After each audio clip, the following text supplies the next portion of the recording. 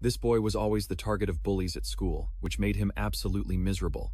When he got home, his own mother would look at him with hateful eyes. She took out her anger on him for being abandoned by his father.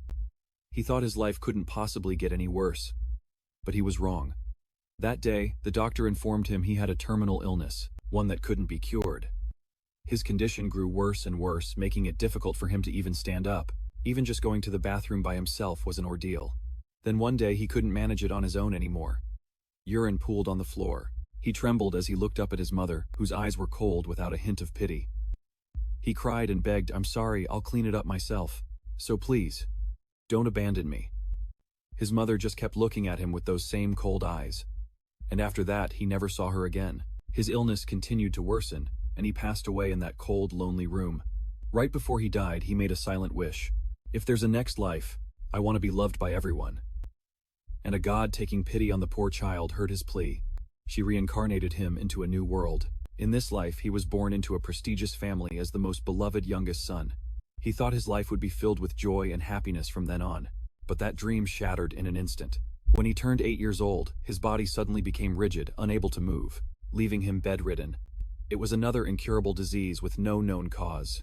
He had to endure treatment for 5 long years, but it was all for nothing. Just then, memories of his past life came flooding back.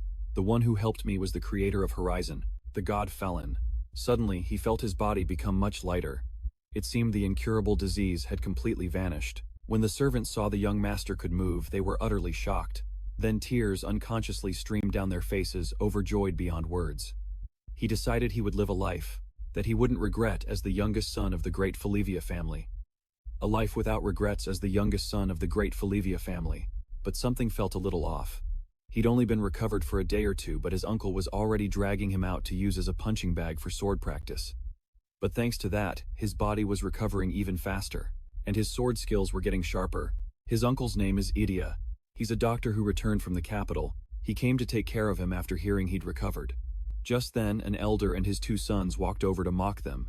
A sickly brat and a runaway. Practicing swordsmanship, here are we, and they still have the nerve to call themselves members of the family, Bolivia too. What a pathetic pair. The old man started insulting Idia. "I can't believe you're holding a sword again." He brought up the past when our hero's grandfather thrashed Uncle Idia. All because of his swordsmanship. He could never be as strong as his own brother. He was seen as the family's disgrace and had to flee to the capital. Hearing his uncle get insulted like that, our boy wondered why he had to listen to this kind of crap in this life too. "I've had enough of this in my past life." He immediately sent a fist flying straight into the elder's grandson's face. Everyone was completely shocked. While he was still busy rearranging the guy's face, he roared at the top of his lungs. "Uncle Idia isn't the family's disgrace, you all are." Suddenly, a flash of light shot towards him, but Uncle Idia blocked it. Turns out that elder was absolutely fuming because his grandson had been punched. The old man's eyes looked demonic as he bellowed. "You think you can get away with hitting my grandson?" Our boy wasn't scared one bit, yelling even louder than the old man. "He insulted me first. Is the old geezer deaf or something? He deserved to get hit for running his mouth. He brought this on himself, didn't he?" The old man was furious, but there was nothing he could do. Before leaving, he didn't forget to make a threat. "Your older brother, the vice head of the family, will have to take responsibility for this." Hearing his big brother mentioned, our hero broke out in a cold sweat because that guy was absolutely terrifying. His older brother Hindle is the heir to the family. He holds all the power in his hands, but, contrary to his fearsome appearance, he actually dotes on his little brother. The result? He told the old man to shut his mouth. "Anyone who dares to touch my precious little brother will have to face our entire clan." Falivia is the perfect older brother. Everyone wishes they had.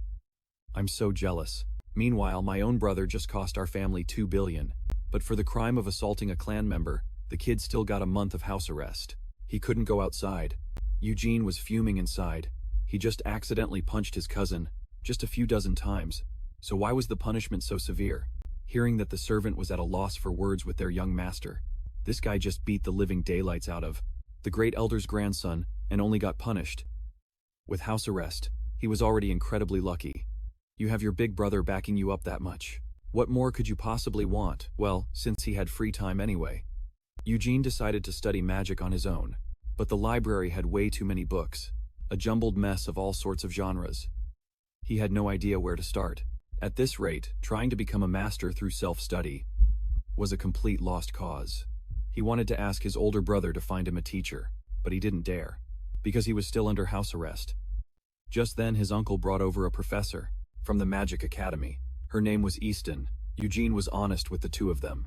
He had been using his house arrest to study magic.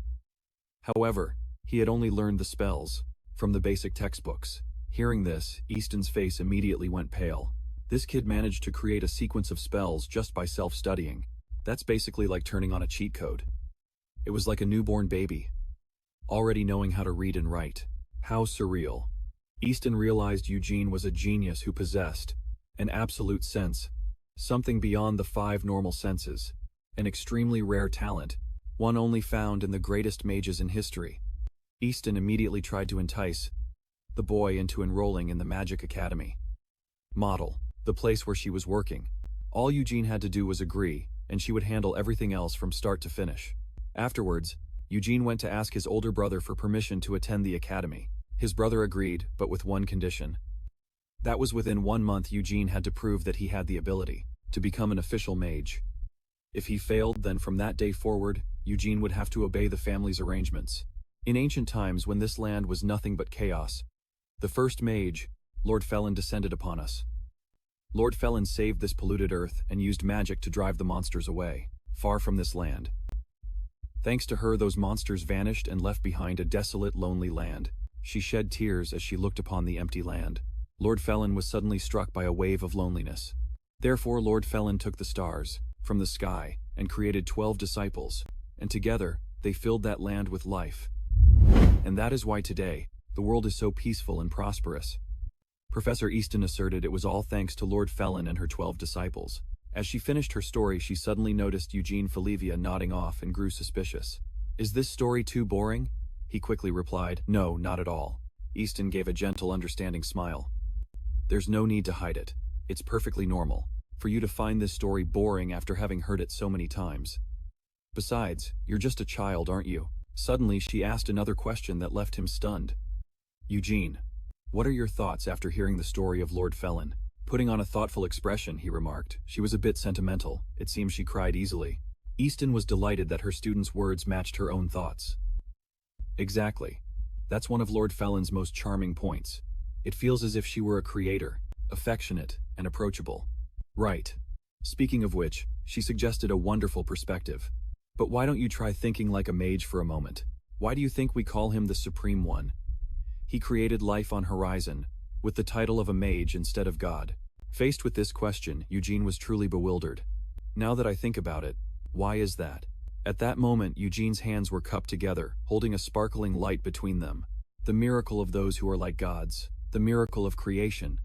And life itself, as well as magic, is created from countless strings. Those magical strings are just like the strings of a musical instrument. So depending on how you pluck them, they can create different phenomena, just like how strings can create different sounds. And depending on their vibration, they can become water and fire, become wind and light, become life, and even become the world itself. That ray of light gradually transformed into a crystal orb. Easton explained that the basic magic for a new mage and the creation magic of Lord Felon operate on the same principle within the scope of these strings. As such, the strings can truly be considered the alpha and the omega of magic. What Eugene had just heard and witnessed was enough to leave him in awe. All the while, Easton continued to transform the magic in her hand to demonstrate. That is why a mage's ability depends entirely on the strings. How many strings they can control, and how well they can use them. Those are the two aspects that determine a mage's capabilities.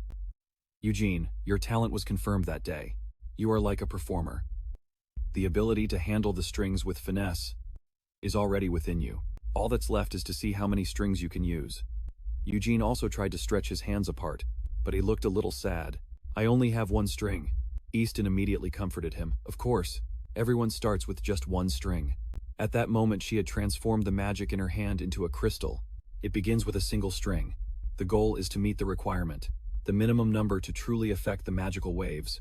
Beyond that, 4 strings are the gateway to true magic. But right now, no one can reach 4 strings. Everyone's number of strings is fixed at birth. Hearing this, the boy became very sad. He wanted to say something, but the words wouldn't come out. Just then, a very strange machine appeared in her hands. That's right. So, today we'll be using this measuring device to assess Eugene's potential. He immediately brightened up. Suddenly, he looked up with his innocent face and asked, "But miss, how many strings is a person supposed to have? What if I have too few?" Easton reassured him. "After all, we're talking about the bloodline of Falivia, so don't worry too much. Although the number of strings is important, it isn't everything." Eugene asked, half believing. Really? Easton then offered a comparison. "There are many cases like that, where having a lot of strings is just a pie in the sky." Eugene obediently replied. "I understand," Easton continued. "Nowadays young mages are too obsessed with the number of strings." He looked confused. "Huh." At this she expressed her opinion.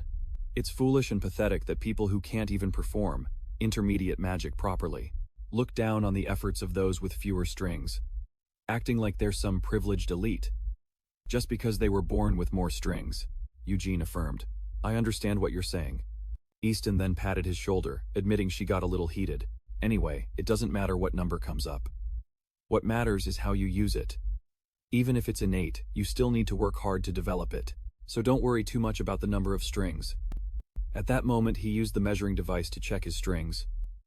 He didn't forget to answer, "Yes, ma'am." Easton, sitting beside him, instructed, "Now close your eyes." Eugene obediently followed her instructions. "Okay." Her voice continued to echo in his ear. "And focus on that magical picture as you feel it. And create your own threads." Eugene focused, listening and following her instructions. He closed his eyes, feeling out his own concept of magic. Just then, images of the past flashed through his mind. He was crying like a child. The power that had helped him escape his past, and the pain of his current life. Escape from the pain that felt like a curse. At that moment, a curse echoed in Eugene's ears. "If that's how it is, then you can be the same. Why don't you just disappear like your father, please?" As he held his small hand out in front of him to examine it, all he saw was syrup, an image of himself in a new body. He still didn't understand what had happened. In that moment, Eugene saw himself being taken by the hand by Lord Felon, flying up into the sky. Now the device in his hand began to glow. Eugene realized that to him magic was salvation. Easton looked at her student with eyes full of anticipation. But in the next second, the reality before her made her break out in a cold sweat. A look of horror also appeared on Eugene's face. The device displayed only 1 second. He was so stunned he couldn't believe his eyes, and he screamed.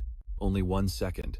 When Easton saw her student's despair, she didn't know how to comfort him. Even though she had said the number of seconds wasn't everything, 1 second was not enough to become a mage. Eugene couldn't accept the truth. How could this be possible? Veins bulged on his face. Even the gods were this cruel. To give such a golden talent. Only 1 second. It was beyond imagination. Looking at Eugene's expectant face, Easton said, "I'm sorry, Eugene. 1 second. Basically means you can't become a mage." The sky suddenly began to rain as she spoke with regret. "I never wanted this to happen. I'm sorry. I shouldn't have given you this false hope." Tears streamed down Eugene's face. He held out his hand to catch the raindrops. He was so heartbroken that he let out a choked sob of accusation. What kind of mage was Lord Felon then? "I can do it in just 1 second. He wiped the tears from his face again, muttering, "I'm sorry, Lord Felon. Even though you chose me, I have nothing." Just then, a red umbrella suddenly appeared over his head. It left him a bit stunned, and he looked up. The man didn't seem to pay him much mind. He just looked into the distance and remarked, "A sudden shower." "Quite unexpected, isn't it, Eugene?" called out softly Mr. Edia Falivia smiled brightly and said, "It's still good that we ran into each other like this. Did you just get back from your magic class? Was class fun today?" It was only then that he noticed the tears on the boy's face, and he exclaimed in surprise, "Oh." Eugene, like a child who had just been bullied by his friends, threw himself into the man's arms, sobbing with grievance. The man brought him inside. Now he was holding a steaming hot cup. Eugene sat silently on the bed, wrapped tightly in a blanket. Beside him, Idia's voice continued to ring out steadily. "It's not that you have nothing. You can't hide anything with that face of yours." By now, the man had also changed into a different set of clothes. He said, "You don't have to pretend to be a grown-up in front of me. Feel free to share your worries." But faced with the man's gentleness, Eugene no longer tried to act strong. Tears streamed down his face as he asked, "What should I do, mister? I can't become a prime mage." Idia frowned, unsure of how to respond for a moment. But right after, his expression brightened. "I'm not sure why you'd say that. But isn't it too early to judge? You still have a month, you know," he said agitatedly through his tears. "But it's only 1 month. 1 month isn't enough to become a mage with just a single string. Idia said gently. You'll need a miracle, of course. But haven't you already experienced a miracle? I may not know much about magic. I understand how difficult it is. But as a doctor, I know how many miracles have happened. At that moment, Idia recalled the time the boy first stood up. He remembered the day Eugene was learning to walk with crutches, waving and calling out to him, affirming that half the reason he became a doctor was to see you healthy like you are now. Now the boy wasn't crying anymore. He held a glass of water and took a sip. He seemed to have calmed down a lot. Suddenly, Eugene requested, "Don't make me feel embarrassed and get all emotional. Of course, I'm hoping for a second miracle. It's just a wish." Eugene immediately retorted, "That's absurd, especially in just 1 month." But unexpectedly, the doctor held up one finger in front of him, confirming, "Just 1 month. Right, it might be too short to achieve anything." Before Eugene's expectant gaze, Idia stated, "But it's the perfect amount of time for you to give it your all. Isn't it? Why not just pause your despair until that 1 month has passed?" Eugene pressed his lips together, his heart filled with determination. "You're right." Then his small face lit up. "Thank you. Because of you, I know what I have to do now." Idia smiled gently and replied, "You're welcome." He took another sip of water, thinking to himself, "Even without my advice, you would have cried for a bit and then kept on trying. That's just the kind of person you are." By now, the sky had turned to late night. From inside a house, someone's panicked voice rang out. "Huh," Professor Easton adjusted his glasses, questioning. "There's a way for a person to become a mage." Eugene looked very excited. "Of course it's not actually impossible, is it?" Easton shared honestly. "But that's only in theory. As a teacher, it's very difficult to tell my student that it's possible."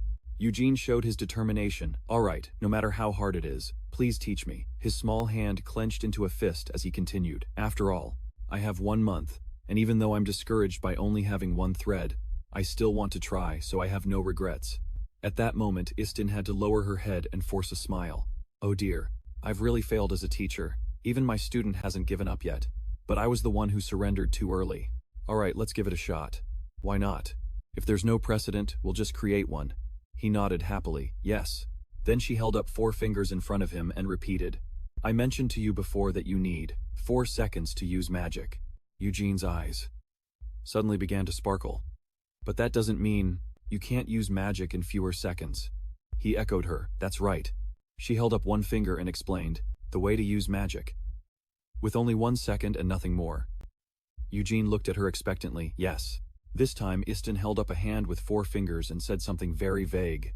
"You need to use that single second as if it were 4 seconds. You'll have to figure out the method on your own." Eugene started to get confused. Then her illusion created 3 more of herself. In the days that followed, he practiced magic diligently, with only his 1 second. At times he felt as if he was on the verge of creating 3 seconds of magic, but then he had to grit his teeth in frustration once again. He told himself, "Failed again. Why is it so chaotic? The thread snaps so quickly if I rush it. It doesn't feel like it's going to work." But suddenly some very confusing images appeared in Eugene's mind. Even he was stunned. It could even be understood as using 1 as 4. Right. It's not meant to be taken literally, like trying to stuff an elephant into a refrigerator. Why are these strange thoughts popping into my head? At the same time, Professor Easton's enthusiastic expression came to mind. He reminded himself, "Stop thinking about nonsense and just focus. It's hard, but I have to succeed, because the teacher said this is the only way." But suddenly a sarcastic voice rang out. "Hey, what the hell do you think you're doing?" Eugene's face soured. Again, the twin brothers Rob and Jock. They had appeared behind him at some point, taunting him one after another. "Can't you just be quiet? How can someone with only 1 second make so much noise? How can you even practice magic with just 1 second?" Eugene rested his chin on his hand and flatly told Rob, "Leave me alone."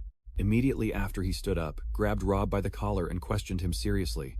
"Do you want to get beaten up like last time?" He scowled and shot back. "What?" Rob was so angry he gritted his teeth. "You wretched coward, what are you talking about? If that had been a proper fight, you would have died that day." But Eugene challenged him with a provocative look. "Oh really? If you're so bitter about it, why don't we try having a proper fight?" Rob was prepared and immediately accepted the offer. "That's exactly why I came here, you crippled freak." Eugene suddenly feigned fear and asked, "What really? No. I mean just a small, real battle." Rob also replied with a nonchalant air, "Of course I'm not proposing a savage duel." His words were the complete opposite of his thoughts. as Rob's mind was now filled with nothing but ferocious monsters. What am I even saying? Instead, let's compete honorably, as befits a member of the Folivia clan, the protectors of the Western Horizon. As his older brother spoke these words, Jock listened intently beside him, not missing a single word. His thin lips curled into a wicked smile. Bravely facing the abyss on the front lines, Rob clenched his fist provocatively. And how? By hunting dark monsters, the minions of the abyss. At these words, Eugene's eyes widened and his face went pale with shock. What are you insane, hunt dark monsters? What are you thinking? He advised the two of them not to think about it anymore. We'll talk to our older brother about it. But Rob continued to provoke Eugene with his words. Something along the lines of, "What are you scared?" he tried to explain. "This isn't about being scared. You know we shouldn't do this." He put on an obvious expression and replied, "Isn't that what we're supposed to do when we become adults? Why can't we?" Crossing his arms, Rob spoke. "Let's just leave this coward here by himself. We'll go without him." But Eugene still tried to reason with them. "We've never been adults before, and it's obvious that hunting demons isn't a child's game. You can't go." But Rob suddenly asserted, "No, you've got it all wrong. It's not a game. It's actually a request for help from another village." At this, he calmed down somewhat and asked suspiciously, "Is that so? Who asked for help?" Suddenly a boy in ragged clothes appeared peeking out from behind a tree. Rob called out, "Hey kid, come out here and explain." Jin quickly replied, "Yes." Eugene's eyes widened completely. He couldn't believe what he was seeing. A child. Jin immediately walked out in front of everyone and recounted his story through tears. "The adults were all taken by demons, and I don't know what to do by myself." Eugene was so angry he yelled at Rob. "If this was a serious problem with victims involved, then you should have said so." He then knelt down beside Jin and asked, "Are you okay? Where is your village? Don't pay any attention to these idiots and just tell me. Just think of us as brothers." Rob and his brother looked at each other completely bewildered. "What's the problem with us?" At that moment they could still hear Eugene's steady voice, reassuring the little boy. "Don't worry, I'll talk to the adults and call the soldiers." Suddenly, the child in front of him started rubbing his fingertips together and said, "I'm not a boy." But for a moment Eugene froze solid. "Sorry, I mistook you for a boy." Rob took the chance to scold him. Idiot. Rob spoke up again with a demand. "I don't care about anything else, but don't talk to the adults. Got it? If you don't, the bet and everything else is off." An unhappy Eugene spat out his words. "Rob, you know everyone was captured and you still..." He stood up and shouted, "You still care about hunting some stupid monster." But before he could finish, the other boy explained, "This kid is from the forest-burning village." Eugene asked in disbelief, "What?" Immediately, Eugene's face broke out in a sweat. Rob's low voice still echoed in his ear. "You can probably guess what happens. If we report a forest-burning village to the adults, you know what the result will be. The village will be destroyed, and the villagers will be exiled, or sentenced to forced labor." As Rob said these words, Jin didn't seem to understand, her head filled with question marks. Finally, the little girl heard Rob deliver the final line, "I'm not sure that's what this kid wants." Just then, Rob put on a wicked expression. "Of course I'm indifferent to either option. I have nothing to lose. Although it would be a shame if I couldn't hunt those dark monsters. But capturing a group of people from a forest-burning village isn't a bad achievement either." The scene changes to a desolate village, with dilapidated huts and trees that wouldn't even bloom. Suddenly a monster let out a growl. Its wide-open mouth looked incredibly terrifying. Eugene was so scared he screamed loudly, causing Jock to turn his head and look. A dark monster. But right after the two of them found confidence from somewhere, they gripped their two swords tightly. Their eyes, filled with determination, stared at the monster. The next second he dashed towards the monster, taunting it at the same time. "If you're going to attack, then come on." But this beast didn't seem to care about his words. Yuji spoke, then turned and ran, causing him to roar, "Stop, you monster." The dark monster shot off, running straight into the deep forest. Eugene was busy chasing after it, completely unaware that he was being watched by countless dark eyes, staring intently. He kept chasing the monster ahead with a single thought: "I want to end this quickly and go home." An unknown amount of time passed and the dark monster was still running with all its might, letting out terrifying growls. Behind it, Eugene chased with all his strength repeatedly, demanding, "Stop right there." Suddenly he stopped, a sword in one hand and a magic orb controlled by the other. "If you continue to run, I have my ways." Immediately after, the dark monster was hit by the attack, letting out a blood-curdling scream. At that moment, Eugene's face darkened like a witch's as he raised his sword high and slashed down on the beast in an instant. It left the creature utterly bewildered, not even knowing how it died. A single slash from Eugene's sword came down, severing the monster's head from its neck in an instant. It fell right behind Eugene. He cheered happily. Gotcha. Finally caught you using magic too. Before Eugene could finish, the twin brothers, Rob and Rob, appeared sneering. Magic? That's just noise pollution. All that loud noise just to catch it. And how far did you go, just to catch one? How long did it take you? With his arms crossed, the man remarked venomously. Magic and all that. You're really overdoing it. Well, at least I caught one. That's what matters. How many have you caught that gives you the right to talk so much? Rob replied with a scornful look. I guess we'll see when we get back. Returning to the village, everything had grown quiet. What appeared before his eyes left Eugene utterly astonished. What the? Rob pointed at the horde of dark monsters and asked, So what do you think? Even at a glance, it looks like we won the bet, huh? Eugene's face darkened. Damn it. I have to admit this is really annoying. But they really are impressive. Recalling the sight of them taking down a dark monster, he thought to himself. The number they caught is secondary. Unlike me, who just relies on brute force. Looking again at the dark monster before him, he realized they were aiming precisely for the weak spots. Of the monsters, Eugene's father had concluded that it was proof of Olivia's ultimate skill, famous for their precise attacks, even striking at their vital points. Just then, the brothers Jock and Rob started to taunt him. However, you still did better than I thought. I thought you wouldn't be able to catch a single one. Dark lines appeared on his face as he sighed internally. So annoying. But I never expected them to be this strong. At that moment, Jin looked up at Eugene with an admiring gaze and praised him. Catching even one is already amazing. Even adults couldn't handle that wolf pack like you guys did. Eugene scratched his head in embarrassment. Thanks. Then the little girl wrung her hands and said, But you all helped me so much. I don't know how I can ever repay you. Rob scoffed. Repay us for what? You're from that village that burns down the forest. You probably don't even own anything worth more than my socks, do you? Jock added. Don't give us anything. I just throw it away anyway. The little girl, looking sad, said quietly, I'm sorry. Unable to stand their arrogant attitude, Eugene snapped. Hey, watch your mouths. It's the thought that counts. Rob spoke up. That's enough. Words like that should come from the village chief. Do you know where the villagers were taken? Jin fidgeted with her fingers and answered. When I woke up, everyone was gone. I really don't know. Rob confirmed gone. You mean they were taken by the monsters? The little girl lowered her head, speculating. People don't just disappear like that. So everyone thinks it was the work of the monsters. Veins popped on Rob's face as he got angry. What? You really are just a clueless kid. Rob concluded with a pensive look. Does that mean you don't even know if it was? The work of those monsters. It's a good thing, the only ones left are an old man and a useless brat. Clearly there's nothing certain here. Rob let out a sigh. I guess we have no other choice. Let's see what we can find before we head back. Eugene watched from the side, silently observing. After all, these twins are actually pretty responsible. Suddenly, someone called out to him, Hey, weakling. Eugene wasn't happy, but he still answered what he thought to himself. They might be rude and annoying, but it seems they're not so bad. Rob started pointing and giving out tasks. We'll search around here and look for everyone. You handle the corpses and take care of this kid. Eugene, surprised and unhappy, exclaimed, Huh, why let me help too? Rob replied with that same high and mighty attitude. Roles are assigned based on ability. Any objections to that? Eugene tried to suppress his anger, gritting his teeth. So rude. Not long after, the pile of dark monster corpses was incinerated by flames. Inside a dilapidated house, a little girl's desperate cry rang out. Grandpa, can you hear me? Eugene was also there, trying to explain. Trespassing on the horizon is one thing, but the monsters might have been agitated by the damage to the land. That's why burning and destroying things is forbidden on the horizon. As he spoke, the fanatic's expression showed his annoyance, but Eugene didn't see it and continued to advise him. I won't tell the adults that you started the fire. So please, Grandpa, promise me you won't burn the fields anymore. Okay. The old man wasn't moved by his tolerance.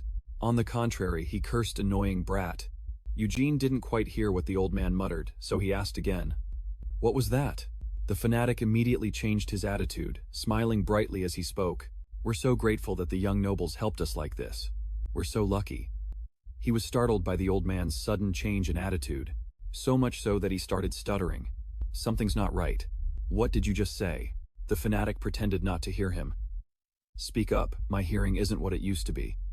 Eugene pressed his lips together, knowing full well the old man was faking it. But he still said, All right. I won't bring up any more sensitive topics. This time, he made a request. But at least explain the current situation to me. I heard the villagers have disappeared. Was it because monsters invaded? Looking outside, the village scenery was still very peaceful. He was certain there were no signs of a monster attack on the village. Because of the animals around the village, they're just ordinary direwolves. At this, Eugene adopted a thoughtful expression. If a pack of wolves had dragged them away, there would be tracks. As he spoke, the fanatic secretly shot an irritated glance in his direction. But in front of Eugene, the old man put on an innocent act as if he knew nothing. The old man insisted, I don't know. I don't know anything at all. When you get old, you can even forget what happened yesterday. Or even today. Eugene lost his patience and didn't want to stay any longer. He turned to leave. Before he left, he added one more thing. Fine, if you don't know anything, I guess I'll have to find the clues myself. Jin quickly ran after him, offering, I'll go with you, young lord. He was a little surprised and looked at the young girl. He advised her, get some rest. You've been walking for a long time. Jin, you must be tired. Just then, the old man sitting on the bed spoke up coldly. That's right. Why bother someone so noble? At that moment, his eyebrows furrowed and a voice rumbled from deep in his throat. There was something very frightening about it as he demanded, Come here. Stay with this old man. After that, the old man even put on an act of repentance. Yes, it is my fault, young lord. This child is still so young and weak. Eugene looked at him. There was no need to scold the man. He explained awkwardly, I was just worried she would get tired. At that moment, he wondered to himself, what's with him? The man's mood seemed to have changed. The old man gave a fake laugh and affirmed, how kind of you. This poor child must be exhausted from all that wandering. At this point, Eugene thought to himself that something was off about the man. The old man then took the initiative and offered, I'll wash him up and let him sleep in my bed. You should continue with your duties, young noble. What the old man said left him feeling bewildered. Just then, Jin showed her fear. I don't want to. Why would I have to bathe with you? The old man stared intently at the child and uttered, Ah. Then he softened his voice to reassure her. What's the matter? A boy shouldn't be shy. Right. The child's eyes widened as she asked back, what Eugene was also surprised. How could the village chief not know that Jin was a girl? He remembered the first time he met her. You're not a boy. Back then he had admitted in confusion, I'm sorry. I mistook you for a boy. In the present, the child quickly hid behind Eugene and retorted, I'm not a boy. Before she could finish her sentence, he cut in, I'll take Jin with me. He even explained further, on second thought, it would be better to have someone to guide me. The old man didn't try to stop him anymore and acknowledged, that's right, so take the boy with you. Suddenly he narrowed his eyes and his voice took on a frightening tone. But young lord, his footsteps halted, and he looked back at the old man with an unspoken question in his mind. Yes, you will be surprised. Because you've lived a sheltered life. But this is how we live. Whether we disappear today or tomorrow, it wouldn't be strange at all. At this, the old man suddenly began to advise him, so don't trouble yourself over lowly people like us. Just go back to your normal life. He walked out of that house. Jin repeated Eugene's question. He asked how long it had been since the village chief started acting so strangely. The little girl tried to remember, but she couldn't recall the exact time, only guessing it was about a month ago. A fragment of a memory surfaced in her mind, confirming it. He seems fine today. But before he was really unusual, he didn't even recognize the villagers. And he suddenly started drawing strange pictures, while making sounds that no one could understand. Back then, the little girl had overheard the villagers commenting on the old man. So she recounted what she had heard. She confirmed that's why the adults said the village chief had gotten old. Everyone was talking about it. At this point, the girl became a bit agitated, asking a few disjointed questions. And now?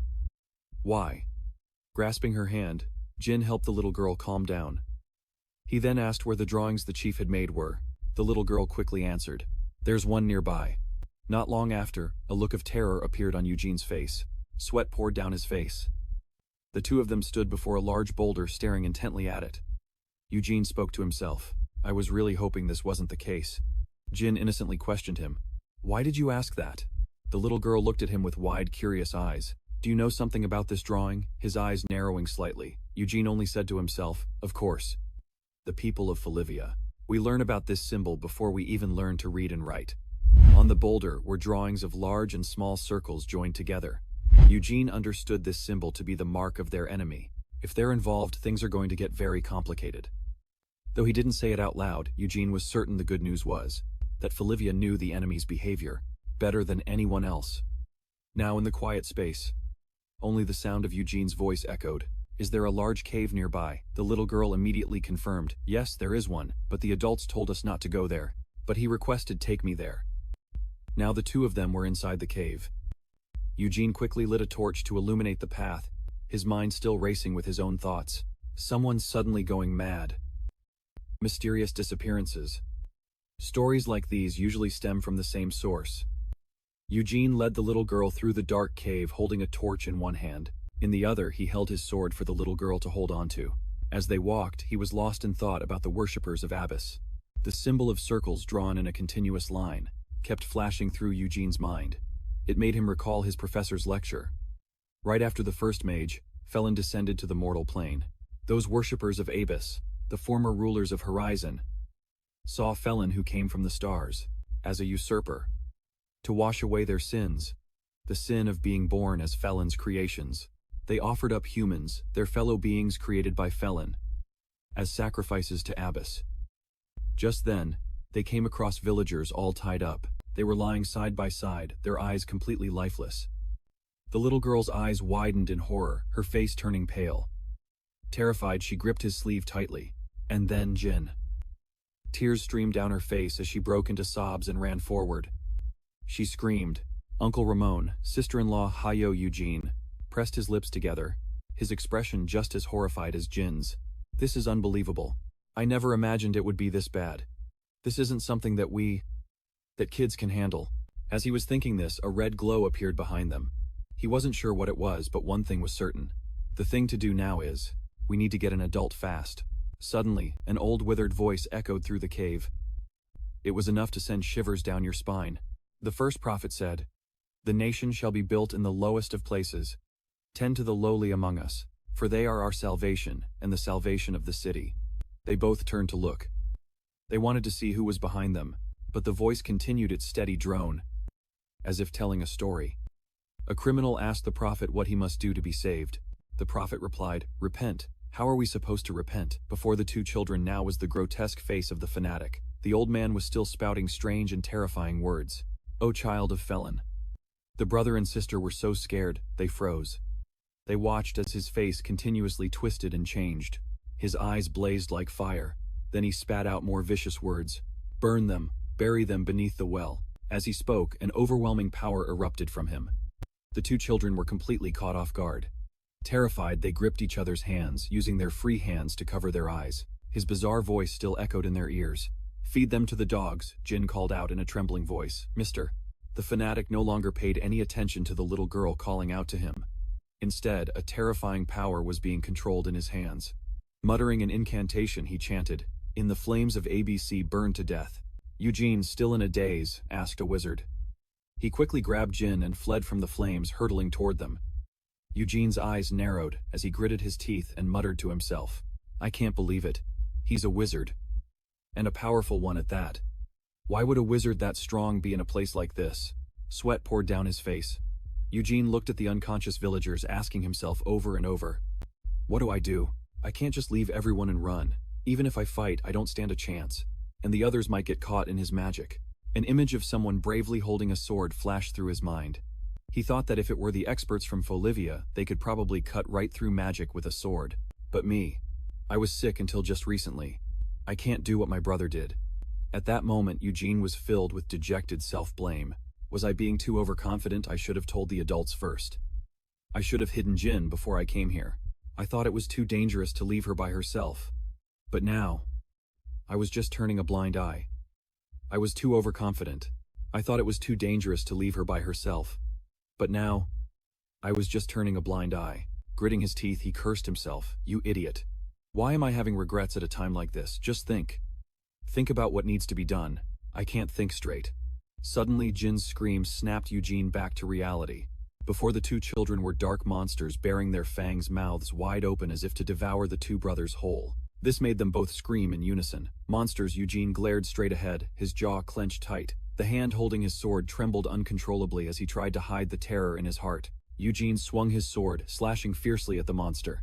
Gleaming arcs of his sword flashed back and forth. In the darkness, the beasts were continuously sliced in two by him. But while he was planning his next move, the fanatic dazedly cried out, "Folivia, Immediately after the old man used his dark magic to confront Eugene. His mouth was still growling. Falivia. At that moment, the fanatic opened his mouth wide, revealing sharp fangs as he spoke. I will offer you as a sacrifice to Abyss.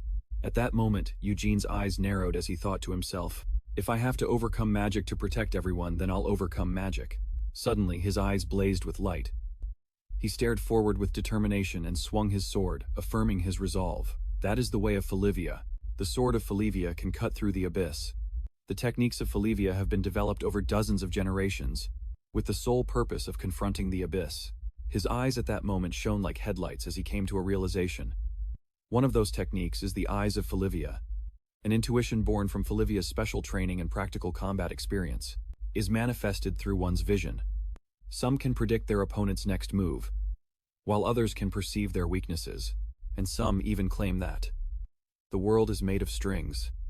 Suddenly, Jin's scream snapped Eugene back to reality.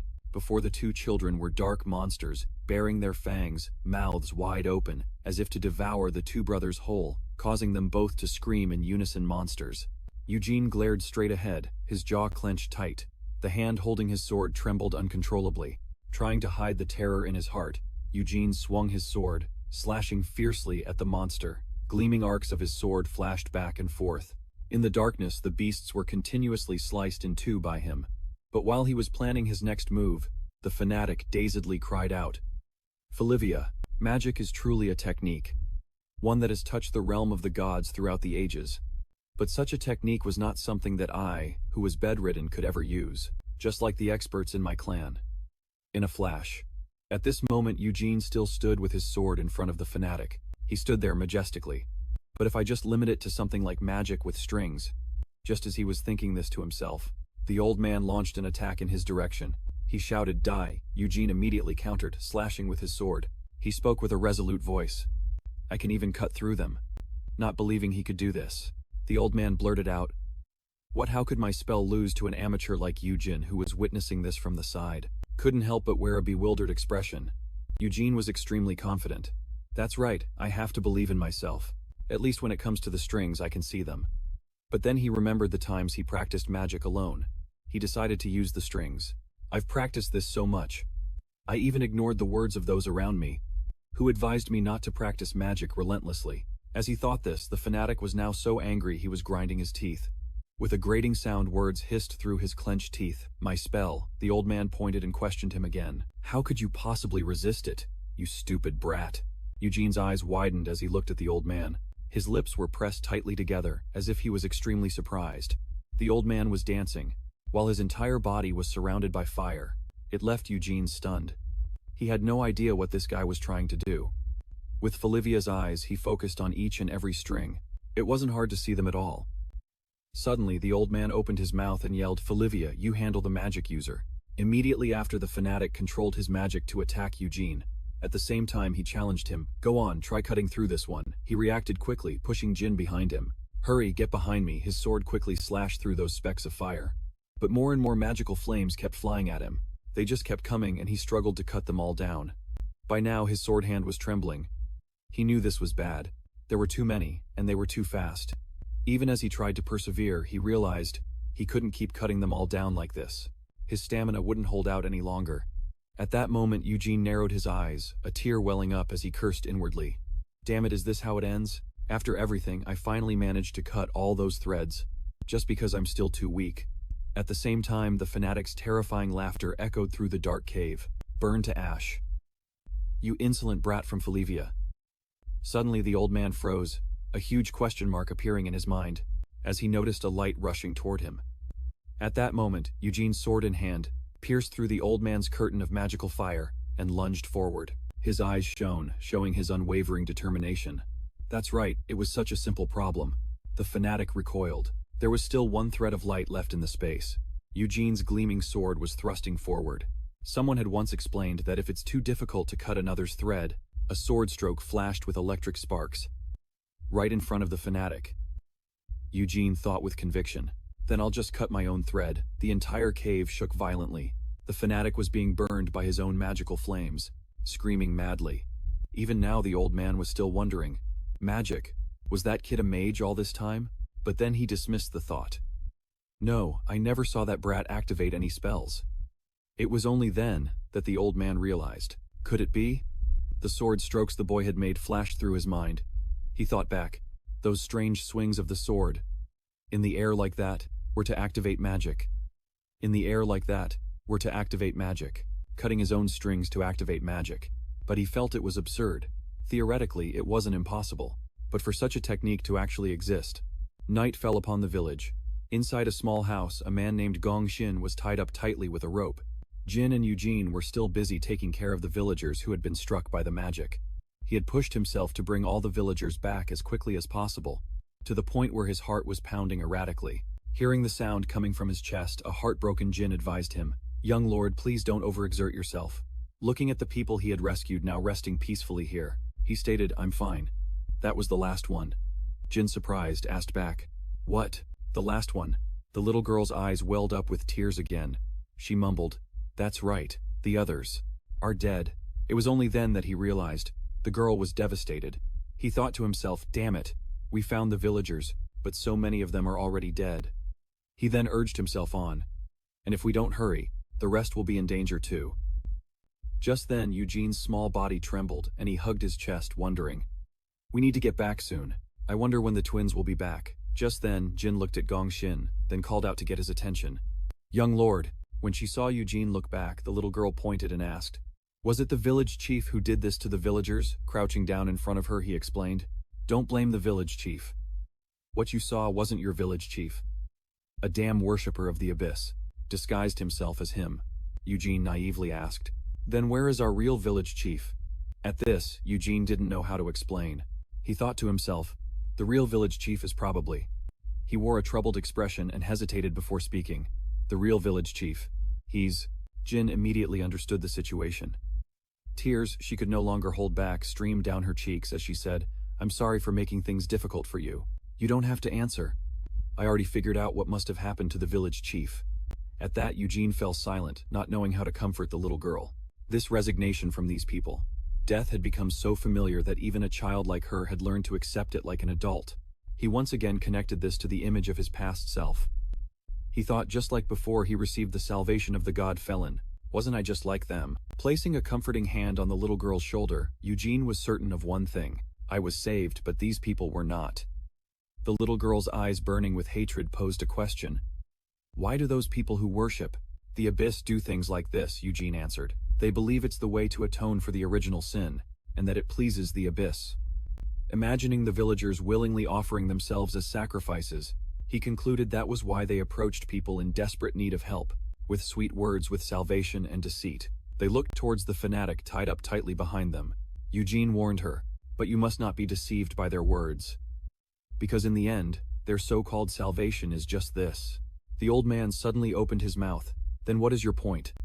His eyes lit up as he began to profess his faith.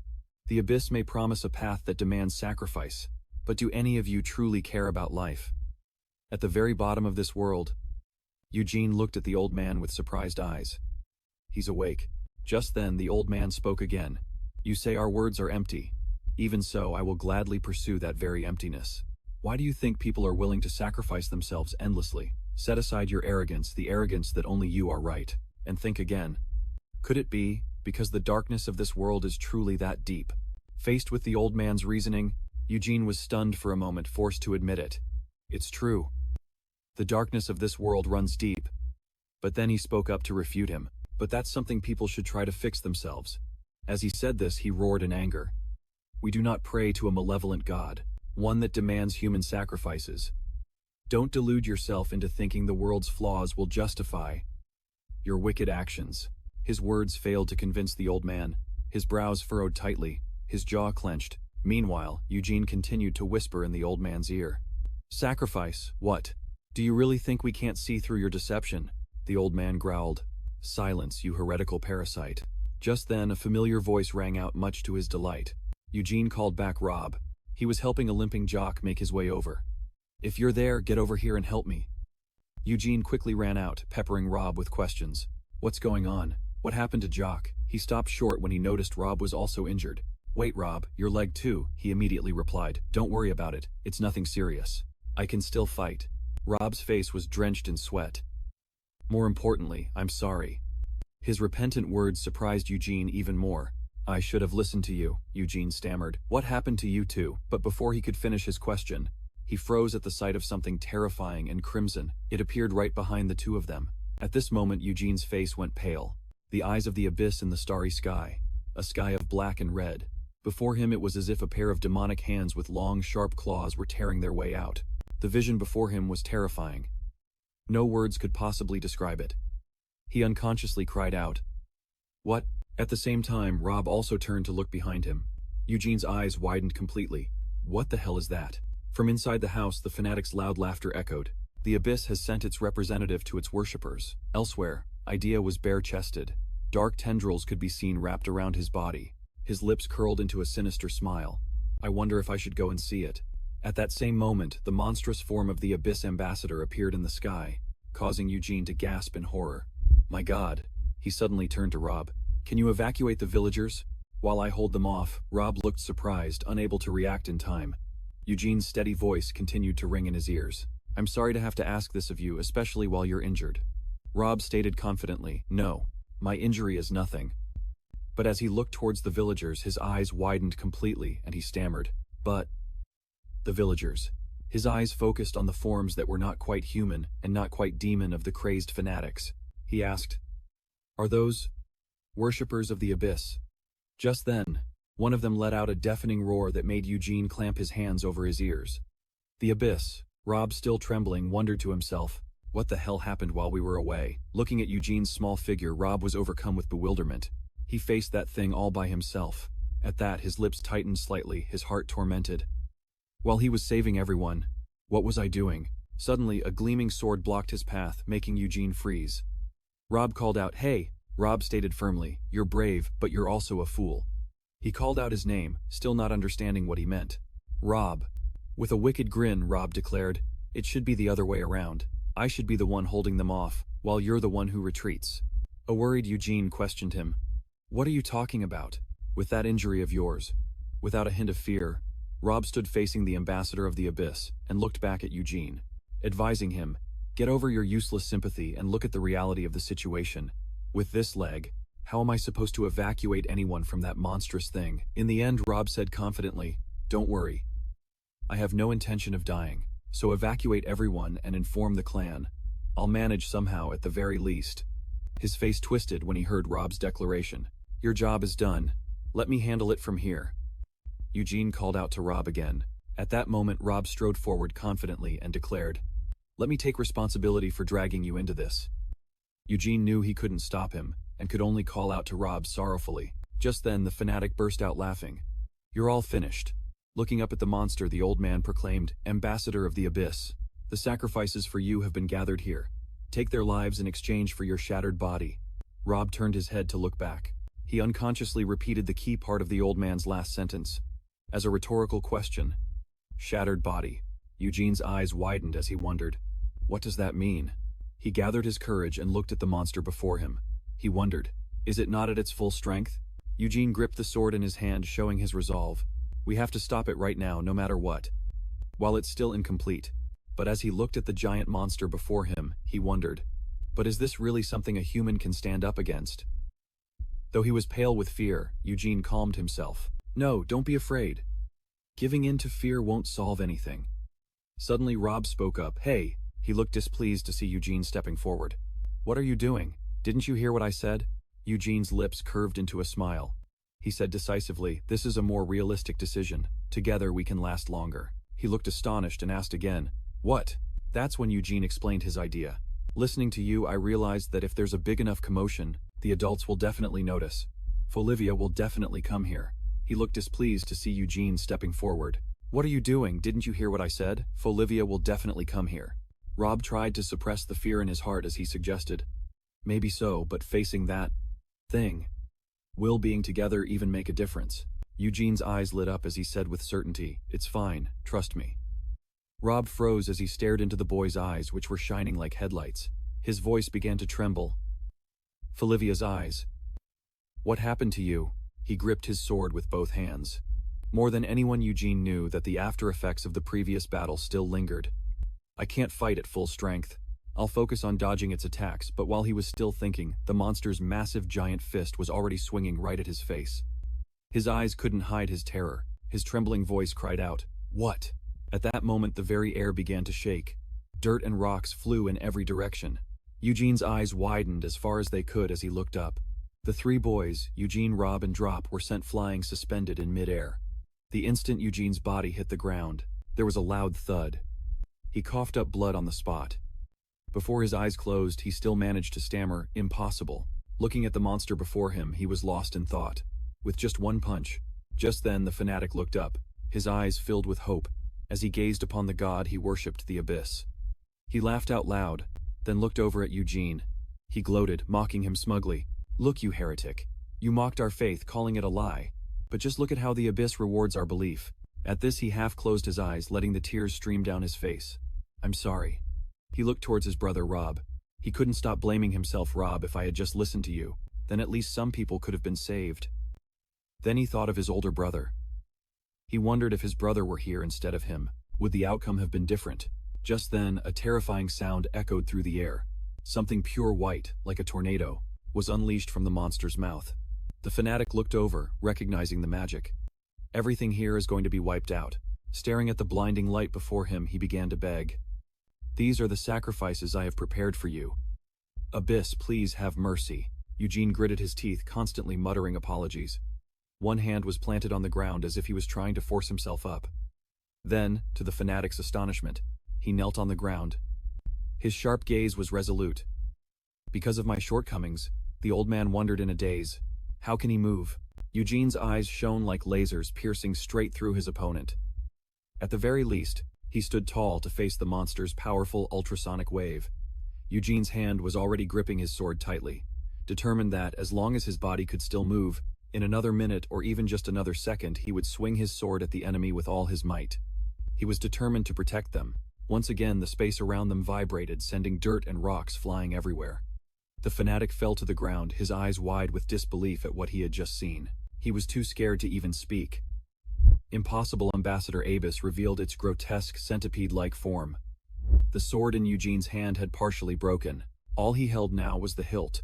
Looking at the lingering threads of magic in the air, the fanatic realized that, amidst the intense torrent of magical power, the boy had read the flow of the threads and cut right through them. Looking at the small yet brave figure before him, the old man asked himself, "Is this even possible? Is there any magic that this newcomer can't cut through?" No. A curve formed on Eugene's thin lips. Looking at the sword in his hand, he was incredibly proud. The next second, he collapsed from exhaustion with one regret in his heart. "If only my sword were still intact." The fanatic looked up again at the sparkling starlit sky, and began to stammer, "The star of the usurpers." He silently concluded, "They're watching this kid." He remembered the light he saw from Ambassador Abyss, and began to assess the situation. Now that I think about it, the Abyss was really in a hurry. It manifested despite the lack of a sacrifice, and instead of taking the available sacrifice, it tried to kill him. Instantly, the old man's eyes filled with panic. He couldn't stop wondering, who exactly is this kid? To attract the attention of such supernatural beings. Suddenly, the old man opened his mouth wide, full of fangs. His sharp fangs. In his mind, he had already sentenced the boy to death. Whatever the reason may be, before it grows any stronger, it needs to be killed right now. But someone appeared just in time. Swinging a sword and slashing him from behind, they said, "Sorry. I bet you didn't expect to be defeated like this." The old man turned his head to look, uttering only a single word. "You." Idea grinned and remarked, "But that's going to be difficult now." Then he picked Eugene up in his arms, declaring to the ambassador of Abyss, "He is my beloved nephew." Idea's eyes shone with determination. "I can't just leave the boy to die here." In the sky, the stars were still twinkling brightly, and there were other lights of different colors, yellow, blue, green, and indigo. In a daze, he felt that something was very strange. When he opened his eyes, he was shocked to find himself being held in Idea's arms. He was severely injured, but seeing the boy open his eyes, he asked with concern, "You're awake?" Eugene opened his mouth in a daze. "Where?" Suddenly his eyes widened as he realized the situation and hurriedly asked, "Uncle Idea, why are you?" Idea didn't let him finish, simply explaining, "I came to get you because you were late. Luckily, I wasn't too late." Eugene, aware that the representative from Abyss was still there, quickly urged, "No, Uncle, we have to get out of here. That giant monster from the Abyss." he calmly reassured him. Don't you worry. This left Eugene completely astonished. Suddenly, he saw the monster collapse as his uncle's steady voice echoed in his ear. It's all over. His eyes still fixed on the monster, he stammered. What Eugene looked up at the man, as if waiting for an explanation. He called out uncle. But Idea didn't intend to talk to him there. So, while still holding him, he made a suggestion. Now let's get back to the story. It was a beautiful, clear day. Eugene was walking down the street when something caught his eye. A display of vibrant red roses. He walked closer to look at the flowers, marveling so beautiful. Then he straightened up and pointed, politely asking the vendor, "Ma'am, how much are these flowers?" Recognizing him, the woman became enthusiastic and called out loudly, "Well, look who we have here. Isn't it our youngest master?" Not stopping there, she continued to tease him. "Why does our young master need flowers? Don't tell me you've got a girlfriend." Eugene waved his hand dismissively and explained, "No, I'm just visiting a friend in the hospital." The woman looked startled and exclaimed, "Oh my, is it one of the twin young masters?" She then imagined the three of them, discussing their trip to that village. She gasped, "Good heavens, I heard the story about you young masters. Venturing into the forest a few days ago, to defeat that beast. Oh dear, you must have been injured during the fight." She then asked enthusiastically, "It wasn't anything serious, was it? I hope not," Eugene asked in surprise. "No, thankfully nothing like that happened. But how did you already know?" At this she flexed her muscular arm and patted it, saying with a bright smile, "Of course, the story of the young masters, bravely saving the villagers from those monsters. The whole town is buzzing about it with tales of your bravery." Just then, his panicked shout echoed through the small street. "Really? How does everyone know?" "The family council is still in a meeting," the woman explained with a wide grin. "How could they not know? Is there more than one soldier's family in this city?" At that moment the color drained from Eugene's face as he imagined the terrifying expression on his older brother's face. Meanwhile, the flower seller's voice continued to ring in his ears, recounting how everyone knew the young masters had acted on their own. And the truth is, entire nations are anxiously waiting for their reaction. That's when he snapped back to reality, admitting, "I almost forgot about that." Suddenly she handed him a bouquet of flowers, instructing, "Here, please consider this a gift for our little young masters." Then she added a reminder, "You're going to get scolded quite a lot later, so it's only right that, at the very least, this old lady takes care of our little heroes." "Right." Despite what she said, he waved his hand, refusing. "Thank you, ma'am, but I really shouldn't accept this." She smiled brightly, trying her best to persuade him. "Please don't say no. You've shown such courage at a young age. Just think of it as a show of support." She insisted that Eugene take the flowers, then leaned in to whisper some advice, "And don't refuse too much. Or this will never end, you know." Stunned, Eugene asked for clarification. "You mean, it will never end?" After leaving the flower shop, he was stopped by people on the street.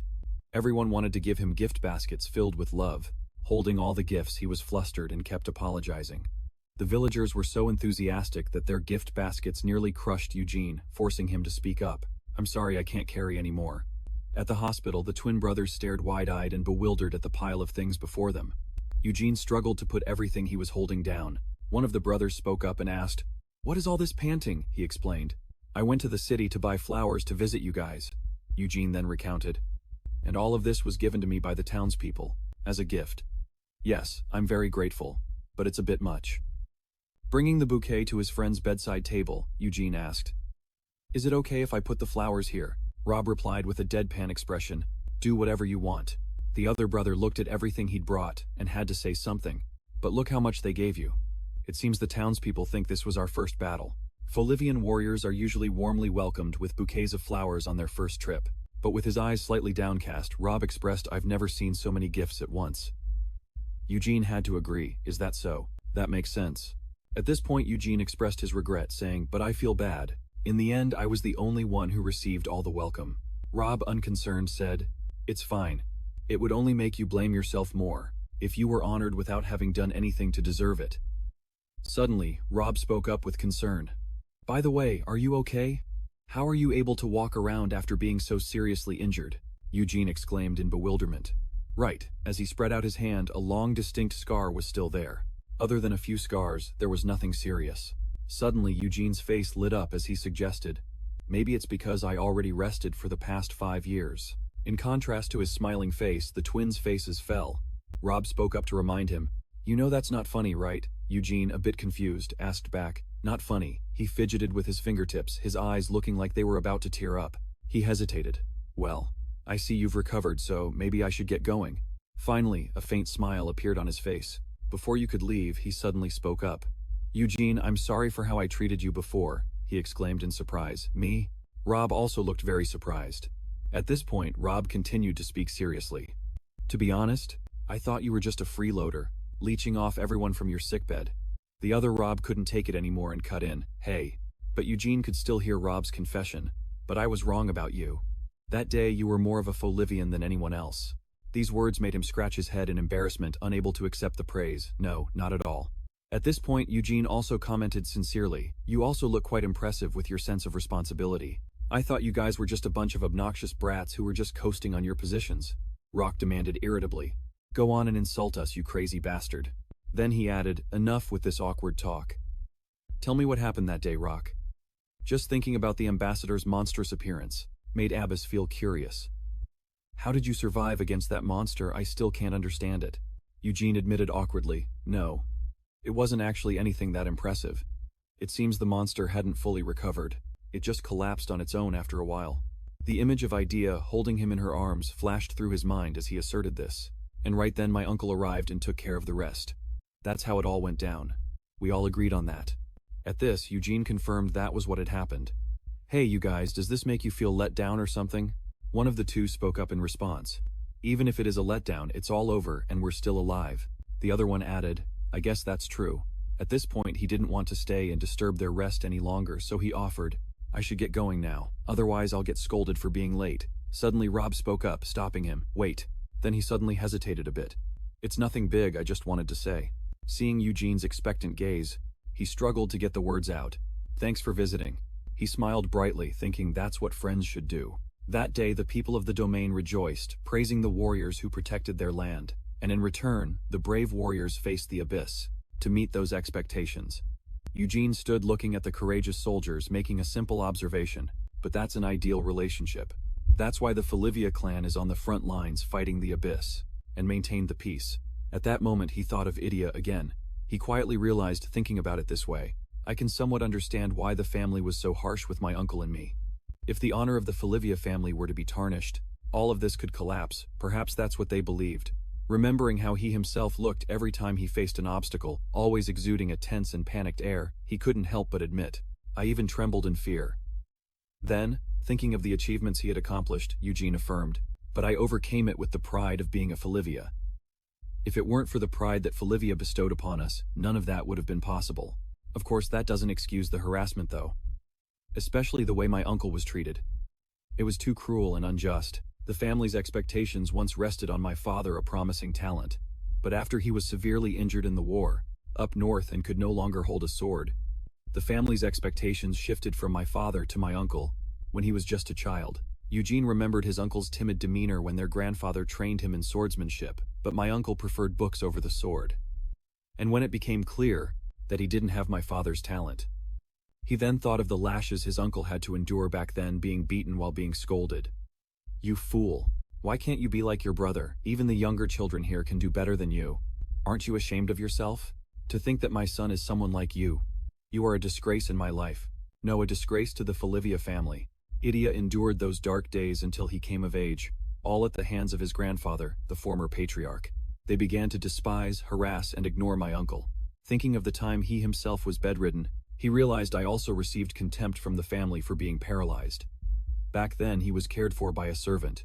The Countess has sent this for you, sir. He felt truly fortunate.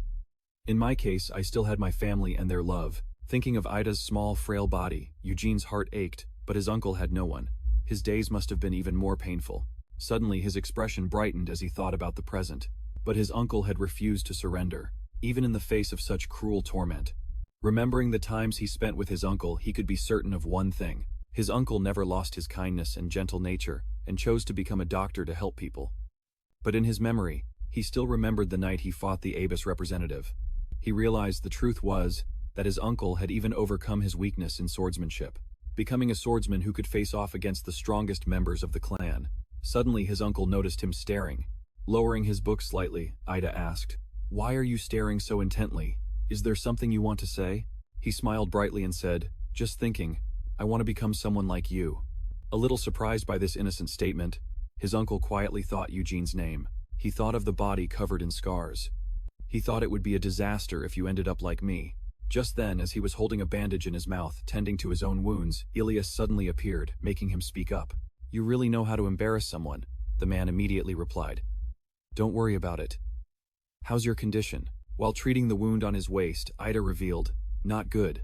I've lost a lot of blood and my muscles are torn. I expect to lose 20% of my mobility. Still, to only have this much damage after facing the King of the Abyss is lucky." Ilias spoke flatly. "Lucky?" At that he suddenly exploded with rage. "You call that lucky? Do you have any idea how much effort we put in to prepare for that?" Standing behind him, the man kept talking, not caring whether his uncle was listening or not. "It is said to be able to handle an entire war front. This is how war destroys it. How are we supposed to face that demon general? And that's not even mentioning that you've already lost 20% of your power." The more the man spoke, the more indignant he became. "I can't believe it. Why would you do that? Have you gotten caught up in this little game of playing family with that child named Eugene?" Turning to look at the man, Idea growled. His finger pressed against the man's talkative mouth, causing Elias to stammer. "Lord Idea, but your actions are going too far." With one hand he grabbed the man's head like a filthy ant and questioned him. "If the Falivia children were wiped out right on the spot, do you think everything would go according to plan?" At this point, Elias didn't dare to object. He just held his swollen mouth with one hand and listened to the man's lecture. "You're trembling just because of one missing rotten corpse, and yet you think you can withstand Falivia's wrath. From the very beginning, if you mages hadn't foolishly acted on your own and resurrected the king, would any of this have happened? What gives you the confidence to speak in my presence?" With tears in his eyes, Elias bowed his head and pleaded with the great prophet's disciple, "Please accept my sincere apology for my rudeness. I know this is unlikely, but I have to wonder if you've forgotten our important goal." At this Idea's anger subsided somewhat and he let go of the man's hair. Elias bowed his head and admitted his fault. "It was my own foolish suspicion that led to such rudeness and disrespect. I will gratefully accept any punishment." Only then did he crack a satisfied smile. The other man still tried to explain. "But in truth, we were not the ones who resurrected the Abyss King. Based on the current situation, we barely managed to complete the ritual on time. Therefore, an early resurrection was impossible." Idea leaned in slightly, his deep voice echoing. "You mages always act like this." Kneeling on the ground, the man repented. "I have nothing to say." At this, he affirmed, "I have nothing to say. However, the plan will proceed unhindered. I never expected anything from you from the start." Idea's expression turned dangerous. The head of the Hindle clan, Falivia, declared, "I will deliver his death myself." When the man heard these words, a hint of glee appeared on his face. Falivia's downfall will proceed as planned. On the night foretold by the Abyss, Falivia will be engulfed in a sea of flames. One day when the sky was clear and blue, Eugene continued to practice his 1-second magic. He closed his eyes, concentrating. Suddenly, his eyes flashed open. Eugene executed such a beautiful sword stroke, it was worthy of a declaration. Falivia style, 4-second cut. He wiped the sweat from his face and paused to ask a question. "What about this one, teacher? It's different from the method you taught, but I still managed to use magic," he asked innocently. "Was it because it was a life or death moment? Your teachings suddenly popped into my head, and I immediately improvised based on them." As he said this, he asked with sparkling eyes, "So, my magic wasn't bad, was it?" Her face was so panicked that veins started to pop. Easton answered honestly, "I don't even know what this is. It's terrifying." Hearing Easton's words, Eugene looked bewildered and asked in confusion, "So, can this really not be called magic?" She was in such a rush that she stuttered. For a moment she didn't know how to explain. "No, that's not what I meant. I was just surprised." Just then, Easton thought to herself, "It's impressive that he even thought of using magic." Back in the ancient age of myths, she then began to explain. It was known as Desio's sword magic. However, you could say that almost no one was able to use it in actual combat. That was because, at this moment, Eugene didn't hide the sorrow on his face. Seeing her, he continued, "The moment the thread was cut, I lost control, and it became too difficult to use if things got even a little bit complicated." She comforted him, "At least you were able to use it." Then she explained further. "Desio is chaos because it cannot be controlled by its very nature. In other words, it's like shattering a clay pot to create what you want. an incredibly difficult method to initiate magic. As soon as she finished, an excited Easton grabbed his shoulders and shook him relentlessly, asking at the same time, "How in the world did you do it?" Eugene's eyes went wide as he stammered, "Ma'am, I'm getting dizzy." A moment later, she calmed down and called out to Eugene. Her expression was pensive as she admitted it was her fault. "I got too excited for a moment. I'll try to be a little calmer." Pausing for a moment, she commented again, "It's truly wonderful and astonishing that you succeeded in using Desio. But reaching the level of a mage with it will be very difficult." Facing his expectant gaze, Easton began to explain. "It leans too much towards raw energy and is very difficult to control, making it unsuitable for the complex and sophisticated requirements of modern magic. In fact, there's no one at the Magic Academy who can teach Desio." Sitting across from Easton, he retorted, "Is that so? I think I've found a good way." At this, she acknowledged, "Of course. Desio is truly a formidable weapon, especially since fewer seconds means creating a smaller wave, and therefore magic using Desio is limited in scale. With 1 second you achieved an energy conversion of nearly 100%. It will definitely be of great help to you, Eugene. However, regarding the condition mentioned by the vice head of the clan within 1 month, you must meet the admission requirements of the Magic Academy." At this point, Easton affirmed one thing. Using Desio to meet those conditions is impossible. He hesitated, wanting to ask then. Her eyes shone with resolve. "Therefore, since you must meet the conditions to become a mage, even by practicing every single day, we'll have to set Desio aside and return to the traditional method." At this, Eugene couldn't hold back any longer. Despite the tears streaming down his face, he still replied yes. While explaining to Eugene, Easton used magic to demonstrate. Desio is a fundamental method involving cutting the string to compensate for what is lacking. It makes it powerful, but difficult to control. The traditional method, on the other hand, may be less powerful, but it is incredibly stable.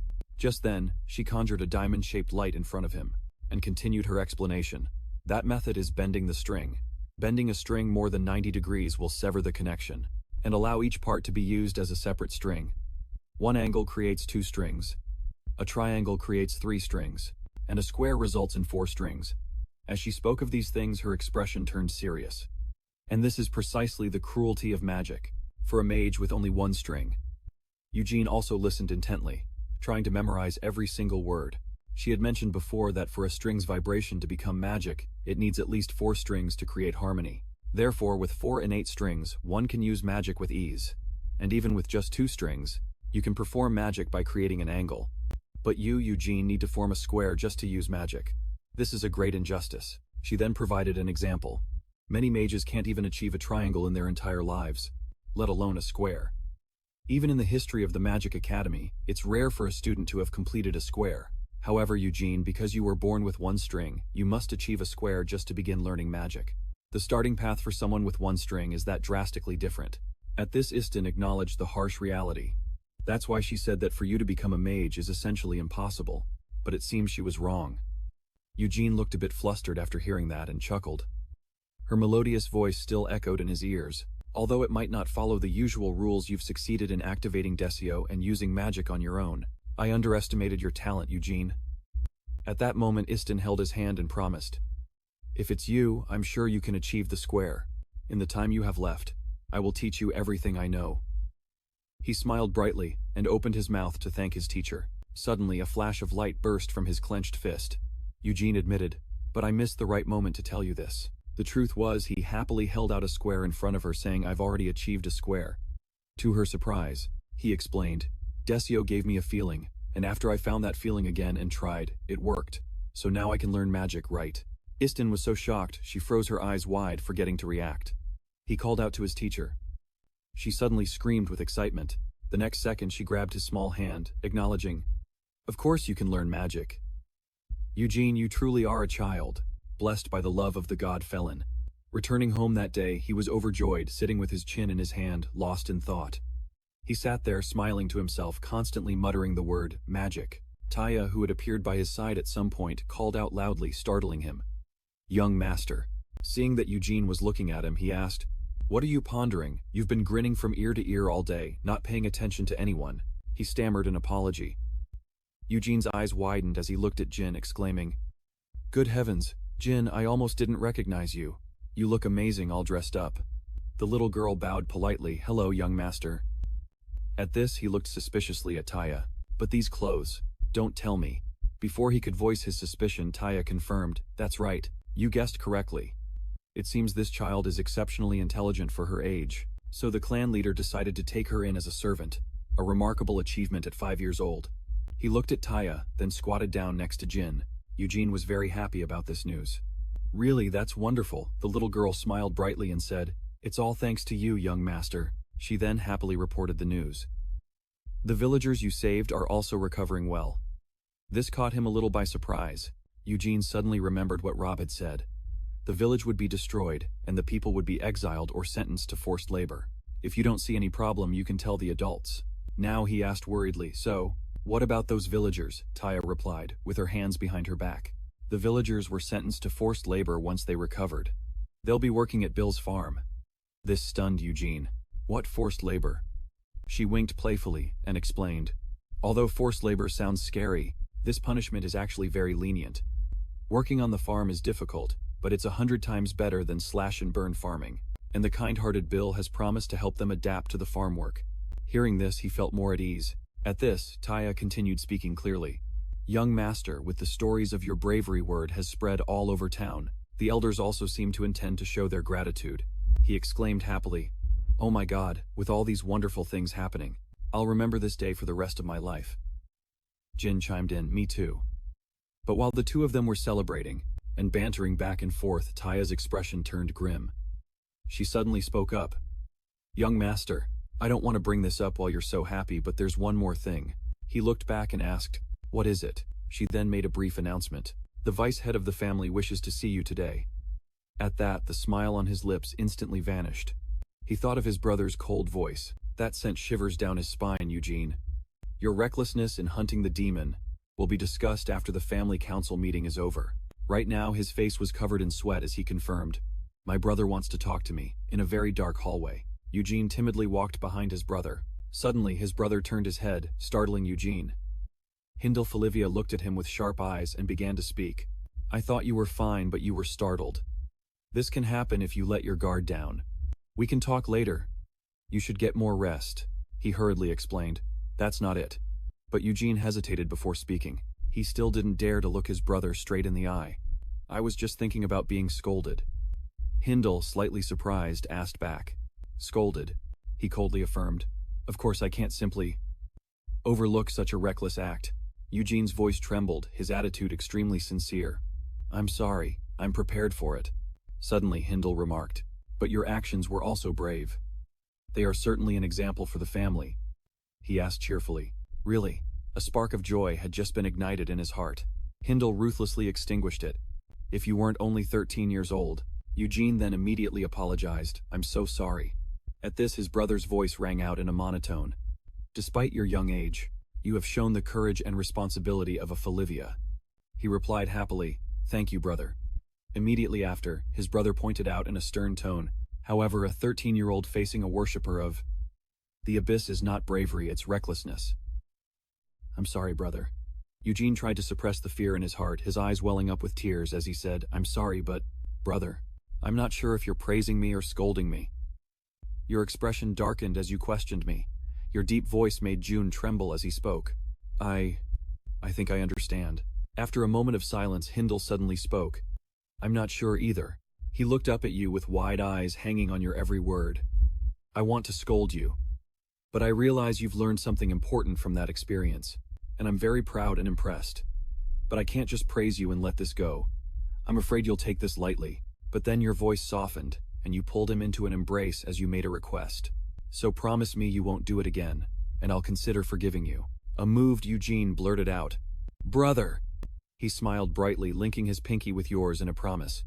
Yes, I promise I won't cause any more trouble. The corners of Hindle's lips curled up slightly as he remarked, Good. Just then your hand touched a door.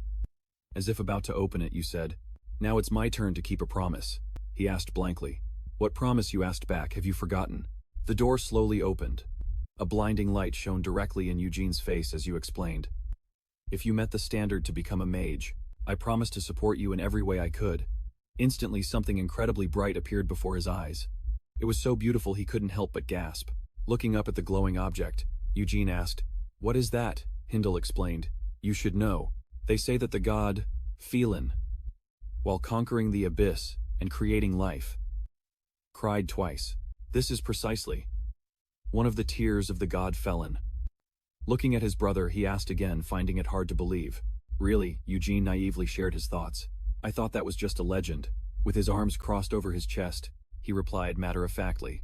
Of course, there's no way to know for sure whether the legend is true or not. But while he was still talking, Eugene reached out to touch the object. But there was no doubt that this thing possessed a power immense enough to deserve such a grand name. He also had to admit it was very beautiful. Eugene's eyes were glued to the light, unable to look away. He felt it in his heart, and somehow the feeling was nostalgic and familiar. Perhaps it was because it was truly a tear of the god Felon. Suddenly, Hindle spoke up again. Congratulations. You like it.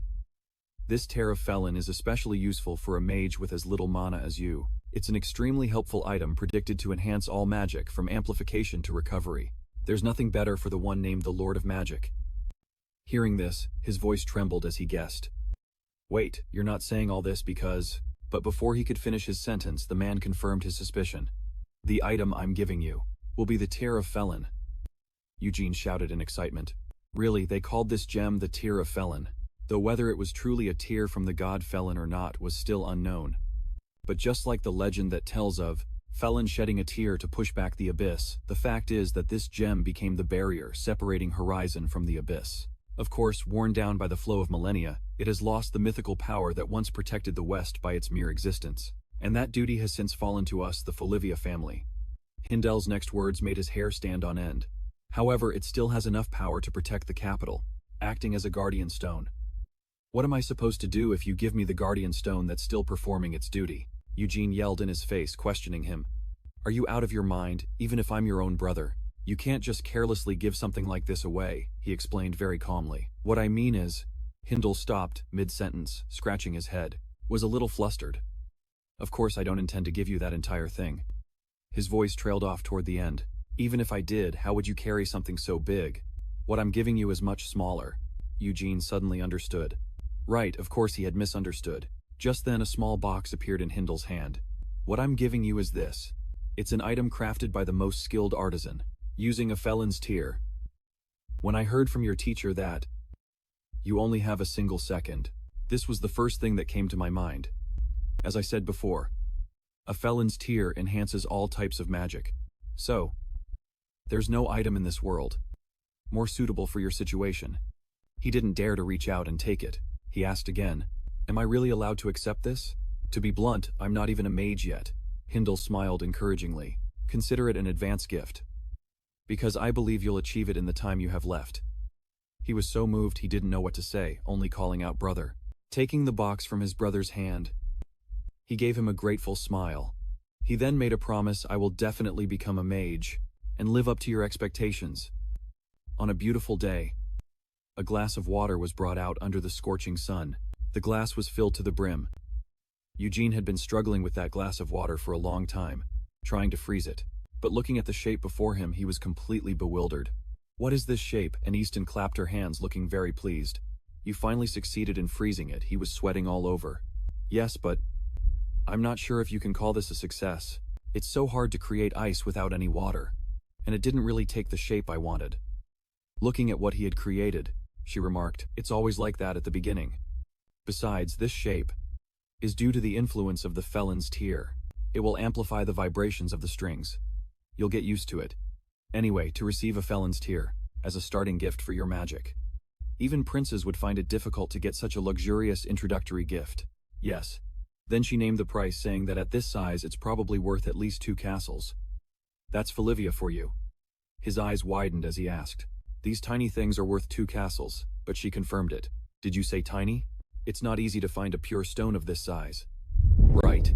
He was so surprised, he exclaimed. My God, my family is much richer than I thought. Easton smiled gently and guessed. You must have been shocked, not knowing how precious it was, right? Well, that's understandable. After all, it is the most precious gem in the world. He smiled and replied, yes. Just then, he heard someone say that the most precious gem in the world was buried deep inside the castle, piled up into a mountain. Then she pointed and suggested, now let's get back to discussing magic. We should. Her hand moved over the block of ice as she asked Eugene, "You might be disappointed with the shape you created, but your magic was actually a great success. The essence of ice magic isn't the ice itself, but the coldness. There's no shame in using the water around you. That's what mages do at the elementary level. Since you can't create negative energy, you need to control the surrounding environment with your magic to create a space with sub-zero temperatures. Therefore, at the elementary level, only those who can control their surroundings can truly succeed in ice magic.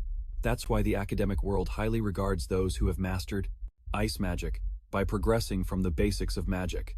As soon as she finished speaking, she astonished him by creating a rose of ice in her hand and willingly called him a mage. She gave him that rose as a congratulatory gift. "Congratulations on officially becoming a mage." Model. At that moment, Easton was holding a letter of recommendation in her hands. Only 2 days left. She had to admit, for someone so confident in their bet, the deadline was cutting it pretty close. But during this time, only she knew the images from the past were replaying in her mind. She suddenly remembered when she found out he only had 1 second and she had said, "Eugene, 1 second means you can't become a mage." Then she recalled the determined look in his eyes as he vowed to become a mage. Back then, after everything he had said, "I have 1 month. Even if I'm frustrated about only having 1 second, I want to do something I won't regret."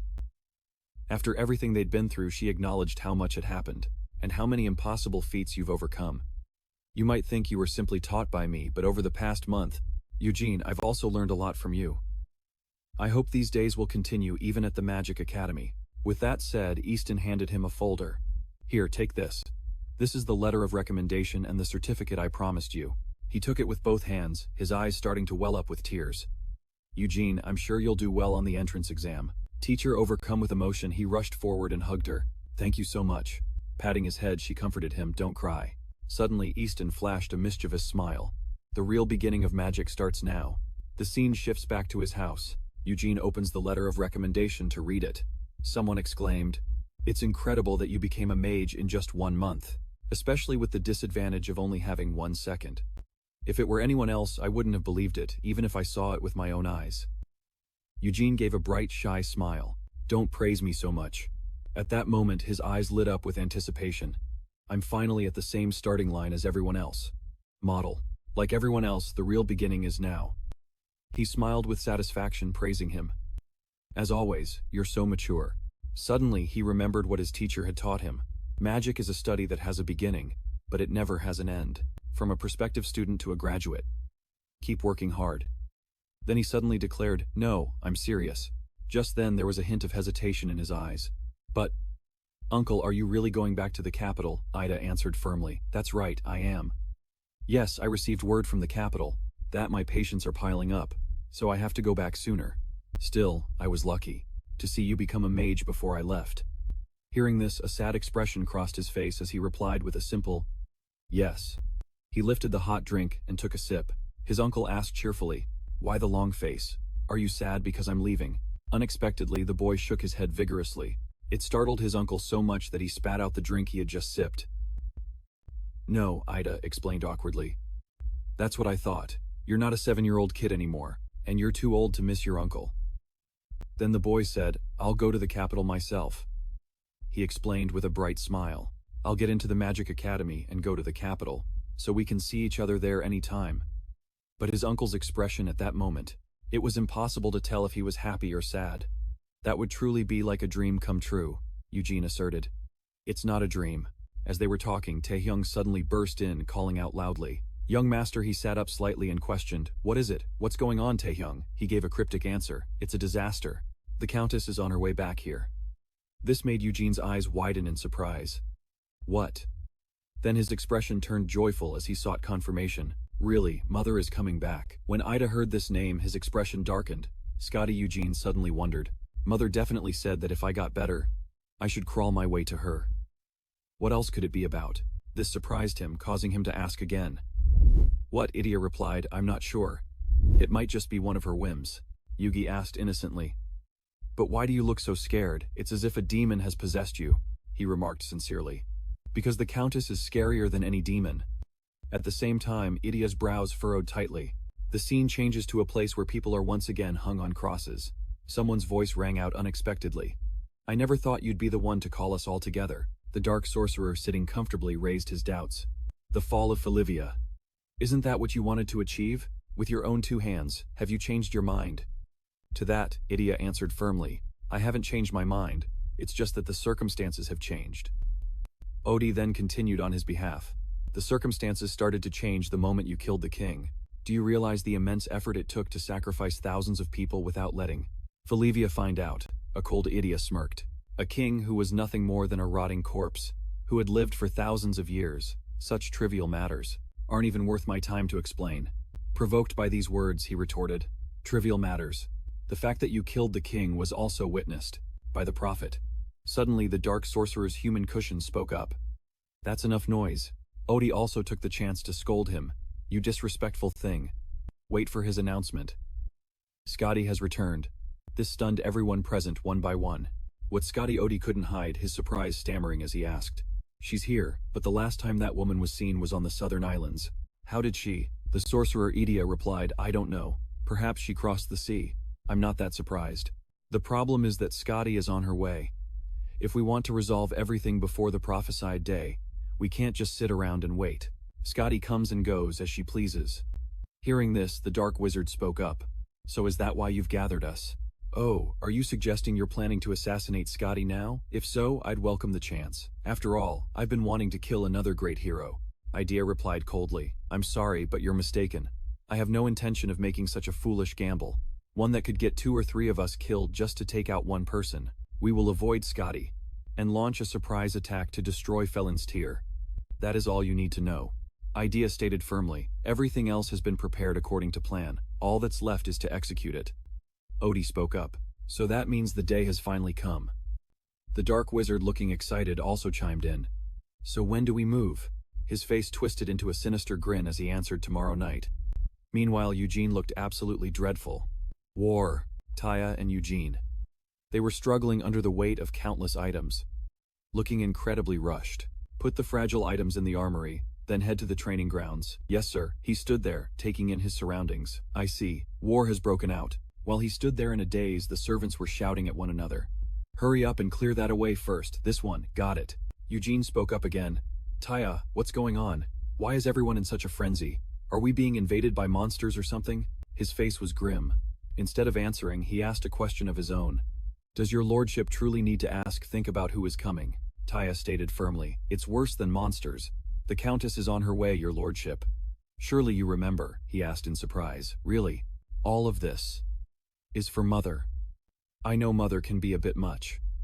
But isn't this a bit of an overreaction? Taya narrowed his eyes at him. A bit much, Eugene faltered. Okay, maybe. A lot. Taya reminded him with narrowed eyes. But is that why you came here? To ask me about that? You're holding up a busy person, Eugene naively confirmed. Ah, that's right. I came to ask about this. He remembered how he had gone looking for the doctor all by himself earlier, only to arrive and find the room empty. No, where did Uncle Idea go? His room was empty when I checked. That's what Taya had told him, and he wouldn't leave without saying goodbye. He was exiled. So he didn't have time to say goodbye. At these words, his eyes widened as he wondered. Exiled. Taya quickly covered her mouth. No, I mean, it was just a slip of the tongue. It was as if Eugene finally understood. He hadn't returned because of a pile of patients. He was exiled. Meanwhile, Hindle was busy with a mountain of documents on his desk. A knock on the door caught his attention. Come in. He saw that the person who entered was Eugene. He spoke flatly, urging Eugene to get on with it. I don't know what you want to say, but can you make it brief? As you can see, everything is piling up. It's as if we're preparing for war. He opened his mouth to question his brother. Is it true that Uncle Idea was exiled? His brother's reply was indifferent. So what if he was? Does it even matter? Eugene was so furious he screamed. If it weren't for him, who knows what would have happened to everyone there? He was determined to chase after his brother and demand answers. He clearly made a significant contribution. So why was he exiled? Where is the justice in such an absurd punishment? Hindle leaned against a bookshelf looking extremely annoyed. I don't know where you heard that, but there are two things. First, Idea's punishment. Bolivia was decided by the family council. The decision was unanimous. By the family elders and the key vassals. It cannot be ignored, not even by the head of the family. Eugene didn't let his brother finish his sentence. Eugene urged impatiently. So what in the world was discussed during the meeting? What was said to justify punishing him? Instead of rewarding him, he stopped him by holding up 2 fingers in front of his face. He continued, "Second, because of Idea Felvia." As he said this, he recalled the former patriarch Eldos Felvia questioning him. "So naturally, when your brother died you fled to the capital like a deserter. I thought you'd given up the sword as well." Returning to the present, he continued to assert. He left the family amidst the chaos of his grandfather's funeral. So what did he say back then? There was no punishment for his desert, Tion at that time. So, when Idea's name, Felvia came up again in the council, they couldn't just ignore the crime of abandoning the family. Eugene, still not convinced, immediately retorted. So his achievements were ignored, and he was punished. For something that was buried in the past. Punished just for running away. Glancing slightly at him, the man began to admonish him. "Don't be ridiculous. I've taught you this countless times. Why do we bear the title of nobility? It's because we have a duty to protect. Abandoning that duty is not as trivial as simply running away." He lowered his head, his attitude defiant. "I know, but..." And then he truly exploded, shouting. But what good did being born a Felvia ever do for him?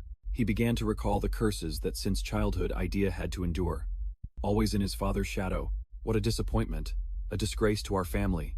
If only you were half the man Adel is. If only it had been you that day, instead of Adel. If only it had been your arm that was severed. Thinking about these things, he couldn't stop the tears from welling up. He never had a life of his own. Model. Everyone looked down on him because he wasn't like his father. They mocked and bullied him. But now, when he bravely acted to save people, they punish him for it. Everything Eugene said was right. For a moment, he didn't know how to react. At this, Eugene continued to insist. And the reason for the punishment was because 5 years ago he couldn't stand their torment and left. Seeing this, his brother grew even more troubled. "I was once proud to be a Felivia. But this isn't the Felivia I was proud of. If this is truly the will of the Felivia elders, then let me attend the next clan council. I will speak to the elders myself." Suddenly Hindeo held up a 3rd finger in front of him. "Third, our grandfather, the former head of the family Eldos Felivia, was killed by Idea Felivia." His brother's words left him stunned. He blurted out what Hindeo continued with a grim expression. "Only 3 people know this truth. Me as the current head and the witnesses, mother and father, just the 3 of us. Nothing good comes from knowing, so I didn't want to tell you. But it would be foolish for you not to know the truth. You would never be able to let go of our uncle, the man you were closer to than even our own father." Eugene simply couldn't accept this reality. "That's impossible."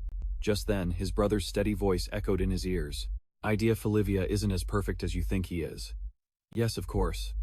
But even so, I don't believe he's a monster. I believe it was a mistake. A momentary lapse in an extreme situation." And as the battle raged on, a cry for help rang out. "Help me." This was according to Hindeo's retelling. But regardless of his reasons, Idea Felivia crossed a line. A line from which there was no return. Even he himself admitted it back then. This is the 2nd time. A Felivia has drawn their sword against one of their own. An act like that can never be forgiven.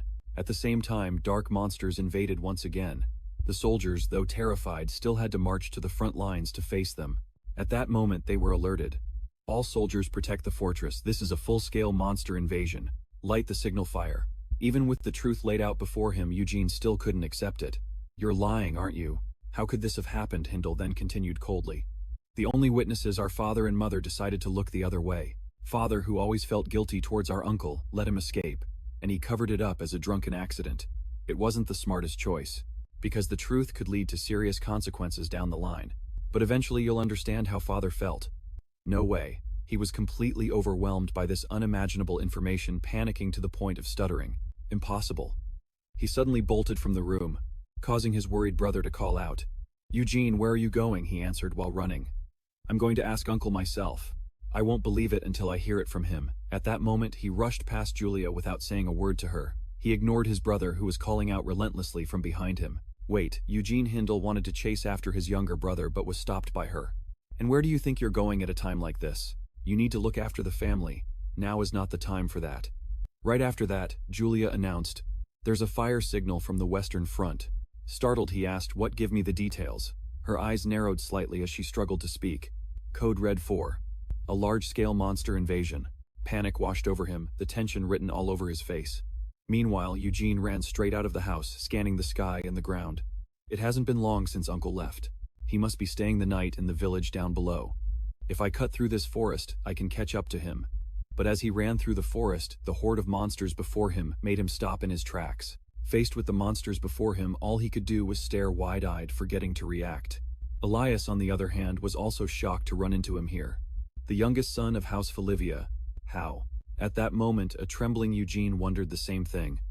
Faced with the monsters before him, all he could do was stare wide-eyed, forgetting to react.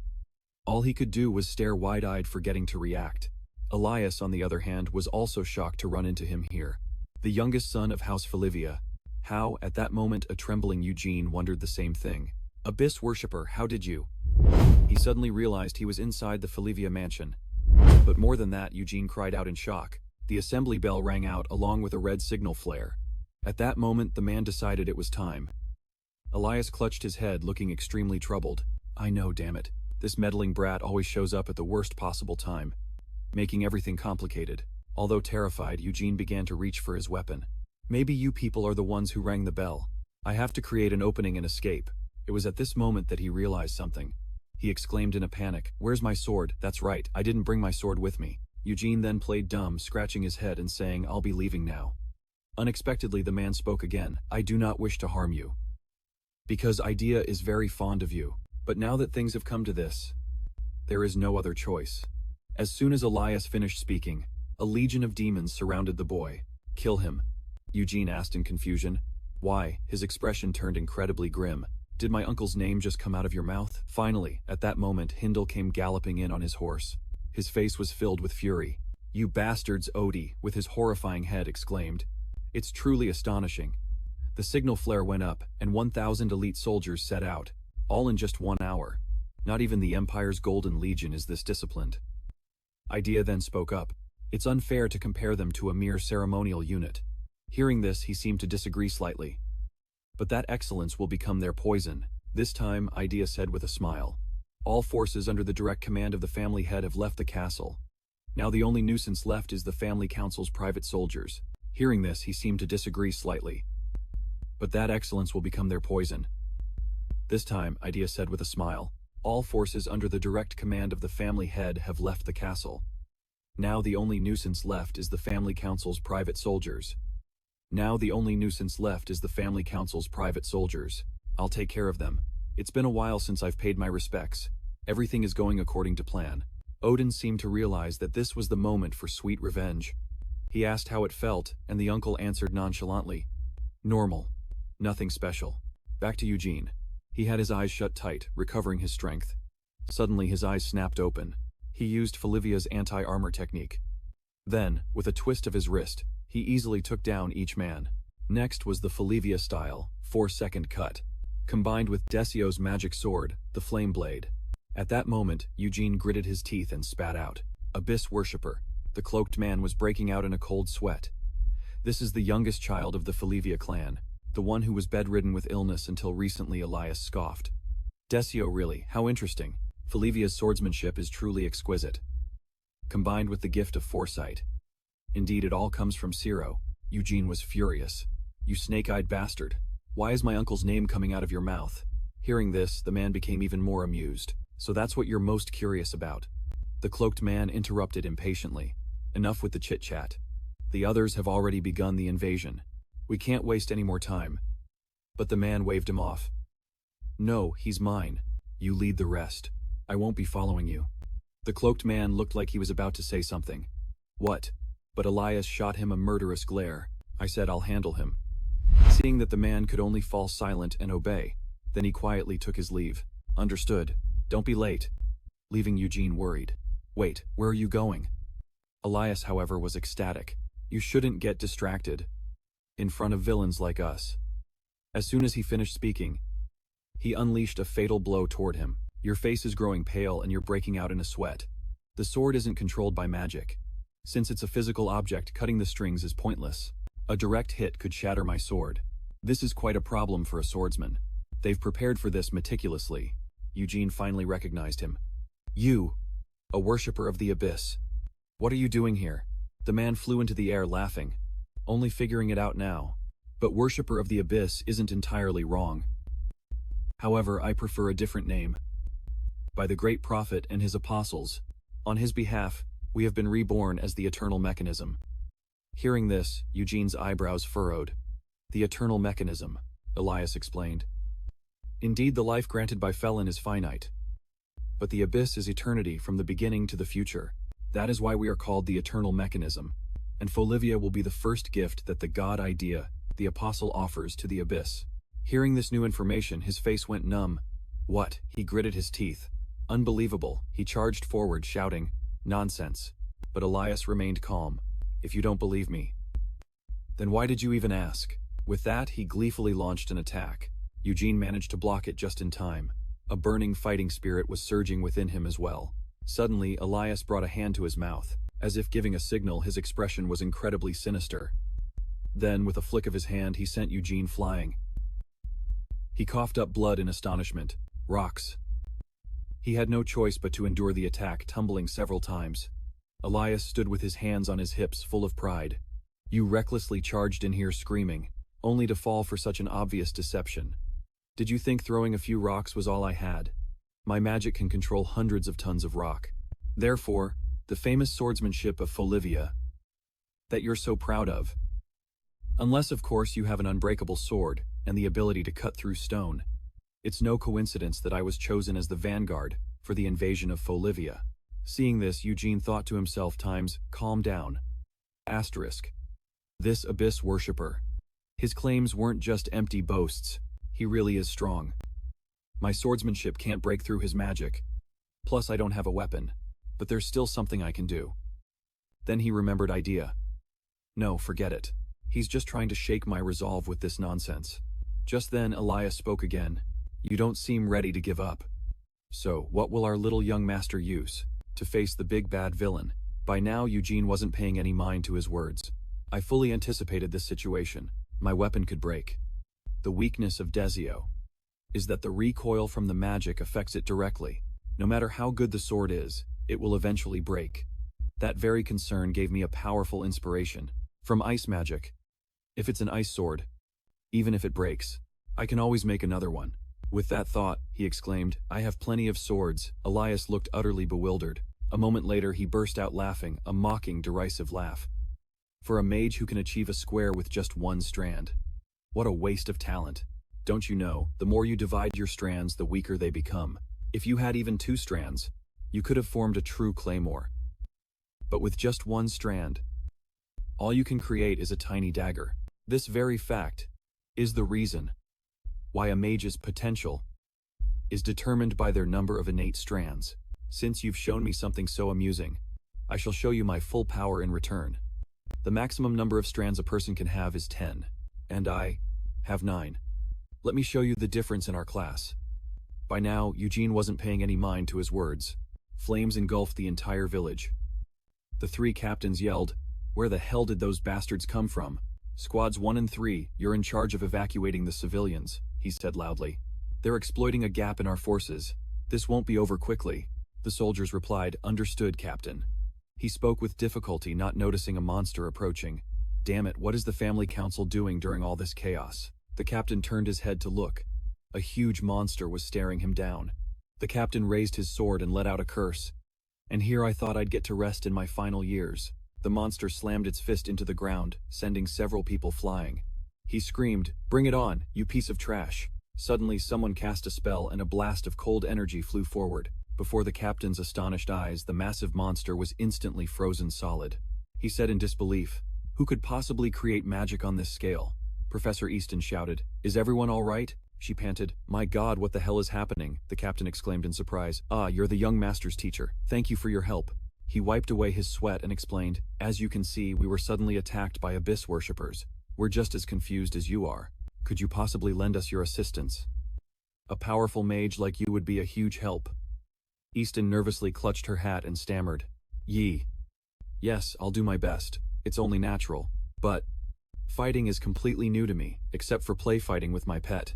Fuji is very fierce but cute." The captain reassured her. Easton didn't notice that the ice had already started to crack. "Don't worry, we won't put you in any danger. Even just supporting us with your magic is a great help." Suddenly, the monster broke through the ice. It let out a roar and charged at the 2 of them. except for play fighting with my pet. Fuji is very fierce but cute, the captain reassured her. Easton didn't notice that the ice had already started to crack. Don't worry, we won't put you in any danger. Even just supporting us with your magic is a great help. The monster suddenly broke through the ice. It let out a roar and charged at the two of them. She screamed in terror. And he cursed, damn it. Suddenly a flash of light shot down from the sky. A streak of light pierced straight through the monster's head. Then it landed beside the two of them. Both of them were so shocked, their jaws dropped. A red-haired person landed. In front of the collapsing corpse of the monster, Julia asked, "Are you all right, Addison?" The captain replied, "Thank you, Julia." Easton suddenly let out a cry. She thought about her. From that moment, Easton remembered the scene from that day. Julia roared angrily, "She's just a mere mage. What could she possibly know about the master?" She silently prayed, "Please don't mess things up in the future." Addison said with a laugh, "It was a blessing in disguise. You weren't assigned to the vanguard and stayed behind." Julia spoke up to explain. "That's because the family head entrusted the young master to me." She scratched her head wondering. "It seems he ran off to find Idea. But where could he have gone?" Easton shouted in alarm. "What?" Eugene pointed forward and said, "What are we supposed to do? If that kid went after Idea, then he must have taken that path to the village." Just as he finished his sentence, that spot exploded. Startled, Easton and Julia stammered. What? She gritted her teeth and called out.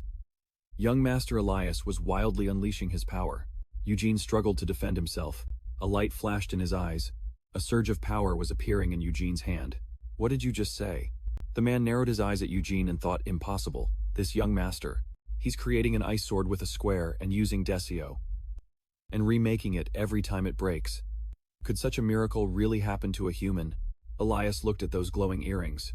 He was lost in thought, and then remembered Felon's tear. If I just leave this be. Model. He could probably keep this up all day. Elias smirked, raising a hand as he thought to himself. However, even so, the limitation of a single string was all too clear. Streaks of blue light flew straight toward Eugene. He couldn't dodge in time and was hit squarely in the shoulder. Eugene spat out a mouthful of blood. He thought, trajectory. An invisible force struck Eugene in the back. It sent him sprawling to the ground. Eugene choked on blood. His eyes rolled back as he struggled to think from the side. As Elias approached, glowing strings appeared on his hands. Elias said smugly, "Having more strings isn't just about having more power. Strings can also be compared to hands." He raised his hand and said, "So if you have, say, 9 hands and use 8 of them, you still have 1 left to attack from behind." Eugene's eyes widened in thought. With that, Elias spread his arms and countless large rocks hurtled toward him. He said excitedly, "I'd love to play more, but I'm a busy man. So let's end this lesson here." A sudden realization hit Eugene. A mage's talent lies in the difference in their strings. He thought helplessly, "It's impossible. I can't win." Suddenly Julia ran over, calling out, "Young master." Eugene cried out in alarm, "Julia." A blinding red light flared from her spear. Julia gritted her teeth. The 2 streams of power collided, creating a massive explosion. The shockwave rattled the surrounding trees. The smoke cleared. Julia stood protectively in front of Eugene. She asked, "Are you all right, young master?" Startled, he replied, "Yeah." Upon hearing his answer, Julia immediately collapsed to her knees. Eugene shouted with worry, "Julia, are you okay?" She replied, "Don't worry about something so trivial." Julia wondered, "But what's the situation here? Who is that mage?" He answered, "I don't know either." Elias spoke up. "It seems we've caught ourselves a pretty big fish." He cast another spell. Elias said with a laugh, "Julia of the magic spear is worth my time after all." Julia growled, "I'll start by ripping that arrogant mouth of yours apart, you worshipper of the abyss." He laughed vilely, boasting despite his broken arm. Eugene thought anxiously, "What should I do? Because of me, even Julia is in this mess. What am I supposed to do?" Suddenly his hand touched something wet. Eugene asked in confusion, "Water." He suddenly realized, recalling his master's words, "Using the water around you, there's no shame in it. That's what mages do." He thought to himself, "Right, water. Only those who can control their surroundings can truly succeed with ice magic." Eugene ran over and said, "Julia, can you buy me some time?" She replied with difficulty, "I'll buy you time. You should find a safe place, sir." He declared, seriously, "No, I'm not running away. I have an idea for how we can fight back and win." As Julia held Elias off, he laughed and said, "What nonsense are you spouting?" Tendrils of light shot towards the 2 of them. Elias yelled. With just 1 second, Eugene gritted his teeth. An orange light knocked the tendrils away, creating a huge explosion. The man covered his mouth and asked, using Desio on the ground, trying to block my vision with dust. Elias exclaimed, "What a foolish trick." Julia charged from behind, but Elias quickly blocked her with a rock wall. He said with a laugh, "As long as your attacks can't reach me, blocking my vision is meaningless, isn't it?" She clicked her tongue. Julia was thrown back and he laughed arrogantly, shouting, "As expected, not even the famous Julia can break through my stone. In your condition, it's foolish to attack head-on. Thanks to the young master, this 1 second has made my job even easier." Julia smirked as she reminded him, "Fool, look behind you." The man froze. Behind him, Eugene closed his eyes as a diamond-shaped aura of light slowly began to glow in his hand. But Elias spoke with contempt. "I thought you were preparing some kind of grand spell." How pathetic. The carefully prepared magic of a 1-second mage is obviously going to be at this level. Hardly a threat. Before he could finish his sentence, a sword made of water slashed down. He thought in a panic, when did this happen? But Elias was bewildered. "This kid is definitely..." Eugene growled out each word. "This is a sword." He slashed down with all his might. Eugene shouted, thinking to himself, "My sword." Flashing back a few minutes, Eugene had called out, "Julia, I have an idea that will let us fight back and win." Julia interrupted him. "I won't hear it. I was entrusted by the family head to protect you." Her back was resolute. Julia said, "Whatever you're thinking, your safety is my top priority. While I buy some time, please escape." Eugene frowned and asked Julia, "You think I'm going to run away by myself? Just because you're doing that. If you don't want to waste time, just follow my plan." She pressed her lips together, looking at him. Then Julia readied her stance and said, "Do as you wish. But you must flee if it becomes dangerous." Eugene exclaimed, happily. Julia Elias cut in. "What are you muttering about?" He attacked, shouting loudly. With just 1 second. Eugene quickly blocked Elias's magic. The massive explosion made him lose his footing, using the smoke as cover. Eugene moved away and said, "I'm counting on you, Julia." He mused. "My teacher once said, using the environment is also a mage's skill." A stream of light was gradually gathering into a crystal form in his hand. Eugene thought, "If I'm short on seconds, I'll seek help from nature.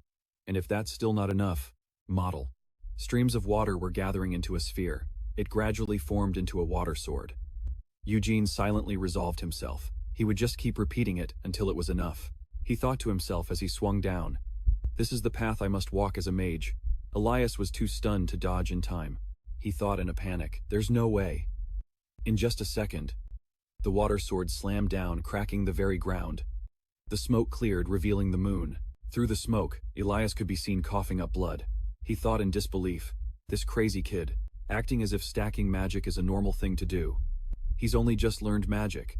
And stacking magic is like building a tower on top of another tower. With each stacked layer, the difficulty increases exponentially, by at least a factor of 2. Stone is a solid. Stacking it is a little easier. But even so, just how many times did he stack it?" He laughed maniacally, his pupils constricting as Elias said with excitement, "But that doesn't matter anymore. It was just a surprise. Yes, from now on, I won't even give you time to speak." Before he could finish his sentence, a fist slammed right into his face. Julia clenched her fist and said coldly, "You think I'd give you the time, idiot?" Then she cried out in pain, causing Eugene to ask with concern, "Are you okay? Did you overexert yourself?" Julia touched her bandaged arm and replied, "I'm fine, but at this rate, I'll just be a hindrance in the fight." She turned her head and said, "I will take responsibility for leading the members of the Eternal Mechanism away. So please join the defense team first." Julia continued, "When you are there, the enemies who have breached the walls can be pushed back." Eugene let out a confused sound. "Huh," Julia realized. Eugene stammered, Then he suddenly slapped both his cheeks and shouted, "No, what am I smiling about? The capital is in danger." His actions left Julia bewildered. Elias suddenly spoke up. "Do you think anything will change if you leave? It's too late," Julia asked irritably. "A what?" he explained. "Even a single one of our apostles is equivalent to an entire army. And 3 of them have already gathered. The fall of Folivia is inevitable." Meanwhile, Idia was calmly strolling through a sea of fire. As if nothing was wrong, his eyes darted around as he hummed a tune. Idia looked up at the burning castle. Elsewhere, a meeting was in progress, but everyone in the room was terrified. Someone asked what was happening. To be suddenly invaded by thousands of monsters. One person said, "This is like an omen of the Northern War." An elder slammed the table, stood up and shouted, "What the hell is this?" he roared. "This isn't a dire situation yet. The person opposite him yelled back just as loudly. "But we can't ignore that possibility either," the old man said, with an air of arrogance. "I mean, our esteemed family head has stepped in. I'm sure he will manage it just fine." Eric frowned, looking at the arguing men. He lamented pathetic creatures. He was currently in the Folivia family council room. The man sitting there was Eric Folivia Eugene's grandfather. When Eric spoke up to intervene, "Calm down, everyone. That is not the most pressing issue." He said, "We need to figure out how to deal with the worshippers of the abyss. They're swarming the castle like flies. Even though most of our forces are deployed elsewhere, we can split the forces we have here." An elder retorted, "What are you talking about? This level of invasion can easily be handled by the guards." They started arguing again. Eric rubbed his forehead and muttered, "We need unity at times like this. He's talking about a plan to spread our forces even thinner when we're already short-handed. What if they attack the council while we're doing that? Have you forgotten that we are the pillars of Folivia? We need unity at times like this." He's suggesting a plan to spread our forces thinner when we're already short-handed. What if they attack the council in the meantime? Have you forgotten that we are the pillars of Folivia? The door suddenly opened. They were still arguing. If we fall, Folivia is finished. He glanced over at Idea. He stepped inside and said, "Greetings, esteemed elders of the Folivia clan." Edric asked in shock, "Idea, why are you?" The elders roared, "Idea, you demon. Weren't you exiled? Do you take the council's decision lightly? How dare you come here?" He ignored the elders' curses and spoke. "So it really is you, Idea," he replied with a smile. "I see you're the only one who could recognize it." But Edric suddenly revealed, "So you sold your soul just for revenge," Idea explained. "It may seem like revenge, but you know, don't you, that I'm not the type to seek revenge." Idea's eyes turned pitch black. Something monstrous was emerging from his right eye. Idea ripped off his tie and said, "Just like before, I am simply being swept along by fate." But Edric replied grimly, "Is that so?" A murderous glint appeared in his and his knight's eyes. Edric drew his sword and declared, "Now pay the price for defying fate." Elsewhere, two figures stepped inside. The dark sorceress said disdainfully, "How boring. I can't believe the path to the sealing stone is unguarded." Odie replied, "Folivia has truly worn down over the years." He remarked, "Perhaps we've now forgotten the true meaning of the tear. Folivia has reduced it to a mere symbol of good." "Lucky for us," she raised her hand and lamented. "But it's so dull. This place is too dark."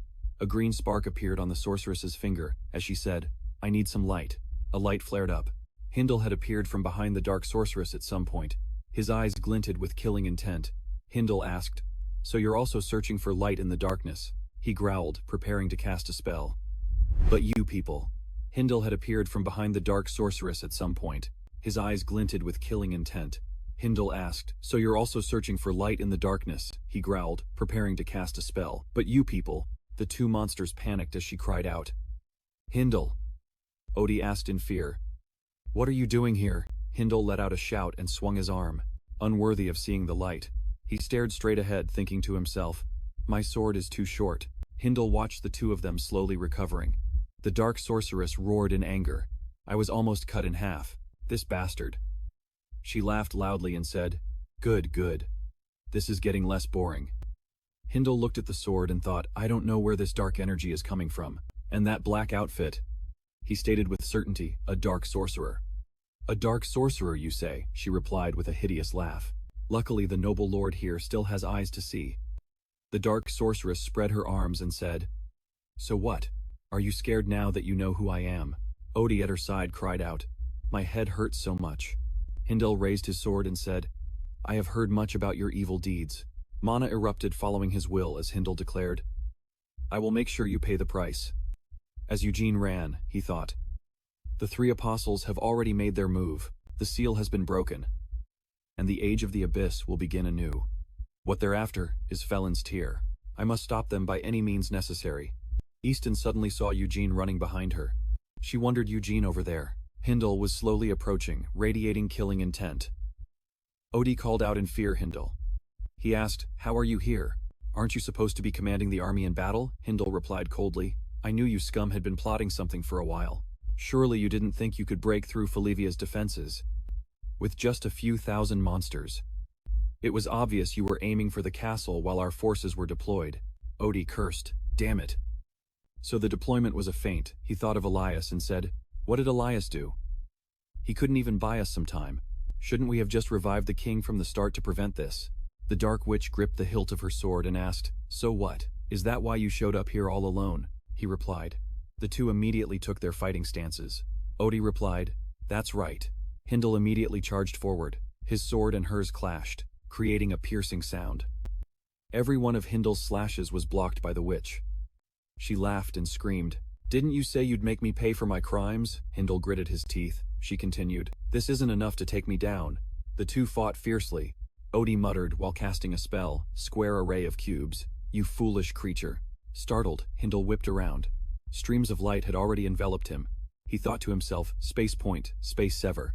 Odie twisted her wrist and shouted, "Break the fracture point." The light closed in around Hindle. She said, "This will be over quickly." The arrogance of Folivia. Odie was startled when she saw the orange glow emanating from his dark magic. Odie cried out in shock, what Hindle sliced right through her spell formula and quickly rushed towards Odie. She thought, "A severing technique. This is absurd." Odie was lost in thought. To find the strings compressed into a process of four-dimensional cube and sever them in empty space. That is the magic meant to counter the eyes of Folivia. Hindle growled angrily. "You're using magic that isn't allowed to exist." As Odie prepared to cast another spell, she thought, "Does this mean the eyes of the Folivia clan's head are on another level? If so, there's no chance of winning against him. At the very least, I have to buy some time." With that thought, she slammed her hand on the ground. The ground cracked open, and slabs of rock jutted upwards. Hindle frowned, his pupils flashing with light. Cuts appeared on the stone slabs. It quickly shattered into neat square blocks. Hindle charged forward in response. Just then, the dark sorceress suddenly appeared from behind her, swinging her sword and shouting, "What are you two doing all alone?" Hindle whipped around, thinking that if this kept up, this would never end. Her sword struck his shoulder. Fresh blood sprayed from the wound in his mouth. Hindle swung his sword and slashed her. The dark sorceress's arm was also severed. Behind them, Odie began chanting again. He noticed her smiling as she said, "Take the flesh and leave the bones. I'm growing more and more fond of you, my prince." The dark sorceress kneed him in the stomach, and she continued, "But we can't afford a prolonged fight." Hindle's eyes rolled back in agony. More fresh blood spurted from his mouth.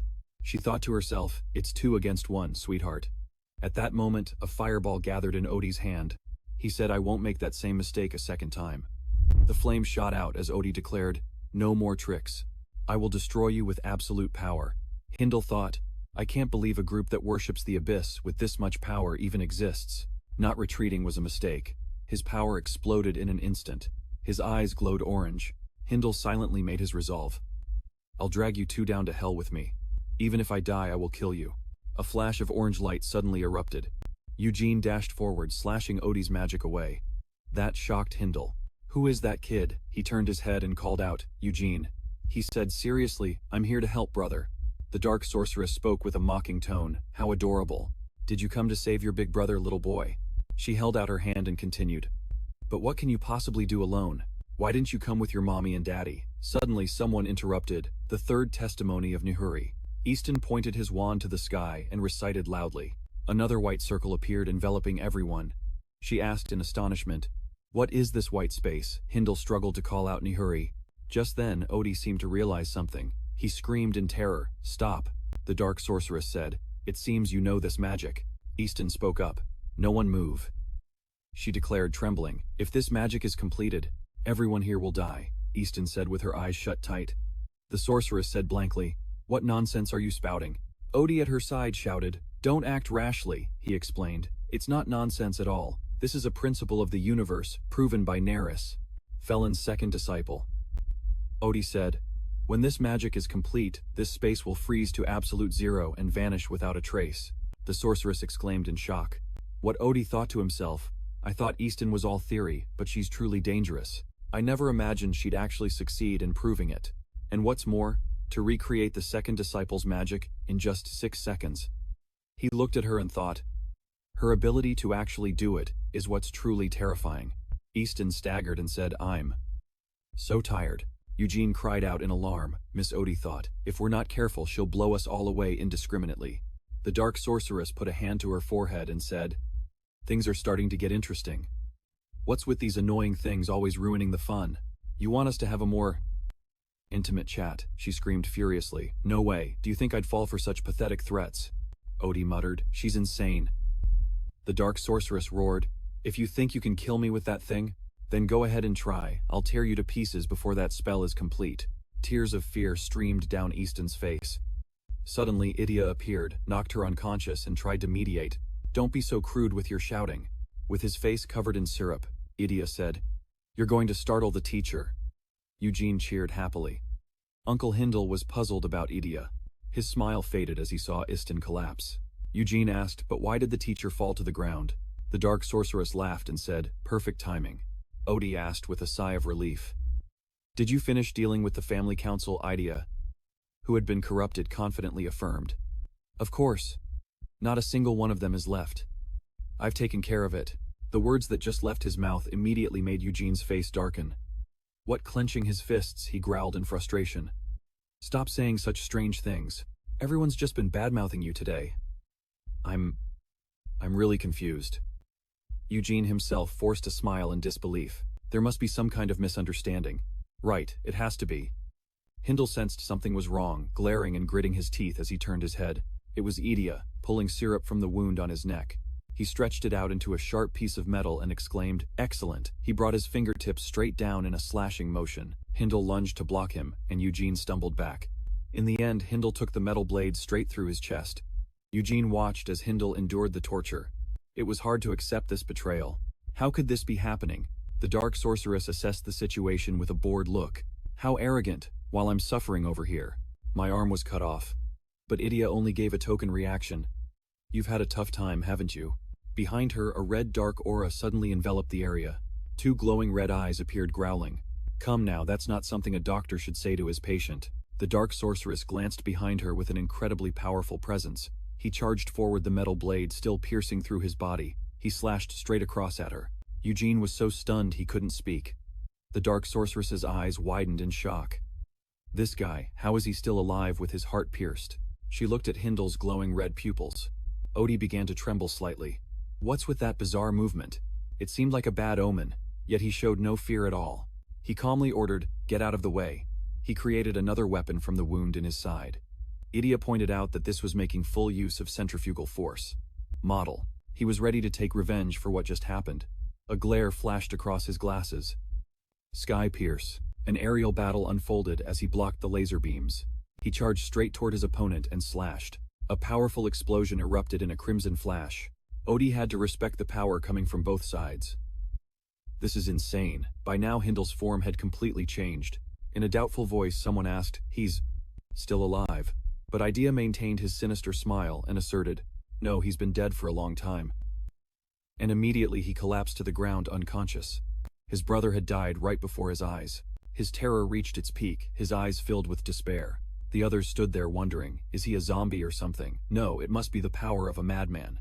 They say that the Northerners enter a state of combat through self-hypnosis. They become completely engulfed in madness. They won't die until the battle is over. And this man is at the very peak of that madness. The son of the red monster Scotty, a talented swordsman with the eyes of Folivia and the heart of a berserker. This could have been a disaster. Idia, being of the same lineage, understood this well. The real disaster wouldn't be just facing the son, but the mother as well. He then wiped his hands on his shirt collar. Hurry up and let's end this.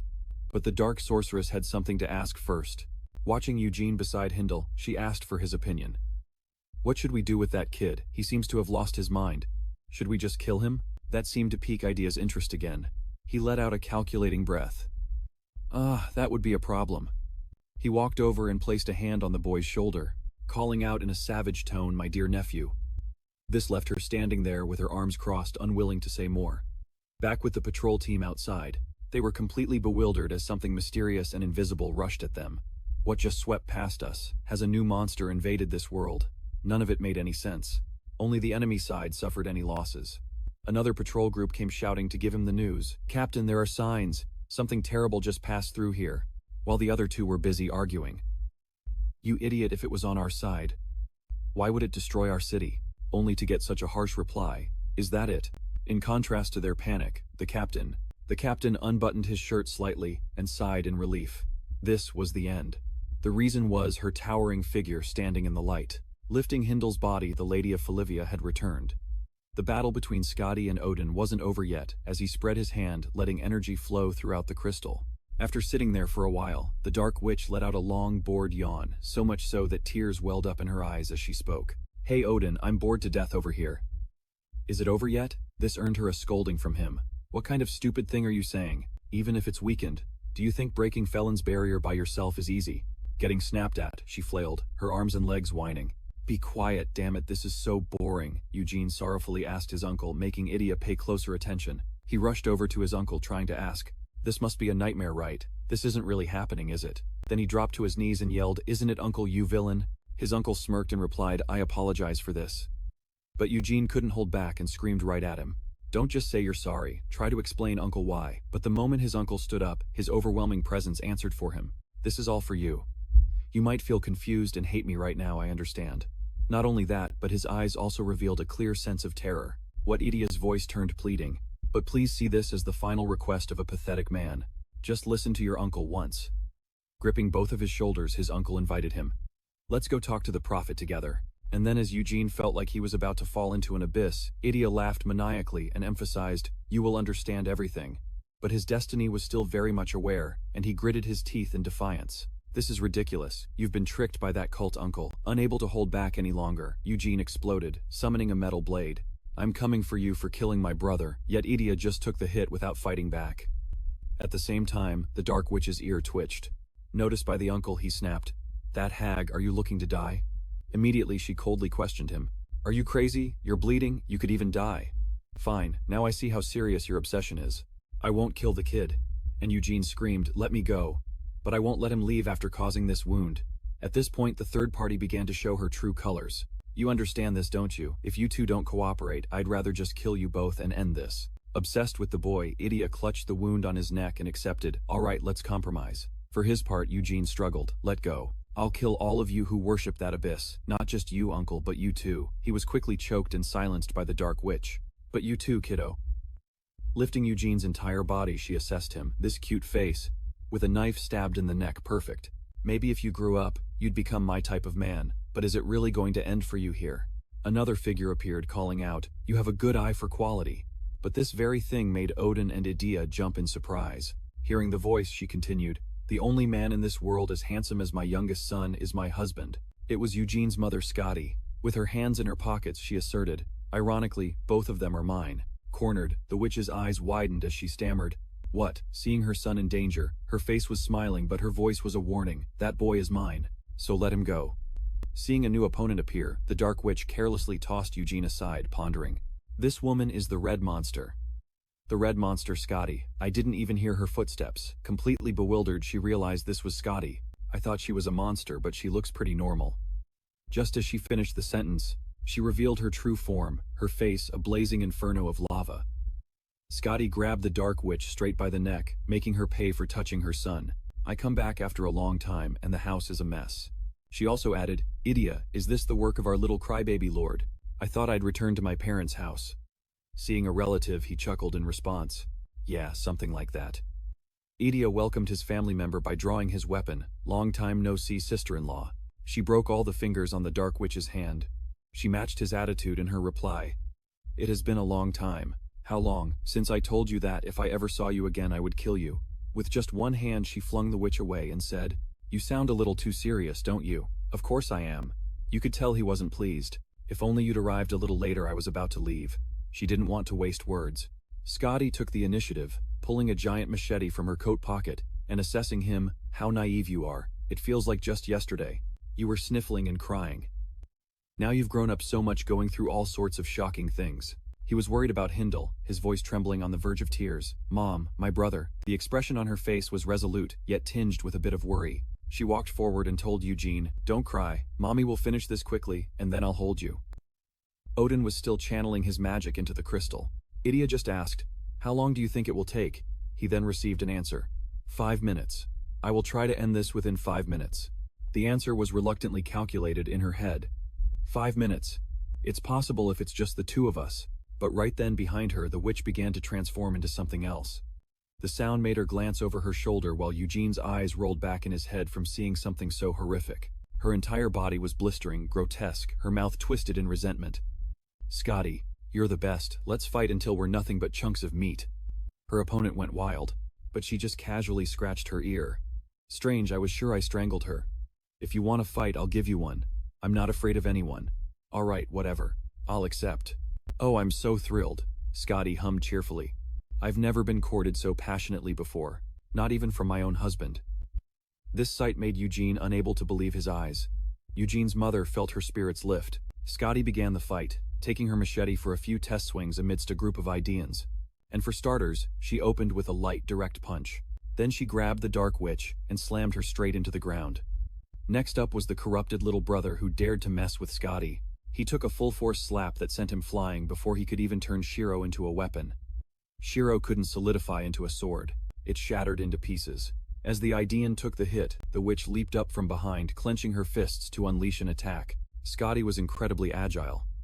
In the blink of an eye, she launched a kick holding her machete but not needing to use it. Scotty pulled her leg back and saw the Dark Witch's face. Not done with Shiro yet, and for daring to touch Eugene, she gave him an extra slash.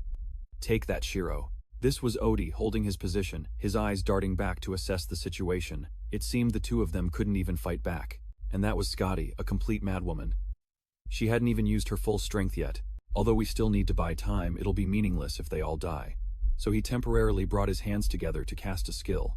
It's time for my final plan. There's no reason to hold back now. And then Odie touched his fingertips together. Rays of magic radiated out, enveloping the area, as space itself gradually turned gray.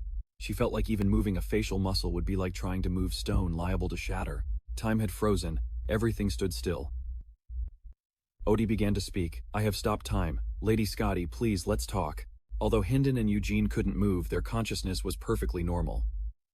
Stopped time. He was drenched in sweat, straining to raise his eyes as high as they could go, staring at the giant crystal in utter shock.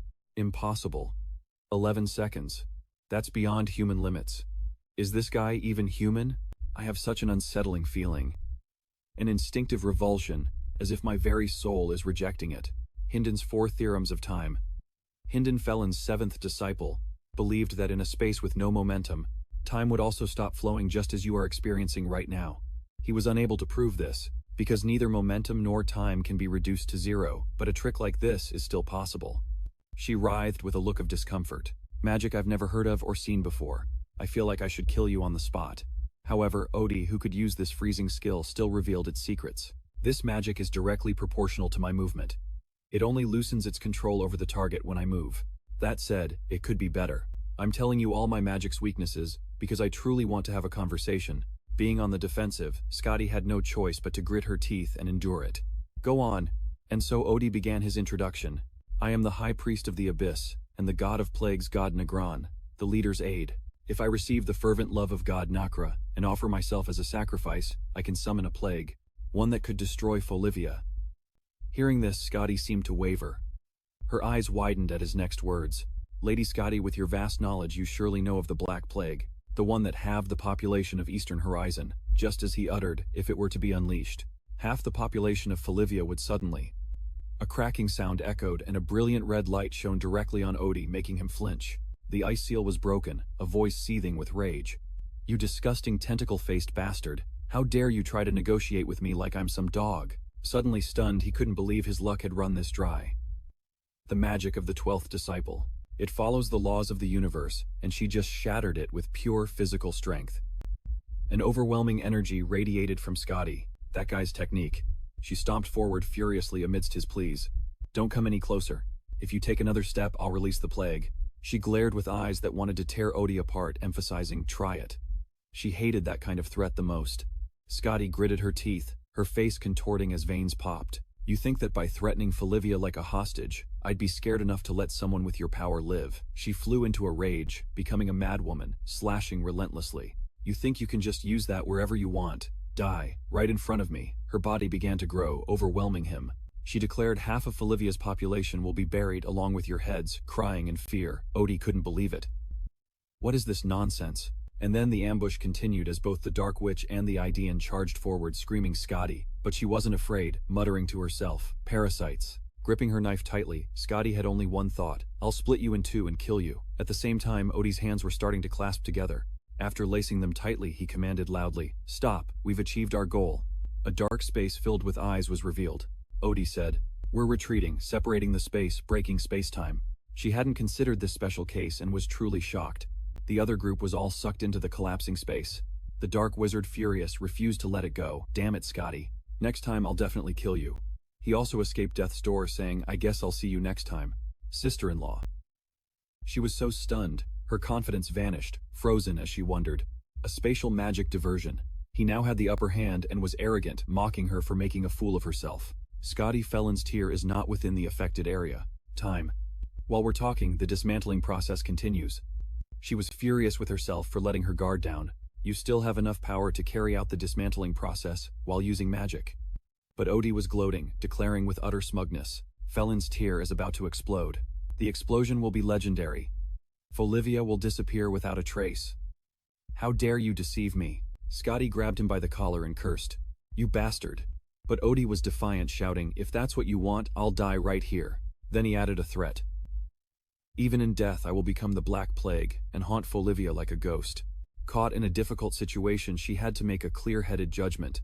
A man with the potential to become a legend in the world of magic was throwing his life away to be a decoy. However, that black thread was suddenly entwined by a golden light. What the hell is that? The two threads gradually merged as Scotty watched. Someone's hand was casting a spell. It was Eugene. Kneeling on the ground, he closed his eyes and gently released his magic, which manifested as brilliant wings of light, stunning Scotty. "Eugene, that's..." Odie also quickly noticed the change. "Folivia's tear is stabilizing. I could barely force it to overload, and yet..." "He's controlling Felon's tear on the brink of explosion." He was shocked, trying to reassure himself. "No, it's not that brat controlling it. Felon and the 12 disciples in the heavens are interfering through this child. I have to inform the prophet, at least one disciple. My own eyes have seen this." And then Odie activated a giant black hole. "I'm sending it." Scotty, standing there, was also affected. She was being pulled into the black hole, unable to understand her opponent's intention. Suicide at a time like this. But then her gaze shifted to Eugene. Nothing was more important. "Eugene, who exactly are you?"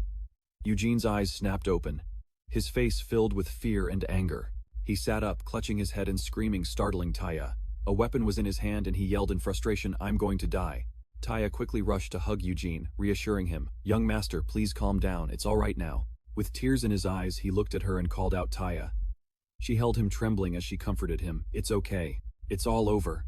They hugged each other tightly and burst into tears. He just kept calling her name, Taya. Suddenly a shout made them both jump. "Son," Eugene hurriedly opened the door saying, "Mom." Down below, Scotty leaned on the handle of her axe and shouted, "You're awake." She glanced over, gave a faint smile and asked, "If you're awake, you should report to your mother, shouldn't you?" Taya turned pale, her jaw dropping. Eugene happily called out Mom again. She held out her hand, smiled and said, "Come here." Taya frantically pulled at her hair, screaming in fear. "Young master." "That's the old landing path," Taya shrieked in alarm, "young master," as Eugene jumped down into Scotty's arms. Her eyes widened in horror as she reached out, a hand shouting, "No, young master, you've been in bed for a whole week, you need to rest." The mother and son smiled as they embraced. She doted on him like a beloved son. "You would have lost an arm if you'd woken up a year later."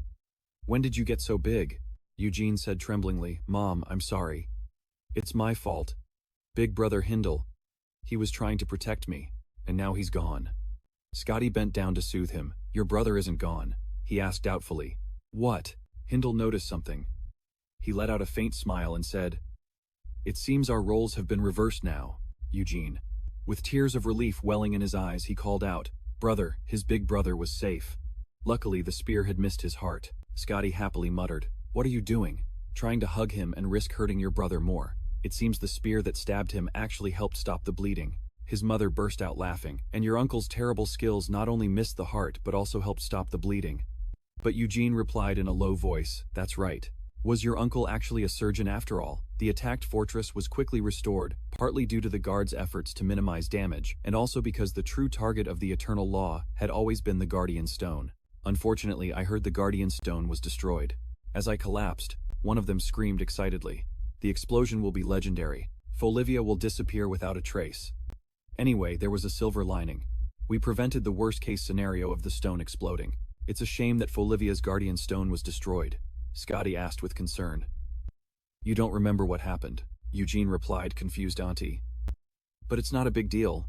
The real power protecting Folivia from the monsters of the abyss isn't the Guardian Stone, but the brave warriors fighting on the front lines against the Abyss. The westernmost front, where thousands of monsters attacked, achieved a memorable victory with minimal losses. Thanks to my brother's quick support, we can at least say the number of casualties was reduced. But no matter how much it was reduced, the number of people taken by the war was not small. That day, Folivia lost 21 noble members of the family council and hundreds of brave warriors. Rob lowered his head and cried. He angrily gritted his teeth and muttered, "Those bastards from the Eternal Law, they killed Grandpa Eugene.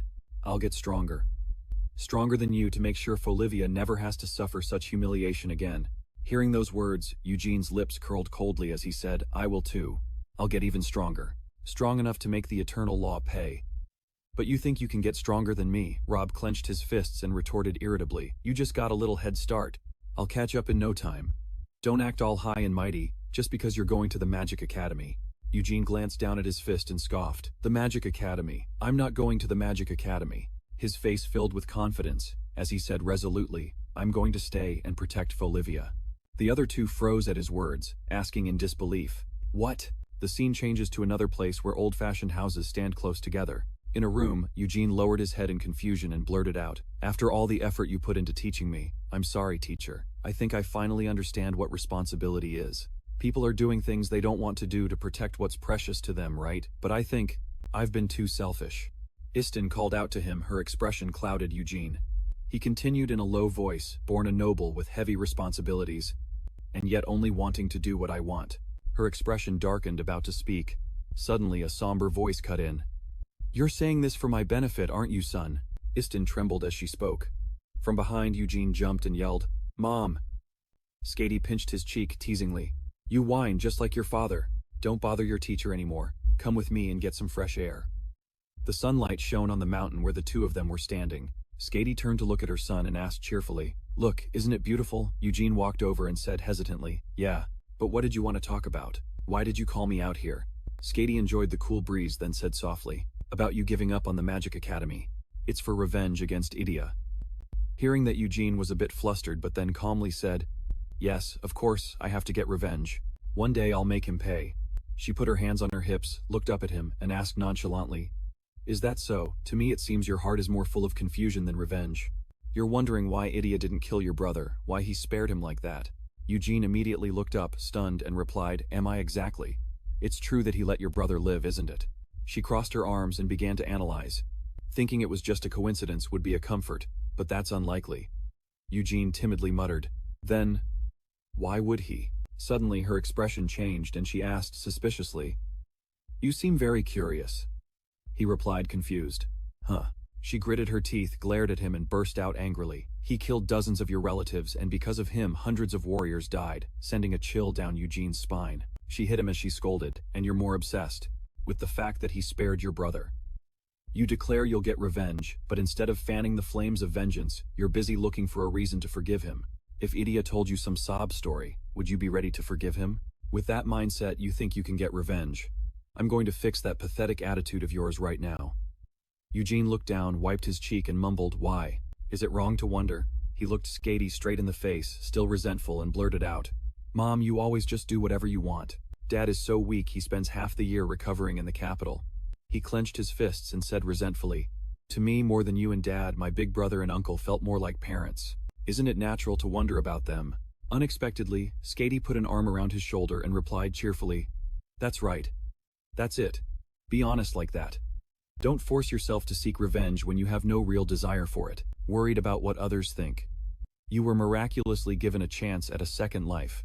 Are you going to waste it worrying about what others think? Do what you really want to do." Eugene pondered her words. "What I really want to do?" Then his expression became distant and he mumbled, "But what I want is magic. When Folivia is under attack, how can I just enjoy magic by myself?" When he heard Skady's words, "It's just Folivia," he was stunned. She smiled gently and continued, "If you want to become a mage like the great Felon, you need to look beyond Folivia." Eugene looked at her timidly and asked, "What, how do you know my dream?" She gave a wicked smirk and replied, "Of course your brother told me. That kid gave me a whole speech full of stories when I asked about you, about Eugene's dream." Embarrassed, he covered his ears and yelled, "Not again. He only told you right. He didn't go around town telling everyone, did he?" Skady furrowed her brow in confusion, then laughed and said, "Why are you so embarrassed? What's wrong with a mage having a dream like that? Eugene frantically shook his head and groaned. No, it's not that, it's just, my brother is always. Immediately, Skady put an arm around her son's shoulder to soothe him. Don't worry, you're not the only fool in Folivia with such a ridiculous dream, you fool of Folivia. Edel Folivia wasn't half bad at being a fool. Eugene asked his father in confusion. Why is Mom known as Scarface? She swung her sword with rage and fighting spirit areas where she definitely had talent at the age of 22.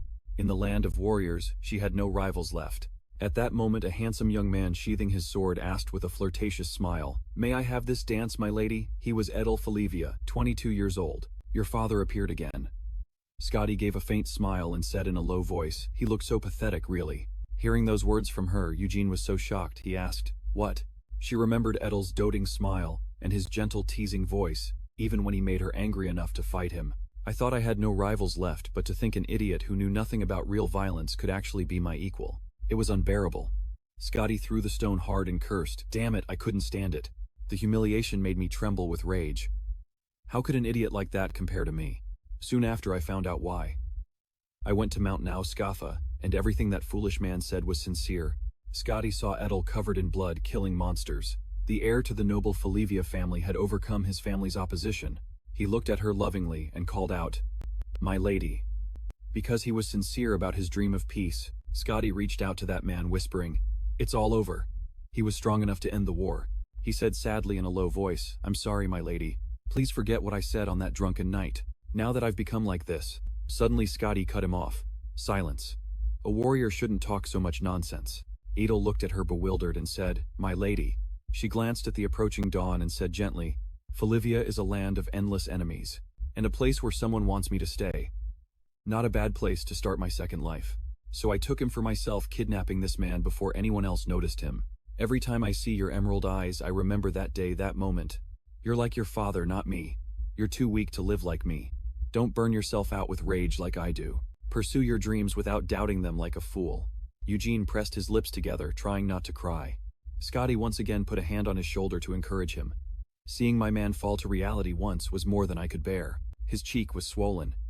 He declared resolutely, Mom, I will become a mage like Felon.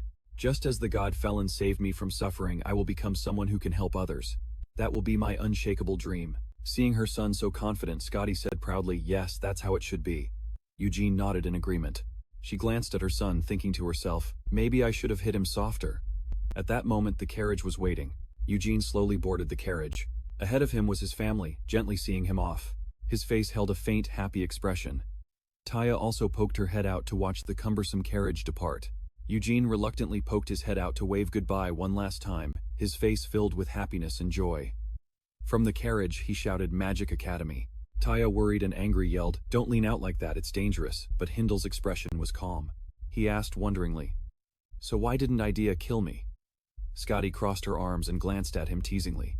You're wondering too, he answered hesitantly. I should at least know the reason, shouldn't I? She just said, Well, it's just a guess. But having gone this far, your uncle probably doesn't have the courage to face any more hatred. That's how pathetic he is. I spared your uncle out of pity, and this is how he repays me.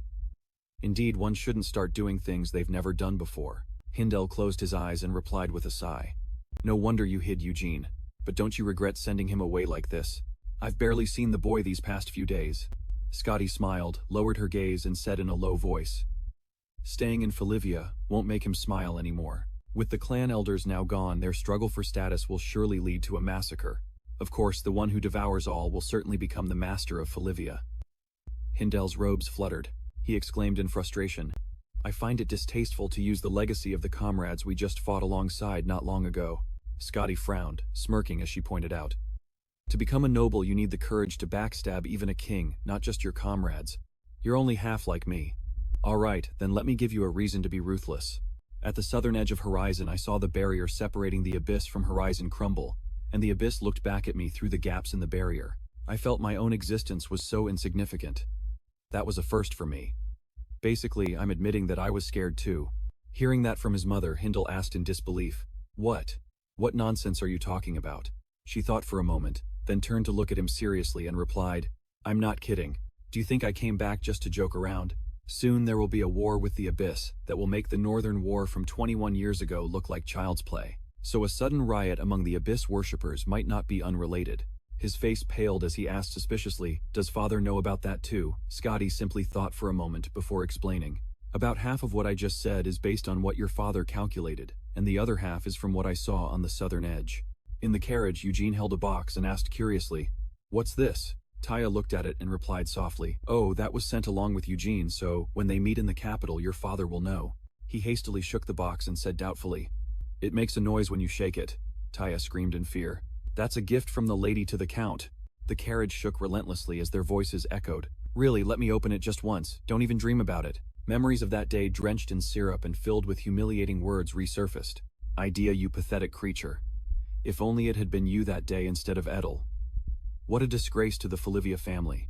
It would have been better if you had died in that dark place." Suddenly a bright light appeared, catching his attention. From within that light, a small, adorable Eugene crawled out bit by bit and headed towards Idea. As soon as he saw his uncle, Eugene beamed and called out to him loudly. The boy's appearance moved Idea so much that he burst into tears. Back in reality, Idea lay in the pool of red syrup muttering the same dream. "Even after getting my revenge, I still can't escape the past. So in the end, revenge was meaningless." Suddenly his eyes darted to the side and he said in a low voice, "But what's the matter with you?"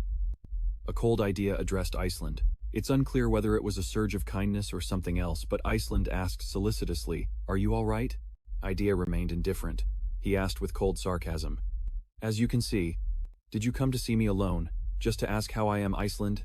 Ignoring his unpleasant face, he casually replied, "Of course not." Then he mentioned Eugene, and the miracle that the kid named Eugene had performed, which the elder of Nacron had witnessed. He delivered a piece of news to Idea. "The prophet has made a judgment." This made Idea exclaim in surprise. What Iceland calmly relayed the message, he said not to worry about it. After some thought, Idea agreed. "I think so too. After all, he's just a child." Suddenly his expression turned terrifying, and he questioned in a menacing tone, "But why did you personally deliver this news to me, Iceland?" Amused by this expression, he felt the urge to tease. "Well, I thought you might be curious since he is your beloved nephew, isn't he?" Suddenly he spoke up. "I hope nothing bad happens to the boy." In his heart, Idea suddenly remembered Eugene's sweet words. "I'm going to the Magic Academy, and then to the capital." He quickly focused on the main point, the Magic Academy. He also noted Eugene's excitement when mentioning it. "So we can meet there any time."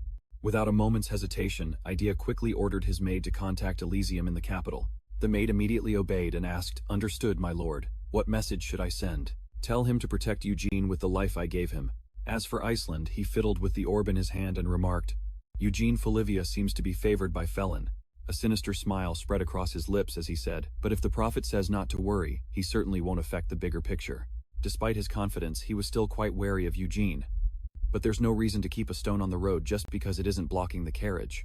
As he said this, Iceland suddenly crushed the orb in his hand. "Especially if that stone is in my territory." Afterward, he ordered his subordinate, "I'm leaving this to you, Soher. Eliminate him silently." Soher respectfully accepted the order. "I will follow your command, Apostle Iceland." He then added with a calculating tone, "I happen to know someone suitable for the job." The scene shifts to the kingdom of Hebronia, in the capital city of Iraq. Eugene was extremely excited and fascinated by everything there. "So, this is the capital, Iraq. There's so much to see." He was like a curious cat, looking from one place to another. "Awesome, Taya, look a cat." His actions made Taya so embarrassed he didn't know where to hide his face. "I'm a little embarrassed." Regardless of whether his subordinate was embarrassed or not, Eugene happily tried one food after another. Then he laughed. "Taya, try this. They call it a frozen lizard skewer. Isn't that funny?" Taya could only say helplessly, "I understand you're very excited, young master." He warned Eugene in a low voice. "But it's dangerous to act so carelessly in the capital." With an innocent face, Eugene turned and asked, "Why so?" Taya had to explain, with a wary expression. "The capital is vast and crowded, full of dangerous people." From what he knew, the capital was filled with arrogant royals and power-obsessed nobles. Furthermore, he'd heard rumors that the greedy, corrupt merchants were no better than thieves. And besides the greedy, this place also had madmen and dangerous mages willing to do anything for their research. Finally, there are those who operate in the shadows. Not to mention it's filled with the darkness of the underworld right in the open, yet Taya bluntly declared this city of crime, the capital Iraq, to him. Obviously his words reached everyone's ears and made them furious. "What are you blabbering about? Country bumpkin." He didn't know any better, and still boldly said, "Acting like a country bumpkin will get you robbed. Even if you're on guard, you understand." After hearing this, Eugene remained calm with a hint of judgment. He sarcastically told Taya, "I understand. Taya, your prejudice is quite severe."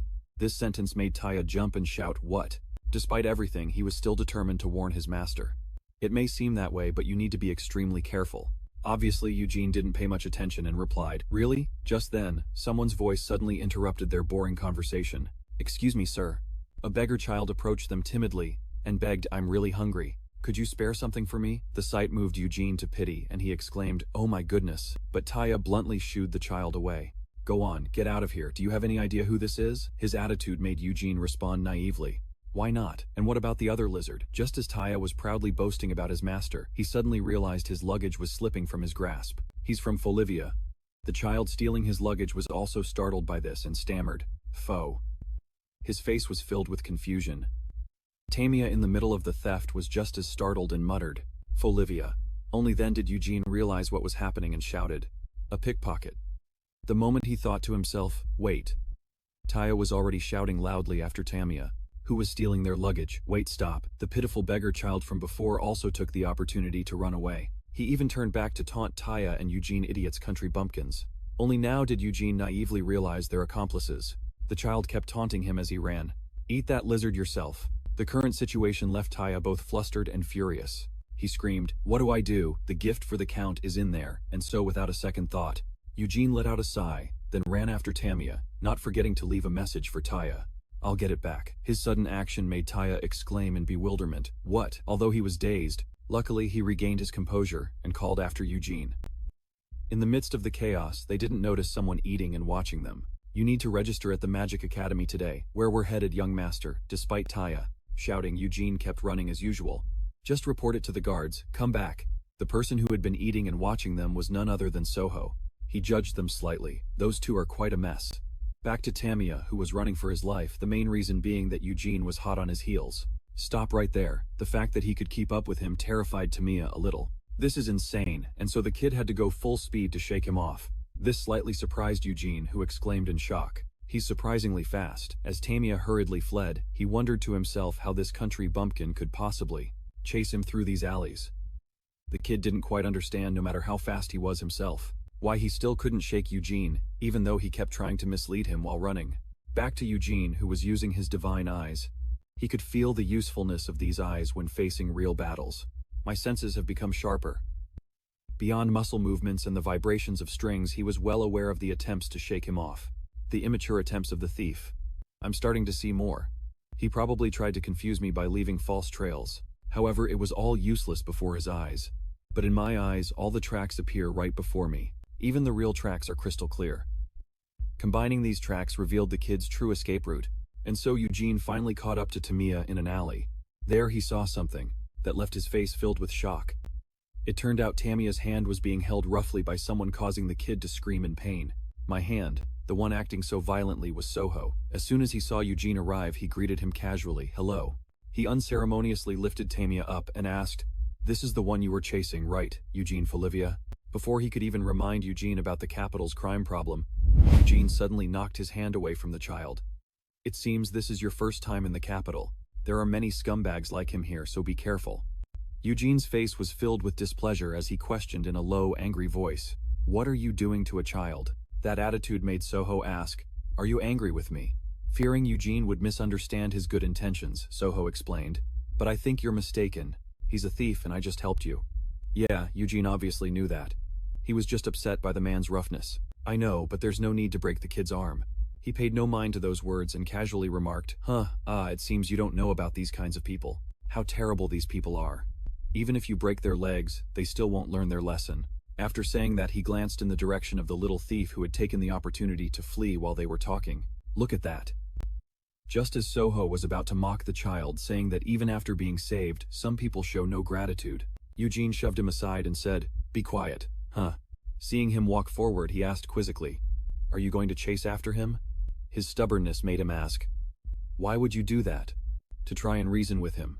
Obviously those words angered Eugene, who gritted his teeth and asked, "Are you trying to pick a fight?" With an annoyingly nonchalant attitude, Soho stepped back and replied, My apologies. I didn't mean to provoke you. I'm genuinely curious to hear your thoughts." The name Folivia makes people see things differently, doesn't it? If there's a peaceful solution, then I'll admit I was wrong. Seeing that he wasn't even looking at him, he just kept rambling on. I should have introduced myself sooner. I am Levan, the son of a humble merchant in the capital. Seeing him finally being so polite, Eugene graciously turned back and said, "Isn't it better to just talk? Better than breaking a child's arm?" Afterwards, he also politely shook Soho's hand and introduced himself. Eugene Folivia, the youngest son of the Folivia family. It seems you already knew, but his action made Soho acknowledge, as expected. Then he continued, "Coming from a merchant family, we have all sorts of information." In his mind, he was busy thinking that this wasn't just a random remark directed at him. A curiosity arose within him. Why would the apostles of the law of eternity be interested in someone like him? And to answer that question, he decided it wouldn't hurt to test him a little. So he let Eugene know, "I also know where the thieves' hideout is." Hearing this, Eugene exclaimed in astonishment, "Really?" At the same time, in a dark alley in the capital, some thugs began beating the children because they didn't bring back any money for them. Among those children was Tamiya, the one who had just stolen Eugene's bag. The boy trembled in a corner, feeling lucky. "Thank heavens I won't get beaten today." Just as the boy was busy lamenting his fate, he was unaware that two people, Eugene and Soho, had seen everything that was happening in this slum. Soho looked at Eugene, who was too shocked to speak, and asked in a low voice, "This isn't exactly the right atmosphere for a calm discussion, is it?" Looking at Eugene's eyes wide with shock, Soho could only assume he had lost his mind. And indeed, Eugene now looked as if he'd been scared out of his wits. How could this be? It seemed this was also within Soho's expectations. Indeed, looking at reality, it could only happen this way. He judged Eugene with his own thoughts. He grew up protected under the name Folivia, only able to shamelessly play the hero. His eyes were fixed on Eugene, as if he were expecting something, knowing full well what he was waiting for. Say something sweet to him, and then leave. After a moment of silence, Soho decided to gently advise Eugene, "Let's go back. Nothing good comes from getting involved with scum like this. Everyone knows the alley thugs are connected to the Abyss." His words made Eugene ask doubtfully, "The Abyss?" But he just continued, "What was stolen can be handed over to the guards. Aren't you enrolling in the Magic Academy today?" Hearing this, Eugene was taken aback, stammering, "Ah, magic."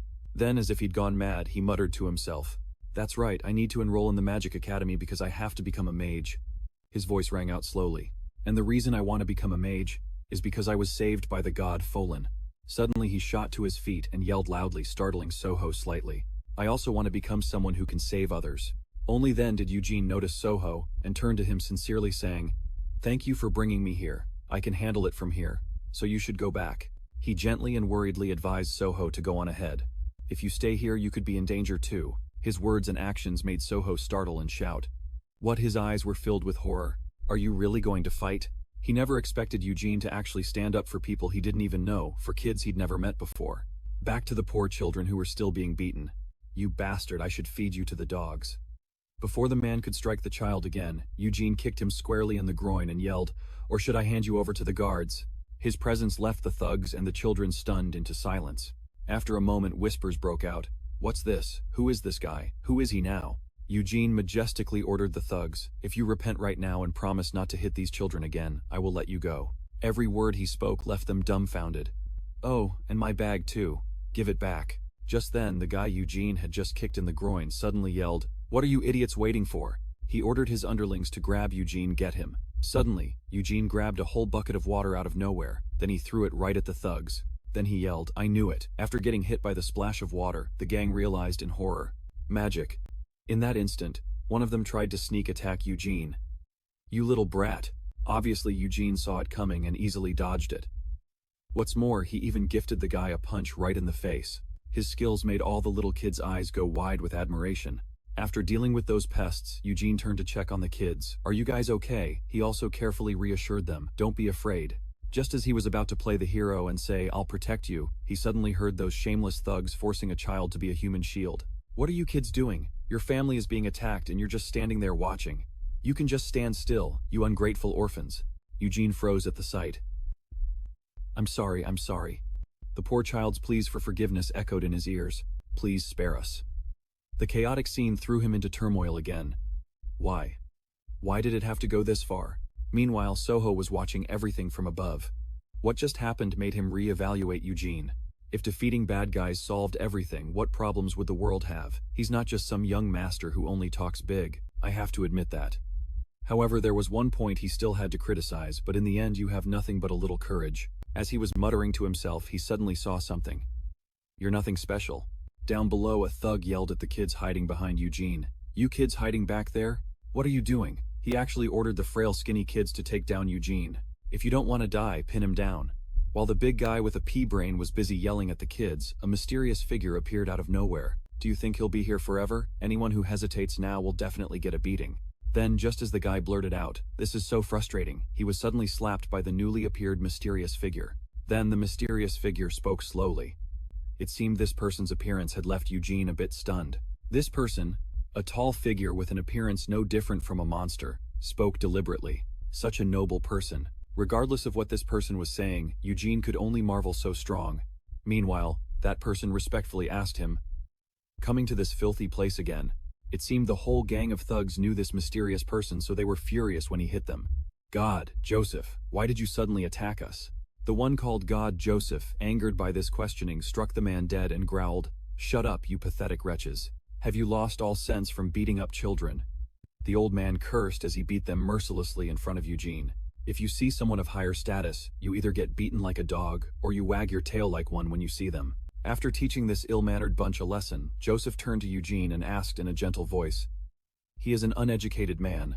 I apologize, my lord, but may I ask what brings you to this miserable place?" Although he was a bit intimidated by the old man, Eugene answered, "Honestly, I was looking for a stolen item, but I saw these children being brutally beaten." His words made Joseph a bit embarrassed, and he said flusteredly, "Seeing such barbaric behavior from these uneducated men must have shocked you.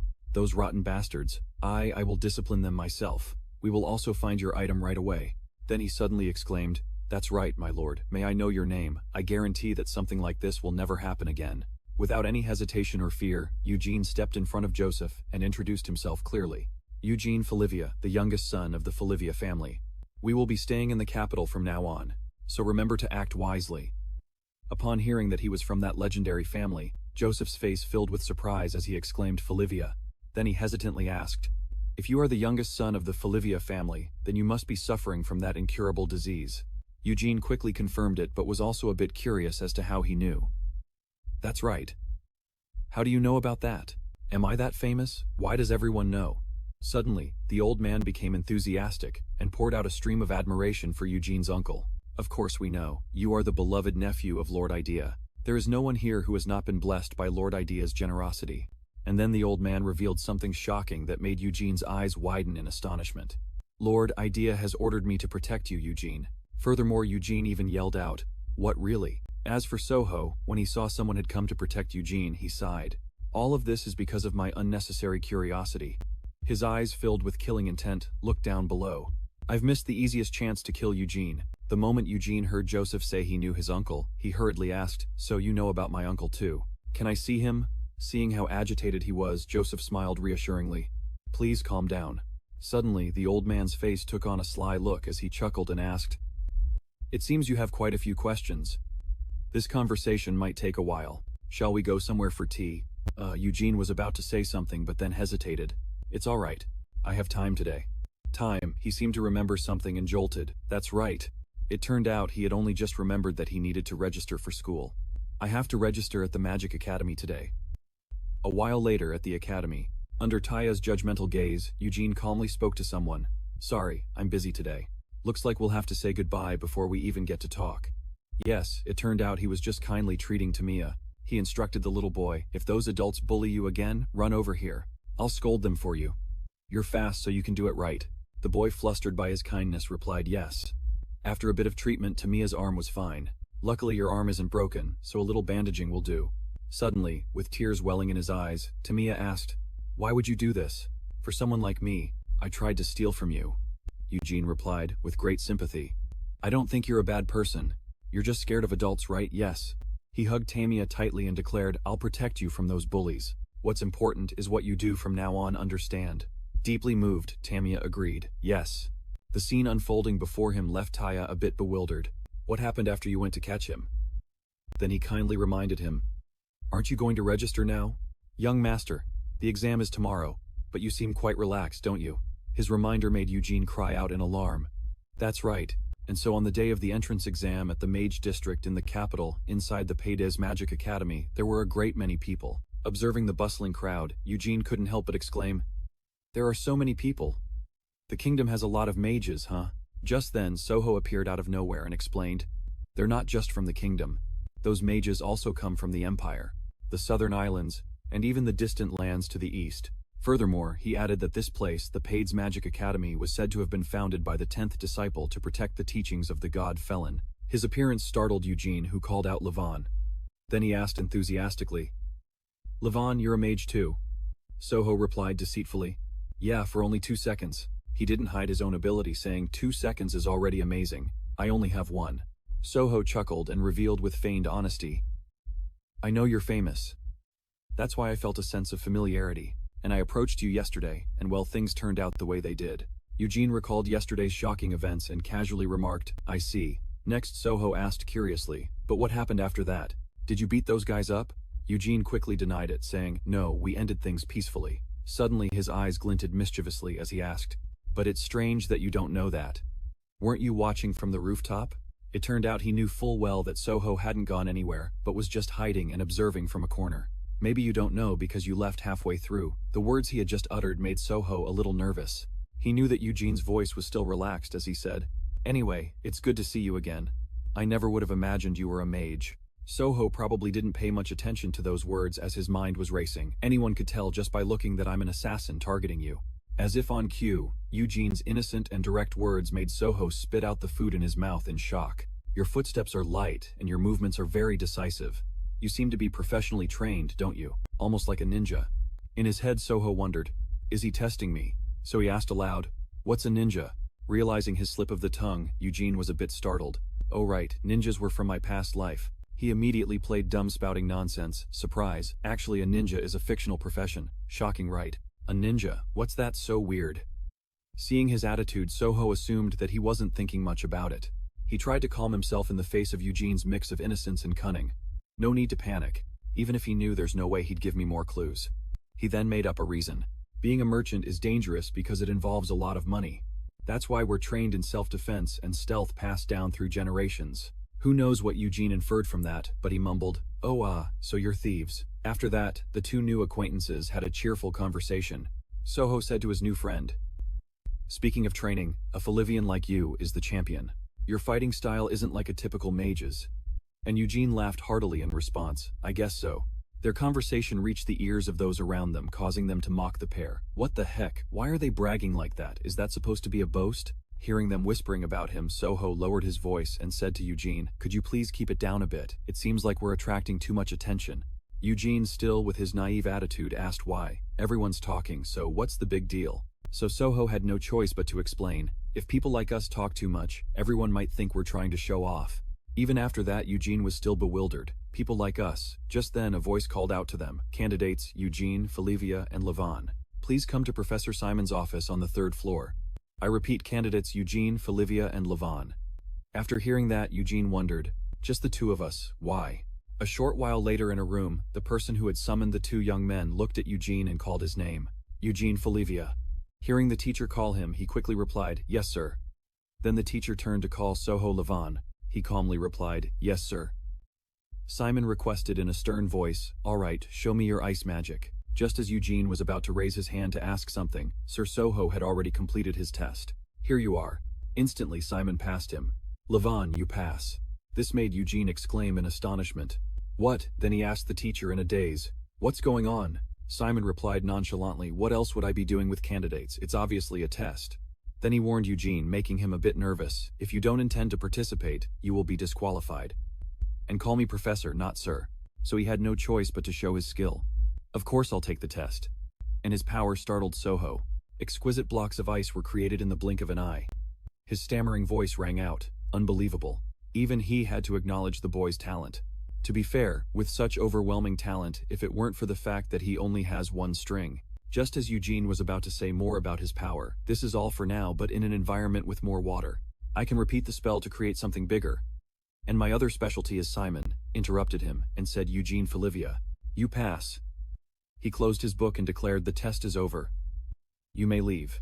This made Eugene hurriedly shout, "No, wait, I haven't shown you my full abilities yet." That attitude annoyed Simon, who said, "You've already passed. What's your objection?" "What more do you want here?" Eugene immediately said. "Miss Eston said the test results would determine our class. But if this is it, then there's no differentiation." After hearing this, Simon exclaimed, "Ah, so that's it. So that's why you're overstepping your bounds, without understanding your place. It must be Eston's influence," he said slowly. "I can guess what sort of ideas Eston has been stuffing into your head, that the number of strings doesn't matter." His words made Eugene think in shock. What? But he threw a bucket of cold water on him. But that's not how reality works. He bluntly declared mages, with only 1 or 2 strings, are destined for the lowest class. Furthermore, Simon added, differentiation. Why would you need such a thing? With only 1 or 2 strings, you'll never be able to keep up with the complexity of the intermediate class. His voice was full of contempt. Don't get cocky. I only passed you because you met the minimum standard, but this school has far too many people who want to erase the shortcomings of having 1 string. Finally, he warned Eugene, if you want to survive long in this academy, then stop putting on airs and live quietly as if you don't exist. And then go back to where you came from, Olivia. This attitude from Simon made Soho realize immediately that he was an old-fashioned mage. Mages will always be biased, in favor of talent, and look down on warriors. But he was a bit worried about Eugene's pride. But if even the famous Olivia was at risk of being expelled, this must be the first time he's ever faced such an insult. Will he be okay? Suddenly Eugene ran outside, startling him into calling out Eugene. Simon, still unconcerned, advised Soho, I would be grateful if you left on your own. Just then the two of them suddenly heard a familiar shout. Hello everyone. It was Eugene who had casually stepped out into the hallway to greet everyone loudly. It's a pleasure to meet you all. I'm the new student, Eugene Olivia. But his actions caused a stir among the crowd. What's wrong with him? Why is he doing that?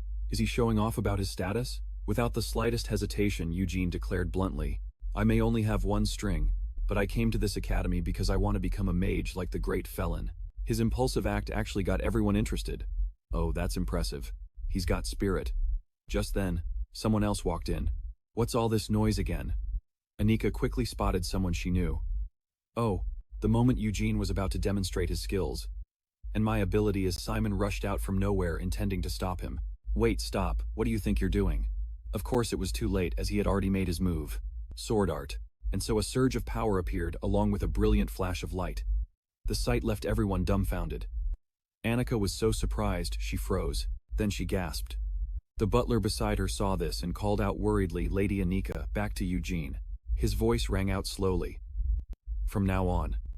He glanced toward Simon and said, I'll be in your care. Both furious and helpless, Simon growled out each word. He really didn't know his place. At that moment, Florivia and Soho could only utter a single word. Crazy. That was the only way he could describe Eugene, that madman. Tai announced loud and proud. It's all thanks to the young master. The young master of the Florivia family really left an impression at the Magic Academy, suddenly losing his mind and cursing Eugene to his face. A new record for being disciplined before the entrance ceremony even starts. Knowing he was in the wrong, Eugene felt a little guilty, and evasively replied, Is it that bad? In contrast to his nonchalance, Tai was extremely worried and panicked, saying, detonating a tyrant spell in a hall full of people. Why would you do that? You're lucky you only got a warning for it. Of course, as usual, he then said something that made you want to punch him. But I already pissed off the teacher and it's not like it was a dangerous spell. Helpless before his young master, Tai could only say, and you call that an excuse? At least the Count wasn't present. Imagine how shocked he would be if he heard about this with his frail health. Next, he turned to Soho and pleaded, Please take care of the young master for me. At least the young master has a friend. Please look after our young master. As for Soho, he was also getting a bit tired of Eugene, so he intended to refuse. How can I do that? As he spoke, he glanced over at Eugene, who was going wild with magic.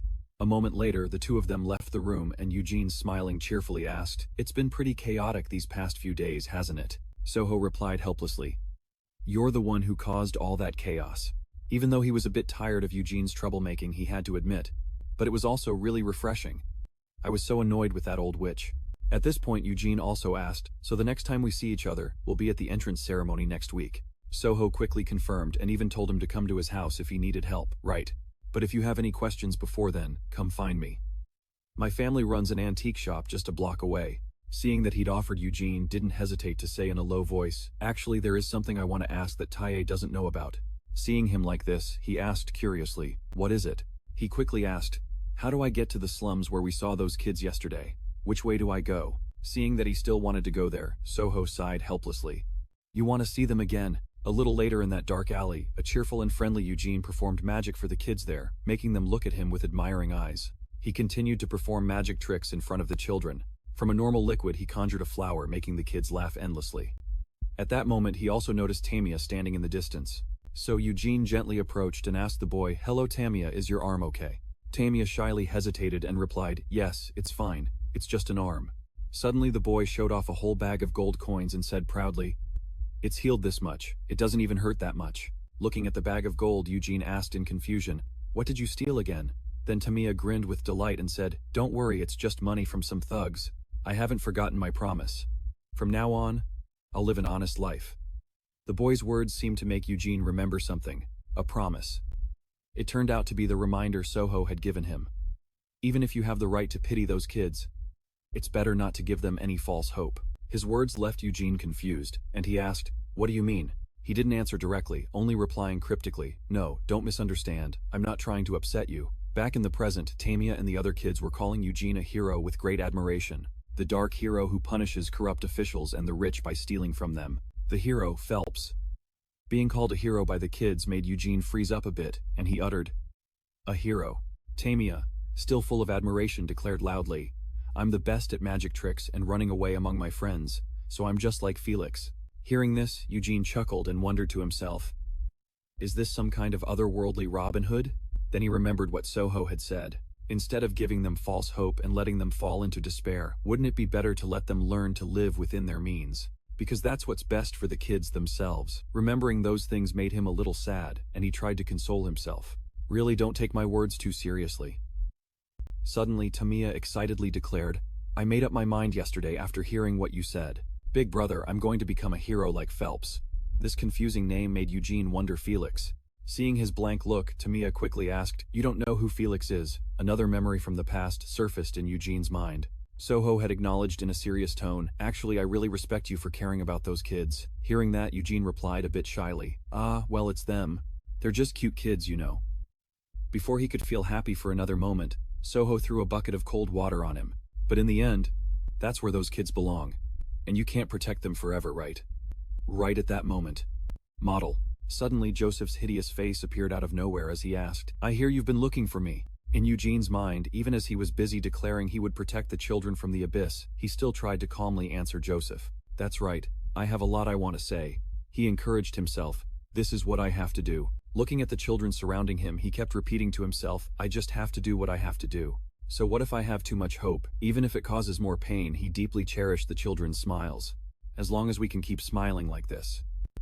Meanwhile, Soho was in some dusty bookstore looking at the dust in the air. He tiredly wondered, "It's so dusty. Should I clean up?"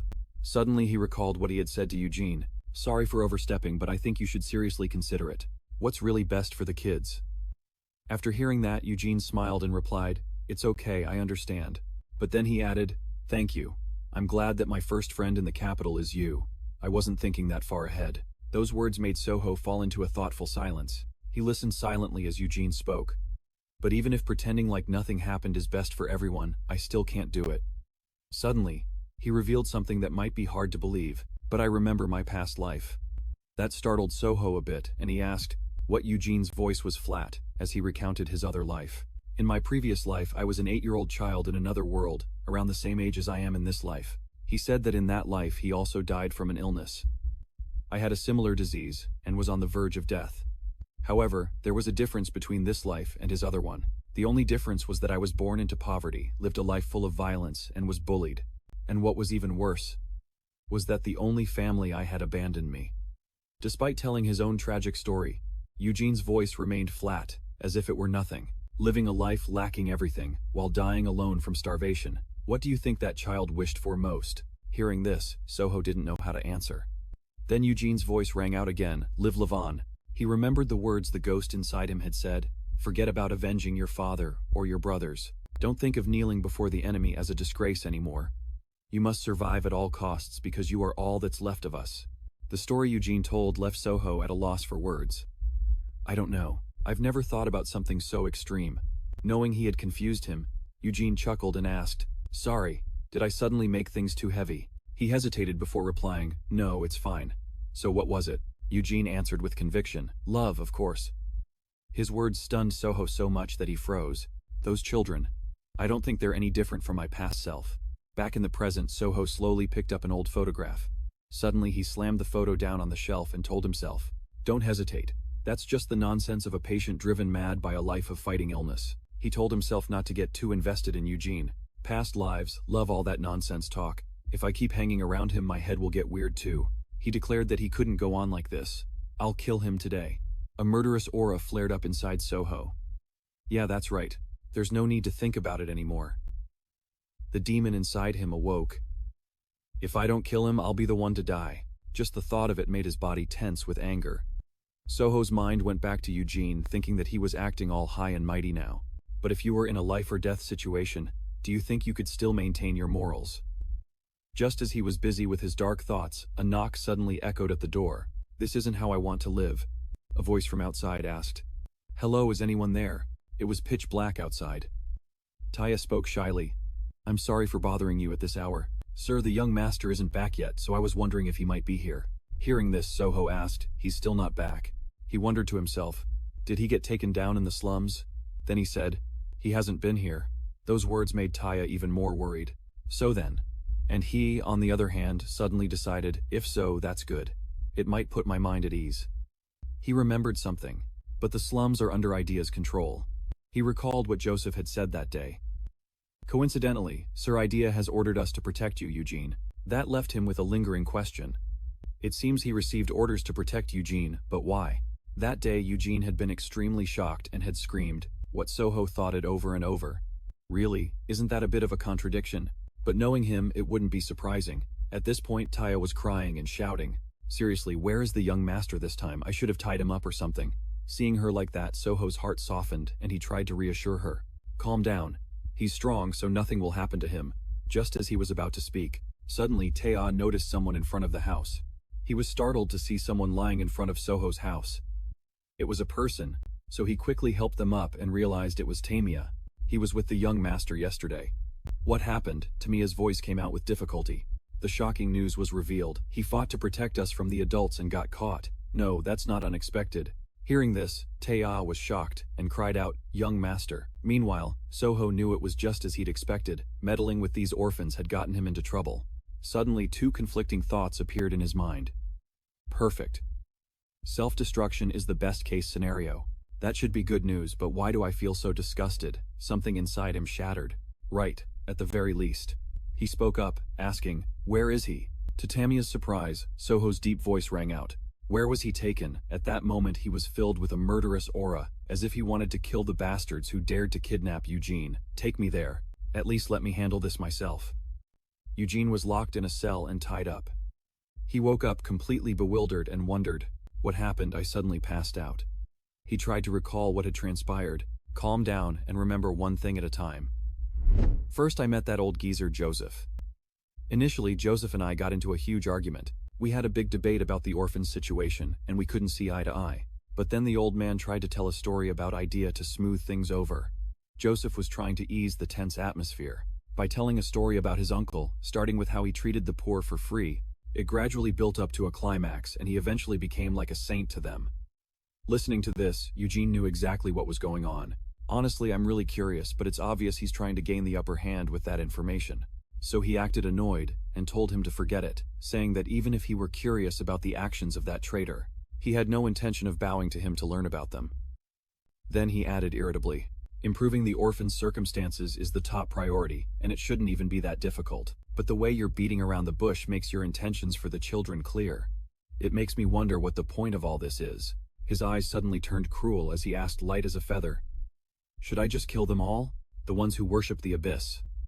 Eugene's words made Joseph retort sharply, "Are you threatening me? In my own territory, I'll treat that as a joke." He wasn't scared in the slightest. Eugene bluntly used his family as a warning. "Your territory. What's so great about this tiny area? The vast majority of the military is loyal to Folivia, and many of them are my relatives." Then he brought up his uncle to challenge him. Joseph was left speechless. This is no joke. In this world, is there anyone more serious about destroying the abyss than Folivia? And you think Folivia is alone? Do you think the disciple Idea, the one you all revere so much, is on your side? If you and I had a conflict, who do you think he would choose? Eugene's voice remained flat. You say I'm threatening you. No. His words left Joseph annoyed but forced to accept it. I'm just telling the truth. In the end, the old man could only laugh like a madman and play along with Eugene's intentions. It seems there's been a misunderstanding. Of course, the children are the most important thing. Then he turned and ordered his subordinate. Hey you, sir, Eugene's tea has been spilled. Bring a new cup and make it strong. The subordinate, startled, replied, Strong? Yes, understood. Back to the present. Now Eugene knew why he was in here. It was when they drugged his tea. I'm so dizzy. No wonder they were so obedient. He suddenly remembered what his older brother once told him. If a stranger offers you candy, don't eat it. Only now did he realize how right that advice was. That's why I should have listened to my brother. As Eugene struggled to sit up, he wondered, did I threaten them too much? But then, as he felt the knot of the rope binding him, he realized, no, look at how clumsily they've restrained me. He quickly cut the rope, thinking they must be scared to face him. So the threat worked. He cautiously peered outside through the bars. They acted impulsively. Aren't they afraid of the consequences? If they're in such a state of panic, they could be even more dangerous. Just as he was planning his escape, he suddenly heard a noise. I need to find a way out. The kids appeared out of nowhere. His eyes met theirs. One of the kids was so startled they fell over. As soon as he saw them, Eugene was shocked and called out, You kids! The children also called out to Eugene excitedly. As soon as the cell door was opened, Eugene hurriedly asked, What are you all doing here? It's dangerous. The children hesitated before replying, But we were worried. Their words made him want to say something. Worried. About me. Then a child appeared out of nowhere with the items he had dropped, saying, Mister, here are your clothes and earrings. Hearing this, he was startled and exclaimed, My earrings, seemingly just remembering. He dropped something important, Eugene screamed in a panic. My earrings. His reaction made the child holding the earrings ask in confusion, Is something wrong? Without a second thought, he hugged the three kids happily and thanked them sincerely. I'm so grateful to you guys. My earrings. The kids, seeing how happy he was, were happy for him too, saying, We knew it. After putting his clothes and earrings back on, Eugene quickly asked for directions. Should I get going? Do you know the way out? One of the children quickly replied, Yes, we do. There's an exit through the sewer. However, the boy also warned cautiously, But something's not right. It's different than usual. Hearing this, Eugene wondered, Not right, how, eh? A moment later, as he and the kids entered the dark sewer, a monster suddenly charged out from the shadows. Its appearance startled both the kids and Eugene. He even shouted, A monster! Without thinking, he quickly used magic to destroy the monster. Afterwards, he turned to instruct the children. There are monsters here, be careful. Don't leave my side. The kids, trembling with fear, replied, Okay. He turned that monster to ash in a single blow. Suddenly, the kids started talking amongst themselves. That thing scared me. Things like this usually don't come down this deep. See, I told you something was wrong. These words made Eugene quickly realize a worrying point. It seems like the kids are used to this. According to his calculations, they were right in the center, and the spot where they were standing underground was only separated by a single layer of bricks. He never expected there to be so many monsters in the capital, but the abyss had infiltrated far too deeply. Immediately, Eugene asked the children, Is it always like this? The kids, trembling, said, This is the first time I've seen one that big. What should we do? The exit is that way. Hearing that, Eugene understood. So it had been here before. He seemed to have figured it out. The abyss reacts to human suffering because they hate humans, the creations of Felon. Therefore, the spread of the abyss meant that many people in the capital had suffered. Meanwhile, Joseph was angrily hurrying his subordinates. Hurry up, move it, only take the valuable stuff. Damn it, you slowpokes. Hey, the last one becomes monster food. Suddenly, the old man turned to a subordinate. You, what happened to that Falivia kid? The man stammered in reply, Well, we locked him up. Annoyed by this stupid answer, Joseph went crazy and yelled, Fine. How fine did you lock him up? Come on, you idiot, damn it, the subordinate hurriedly reported. I gave him 3 times the normal dose of the drug. He won't be able to wake up for 2 days. The old man was fuming inside. Damn you, Eugene. I thought he was just a naive young master who was easy to use, but I never expected him to be such a cunning brat. Now the old man was in a dilemma. I can't kill him. Doing so would be going against Lord Idea's orders, and letting him go would have the army searching every single alley. So, before people found out he had kidnapped Eugene, Joseph had to run and run fast. We have no other choice. Before they find out the kid is missing, we have to proceed with our work as soon as possible.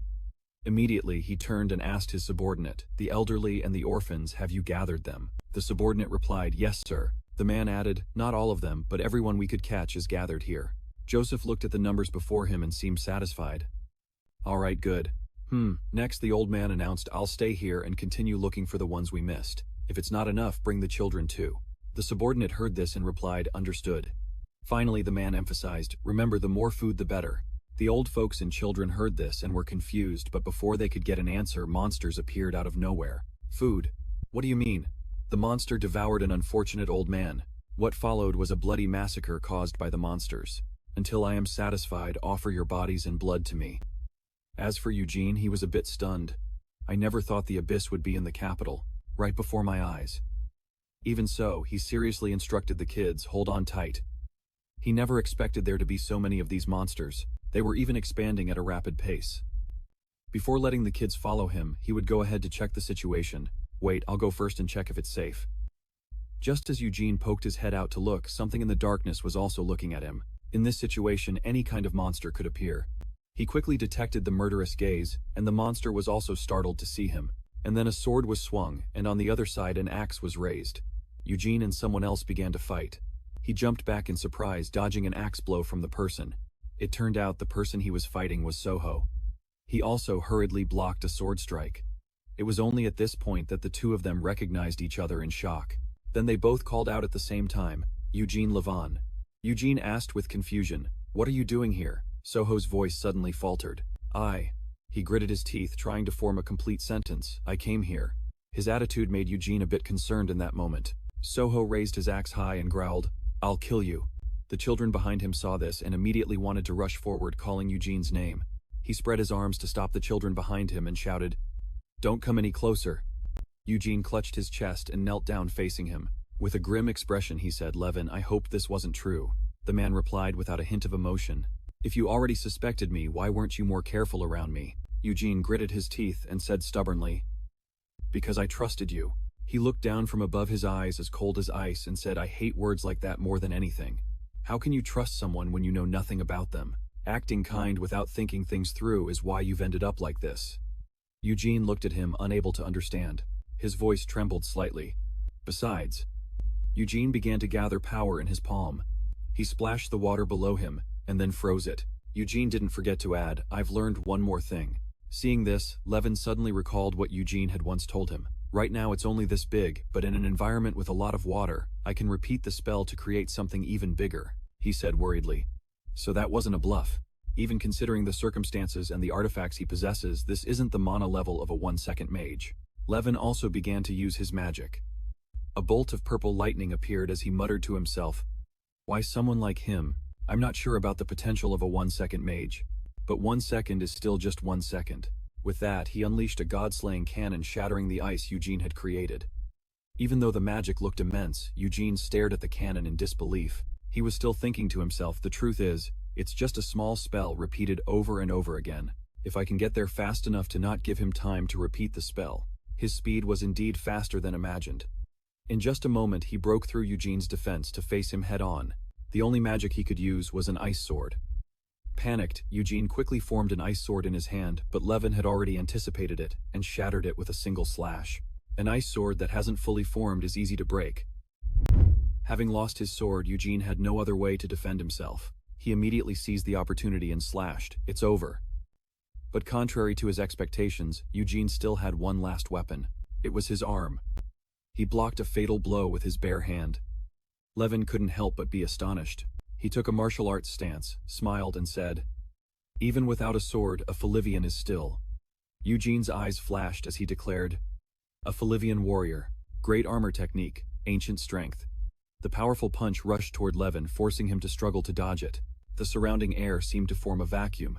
Next, Levin tried to strike while he was distracted, but he sharply sensed it. Eugene agilely dodged the magical blast. Afterward, the two warily distanced themselves from each other. Exhausted, Eugene knelt down, rubbing his wrist. With a cautious look, he asked, "Weren't you bedridden for 5 years?" He marveled to himself. Even with that injury, his close combat ability is unbelievable. Then Levin took out a gun. He frowned, and as he loaded it, he said, "So it's true. The Folivian people are taught to fight as soon as they can walk." He wasn't very confident he could win, but this was a risky fight. Eugene's jaw dropped. A gun. That's a weapon. He couldn't believe something like that existed in their world. His face was full of vigilance. This is dangerous. His combat skills are terrifying. And now with a machine like that. Then Eugene's expression suddenly became as shocked as if he'd seen a demon. Levin thought he was afraid of him, so he stood up, rubbing his hands together, and said, I won't fight the Folivian way. I'll fight our way. Don't think it's too dirty. I'm a person of the shadows unlike you. For my goals, I'll do whatever it takes. Eugene and the children screamed in panic. Wait behind you. He looked at them in disbelief until he turned around and asked, what?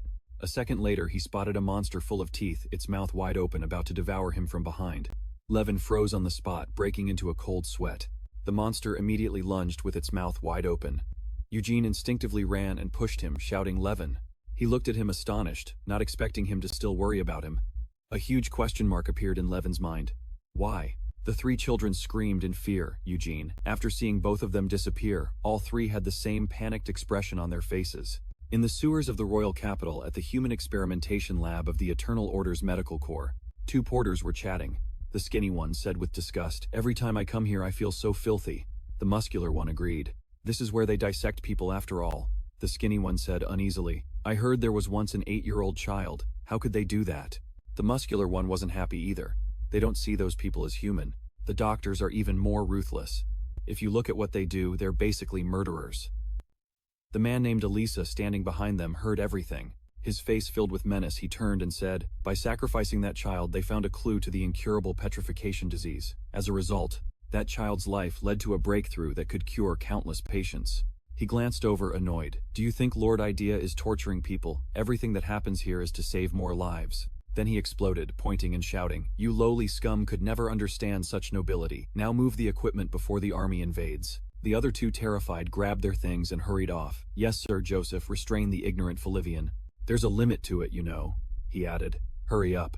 Then, as if he'd taken some kind of drug, he started waving his arms and legs around, yelling, Slow down, be careful. All the documents and artifacts here are humanity's legacy. None of them are cheaper than your lives. If even one of them gets damaged. He didn't get to finish his sentence before a loud crash echoed from behind him. Without even turning to look, he started scolding. Are you all endlessly stupid? How could you make a mistake the moment I said that? When he finally turned around, he was stunned. What? The person who appeared was Levin, carrying Eugene on his back. His face was still wet. It was hard to tell if it was water or tears. He called out numbly, You're a doctor, right? The man then placed Eugene on the operating table, picked up a scalpel, and said, I am a doctor in service to Lord Idea. Eugene Folivia's life is my top priority as well, so there's no need to be on guard. He only said that because Levin was standing behind him, pointing a weapon at the back of his neck with a threatening expression. He asked suspiciously, If you're treating him properly, why hasn't he woken up yet? The man replied with a grave expression, It would be more unusual if he did wake up. I heard he ingested enough anesthetic to knock out a full-grown adult for 3 days. On top of that, he fell into a contaminated water source with a major wound. It's a miracle he's not dead already. Hearing this, Levin asked in disbelief, What 3 days? For real? He could die from an overdose. The man retorted, not backing down, If he dies, it'll be from his prior injuries, not the anesthetic. Then his sharp gaze swept over to Levin. I'm more worried about you. Are you all right? You were surely ordered to kill Eugene Folivia. Based on his wounds, you already attempted the assassination. What made you change your mind? Levin leaned in closer, asking suspiciously, Who are you? How do you know me? The man explained, I was just guessing based on the scars, but it seems I was right. Levin threatened unhappily, Don't test me. It makes me want to kill you. Just focus on the treatment. Your life depends on his. The man rolled his eyes. You don't need to worry about that. Eugene Folivia will never die here. Levin pressed his lips together, looking down at Eugene's motionless face. The man suddenly said, Hand me the bag behind you. He asked, What's in it? The man replied, Something necessary for the treatment. He was suspicious, but went to get it anyway, his eyes never leaving the man. This thing is suspicious. The man replied, If you're so suspicious, then open it. Then you'll have no more doubts. Levin started to open it, but when he saw what was inside, he froze as if he'd been struck. What the hell? Lord Idea is a god who has walked into this darkness. He dissected 1,000 people, but saved 10,000. He has conquered 10 diseases and identified the cause of illness for 200 people. Since becoming the 12th disciple, it's no exaggeration to say he is the one who has healed the most people. However, he was never satisfied because the one person he wanted to cure, even if it meant offering himself to the abyss, was his own grandson. The man said with light sarcasm, Saving thousands for the sake of one person. What a touching story, isn't it? Levin gritted his teeth in frustration, his expression incredibly grim. That lack of reaction is quite concerning, the man suddenly asked. You're not the emotional type, are you? He said emotionlessly. Whatever. Noticing the item being placed on Eugene's hand, he asked, So what is this thing? The man answered curtly, The Ring of Life and the Blood Ring. They activate the latent mana within the body to enhance its power and control the flow of life, force the source of life itself. Life is fragile, so every individual needs a way to self-regulate. But luckily we have something that suits us. The man took out a red syrup-like vial and poured it out. With these two things, there are very few patients we cannot cure. The man returned to the previous topic asking, But why did you try to save your assassination target? He casually picked up an iron rod and said sarcastically, Why should I tell you, you idiot? The man squinted, examining a test tube with a smile. Fair enough. I was ordered to protect him, so if you abandon the assassination, it's a win for me. All right, I've removed the anesthetic and the toxins. It's only a matter of time before he wakes up. He asked nonchalantly. Really? A second later, Levin stabbed the man from behind with the iron rod, running him through. He said sharply, Then you can die now. The man trembled. You. Then the man swung his arm to push Levin away and said, I knew this would happen. He jumped back. As expected. If you knew, you should have restrained yourself. I can't let you live because you disgust me. The man clutched his chest and said without a hint of emotion, Is that so? Is it my fault? It's so difficult to consider the feelings of lowly creatures. A second later, he ripped off the thick cloak he'd been wearing, revealing an unimaginable body with 4 muscular arms, each one holding a different weapon. The man's eyes flashed. As an apology, I will kill you slowly and carefully. Levin watched coldly, having already shifted into a defensive stance. He asked, You're one of those transformed priests. This is going to be tough. A second later, the two of them lunged at each other. Each side unleashed a fatal blow, the sound of the impact echoing. Just then, something suddenly changed with Eugene. His eyebrows twitched, then he groggily opened his eyes. He didn't look too good. The first thing he saw was Levin's back. He was frantically striking downwards. Eugene pushed himself up, calling out in shock, Levin. He immediately froze what he was doing. Once Eugene saw clearly, he was stunned. Levin wiped the syrup from his face and said casually, You're awake. Levin calmly gestured to introduce. As you can see, this is a disciple of the Abyss.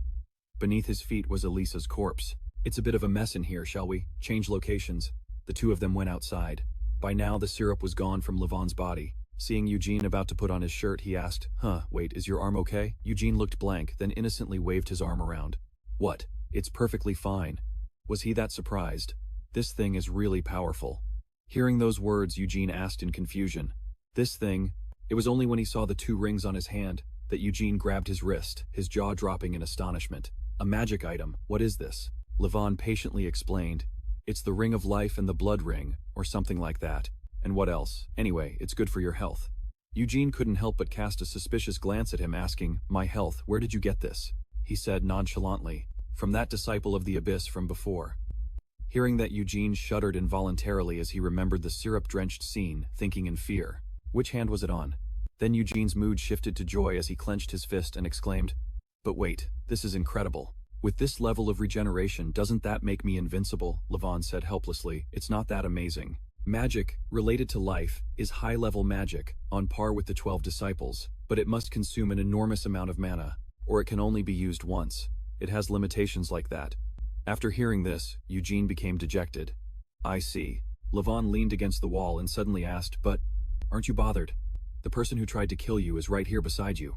Eugene smiled as if it were nothing, and replied, But that person also tried to save me. Here, Levin quickly tried to argue. Now listen, that's because you were the first one. Then he shrugged and sighed, Forget it. How could I possibly understand the thoughts of a good person like you? Right. Anyway, I've repaid my debt for you saving me, haven't I? Eugene grinned like a child and said, You have. Levin turned and pointed. Then we'll talk later. For now, let's get out of here. We have no idea what could happen when the Abyss goes out of control. But Eugene frowned and stated firmly, No, I'm staying. The Abyss going out of control means human sacrifices are taking place. At the very least, I'll save who I can before I leave. Levin turned and yelled angrily, Are you crazy? Did I just save you so you could run right back to your death? Eugene said stubbornly. Don't worry, I won't die. I'm stronger than I look. No, he said, holding his forehead in exasperation. No, it's not that you aren't strong, but you can't handle the priests.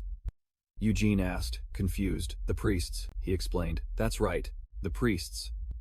They are the core of the Eternal Order and the limbs of the Apostles. They have indestructible infinity tattoos, and they're all bizarrely strong, blessed by the Abyss. They're not enemies you can handle right now. Levon was getting a little impatient but explained anyway. This place is undergoing a large-scale sacrifice, and it's also the territory of the apostle idea, so it wouldn't be surprising for priests to show up at any moment. So if you don't want to die. As he said this, he suddenly remembered something and paused. He rested his chin on his hand, looking puzzled. Wait a minute. You won't die because Idea's side wants to protect you. Meanwhile, Eugene wondered, how do you know so much? He was still lost in thought. I was confused by the sudden large-scale sacrifice. Why is this happening? Why sacrifice Human's Idea, who's recovering from her injuries, isn't one to do something so conspicuous? It might be a local priest acting. Alone. No. Eugene suddenly raised his hand. It might be because of me. He then recounted his story with that guy, Joseph from before, he said casually, and that's what happened. It was then that Levon realized the problem. His eyes widened. So it was. Because of this guy. He was clearly scared of Eugene's threats, so Joseph acted on his own. He knew Idea wouldn't be pleased with such obvious, independent actions, but he couldn't kill Eugene either. He suddenly turned and said, "This seems easier than I thought." Eugene looked at him curiously. "Huh. What is it?" Levon rubbed his chin thoughtfully. No. Even if it's an easy problem, there are still risks. If I stop Joseph's actions, I could use it as an excuse for the failed assassination, but it could also attract attention and get us all caught. It's best not to interfere. Having finished his thoughts, he asked, "Do you have a plan?" Eugene asked, back confused. "A plan, I guess." While Levon was speculating, Eugene answered nonchalantly, "I don't have one." He wanted to laugh and ask, "So you just talk without thinking?" Eugene stammered, "No, but I just happened to find a way. I have a plan." Then Levin suddenly smiled confidently and said, "All right, that's perfect. You have the motive and I have the plan." Before he could finish, he was stunned by that sentence. On the other side, a loud noise erupted. "Hey, there are orphans here." A few thuggish-looking men were chasing after some kids. "Get them." A fierce-looking man caught one, pinned him down and yelled, "Gotcha, you little rat." The child burst into tears. "Please save me." The man ground his teeth and said, "Save you, you shameless brat. If we gave you food and shelter, the least you could do is work to earn your keep right. If it weren't for us, you'd be dead somewhere, you orphan. So why can't we use you as a sacrifice?" Before he could finish his sentence, Eugene grabbed his hair from behind and said, "I told you not to bully the children." He was seething with killing intent. "If you do this again, I won't let you off, you useless scum." Levin suddenly cut in. "Don't worry, you're not useless. Because I'll use you as a sacrifice. What I can also get information from you." He turned the man's head towards his comrades lying on the ground. Levin chimed in, "Answer him properly, and you're dead," the man pleaded. "I'll tell you everything. Please spare me." The children saw Eugene and ran over, calling out Eugene. They burst into tears and threw themselves into his arms. "Brother Eugene." He was also moved to the verge of tears. "You guys." Eugene was so empathetic that tears welled up in his eyes. "You were all so scared, weren't you?" Meanwhile, Levin quickly put on a mask similar to the one Elizabeth wore under the curious gaze of the captured man. He walked over and reminded him, "I know you're happy, but you need to get ready. Hurry up." The three children looked at him curiously. "Who is that? He looks familiar." A gloomy door opened. When Joseph saw someone enter, he asked, "What do you want?" The man Levin had subdued stammered, "Yes, I've come to deliver the sacrifice, doctor. There are a few things I need to discuss with you, Sir Joseph, regarding young Master Eugene, so I came to tell you." Levin, in disguise behind him, was threatening him with a weapon. At the same time, he signaled for the others to be quiet. Hearing that name, Joseph immediately became wary and asked Eugene, "My plan isn't complicated at all. The situation is in our favor." The old man thought for a moment and then agreed. "All right, if the two of us can hide our identities and infiltrate the enemy's central area, it's as good as a victory for us." When Eugene entered, he was horrified. "What is that? He doesn't look like he did before." He still remembered the old man's face, which used to have a somewhat subservient look. He glanced worriedly at Levin. "Is this going to be okay?" Behind his mask, Levin also started to break out in a cold sweat. "We're in trouble. I wanted to resolve this peacefully, but clearly that thing isn't the type to talk things out." What they saw was a huge, grotesque monster. What did they do to turn him into a monster like this? While everyone was in shock, the old man spoke, "Leave the sacrifice and go." And the doctor, "Right, so, what happened to that Falivia kid?" The man who had brought them in noticed the fearful expressions on their faces. He immediately scrambled over to the old man and shouted, "Sir Joseph, they're not the doctor and the sacrifice." Levin took out a few sharp, gleaming throwing knives. "I had a feeling this would happen." With that, he threw one into the back of the man's neck, a fatal blow. The old man immediately roared in anger. "What do you think you're doing? How dare you touch the sacrifice?" "Enough." Levin started to remove his mask. You care more about the sacrifice than your own men. Then he removed the rest of his disguise. If that's the case, don't worry. Those dead people were just your men in disguise. The old man roared furiously. You bastard, you dare ambush me. Levin grabbed Eugene's cloak, pulling him back as a small flame appeared in his hand. Stay still unless you want to see Eugene Falivia explode. The old man's voice echoed. What, who are you? Back to the conversation about their plan. At that time, Levin had said, first of all, I'll reveal to you that I am a subordinate of Priest Soho, a member of the Eternal Order. Eugene was surprised. The Eternal Order. So you're a follower of the Abyss. No wonder you know so much. That person once said, forget about revenge. Don't see kneeling before your enemy as a disgrace. You must survive at all costs. Levin said nonchalantly. If I were a follower of the Abyss, I wouldn't be working with you. Let's just say, I'm working for the Eternal Order through an agreement. In short, Soho is the one who ordered me to kill you. Eugene was stunned, then he clutched his head in confusion. Wait, but why do members of the Eternal Order? Some want to protect me while others want to kill me. Levin said, it's complicated. You don't need to think about it too much. It's just a conflict between the apostles that each priest serves. It's a common occurrence within the organization. The Eternal Order is composed of independent individuals gathered by a messenger known as the Prophet. As long as they don't deviate from the Prophet's predictions, the disciples are free to act as they please, so long as it's within the limits of the prophecy. Then, everything can return to reality. Were you planning on ruining the prophecy? It's still too early to hold the grand ceremony in the royal capital. Joseph was losing patience. What, hold on, wait a minute, they continued. Starting the human sacrifices this early will interfere with the fulfillment of the prophecy. Isn't that right, if I report this to the apostles? Seeing he was being ignored, the old man got angry and bellowed, wait, listen to me. The two of them quickly dodged as dirt and rocks flew everywhere.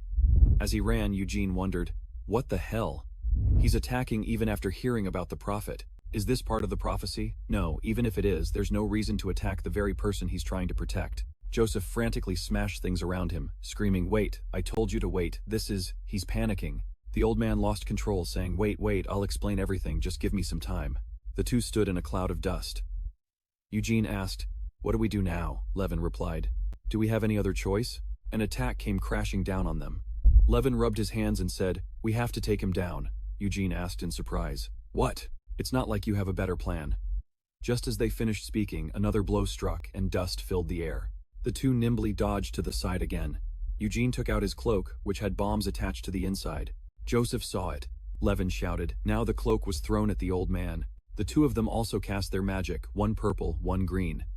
Explosion, cannon, and fire. One spell shot towards the bomb, creating a massive explosion. It hit him directly. From within the thick smoke, a voice rang out. This turned out for the best. It's better than listening to that nonsense. Was this your plan from the beginning? Eugene said angrily. You have no regard for human life, do you? Levin replied helplessly. This isn't the time for that. You wouldn't have been kidnapped by these people if you were more careful. The two suddenly saw a familiar figure.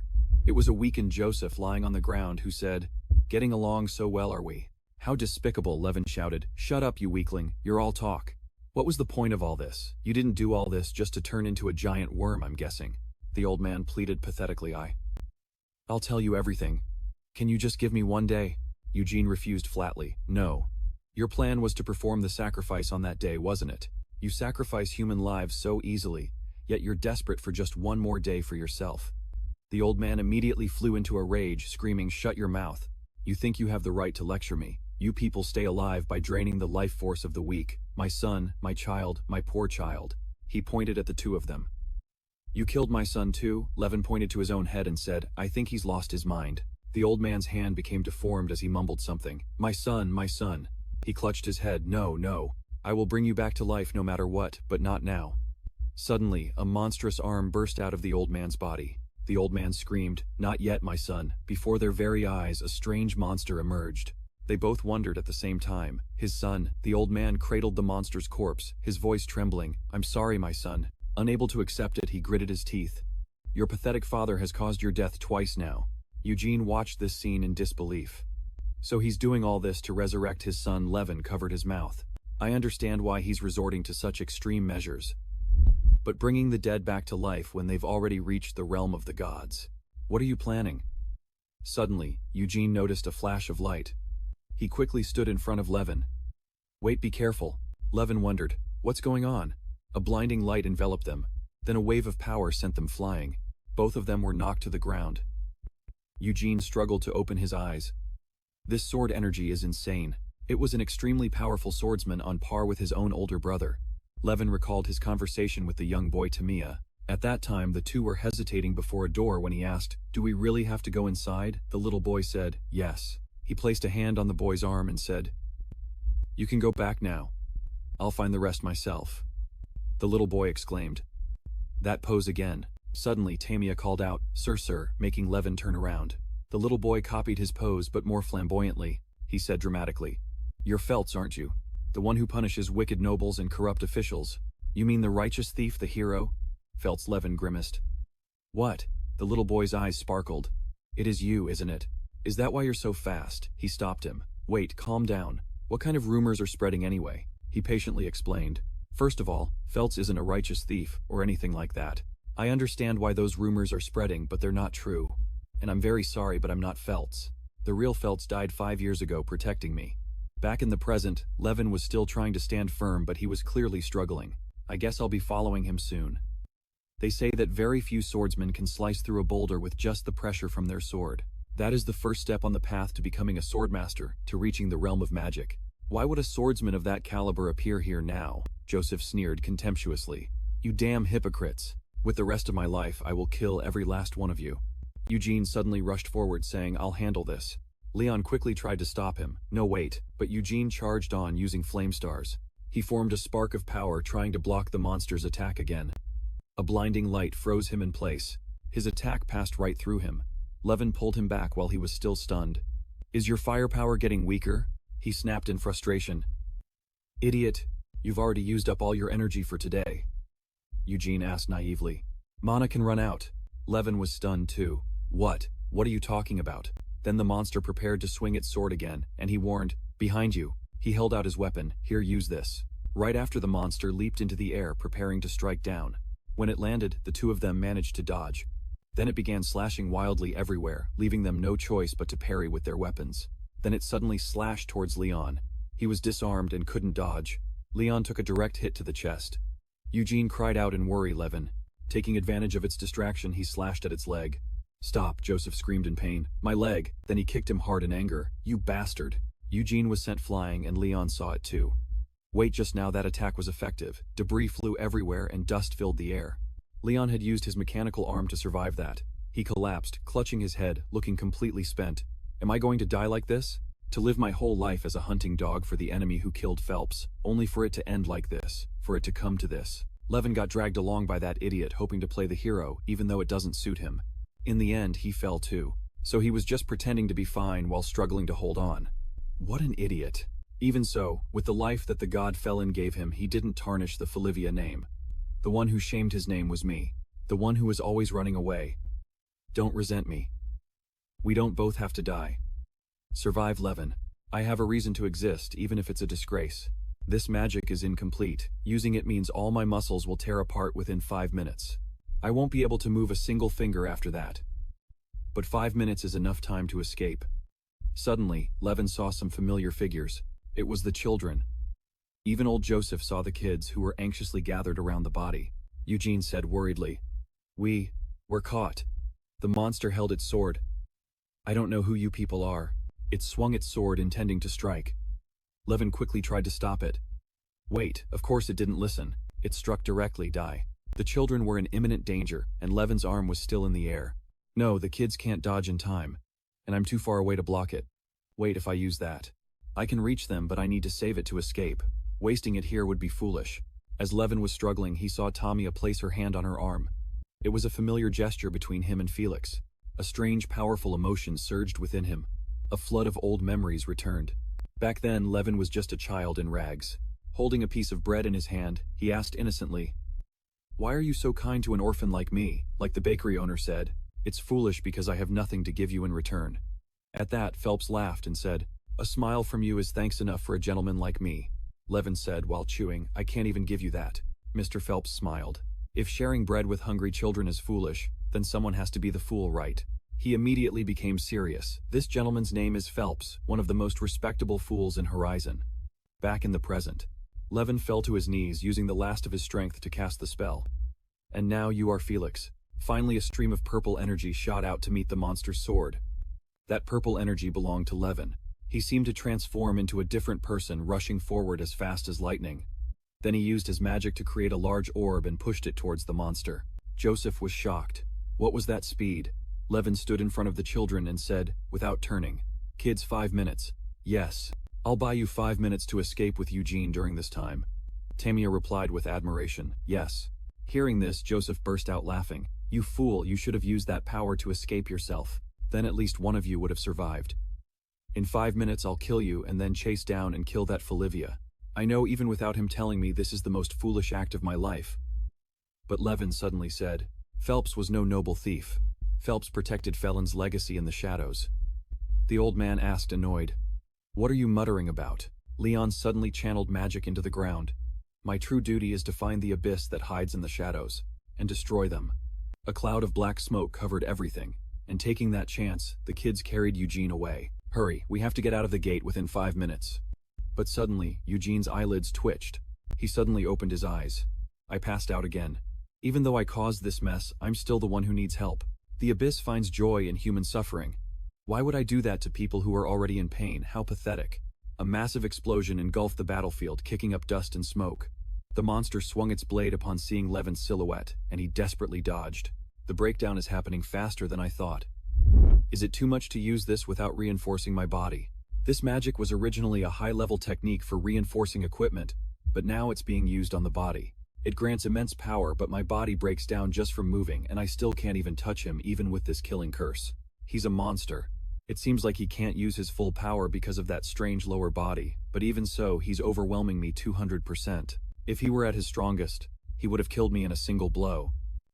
But the reason I'm still alive, could it be a warrior's respect? To ensure a warrior dies with no regrets, is he silently allowing me to pour everything I have into this fight? Levent smiled. Is that even worth considering? What nonsense. I must be getting sentimental. But it's not a bad feeling. I can't help but laugh. The thrill of doing something this reckless is just too much fun. Meanwhile, with Eugene, even though his eyes were open, he still couldn't stand. The children struggled to pull him along. "This time we'll save you." Eugene's face was weary. "I can't even move a single finger. It's happening to me again. A feeling that's all too familiar." He suddenly widened his eyes. "The Grand Duke of the Abyss," his uncle once told him. That's right. A Grand Duke, a ruler of the Abyss, is called a King of the Abyss or a Grand Duke. They are named as such because whether they are a king or a Grand Duke, they hold absolute power in their domain. They became the greatest enemies of the god Felon and his 12 disciples, who came from the stars to purify the Abyss. After hearing that story, a young Eugene had asked excitedly, "That's so scary. What do they look like? Are they terrifying?" Idea had said, "There isn't much information about them, but aren't they surprisingly charismatic? Everyone who claims to have met a Grand Duke has fallen into the Abyss, never to escape." Charismatic, my ass. Is it trying to tell me something power? It's offering me enough power to bring all of Horizon to its knees. An immense power. Lies. It's absurd. This is such an obvious temptation. But if even a fraction of that power is real, I could protect everyone. Just a little. Eugene suddenly saw something, a child. He asked, "Are you, my past?" The young Eugene turned pale. "Wait, who are all of you?" Then he suddenly shot up, letting out a piercing scream. He clutched his chest, panting heavily. Why did my past suddenly? No, that's not important right now.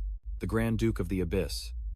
It appeared because the Abyss's influence has grown stronger. Is it because of the human sacrifices? I don't know why it appeared before me. But just as I'd heard, I was almost drawn in without even realizing it. If my past self hadn't held me back. I guess I should be thanking my past self right now. He came to save me.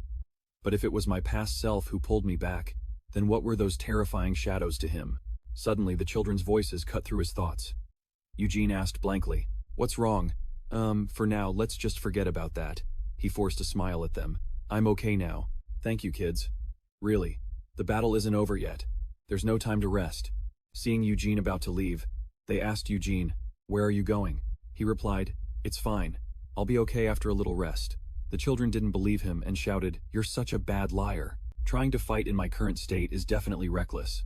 It's better than before, but it's still hard to move." However, he remembered what Levent had said earlier. I almost forgot about those rings. I heard Idea made them to treat you. If Uncle made these rings to heal me. He clenched his fist, looking seriously at the ring. Then I can keep fighting. The illness from my past and present is a type of paralysis of unknown origin that stiffens my entire body. On the battlefield, Joseph suddenly broke out in a sweat and said, "No. No, that presence. So if this is what Uncle made to heal me, what is its purpose?" Idea had once told him. "Half the reason I became a doctor was to see you healthy again like this, you know? To help me move again, even though I was bedridden." That must have been his intention. "It's blood magic, the power the abyss granted, Sir Idea. How did you obtain that?" The blood circulated so fiercely it was visible beneath the skin.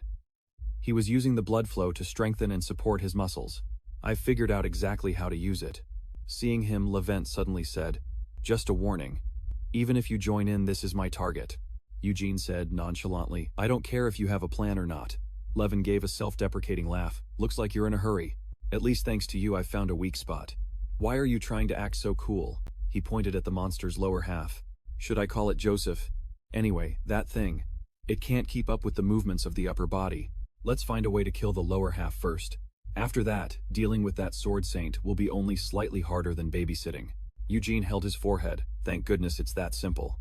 Then he seemed to transform into a completely different person. His eyes turned red like syrup. "Because I'm finding it harder and harder to think straight." This transformation stunned both Levin and Joseph. Asterisk. Just as I thought, he's using Idea's magic tool to go berserk. Asterisk. Idea had once asked Joseph, "Do you know about the berserkers of the north? They can keep moving even when their hearts are pierced." The old man had instinctively answered that it was a state of madness. So they move because they don't feel pain, right? When in reality, they're numb to the overwhelming pain from the flood of adrenaline and endorphins. But this is beyond pain, just as an instrument can't make a sound when its strings are cut. The secret lies in their syrup. When they enter a state of rage, their blood pressure spikes, and their supply of syrup will support and substitute for their damaged organs. That's why even if their muscles are torn to shreds, as long as the syrup vessels remain connected, they can still move. This is it. With this, the real battle finally begins. Eugene charged straight for his target, letting out a ferocious roar. Die. His rage hit its maximum level. The creature roared as it raised a hand to counterattack. Olivia watched as Eugene fought like a madman. Levin muttered to himself, "He's charging in like a lunatic." He immediately rushed forward, kicking the creature and sending it flying. The creature then reached its clawed hand toward Levin. In a flash, it grabbed him. Eugene stood by, cheering relentlessly. "Yes, that's it, keep going." The creature was clearly infuriated. "Damn it." Asterisk, I can't react in time.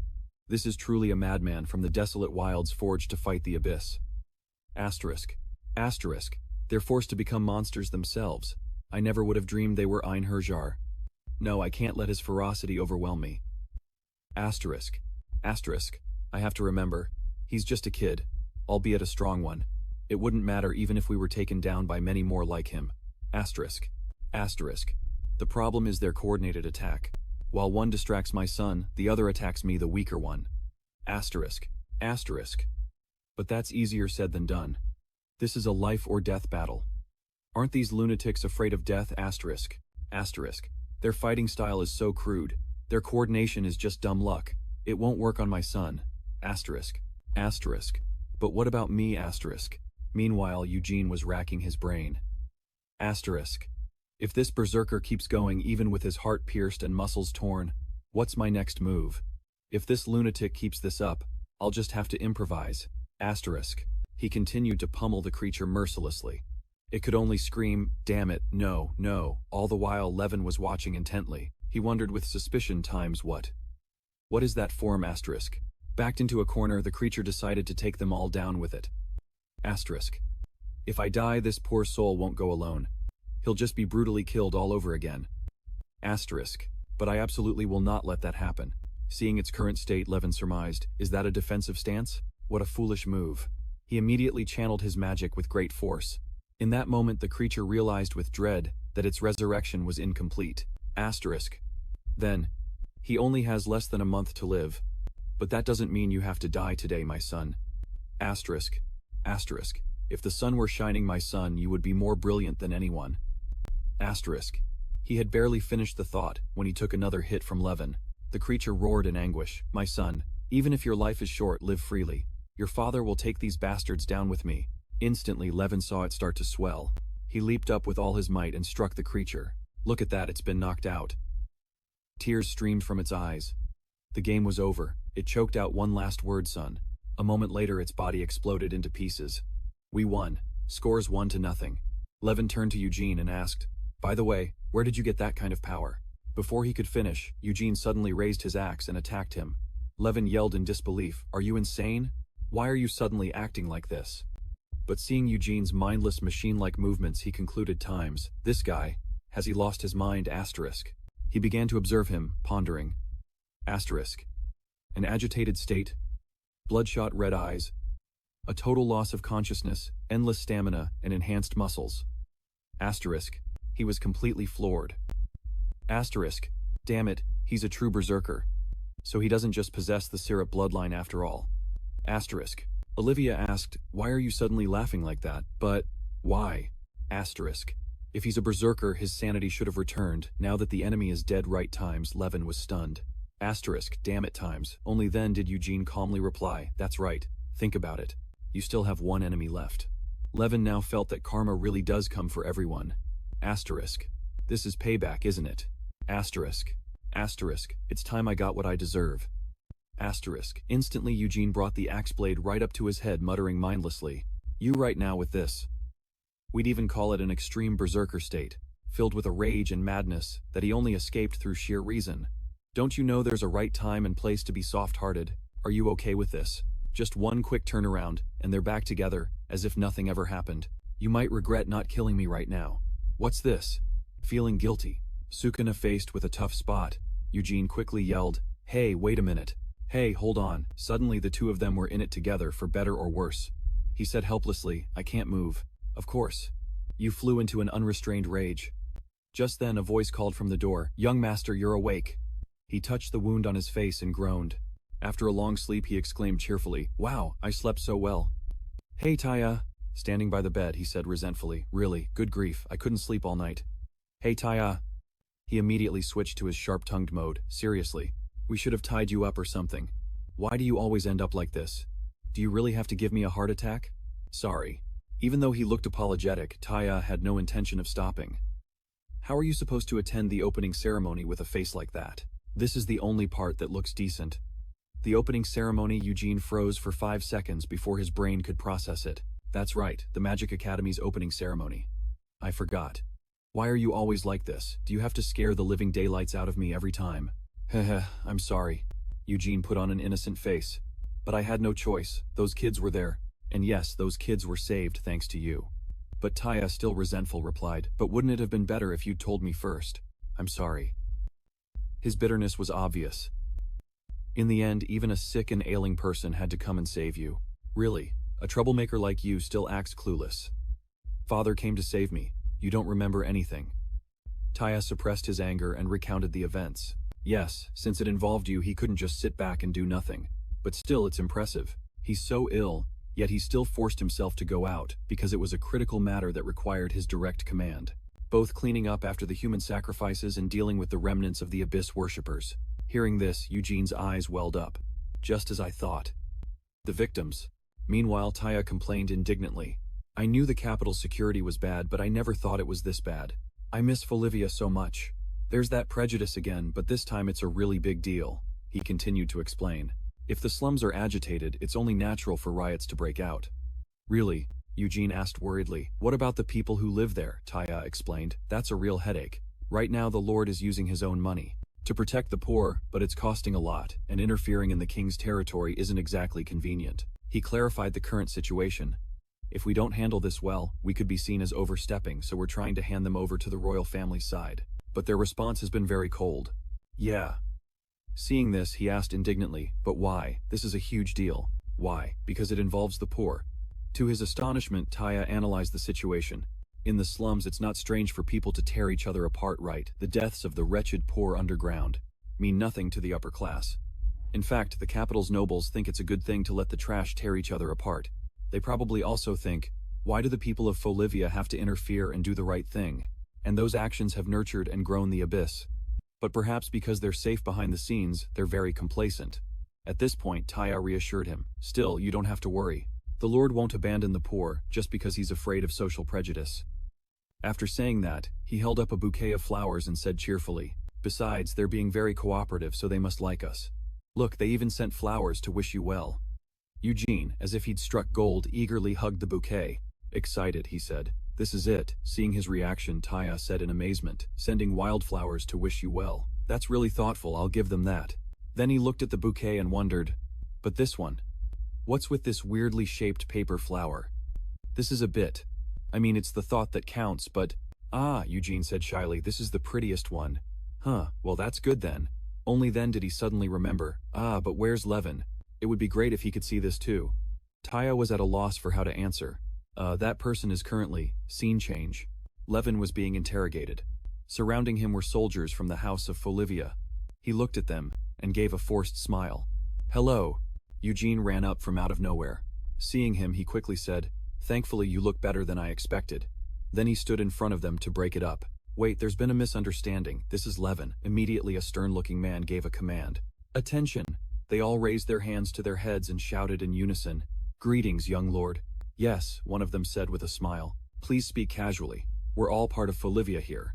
"Huh, really?" the man continued enthusiastically. "When I heard the story of how you wiped out those abyss worshippers, I thought, that's the Lord's son all right." He praised him to the high heavens. "You even look exactly like the Lord.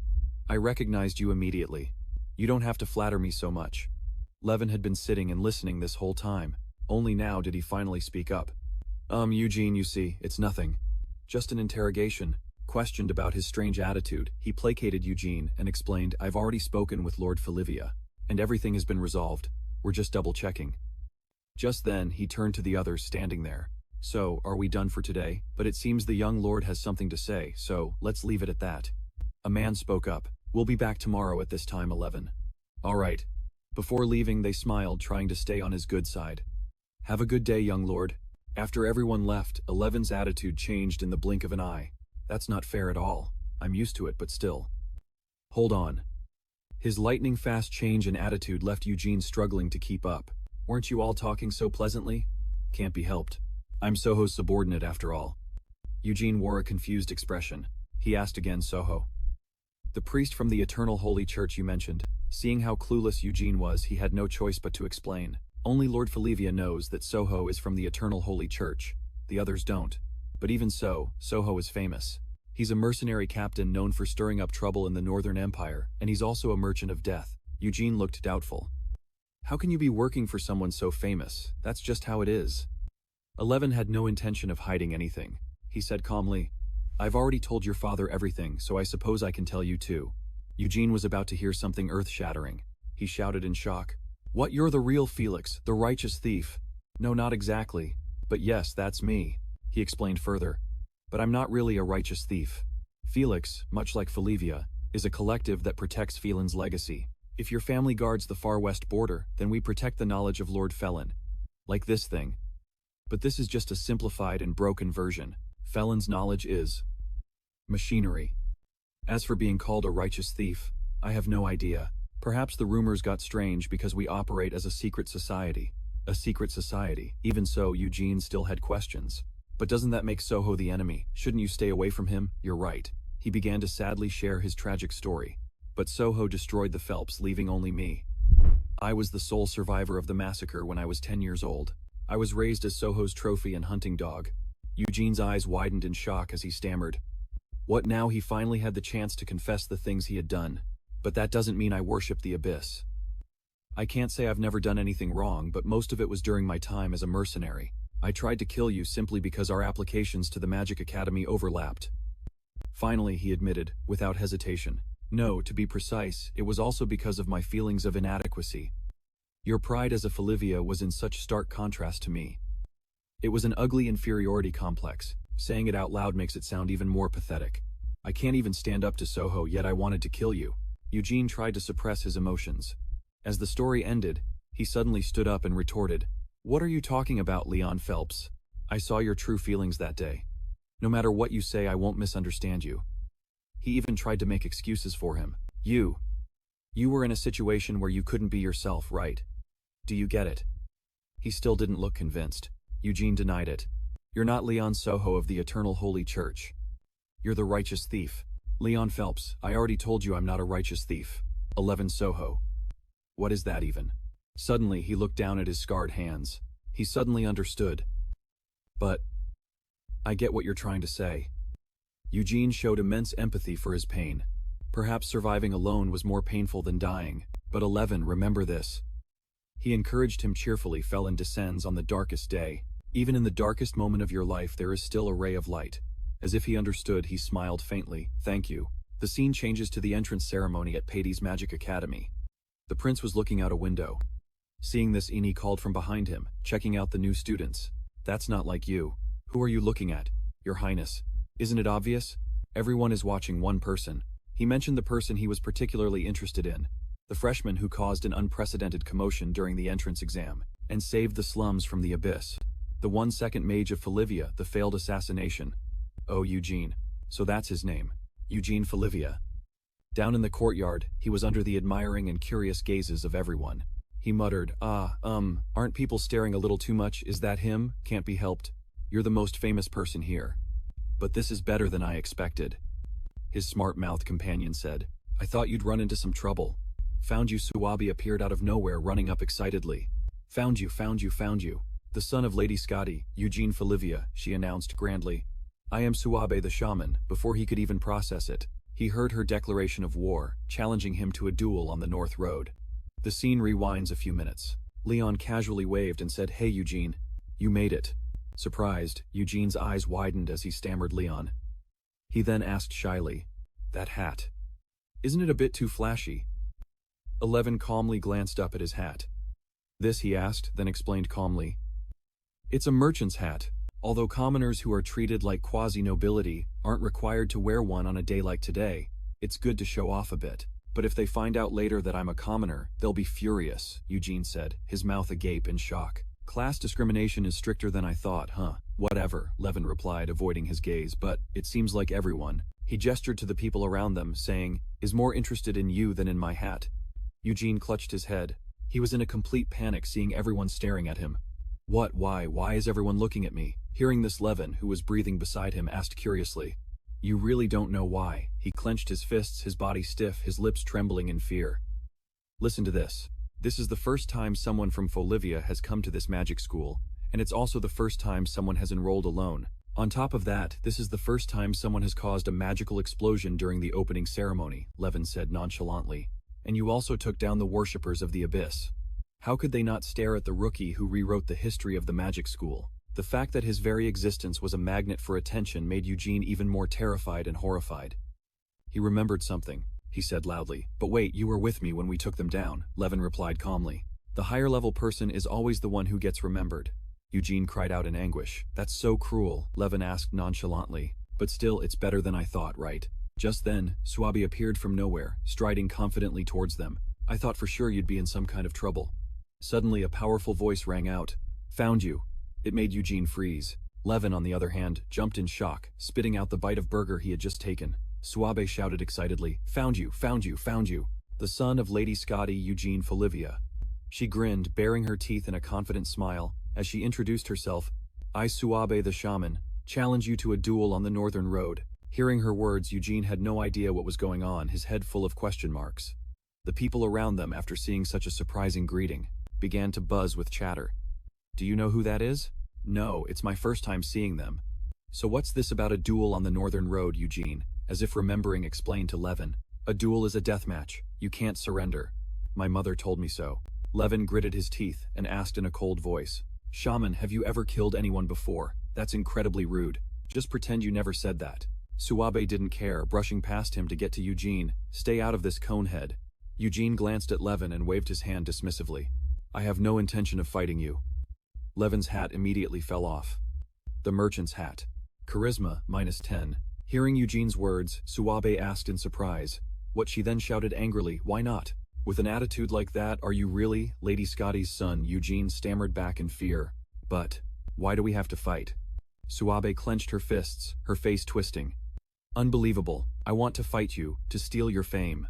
What kind of logic is that? Eugene asked, confused.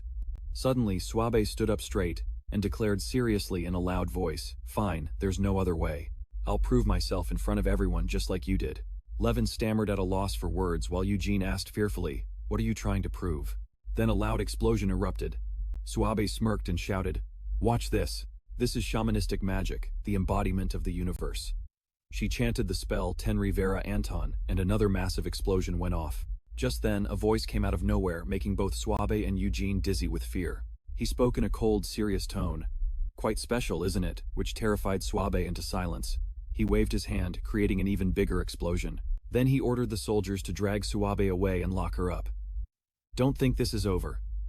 Lock this troublemaking brat up somewhere." The two soldiers shouted in unison. "Yes, sir." Levin was amazed. That was effective, Eugene thought to himself in astonishment. That person used Desio, and not only did he create an explosion just like mine, he increased its density to reduce the range, and amplified its power. This person is a magic swordsman like me, and an incredibly skilled one at that. The students behind them all cried out in excitement. "Oh my God, it's the prince, Prince Gaon." Hearing this, Eugene's jaw dropped in surprise. A prince just then. Gaon suddenly called his name Eugene Filivia. Eugene jumped and replied, "Me, yes, your highness." Gaon said calmly, "There's no need for formalities. I'm a student here too. Just treat me like a senior. I want to talk to you. As the Prince of Hebronia, I want to personally thank you for conquering the abyss." Everyone around them gasped his name in surprise. Eugene smiled awkwardly and replied, "It was nothing really. It was just a coincidence. He seems like a good person." Gaon continued to speak. "And one more thing." He leaned in close to Eugene's face and said coldly, "Stop showing off." Eugene cried out in fear. He realized the person in front of him was completely different from the one who had just thanked him. The scene changes to the auditorium a while later. A professor stood at the podium speaking.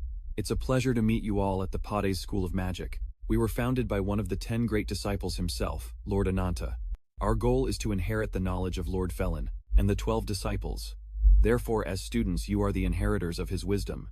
You must have a sense of responsibility and become exemplary citizens like your seniors before you."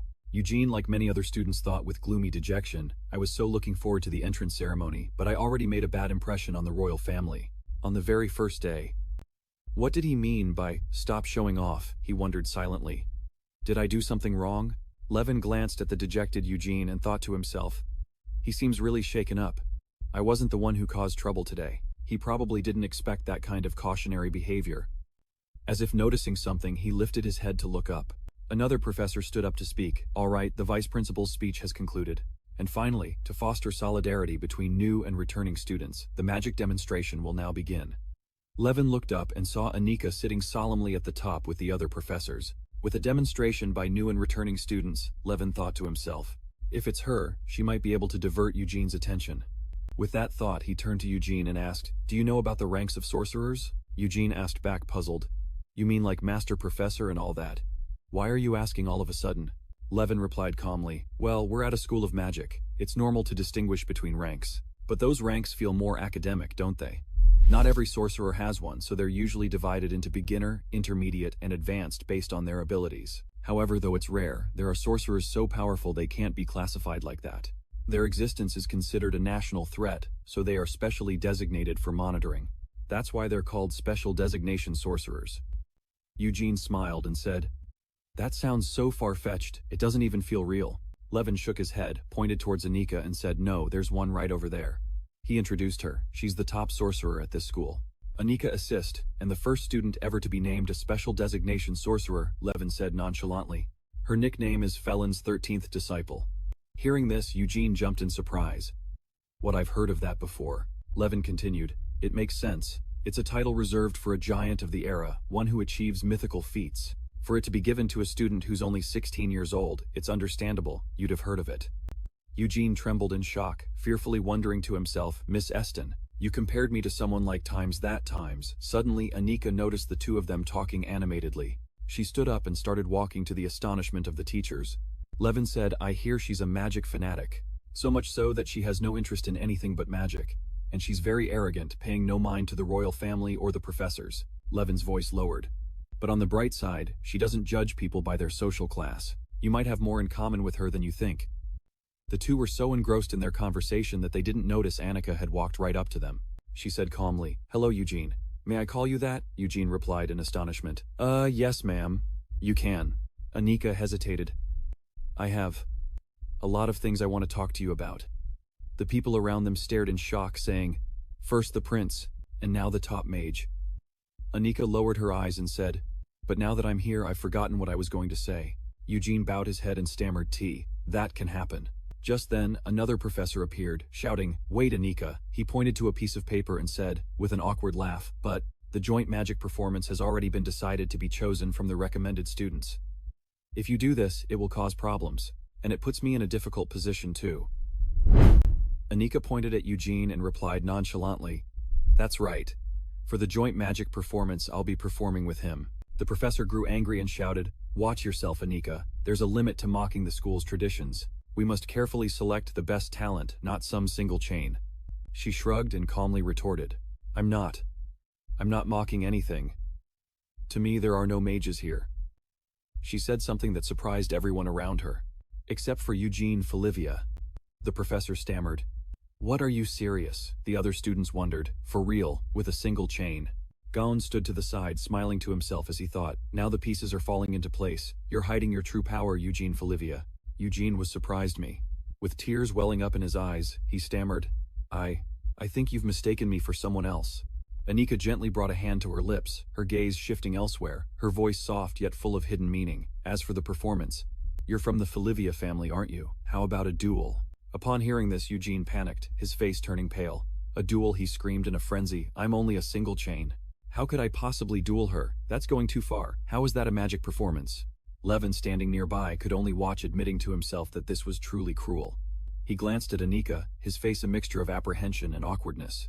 A top mage of the Magic Academy, and the first to become a specially appointed mage while still a student, dueling a first-year single-chain student. This was just bullying on a whole other level. Eugene suddenly looked at Levin. His eyes flashed with an unusual confidence. "But what if? What if I win?" He's falling into a state of despair, isn't he? "Even if you lose, don't be too sad." Stunned by Eugene's mood swing, he asked, What did you just say?" Eugene raised both hands, his eyes sparkling with light, his voice filled with excitement. "People from the Falivia family can see chains. No matter how strong the magic is, it's useless against a Falivia." Levin's expression was pitifully helpless. "I suppose that's possible." Eugene maintained a confident, slightly arrogant, yet naive smile. "Wait, but if I win, do I become the top mage?" "Excuse me." Then just a few seconds later, that smile vanished. He froze, his mood plummeting, and choked out in a trembling voice, "No, that's impossible. I'll be humiliated in front of everyone." Levin just stared at him completely, at a loss for words. So it was just a fantasy. This is a tough case. Sitting down next to him, he gently proposed a plan.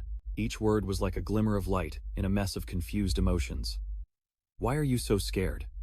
Didn't you charge into the den of the Abyss worshippers all by yourself? Think positively.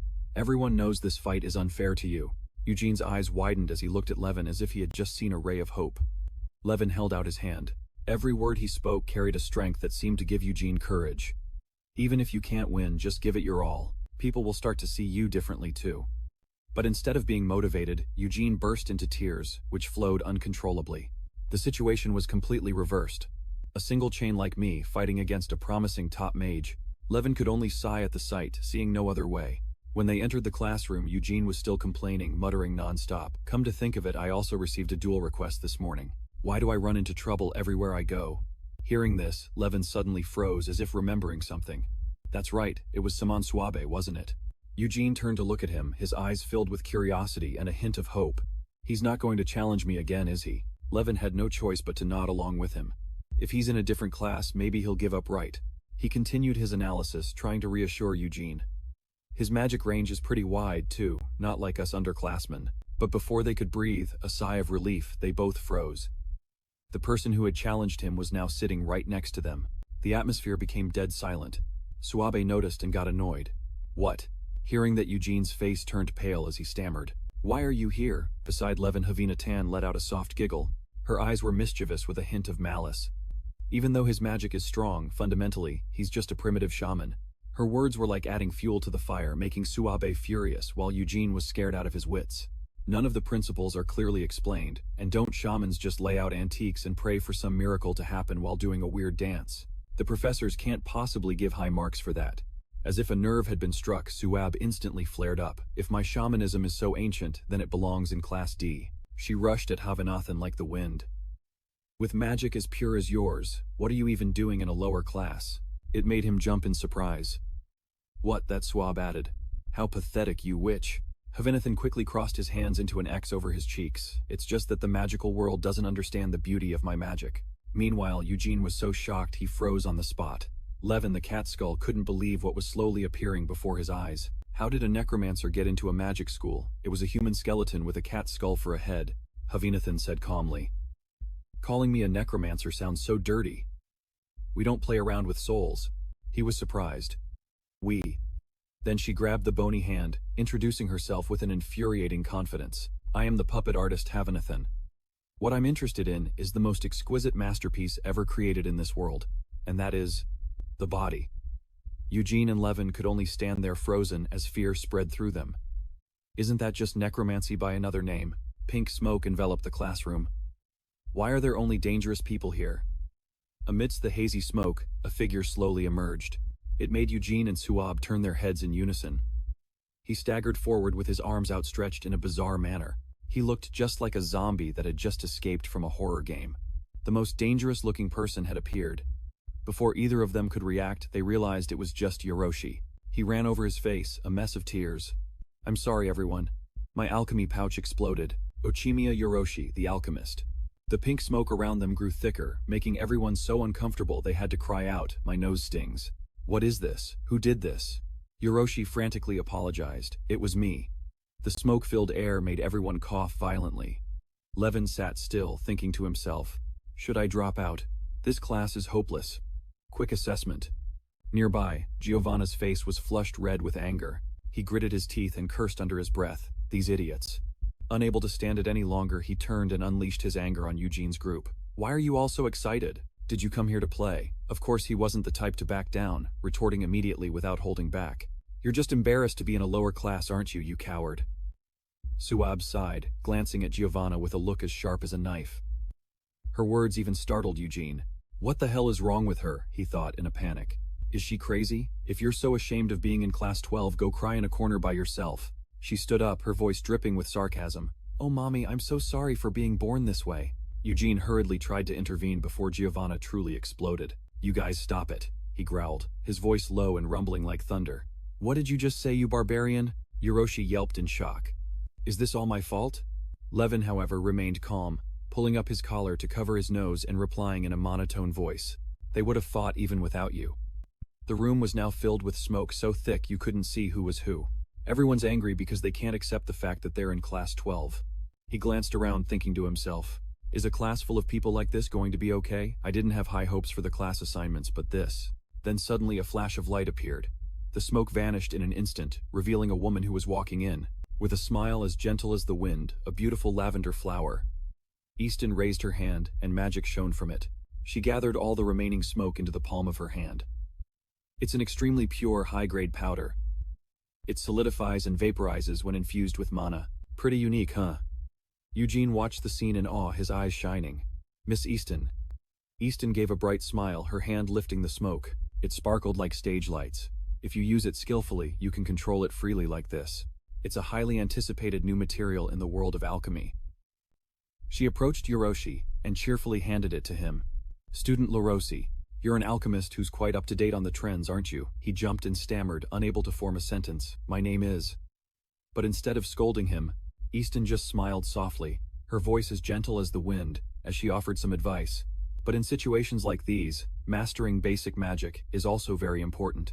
That made Yoroshi's face turn bright red. He stammered in reply amidst the snickering of his classmates. Yes, ma'am, I'm practicing. Eugene looked at the teacher with deep admiration. The teacher is amazing. All of his attention was focused on Easton, who was exuding a strange confidence and charm. She calmed the atmosphere instantly.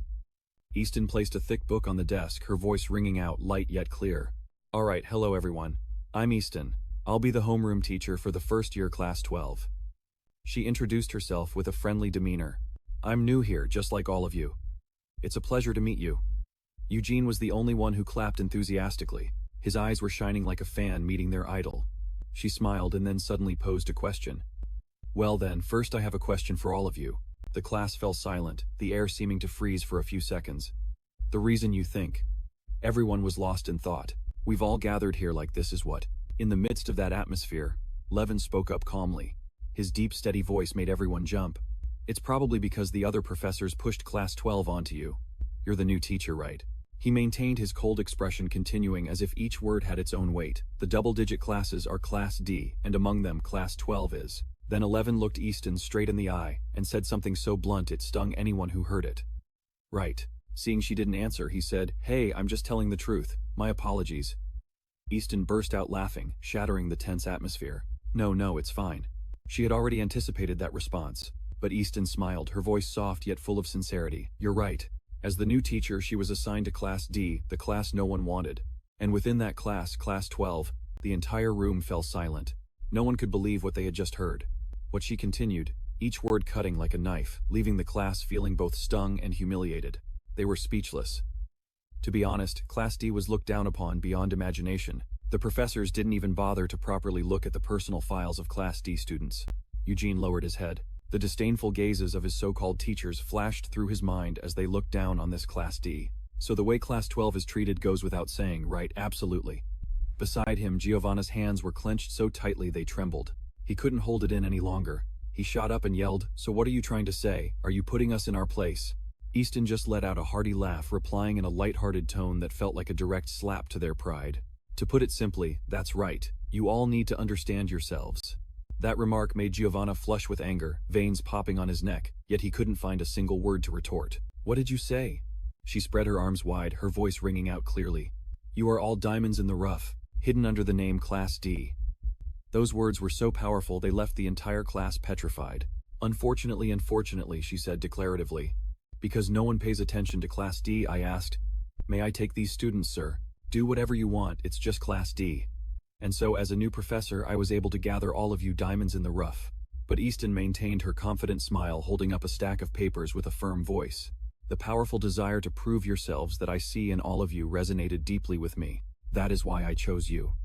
The smile on her lips now held a hint of arrogance, her eyes sparkling as if she had the entire situation in the palm of her hand. "Even if only half of your thoughts are expressed in here, these self-introduction letters are all sincere." Suabe lowered her head slightly, seemingly moved by those words. "Undeniably, you are all courageous and curious students." Havanathan and Yurosi looked at each other and smiled. An indescribable feeling of pride and joy welled up inside them. Eugene also smiled with satisfaction. Talent, Levin thought to himself. More like a collection of sky-high egos. And passion. Easton was now like a brilliant leader. She said, "The Magic Academy's selection system simply failed to bring out the best in you." Easton pointed towards Giovanna and asked, "Isn't that right, student Giovanna?" He immediately shot to his feet and exclaimed, "Of course, the selection process was wrong from the very beginning." He recalled the attitude of others towards him and couldn't help but feel angry. They didn't even bother to see what I could do. Enough. Who gave them the right to judge me? Everyone agreed with Giovanna. Right, Suabe remarked. "So you do know how to say things that are easy on the ears." Only Levin's face was frozen, his gaze darkening, feeling as if he was being dragged into this mess. Easton clenched her fists, her shoulders trembling slightly, but the smile on her face remained radiant. "See, absolutely right. I find it absurd too, but what can we prove with words alone?" She raised her hand towards Eugene, making him jump. "Fortunately, your classmate Eugene Folivia has given us a chance to prove them wrong." Her finger pointed gently. Her voice rang out clearly.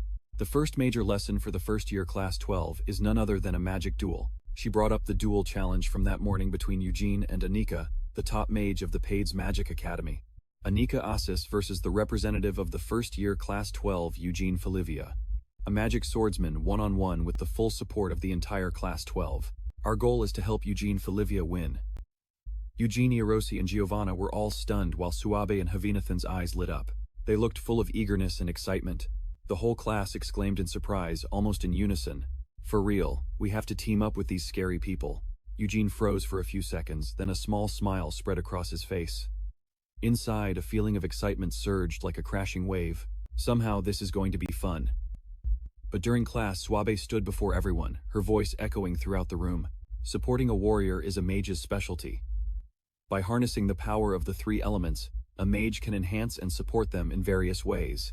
But she placed a hand on her chest and declared, her eyes blazing, "I came to this magic academy to become a warrior, not to support the likes of him." Eugene whispered softly. "Are you sure you came to the right school?" Immediately after, Suabe pointed at Eugene and exclaimed, "Fight me, Folivia, let's have a one-on-one duel. We will choose the warrior who will fight the strongest mage." Levin tilted his head and muttered, "Sounds like this is some kind of tournament." Someone tried to intervene, but Suabe shouted loudly, "What the hell, let me go." Giovanna glanced over at Eugene. "Hey you." Havanathan, on the other hand, curled his lip into a clear, sarcastic smirk. That must be exhausting. At the podium, Hiroshi calmly stirred a research flask while introducing his findings. "Hello, I'm Hiroshi, a pharmacist. I believe I can create magical catalysts for the match." Eugene asked curiously. "You're pretty small, huh? Do you have any siblings?" But he paid it no mind. His eyes remained glued to the experiment, his face holding a hint of mystery. "Like poison, for example," Easton gently reminded him. Her voice was soft, but it was enough to startle the whole class. "The use of poison is not allowed." Next up, 11. He stepped forward with unbelievable composure. "I'm 11, a charm specialist and magician. I can craft simple magical devices or enchant your items." He held up a piece of paper. Then with one swift motion he sliced a pen in half. Like this, the whole class was amazed. Everyone's eyes went wide. Cutting a pen with paper, Easton smiled and gestured towards Levent, Hiroshi and Suabe, her voice ringing out clearly. It carried a heavy sense of confidence. "So within the rules of the magic match, these 3 students are the ones who can directly support Eugene. As for the rest of you, we'll discuss how to use your abilities most effectively together." Easton began to explain the principles behind their abilities. "By discussing how to use different types of magic, you'll gain a deeper understanding of magic as a whole." Her voice was clear and steady, her eyes shining with excitement.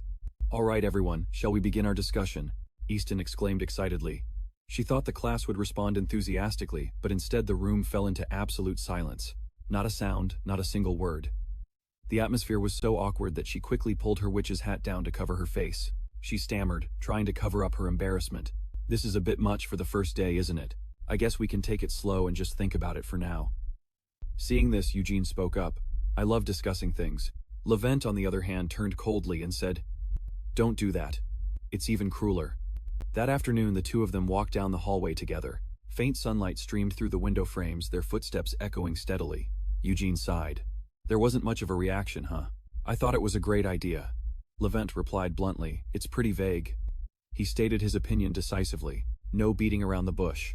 "It's better to improve your skills and move up to a higher class next year than to try and prove yourself in Class D." Seeing Eugene's silent lack of response, Levent quickly added a few more words. "Or just focus on the main courses and forget about that class." Eugene then looked up and replied concisely but sharply, "I guess everyone has their own plans." As they were talking, a harsh sound suddenly rang out, making them both jump and turn around. "Why don't you just think of it as an event and relax?" A strange student appeared. Striding over with an arrogant air, he wordlessly kicked Hiroshi, sending him flying to the side. He yelled, "Are you crazy? I tried to be nice and you're still causing trouble." But Hiroshi struggled back up, his gaze firm and unafraid. "I have the right to use the school's workshop too. What right do you have to tell me to leave?" The guy grabbed him by the collar. Yanking him hard, his voice dropped to a growl, shouting so loudly the whole hallway echoed. "Are you asking because you really don't know? Who'd want to share a workshop with Class 12? In his rage, he didn't notice Eugene standing right behind him. "Stop interrupting other people's studies." His voice rang out sharply. "Could you take your hand off him?" Before he could react, Eugene grabbed his shoulder and pressed down hard. The guy screamed in pain. The crowd standing around could only watch, stunned. "Ugh." My shoulder. Leon walked over, his expression indifferent, as if it had nothing to do with him. "I see what's happening.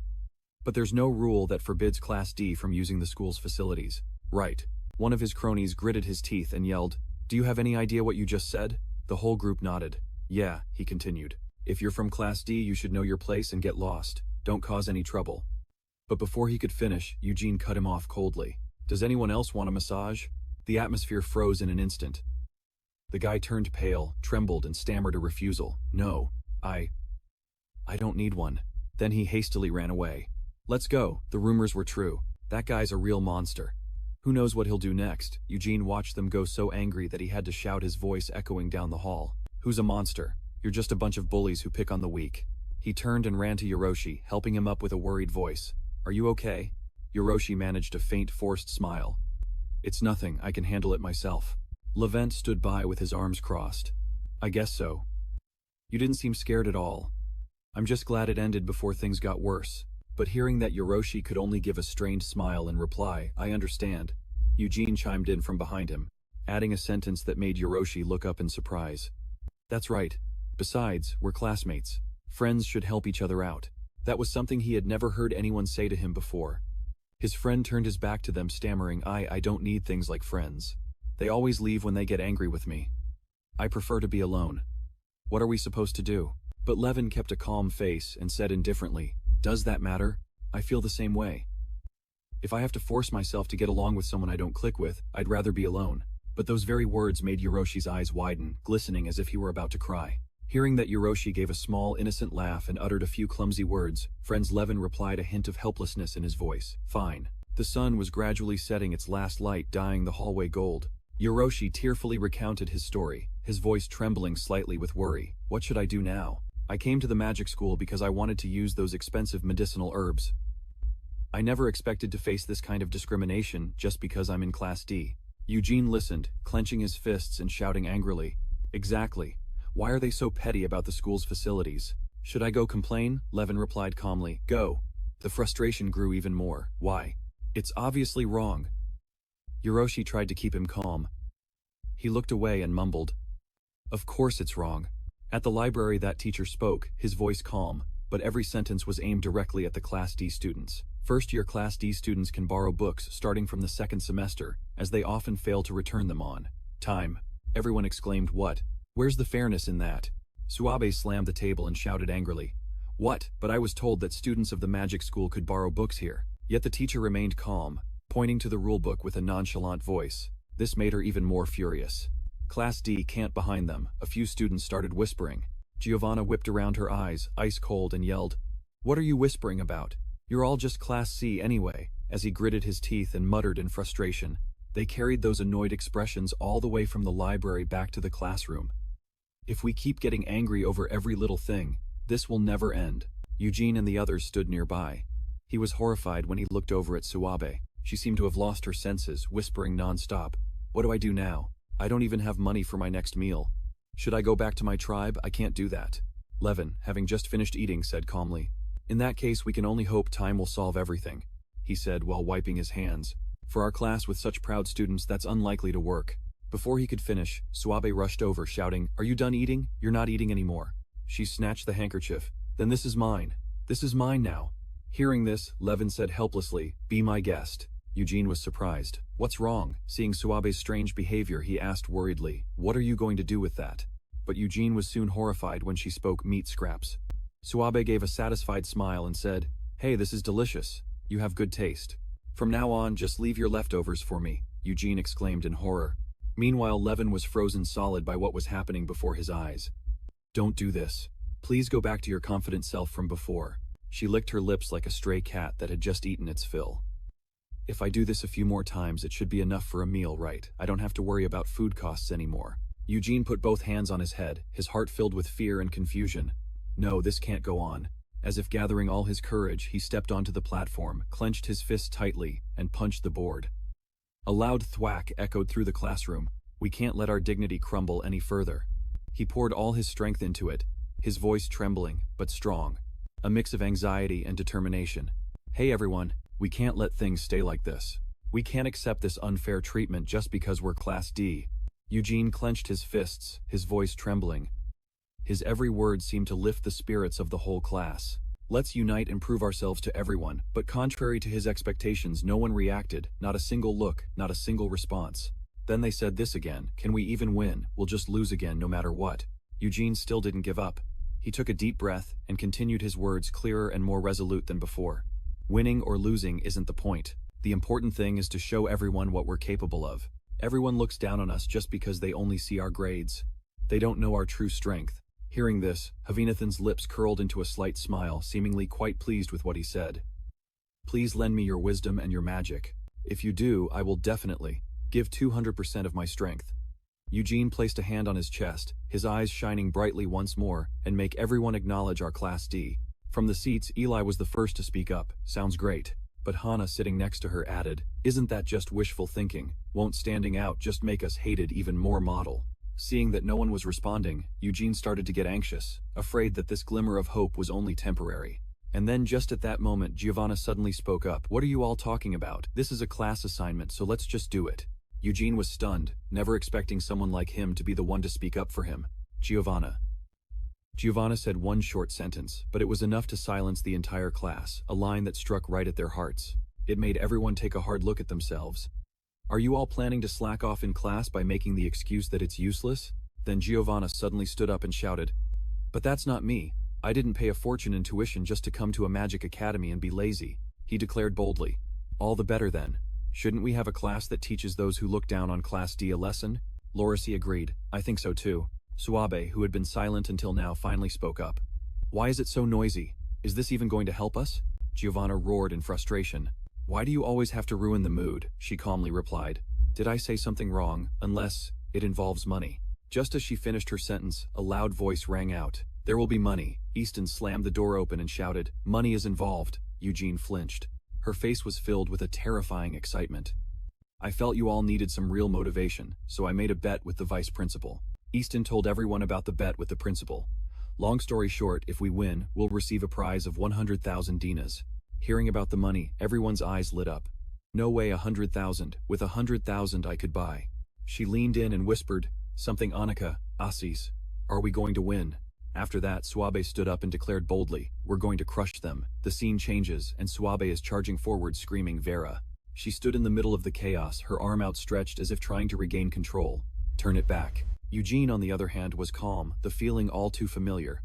Things like this.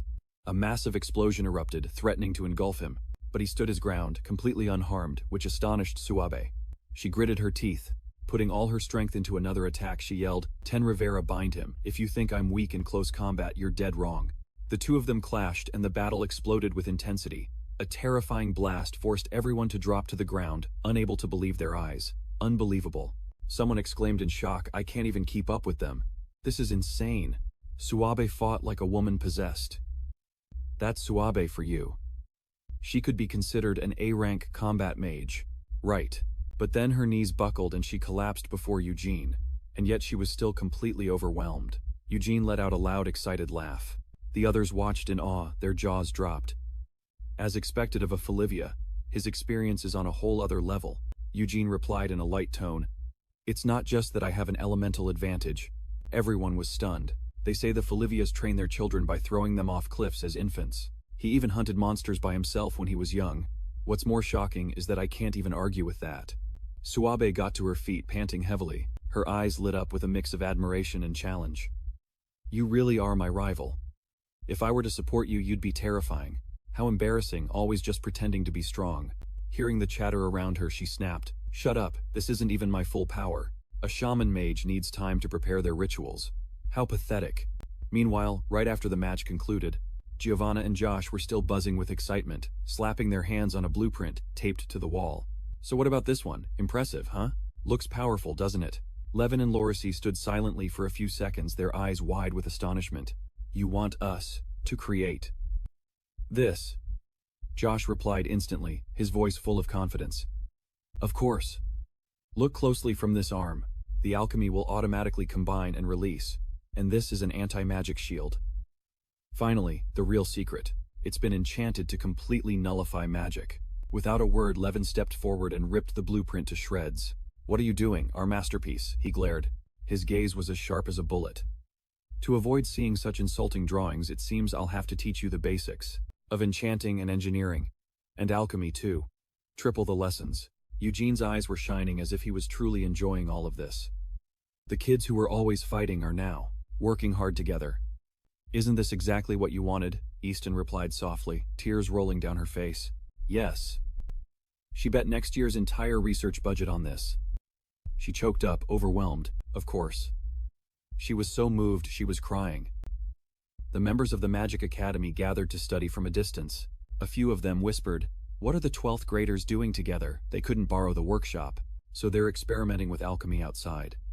As for Suabe, she was practically going insane, continuing to charge into battle with Eugene. "All right, let's do this." Seeing that scene, everyone was stunned. The light flared up so bright it was blinding. What the hell are they doing? From the floor above, a few other 12th grade students gathered to watch, whispering amongst themselves. "I heard they're preparing for the match between Assis and Folivia. Really, don't they know their place? But do they seriously think they can win?" Amidst the chatter, Eugene remained calm on the battlefield. Even while sparring, a confident smile remained on his lips. "We can win. If it's not just me but all of us together, I feel like we can win." Suddenly, a cold voice rang out from behind. No, you can't beat me just by doing that. Eugene whipped around in surprise.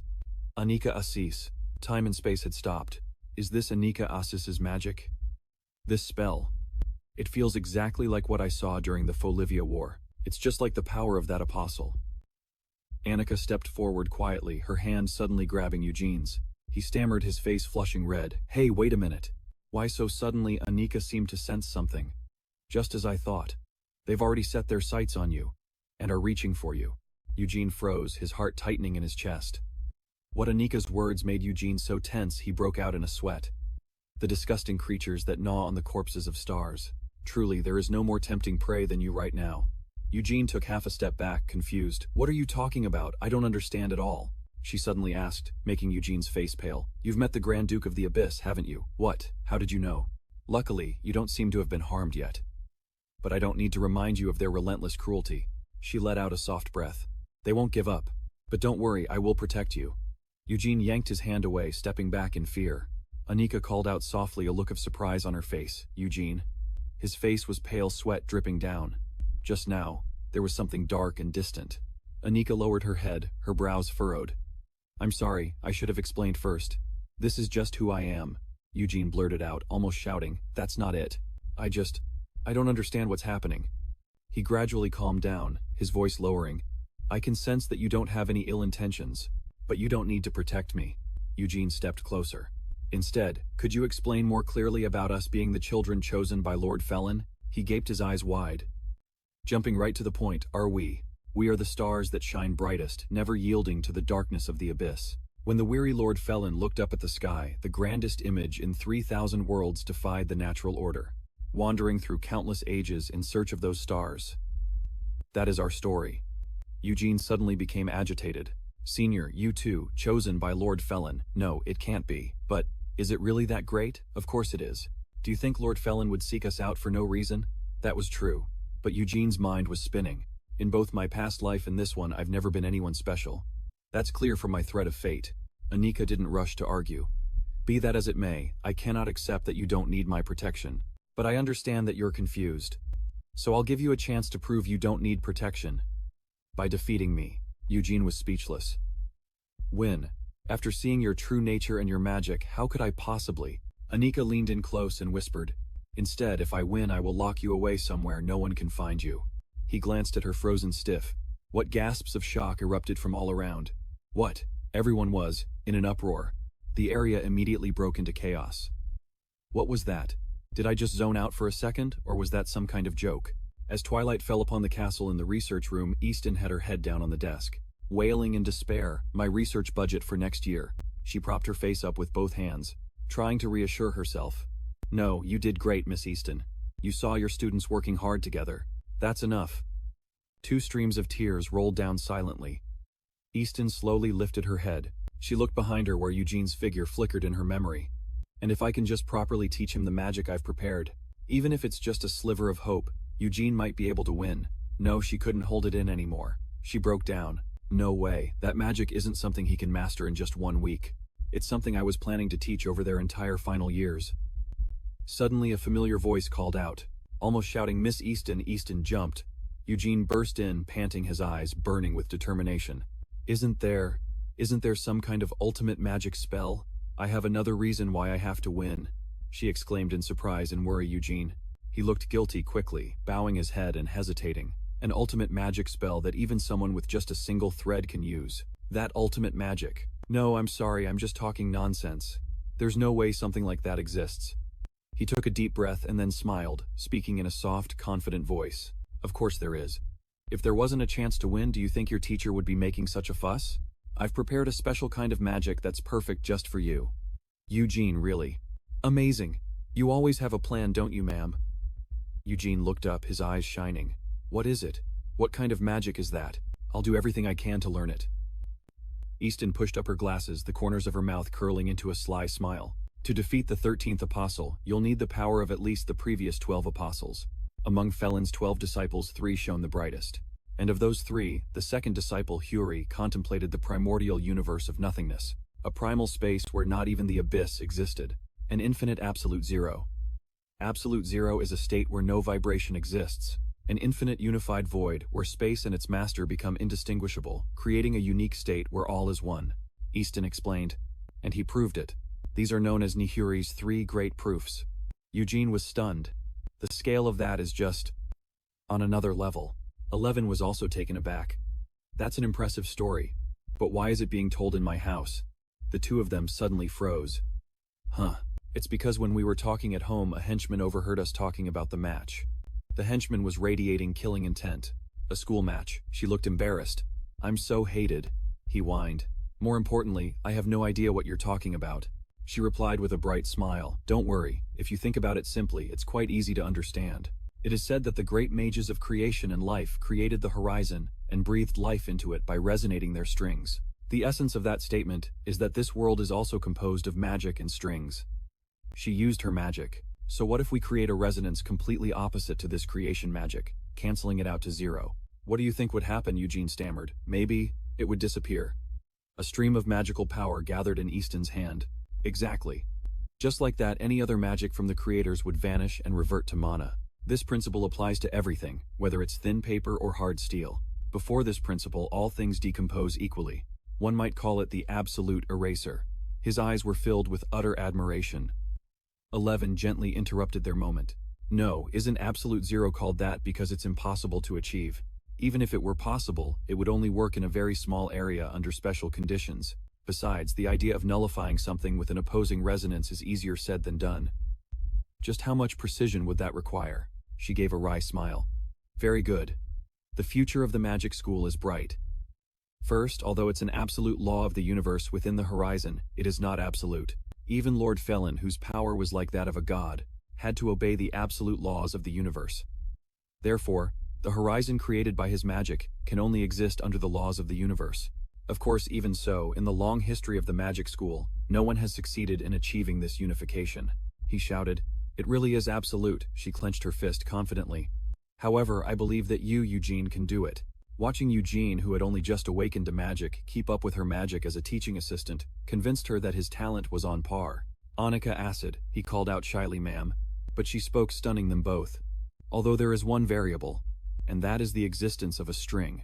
This type of magic creates a counterwave, turning it into anti-magic. So the key isn't the number of strings, but the precision, just as 11 said. And that precision is exactly your strength, Eugene. He repeated emotionally. You mean, my strength? She added. And so what if the range is small? Even a small but sharp sword can cut through the air as if it were cutting through steel. Giving it to a swordsman like Eugene Falivia would undoubtedly create an unimaginable synergy. It truly is the ultimate magic prepared just for you, Eugene. He tensed up, trembling with a mixture of excitement and nervousness. He raised both hands, feeling the light before him. The ultimate magic. Prepared for me. Thank you, ma'am. You've prepared so much for me. I will definitely master it before the match, she replied. A week might be a bit tough. One morning, his pale, lifeless face was filled with exhaustion. He clutched his head, muttering in fear. Because I'm screwed. I'm going to be imprisoned. 11 was startled. What's wrong? Having trouble learning the magic, he replied tearfully. No, I've made some progress. Hit me with an attack spell. He doubtfully raised a finger, creating a small flame. Since you asked. Eugene glared, a light flashing in his eyes. He swiped one hand through the flame. To his astonishment, the flame vanished. He exclaimed in shock, What? Did you just erase my magic? He rubbed his hand lightly and replied, Yeah, I can erase normal magic. Still amazed, he said. That's incredible. I thought you weren't making any progress at all. He gritted his teeth and clenched his fists, a look of frustration on his face. No, at this level it's useless. At this rate, I'd be better off just using a cutting spell. He looked at him. It was a dilemma only a Falivia mage would face. He yelled, To defeat Annika Acid, I need to be able to counter the magic of at least the 12 disciples. 11 covered one ear. Are you aiming that high just because of her nickname, the 13th disciple? It's true she's impressive enough to be called that, but that's just a metaphor. No matter how outstanding she is, how can a modern mage compare to the founding mages from tens of thousands of years ago? What if she really is the 13th disciple? He smirked sarcastically. You're too naive to take it so literally. Try to relax a little. You grumbled. This is driving me crazy. I can't even talk about it, but tens of thousands of years ago. That's ancient times. No wonder no one believed me when I said Lord Felon saved me, he reassured you. And don't worry about it all by yourself. Everyone else has been preparing very thoroughly together. You let out a surprised, "Huh," then in the classroom you froze, holding a huge amount of potions. They prepared this much," here LaRossi said, taking out a few vials to explain. "This is a frostbone potion, and this one is a sticky type." You asked quietly, "Can I even carry all of this? I only have 2 hands." The people around you started chattering. Each bottle contains a single spell, so the more the better. Right, everyone worked really hard to make them. It was my first time brewing a potion, so make sure you take it with you. You thanked them gratefully. 11 walked over from a distance and spoke up. "At least my items are simple." He pointed to the 2 items in his hand, explaining, "A flint ring and an enchanted sword. The enchantment activates when you rub the sword against the ring." You exclaimed with interest. "An endless enchantment," he replied. "Not endless, but enough for one battle." Turns out when these guys put their heads together, they can come up with some pretty useful stuff. You shouted excitedly, "Thank you everyone, this is exactly what I need." "But where's Suabe?" She spoke softly from behind. "I'm here. I was preparing things outside." You and the others around you gasped in amazement. You praised her. "You look like a real shaman." "So cool," she said smugly. "Go on, praise me more." Havina leaned close to your ear and whispered, "Praise her more." No one here understands shamanism, so she feels lonely preparing by herself. You were surprised. "Really," Suabe snapped. "Shut up. I don't need any pity compliments. Just go outside. I've finished preparing the ritual." "Outside, okay. Then relax and close your eyes." You sat in the center of the circle, turning your head slightly to ask, "Are we starting right away?" "This seems different from what my mother used to do." She replied softly, "Yeah, well, I can't exactly sprinkle goat syrup in the school garden. Or make everyone else eat hallucinogenic mushrooms and dance." You stammered in horror. Is that how it works?" She shrugged and replied, "Plus I sold all my tribe's ritual tools to pay for tuition." Easton's words appeared in your mind. "I was told that large-scale shamanic rituals are like festivals for the tribe, and performing them in a simplified way is common. It's a shame for the teacher that we can't see traditional shamanism, but it can't be helped." You whispered, "We're probably better off not seeing it. If we did, the 12th grade's reputation would be ruined." 11 reached out a hand into the empty air, curious. "So what kind of ritual is it?" "It's not a berserker ritual, is it?" Easton beside him gaped in shock. "No way, that's a bit much." The surrounding students started murmuring. "What? Are we going to see a berserker? It doesn't seem to suit Eugene. Wouldn't he just become ferocious?" She snapped, "Idiots. Why would I turn him into a berserker for a magic duel?" "So what kind of magic would he even use?" Easton mumbled. "Right," Suabe shouted angrily. "And in the first place, this soft and weak young master could never become a berserker, no matter how much of Lady Scotty's syrup he drinks." You replied, softly stunned. "Soft and weak," she yelled. "Only a true warrior, one with the guts to kill, even if it means being killed, can become a berserker." He approached you and asked quietly, "You didn't bring the berserker ring, did you?" You replied helplessly, "No, both were single use." Easton pressed on with interest. "So what kind of ritual is it?" So little is known about shamanism, even the teacher can't guess. She lowered her voice and answered, "There is a ritual suitable for this one for the wise. It's for what is commonly called the sixth sense, or a shaman's vision. It's used to awaken the heavenly eye. The day of the duel, the temporary arena." The crowd buzzed with chatter. "Folivia or Asis? Who do you think will win between the two?" Gaon looked slightly surprised. "Is that even a question? Of course it'll be an overwhelming victory for Asis." Below the arena, the teacher instructed, "Try not to cause too much destruction even if it is outdoors." "All right, just take it easy." Anika just grunted. On Eugene's side, everyone was cheering him on. Why didn't the 12th grade prepare thoroughly too? Besides, he's still a Folivia. He held up a hand, his expression thoughtful, and said about the first point, "I can't comment on that since I don't know what they've prepared. But I can confidently state this about the latter. For Eugene Folivia, the fact that he's a Folivia is nothing more than a weakness." Suabe was casting her magic, saying softly, "While mages cast spells by plucking their strings, mages communicate with the world through the strings of their instruments, beseeching the heavens, earth, and water to create miracles. And how is that possible? On this, mages cannot offer complex theories like sorcerers do, but they can give an undeniable answer. The magic that moves this world is alive and possesses a will. Only when you let go of yourself can you see the real world." She leaned in slightly and asked Eugene, "So do your eyes feel any clearer?" He smiled and replied softly, "Yes, I can see a new world." Annika's eyes were cold, devoid of any emotion. "Perhaps you've matured a little. In this bustling arena, who do you think will win? Asis, of course. Don't say such stupid things, it's annoying. A week ago this question and answer would have been unimaginable. The difference between the first-year mage Eugene Folivia and the 13th disciple Anika Assis was absolute. Even the fact that Class 12 declared they would win was a laughingstock for the entire school. The constant noise from Class D had drawn everyone's attention. This is crazy, what the hell is this? As the capabilities of Class 12 became clear to everyone finally realized who Eugene truly was. He was the son of legendary guardians. His siblings were formidable warriors who inherited that powerful bloodline. So what about Eugene? Interestingly, while many had witnessed Eugene's skills, only a few could accurately grasp their extent. Through the eyes of the mages, Eugene's limits were something the swordsmen couldn't even guess. Trying to look away from Eugene, they began to notice something else. They immediately thought that Class 12's unlimited support was unfair. Anika Assis, as a specially designated mage, is subject to state regulations. So is it fair for Eugene Folivia to receive help? The fact is, equipment crafted from alchemy or enhanced with magic could be considered cheating. In a duel meant to prove Eugene's abilities as a mage, right? They began to seriously evaluate Class 12, whom they had previously mocked. Eugene's bold declaration to make everyone recognize the capabilities of Class 12 had come true. However, things didn't turn out as positively as Eugene had hoped. The discrimination against Class D was justified as being based on talent. It was just a mask to hide the truth. The real role of Class D was to serve as a target for the higher classes to feel superior, while providing a cautionary example by its very nature. It was a caste system within the magic school. An individual from Class D moving up the system was acceptable, but Class D itself, rising in rank, was considered a challenge to the established order. That's why, despite this lopsided battle, the other students began to see the boldly confident Class 12 as arrogant challengers, daring to rise above their proper station and thus deserving to be crushed.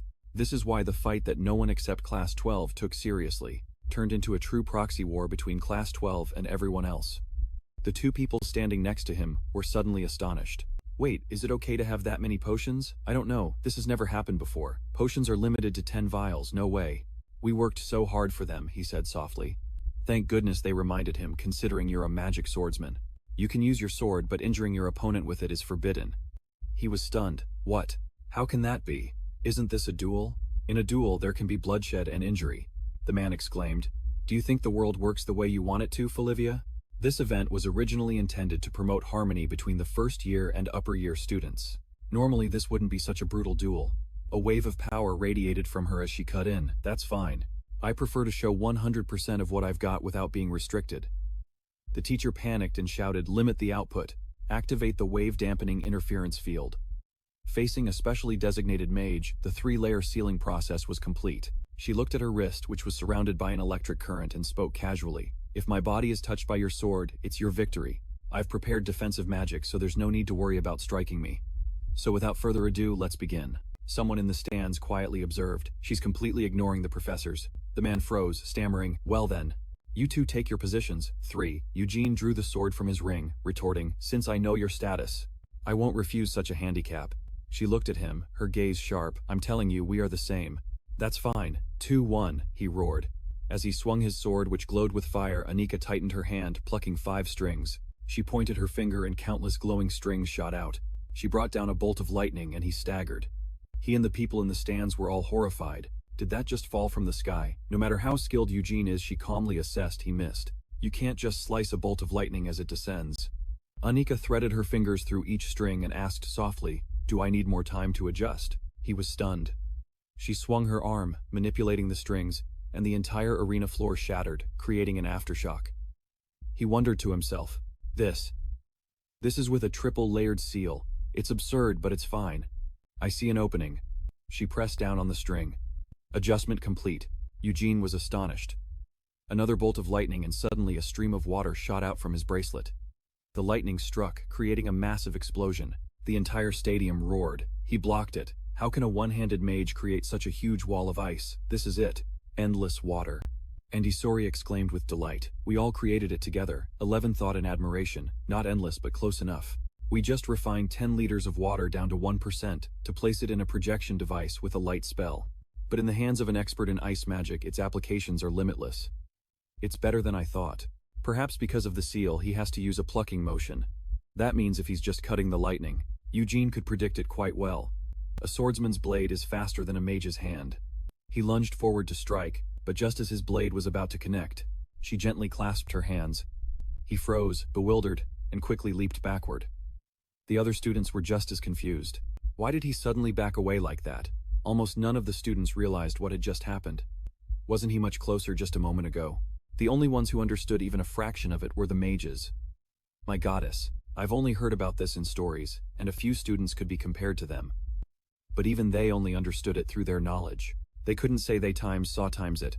The only one who truly saw it was Eugene himself.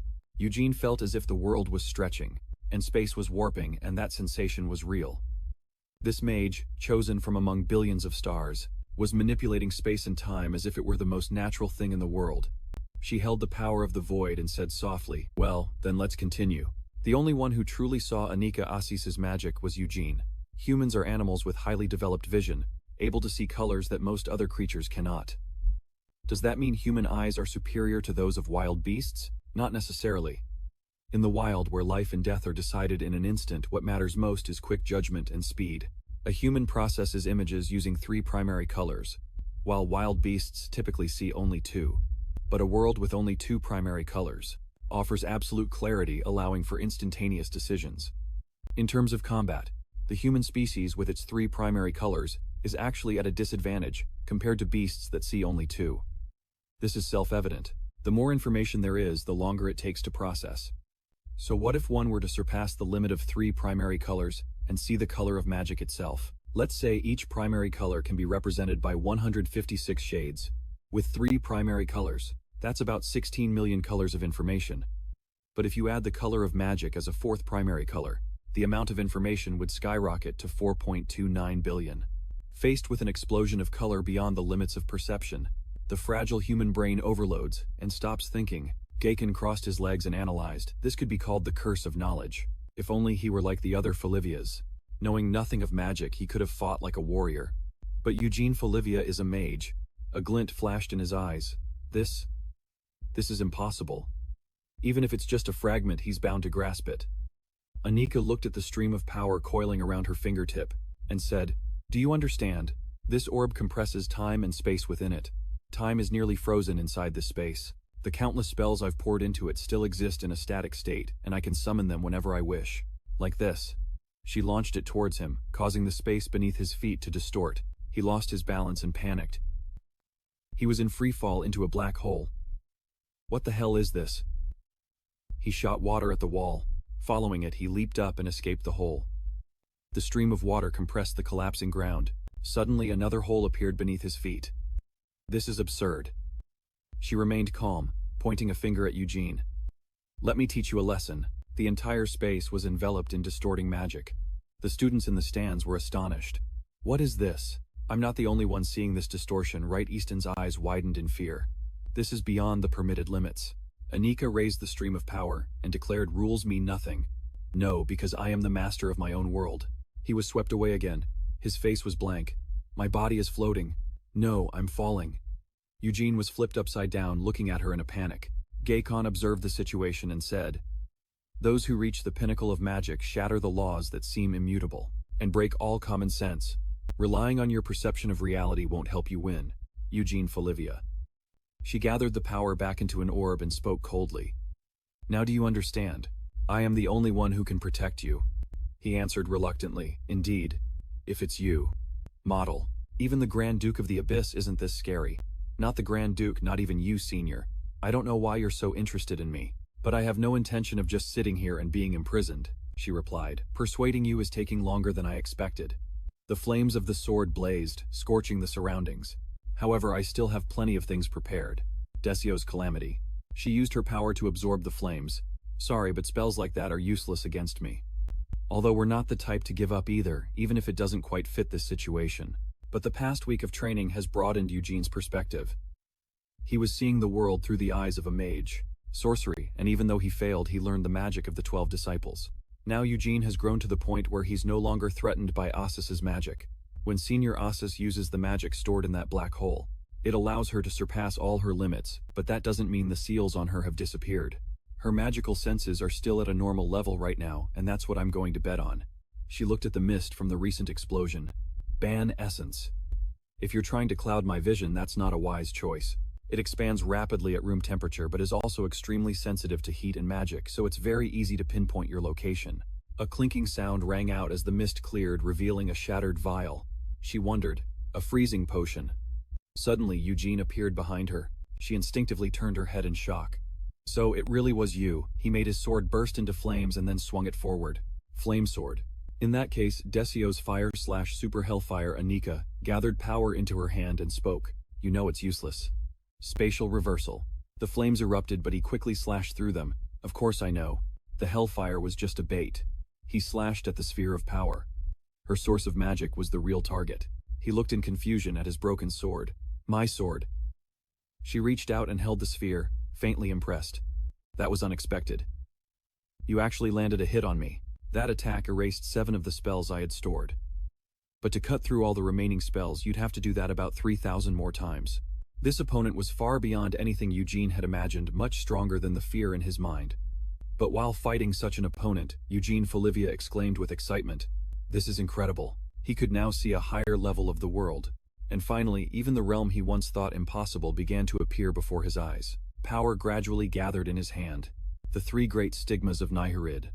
The void. The day humanity first saw the color red, it looked just like syrup. The devil's fruit. They were confused and terrified by the new information. But those who overcame their fear learned something new. This red thing is delicious. Really, that's when humans began to broaden their horizons. The first time you see something, you don't know what it is, and it can be scary. But if you overcome that fear, you can go even further. He grasped the power in his hand and exclaimed, I see it. The remnants of creation's temperature. This world is made of strings. That is the void, just like calling it an empty vacuum. Absolute zero. To reach the void, even the waves of space need to be compressed, but the lingering heat of creation regulates the tiny world. That's an understatement for extremely difficult. The same goes for Eugene. If it weren't for his discerning eyes and the help of everyone, he would never have reached this absolute combination. She was stunned, whispering, That's Nihirid's magic, which returns everything to nothingness. It takes 3.7 seconds to fully combine. That much time can be considered an eternity in a duel. But how could you? But Anika Assis couldn't react in time because Assis also saw an unusual phenomenon. The mana of this world moved according to its will solely to fulfill Eugene's wish. The sight, as if he had received the world's love momentarily, mesmerized even the emotionless Assis, so it took her a moment to realize that what seemed completely harmless was actually preparing to attack her. Even so, she wasn't too slow.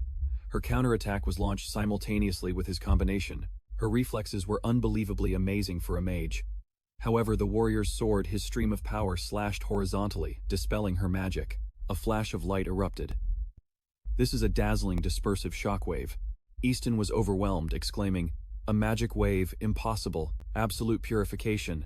Did he really do it? Eugene smirked smugly. How about that? With this much you didn't think I could protect myself without you, did you? She glared the space around her beginning to break. Don't get cocky. Third seal release. You think it's over just because you broke my spell, by mimicking Nihirid's magic. Are you an idiot? She snarled. Up until now you've just been playing children's games. So the real fight starts now. He and the instructor were astonished. Another layer of seals, a talisman. What's that? Everyone shouted, running over. Stop the match. She widened her eyes in surprise. What? The stands were in an uproar. What? What's going on? Did someone cheat or something? The instructors discussed quietly. The one in front, Anika shouted loudly. The duel is suspended. Anika Assis, having violated the special regulations, will be detained immediately. In short, she's disqualified. The winner is Eugene Folivia. The students and instructors in the stands were in an uproar. Everyone in his class was stunned. We won, Eugene. Eugene. He said with relief, I did it. We did it. Her face was filled with despair. No way. I lost. That afternoon at the academy, students protested angrily. It's a scam. Why was she suddenly disqualified? Suab sneered, his tone provocative. You should be asking Anika Assis, the one who broke the rules. Seems like you can't win without cheating, huh? The other side yelled back, no, it was the equipment. The potion and the device were faulty. We shouldn't have used poison and tools. Magic created by a master craftsman in a children's match. But we made those ourselves. This is so frustrating. Class 12 won an absolute victory. Afterwards, Class 12 threw a celebration party. Istin exclaimed, crying tears of joy. My research funds are secured. The students were touched, Miss Istin. Are you crying because you're moved by our progress? Leon asked quietly. But where's Eugene? Is it okay to celebrate without him? She shouted excitedly. Who cares, let's party, he can just join when he gets here. If he doesn't come today, we can just party tomorrow, or the day after non-stop. He watched them helpless. If you keep splurging like that, you'll be broke again in no time. That's right, Istinben said. He said he was going to see Anika Asis earlier. What's he still doing there, he wondered. But then, just contemplating whether I should destroy everything and kidnap you, he exclaimed in shock. What? You can't. She lowered her head and replied, I won't. Because you wouldn't like it. He was moved, Senior. Anika turned her face away and answered, so I'm thinking of another way. He was speechless, thinking times. She still hasn't given up times, he wondered. But why do you want to protect me so much? She lifted her head slightly without answering. Then she sat up straight, glared and said, Haven't I told you? You are the child chosen by Lord Felon, and the Grand Duke of the Abyss is also targeting you. You've experienced it yourself. Eugene explained in confusion. That's true, but I still don't understand why it's me. She snapped her fingers lightly, and the restraints opened. I can't answer a question of destiny like that. She summoned her magic. But you have the right to be curious. He uttered space. I will tell you as much as I can without breaking the rules, he asked, bewildered. You said, rules. Once upon a time, Lord Felon grew tired of the war of attrition, a meaningless war with the Abyss. So, he signed a non-aggression pact with them, which led to the formation of what we call the Horizon. He exclaimed in horror, Didn't Lord Felon defeat the Abyss times before times creating it? She replied calmly, Is that what they teach in school? In that case I take it back. He shot to his feet and shouted, You can't just take it back like that. She touched the magic circle and continued. Although the nuances of who had the upper hand differ, it's still true that this land was created after defeating the Abyss. Tea or coffee? He waved his hand, looking at the power surrounding her. Tea, please. He thought, times. Isn't this prison cell completely useless times? Anika picked up the teapot and continued. What's important are the details of the pact. As stipulated in that pact, transcendent beings like Lord Felon and the Grand Dukes of the Abyss, who can control human destiny at will, are forbidden from interfering with the Horizon. As time passed, the 12 disciples also became transcendent beings, and ascended beyond the Horizon, leaving it entirely to humanity. He took the teacup and asked, But, aren't the Grand Dukes of the Abyss still active? She returned the teapot to the void and added, Every pact has its loopholes. Just like how I can bypass the regulations concerning me with pre-recorded spells, a way to bend the rules. Notably, if a human desires the power of the Abyss, a certain level of interference is permitted. That is a crucial point. One that arises from Lord Felon's respect for humanity's free will. But without such loopholes, the peace treaty would have been impossible. He was surprised, but I've never desired the Abyss. She picked up her teacup and replied, They interpret it broadly. Even seeking salvation in suffering can be construed as desiring the Abyss. Especially in your case. The accumulated pain from your past life means the suffering and darkness in your soul may be greater. He realized a lot. With a bewildered look on his face, he uttered, So that's how it is. For the Grand Dukes of the Abyss, she continued calmly, the power bestowed upon those who call on the Abyss is proportional to the soul's pain. Therefore, the main reason the Grand Duke contacted you is, as you guessed, because your soul is incredibly alluring. If they can corrupt you, it wouldn't be difficult to turn you into a worshipper of the Abyss at the level of an apostle or a grand disciple. He asked, trembling. An apostle. She explained that the Abyss's persistence was beyond imagination, so they would definitely come for you again. Representatives of the Abyss, like an apostle or a very powerful high disciple, are theoretically on par with me when all my restrictions are lifted. The fact that you're from Folivia helped you avoid the worst of the damage. If creatures like that attack again, even I won't be able to guarantee your safety, so I'd like to keep you confined if possible. He yelled, Please just drop that idea. She said, Seriously, it was a promise, so I have no other choice. You've proven your abilities to me, and it seems you have a pretty good friend. Eugene asked excitedly, Does that mean I can tell my friends what you just said? She turned away and replied, Do whatever you want. He picked up his teacup and said gratefully, A compliment from the top mage. My friends will be thrilled to hear that. He took a sip of the tea and immediately spat it out. Anika said, Are you a whale? A bewildered Eugene held up the teacup and asked, Why would I be pretending to be a whale? This tea tastes weird. She replied, Does it now? I don't taste anything. Oh, right. I've lost my sense of taste. I forgot. With a horrified look, he thought to himself, Times. How could she forget something like that? Times, she commented. Now that I think about it, 30% of my unexplained stomach aches occurred after drinking this tea. It all makes sense now. Well done, Eugene. He panicked. What puzzle? How could you forget something like that? She looked at her teacup and replied, You see my memory. It comes and goes. By the way, what was I about to say earlier? Oh, I remember now. The reason the abyss is targeting you is of course because of your soul's allure, but that's not the only reason. You mustn't fall into their hands. You have the potential to become a powerful worshipper of the abyss.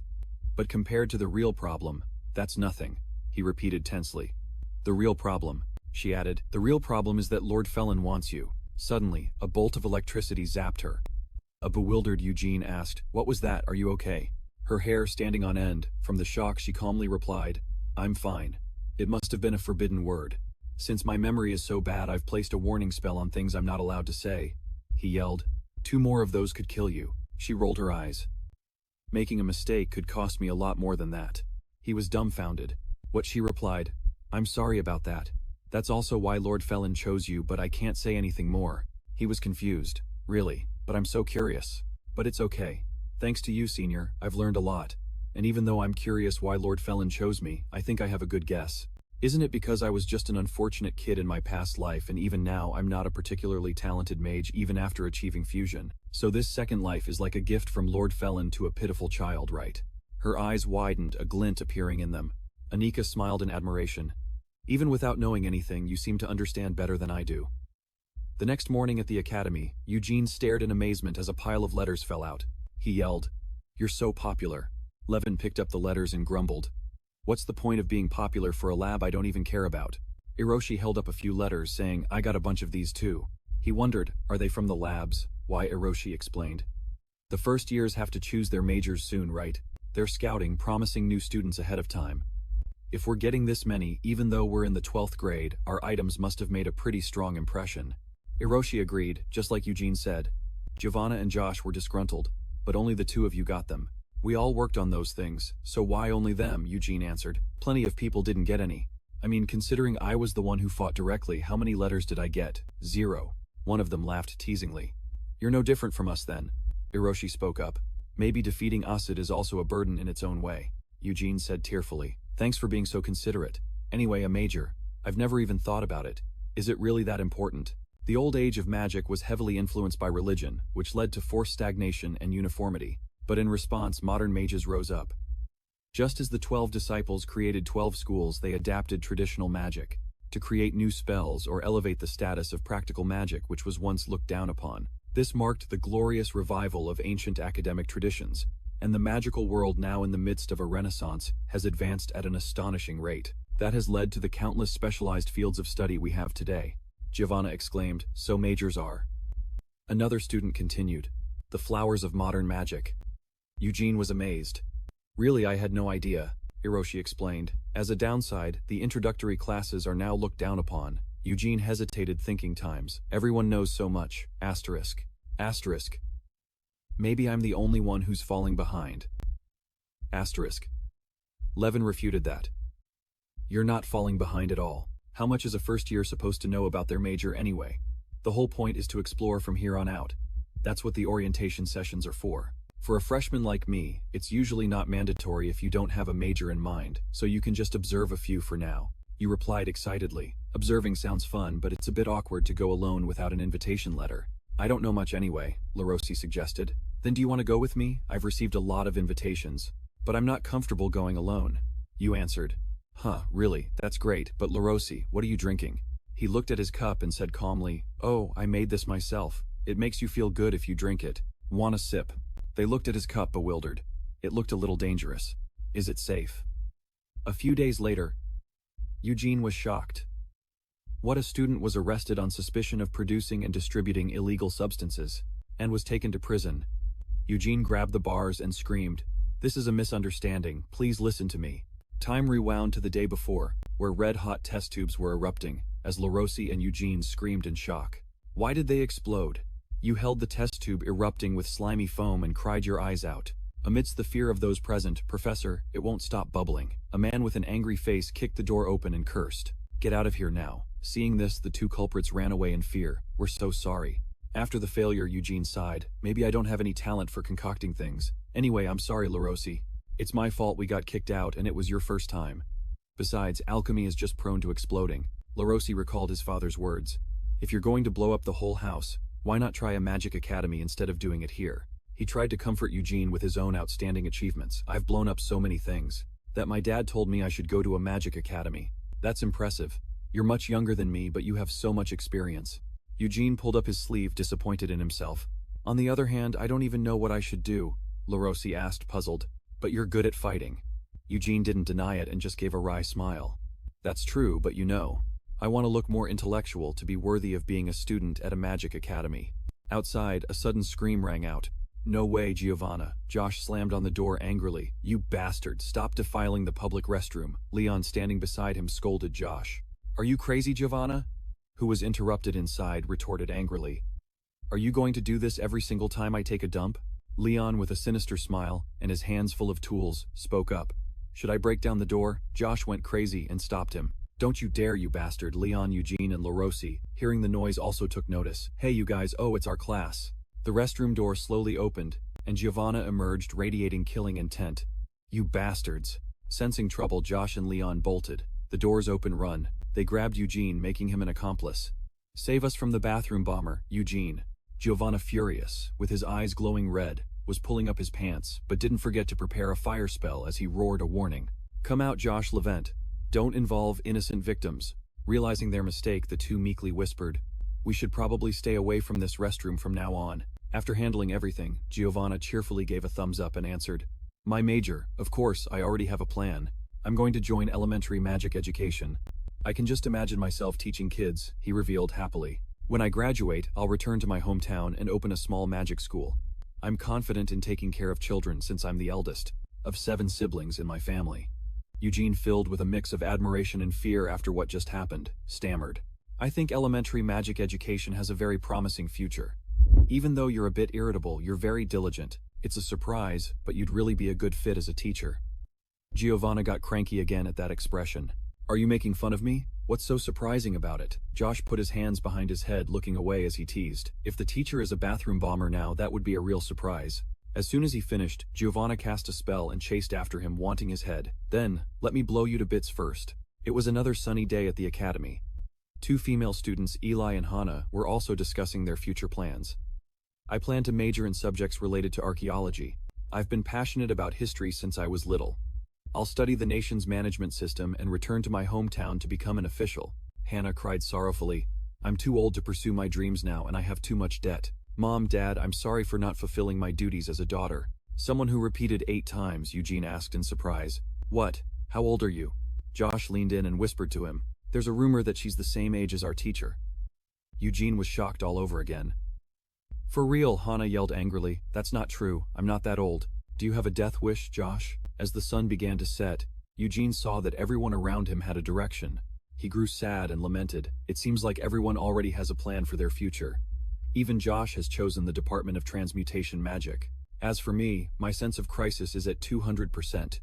After getting a lump on my head from a punch, my mind's not right either. Pointing at me, why? Suddenly Eugene got excited and shouted, No, there's still one person left. There might still be an ally. A seemingly weak hand reached out, waiting for something. Over here, Suab looked like a total wreck. He was muttering in a corner, Spare some change, please. Seeing this, Eugene was speechless and just called out Suab's name. Josh couldn't hold back his laughter. You've already blown through all your reward money, Levin added. Well, of course you did, spending it so recklessly. After splitting it with the whole group, there wasn't much left anyway. Seeing his bleak future, Eugene collapsed, his heart filled with despair. This is the future of someone with no plan for the future. Everyone was confused and surprised. What's wrong? Meanwhile, Suab kept mumbling, Spare some change, please. The future is bleak, and the days just keep passing. Eugene buried his face on the table, groaning non-stop. This world is harsh to those who are unprepared. Levin, sitting next to him, asked, Why are you suddenly acting so philosophical? Then he wisely offered some advice. If you're not sure what you want to do, then why not try starting from the beginning? Like, for example, the reason you wanted to become a mage. Eugene immediately shot up, excited. His eyes sparkled with admiration. That's right, I want to become a mage just like Felon. So that was the problem that had you stuck. Eugene felt a pang of doubt and reconsidered. Isn't wanting to be a mage like Sir Felon a bit too vague? It's hard to know where to even start if you want to be like Sir Felon.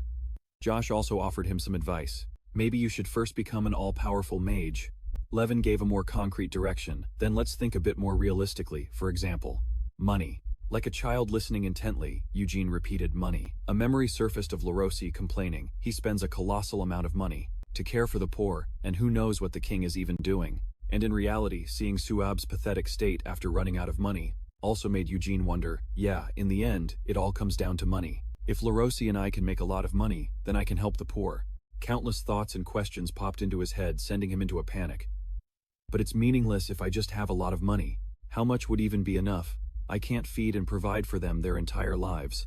It's best to help the poor become self-sufficient. Levin, feeling exasperated, pulled him back. You're getting off topic again, Eugene screamed, clutching his head. I don't know anymore. My head hurts. Everything's so complicated, Josh agreed bluntly. It's because you're overthinking it. Out of kind concern for his friend, LaRossi handed Eugene a glass of bubbling purple liquid. Feeling down, drink this. It'll help you feel better. Eugene, terrified, politely refused. Thanks. Suddenly LaRossi became sad and mumbled an apology. If it looks too gross, you don't have to drink it. It's okay.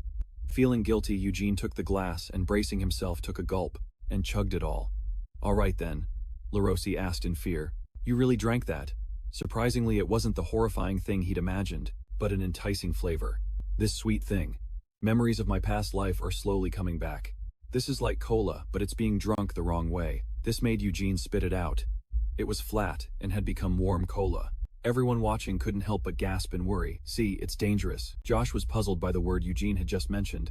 But what's cola? I don't know. It's the first time I've ever heard of it. I haven't even named it yet. Eugene turned away, muttering to himself amidst everyone's confusion. No way. People in this world don't know about cola. What's with him now? He gets like this sometimes. And then Eugene joyfully grabbed him and shouted, LaRossi, you might have just invented something that will go down in history. Not understanding, LaRossi asked confusedly. Me, an offer was made after a day of feeling lost. LaRossi, can you mass-produce cola? If I have the right facilities, yes. Perfect, let's borrow the alchemy lab.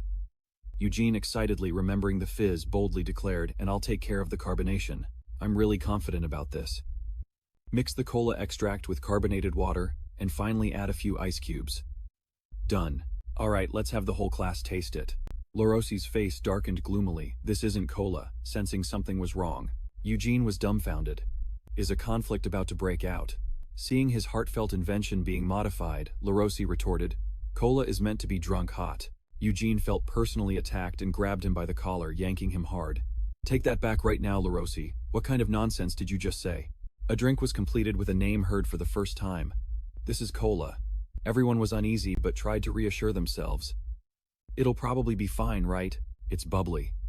After taking a sip, everyone's eyes lit up with praise. This is delicious. Eugene stood with his arms crossed, arrogantly enjoying his success. Of course it is. Cola is the drink that conquered the entire earth. The whole academy suddenly became lively. Eugene picked up a megaphone and called out to the staff, let's work hard and conquer Irish with cola, just like it conquered Earth. We'll split the profits 50-50 from all the cola you sell. Then glasses of the drink were handed out all over town. From the elderly to the young children, everyone who tasted it was amazed by this mysterious beverage. Oh my God, this is so delicious. Everyone swarmed Eugene's stall, fighting to get a drink of this thing called cola. Give me more. Me too. Just take my money. At that moment, Eugene was putting on a noble air reeking of money. Alongside him, his attendant Suabe was angrily holding everyone back. Back off, you commoners. A name that, when mentioned, struck fear and awe into everyone. Chairman Eugene has arrived. Suabe carefully guided the chairman. Please have a seat, sir. This spot has been wiped clean. Eugene praised him. You did well. Seeing this complete change in personality, Josh couldn't help but exclaim, What's with you, Dad? Hana, with eyes full of admiration and envy, rushed forward to ask for his secret. This is amazing, Eugene. How did you achieve such great success? In such a short time, he put on a philosophical air, crossing his legs and lecturing. Perhaps it was an enlightenment from a past life. Sorry, the details are confidential. Looking at the report, Eugene was confident in his own talent. To think we earned this much in just one day. With this amount, we can not only cover the kids' care expenses, but we'll have some left over. Not to mention if we expand this business even further. He held up a bottle of cola and declared grandly, we can hire everyone from the slums. We will rule the capital's underworld with cola. Below, Suabe wept, as he applauded in admiration. You are magnificent, Mr. Chairman. In contrast, LaRossi was terrified. Eugene, you sound like a villain. With that same confident demeanor, he raised his hand to make a point, completely unaware of the two large figures behind him. A villain. This is just a helpful business for the poor. If this were wrong, the police would have gotten involved a long time ago. A large hand slapped down on Eugene's shoulder as two burly guards approached to question him. It scared the soul right out of him. Are you the kid who's illegally producing and selling suspicious substances? The underworld merchant Eugene has been arrested. These are the suspicious substances being produced and sold through the hands of slum children. 11 stood outside the bars and announced. The reason for the arrest is quite convincing. It's hard to argue against. Inside, Eugene screamed his defense. What's so convincing about it? It's a bottle of cola. I'm innocent. Seeing this, Leon, with the look of someone wanting to help a friend, offered, so should I pick the lock for you? At that, Eugene, sweating in fear, stopped him. No, that seems a bit. That would make me a real criminal. Forget it. 11 took out a folder to reassure him. Don't worry. Through my investigation, they already know you're innocent. Feeling a glimmer of hope but still confused, he asked, Really? Then why? At first I thought they knew everything and just wanted to squeeze a bribe out of you. Because that sort of thing is pretty common, so I didn't think it was too serious. Besides, if you think about it, it's unlikely they didn't know you're a Falivia. I was curious why they would push such an unreasonable arrest. So I dug a little deeper, and what I found was a hard truth to swallow. 11 revealed. These police are actually taking money from a drug cartel. Eugene's jaw dropped in fear. Really, a drug cartel. Based on his investigation, 11 sat with his legs crossed and explained calmly. That's right, a drug cartel. They deal in drugs, weapons, human trafficking, mercenaries, and loan sharking. They won't hesitate to do any dirty work. They've been keeping a low profile because their main operations aren't in the capital, but now they're here, he announced nonchalantly. They might be worried about a new competitor, Eugene explained tearfully. I told you cola isn't a drug. After teasing him, 11 told him the truth. I'm kidding. You'll be released soon. They're just putting on a show for the cartel. If they didn't pretend, the cartel might just chop their heads off. Eugene finally realized the danger of his enemy and shouted in concern, the police. But 11 revealed that's how they operate beyond control. Of course, the biggest reason is the bribe money the police have already taken. The police are truly rotten to the core. So you need to be careful too. It seems what you're doing has been successful enough to attract the cartel's attention. They wouldn't be stupid enough to harm a Falivia, but they're crazy, so who knows what might happen. Ah, okay. Unable to accept reality, Eugene grabbed the bars and cried his eyes out. The chairman of Cola runs into gangsters and ends up in jail. But is it really a drug cartel? How did things get so out of hand? I just wanted to learn about my major. Speaking of which, 11 pointed to himself and asked, Hey, about majors. You asked everyone else about their major, but you never asked me. That really hurts, you know. Eugene was startled and felt a pang of guilt. Oh, you noticed? Of course I noticed, 11 replied, getting straight to the point. Eugene, flustered, tried to dodge the question. Ah, is that so? Then he tried to smooth things over. Well, it's not that I intentionally left you out. It's just that you chose your major based on what you were already good at, right? After hearing Eugene's attempt at damage control, he thought things would be fine, but Leon's face darkened. I get this feeling. But if I hear about my best friend's major, I'll feel like I want to study that too. 11 covers his expression with a stack of papers. That's a pretty reasonable excuse, huh? He wonders what he said wrong. Eugene questions him. What are you looking at? Suddenly a girl jumps out of nowhere, rushing towards him with her arms outstretched, calling Eugene. It's Miss Easton. She's worried, her eyes filled with tears. She grabs his hand tightly and says, Eugene, do you have any idea how much I've been worrying about you? The alchemy professor says. Were you setting off fireworks again? Then they said it was actually an explosion caused by carbonation, and even the police showed up. What on earth is going on? Eugene avoids her gaze and stammers. Well, He scratches his face, trying to find an answer. I was just trying to find a major that suits me. The police thing was just a misunderstanding. Hearing this, Miss Easton's eyes light up. Your major. Then she confidently puffs out her chest and declares, Then you should have come to me from the very beginning. Guiding a student's future is a teacher's duty after all. Miss Easton hugs him tightly, muttering as if she's about to devour him, which terrifies Eugene. Basic magical mechanics, quantum magic, magical astronomy. There are so many fascinating majors. Just say the word, and from your bachelor's to your master's, I'll support you with everything I've got. Seeing her terrifyingly over-the-top enthusiasm, he blurts out, This is exactly why I didn't ask you. After finally escaping, Eugene heads into town. Walking through the crowded streets, Eugene sighs and complains, This is even harder than being in prison. I wonder how actual grad students deal with this. Theory doesn't seem to be my thing. I hope the kids are doing okay. As he's thinking, a sudden whirlwind blows everything away. It immediately gets his attention. Fear magic. That's Suabe's. Across the way, Suabe is angrily destroying everything, backing into a defensive stance. It looks like she's in trouble. She grits her teeth in anger. Damn it. She looks at the fat guy in front of her drinking a cola, blocking her path. He asks, "Who the hell are you?"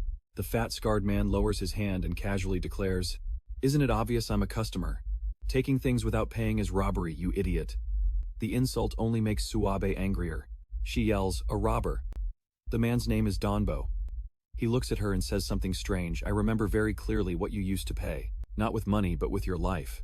She grows even more furious and confused. "What are you talking about?" Suddenly he leaps high into the air. "If you don't like it." With that massive body, it's baffling how he suddenly appeared in front of Suabe, declaring, "I'll take it back." So fast. "I'm going to die," but something stops. Donbo surprising him. Eugene has appeared. With just one hand, he easily blocks the powerful kick. Eugene Donbo scoffs. "With that frail body of yours, you can withstand my attack." Eugene gets angry, the serum veins popping all over his face. The fat guy senses his opponent's strength and realizes, asking, "Did you see the center of my power and neutralize it? Skill like that? At your age?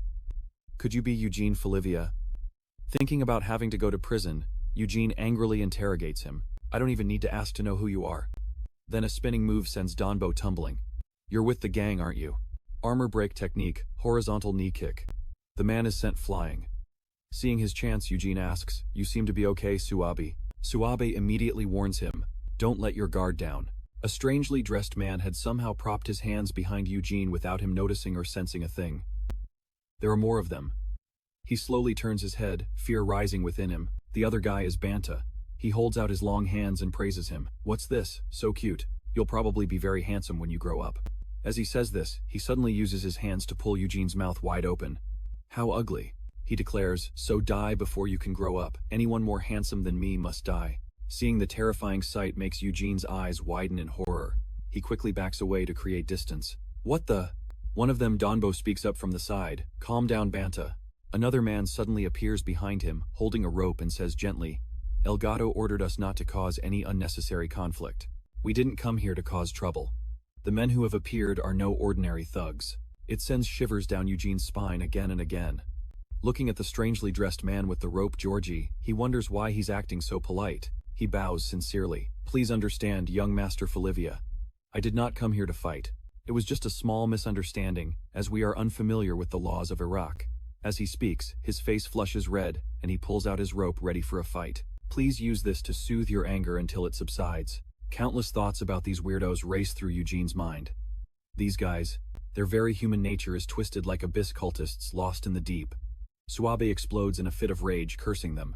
"There's no law that allows this kind of behavior. You're all perverts, so what's your purpose for coming here?" This unfamiliar feeling makes Eugene think, are they new to the capital? The fat guy Donbo is sitting in a corner completely unharmed. He speaks up. "You could call it market research before we settle in. A good businessman thoroughly researches his market. We discovered there's a wonderful drink in Iraq called cola. Who controls it? Could control the entire world." Hearing this, Dr. Cannibal Donbo made Eugene even angrier, and he retorted, "Business, don't try to change the subject with that nonsense. I can tell just by looking at your auras. You declared it so boldly, but it just left the other three standing there completely baffled. You're followers of the Abyss and you're targeting me, aren't you? Stop bothering innocent people and deal with me." Georgie growled in anger. "What the hell are you talking about? I am a devout priest who serves God with my entire body and soul." His muscles bulged as he clenched his fists.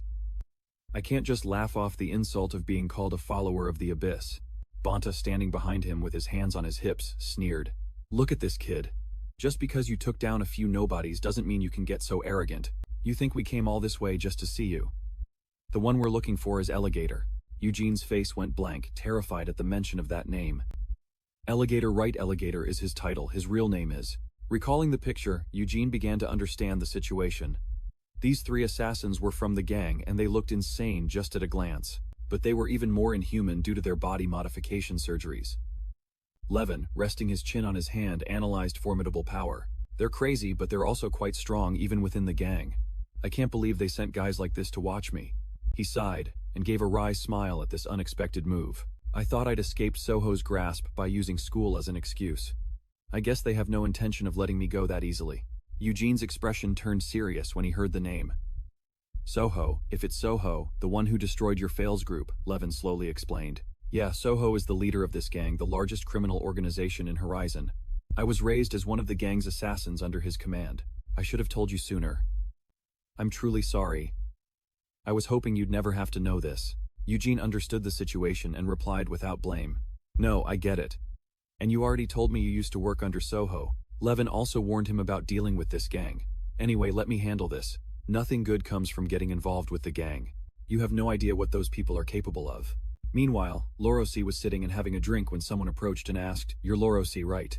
He looked at the three tall, muscular men with a puzzled expression. Yes, but who are you all? A hand was placed on a map, marking the locations of the three gang members as a plan was laid out. Faliva will be in charge of Districts 1 and 2. Eugene's face darkened as he gave the order. And we will personally search Districts 3 and 4 where the slums are. The moment you find these three, you are to report to me immediately. His face turned ugly, filled with rage. I swear I'll deal with them myself. How dare they kidnap Lorosi? I'll show them the consequences of crossing the line. A girl's voice broke through Eugene's cool demeanor. Sorry to burst your bubble, but isn't this something the police should handle? Eugene, putting on a righteous air, and not wanting to rely on them, said, We can't trust the police. The reason they arrested me was because they'd already taken a bribe from that gang. Hearing everyone's confused murmurs, Levin couldn't sit still. The police, this is more serious than I thought. He quickly cut in, raising his hand to signal, Wait a minute, let's talk for a second. You even borrowed people from the Faliva clan. Are you really trying to start a war? Levin angrily scolded Eugene. I told you I would handle it. You just stay put and don't make the situation worse. But he didn't back down, shouting furiously. What? You said the same thing before Lorosi was kidnapped.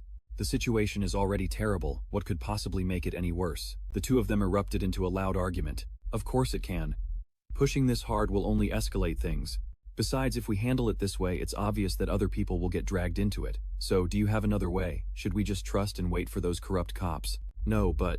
Eugene grew angrier, lamenting Levin's indifference. You know all about that gang. And yet when Lorosi was taken, instead of helping, you're just getting in the way. Whose side are you on anyway? Called out, Levin clicked his tongue in frustration. Damn it. There's no way I can make you understand. Realizing he couldn't stop Eugene, he turned to leave and gave a warning. Whatever you do, don't act rashly. Just sit tight and wait. I'll find a way to solve this. Eugene, furious at Levin's secrecy, yelled in confusion. Wait, what the hell are you planning to do? What else? Levin's expression turned dark as he declared, Bring Lorosi back and kill them all right. Not believing what he heard, Eugene asked with a hint of fear. What? A massive explosion erupted, sending up clouds of smoke and ash from all directions. Eugene's vision was obscured, and he struggled to open his eyes. When he did, the smoke was clearing, but the person was gone. All Eugene could do was stammer Levin. At the gang's secret base, the Iraq branch, a henchman held up a bag of money. Here is this month's tribute. Banta looked at the meager amount and complained angrily. Is that it? This isn't even enough to cover my skincare. He threatened, grabbing the subordinate by the hair. Is this all the money you collected from the kingdom's capital? Are you trying to mess with me? Terrified, the subordinate could only stammer truthfully. Yes, after paying off the police, there wasn't much left. Donbo, puffing on a cigarette, stepped in to intervene. Calm down and have some sugar, Banta. Then chew on that nonsense again. Eating sugar helps reduce stress and stimulates brain activity. With a blood sugar level of 970, that's equivalent to an IQ of 970. I deduced that the reason the tribute from Iraq, the capital of the Hayabraski kingdom, is so low, is because it's under the control of that bastard Joseph of the Abyss. He has weakened the gang's branch, leading to a decrease in tribute. Hearing this, Banta couldn't keep his cool and lunged at the remaining small fry. Showing off, are you? Getting your face slapped by some wrinkled old man. Should I just peel off all your faces then? Georgie, standing beside him, added. Protecting the capital is our responsibility. We, the members from the main headquarters, were invited to the capital by Lord Soho. El Patrino. Joseph, the ruler of the slums, has disappeared. Could there be a more perfect time than now? Lord Felon is surely protecting our future. Banta raised a hand in disagreement. I don't get it. But what about Elgato? Weren't we told not to touch Faliva, who just took over the slums? Is there any way to solve this? Donbo jumped in and answered him. Blood sugar level 925, and IQ 925. My memory has already found the answer. That monstrous taste can raise blood sugar levels to 1000. Whoever controls that freakish drink called cola will dominate the market.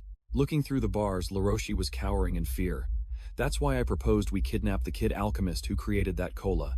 If we use this kid to conduct legitimate business, Faliva will have no reason to interfere. Looking at the hostage, Donbo laid out the plan.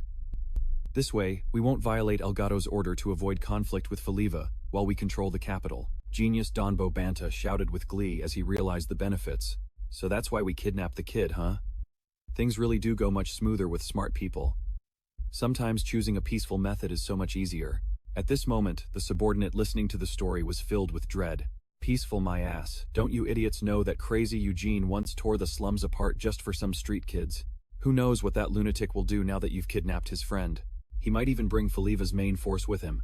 The three butchers, seeing their flawless plan, all agreed and burst out laughing. Why does the main headquarters have such crazy and reckless people right when we should be keeping quiet and staying out of Faliva's sight? I, Georgie, volunteer.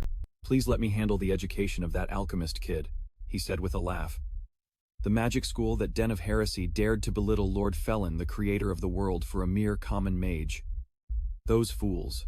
A disgusting look appeared on his face as he shoved his head against the bars, his eyes bulging and his tongue sticking out.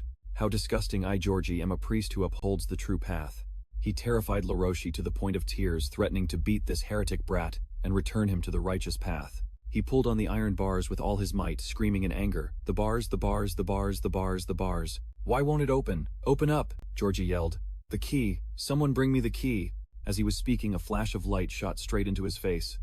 "Hurry up before I break everything." Luan appeared. He had thrown a punch that sent the man flying into a wall. Donbo and Banta, completely unaware, were utterly shocked, but the most surprised person was Laroshi. Seeing him appear, the other two quickly dropped to their knees. Assassin Donbo and Assassin Banta, pay our respects to Elgato. He cracked his knuckles and replied with annoyance, "The heir to the gang has no intention of becoming that detestable successor." "Didn't I already tell you that?" The captured citizens also stared with wide, astonished eyes, wondering, "That kid is Elgato." Laroshi, stunned, mumbled, "The gang's heir. Lawan." The people in the back couldn't believe it, pointing and declaring, "Wait, there's no way he's Elgato. He worked with Eugene and Faliva to control the slums." Banta laughed contemptuously. "You idiots. You dare not bow your heads when you see Elgato. Branch members who don't even recognize Elgato's face, not even death would be an excuse for that." Not letting the two of them get cocky, he pointed a finger and warned them. "What are you two laughing at, you fools? Is this how you're going to end things?" Luan growled back in anger. "Didn't I tell you not to touch Faliva? Do you have to die to finally understand?" The two, still not understanding what was happening, tried to explain. "But why? We only kidnapped that alchemist brat." "So what?" He shot back, continuing to curse them. "I knew it, you idiots." Without another word, Luan pulled out a knife. "Explaining is too much of a hassle, and you go around blabbing about my identity. If you're this stupid, you'd be better off dead." Georgie, his mouth smashed in from the punch, finally realized. "Now I understand why Petrino gave us that secret order." Luan thought to himself, "I already beat them to within an inch of their lives before, and yet these guys have been modified to be even stronger." Then he glanced back at the other one, Georgie. What was Soho's secret order? He readjusted his jaw, his mouth twisted, half his teeth already gone. El Petrino had long been suspicious of Elgato's intentions for joining the magic school. Therefore, if Elgato did anything against the gang for some absurd reason, he revealed a monstrous face, his tongue lolling out as he spoke in a savage tone. "We'll have to kill him immediately." 11 swung his axe, speculating, "Someone who can't stand being defeated and would kill me if I lost. That means he intended to kill me from the very beginning. That's exactly the kind of bastard he is." With a confident air, he declared, "But to kill me, the great Elgato, shouldn't you all have prepared a little more thoroughly?" Josie, still trying to fix his jaw, looked forward. "You think we'd come unprepared to kill the infamous Elgato?" As he finished speaking, a figure suddenly appeared from behind, holding a staff. "We've prepared a masterpiece for you, Elgato." 11, slightly surprised, watched intently as a woman's body stepped forward. It was Hermana. A quiet, dark night in town. Eugene stood listlessly by the window, under the faint, hazy moonlight. He tossed and turned, thinking about something and calling Levin's name, the memory of his harsh words making him restless. He seems to have a lot on his mind. Was I too harsh on him? Havinathan's sudden voice startled him. "Eugene, do you have a moment? One of my rats seems to have discovered the gang's base." Hearing this, he quickly threw on his coat and ran over. "Really?" Where Havinathan looked at the rat puppets on the table and replied, "I'm not entirely sure, but these little ones can't talk after all. If you follow them, you'll find where they are." Bew. Eugene was captivated, picking up a puppet and cradling it.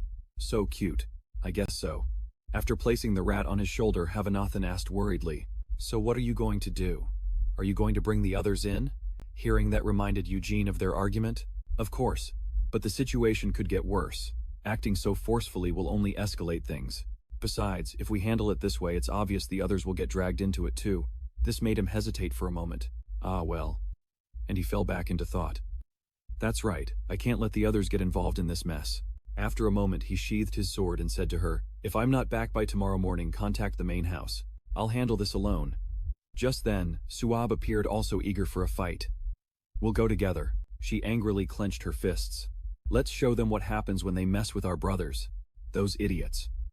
The puppet rat ran as if it had a motor, making it difficult for the two of them to keep up. By the time they finally caught up to it, they were exhausted, panting with runny noses. I told you to slow down. Bew, can a zombie really get tired? Standing before a vast dark sewer pipe left them bewildered.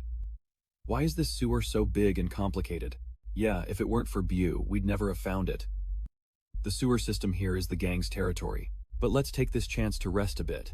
We have no other choice, Eugene asked with some concern. But Suab, are we going to be okay? She angrily propped up her leg and declared aggressively, dangerous. Who do you think you're talking to? Then she recounted her achievements from when she was a child. When I was 5, I was already scouring the ice fields alone to hunt polar bears. You think I'd be scared of a little danger like this? Eugene felt intimidated, his spirit shrinking as he lamented. Her perception of danger is a real problem. He also admitted, of course I know how brave you are, but Suab, you know these guys are terrifyingly strong. Even among the warriors of Bolivia, you rarely see people this powerful. I can't guarantee anything if all 3 of them attack at once. Ignoring his warning, Suab questioned him back. Is that so? Why are you underestimating me so much? Feeling like she was being treated as useless made her furious. She got close and glared. Don't tell me. You see me as a burden who can't take care of herself, don't you? No, that's not what I meant. Then, what is it? From the darkness, someone made a move, stretching the skin on their face. Eugene sensed the killing intent and immediately became alert. He quickly pushed Suab away, dodging the attack. Watch out. She looked at what had just flown past, asking in confusion. What was that? What flew at us? A sniper attack. Looking at the weapon on the ground, she realized it was a throwing knife. On the other side, Banta stretched his facial skin and spoke from the darkness.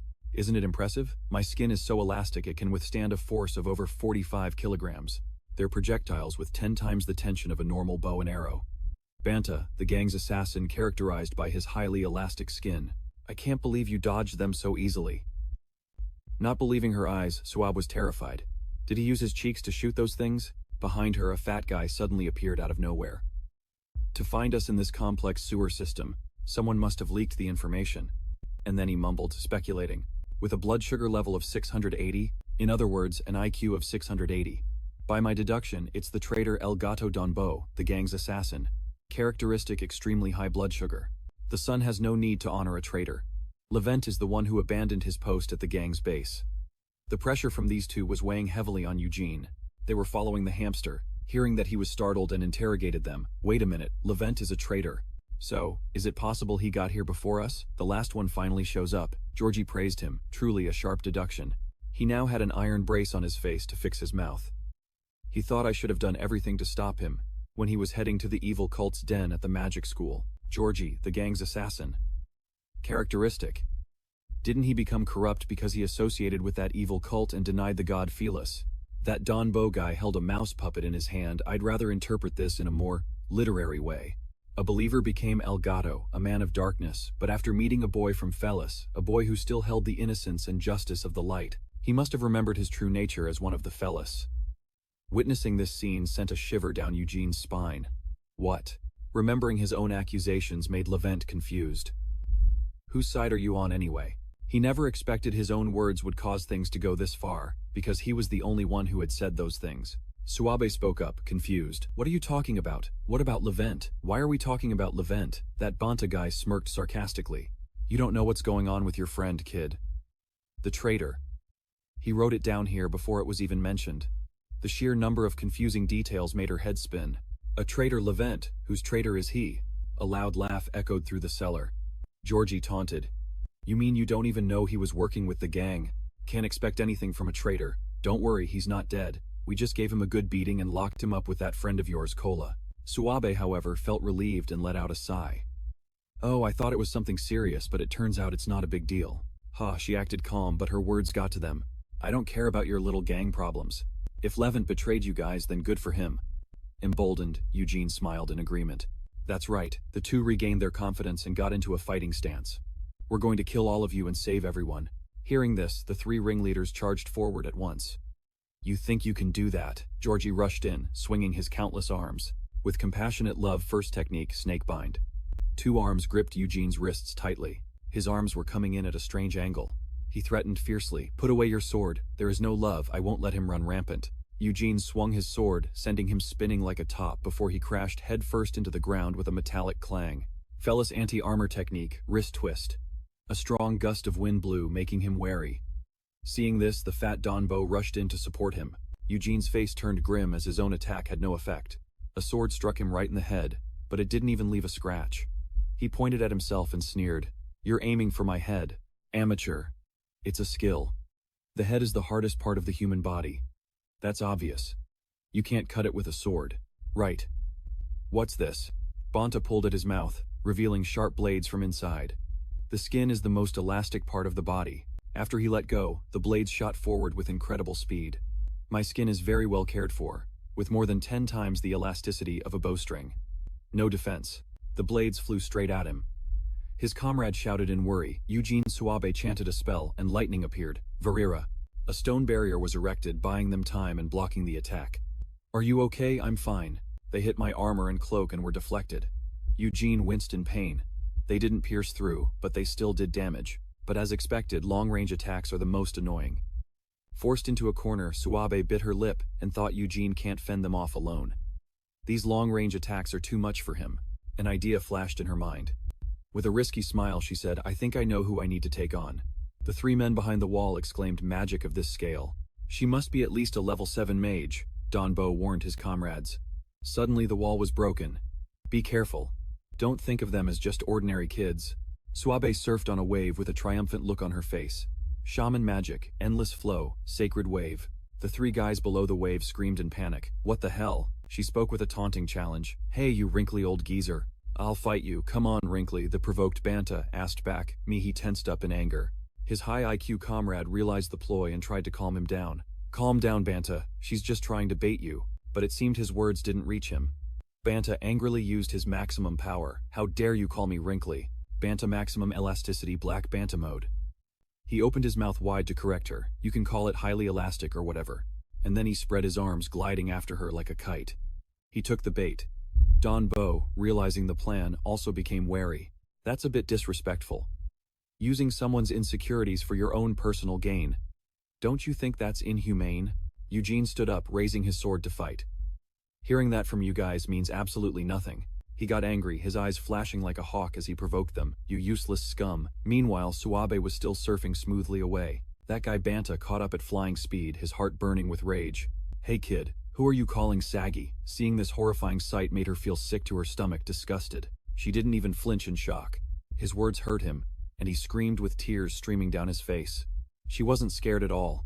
In fact, she taunted him with glee. "If you've got the guts, then do it. At least I've already done my part." Back to Eugene, who had to fight two huge guys all by himself. "The rest is up to you, Eugene." His sword blade suddenly glowed a powerful red. Flame sword.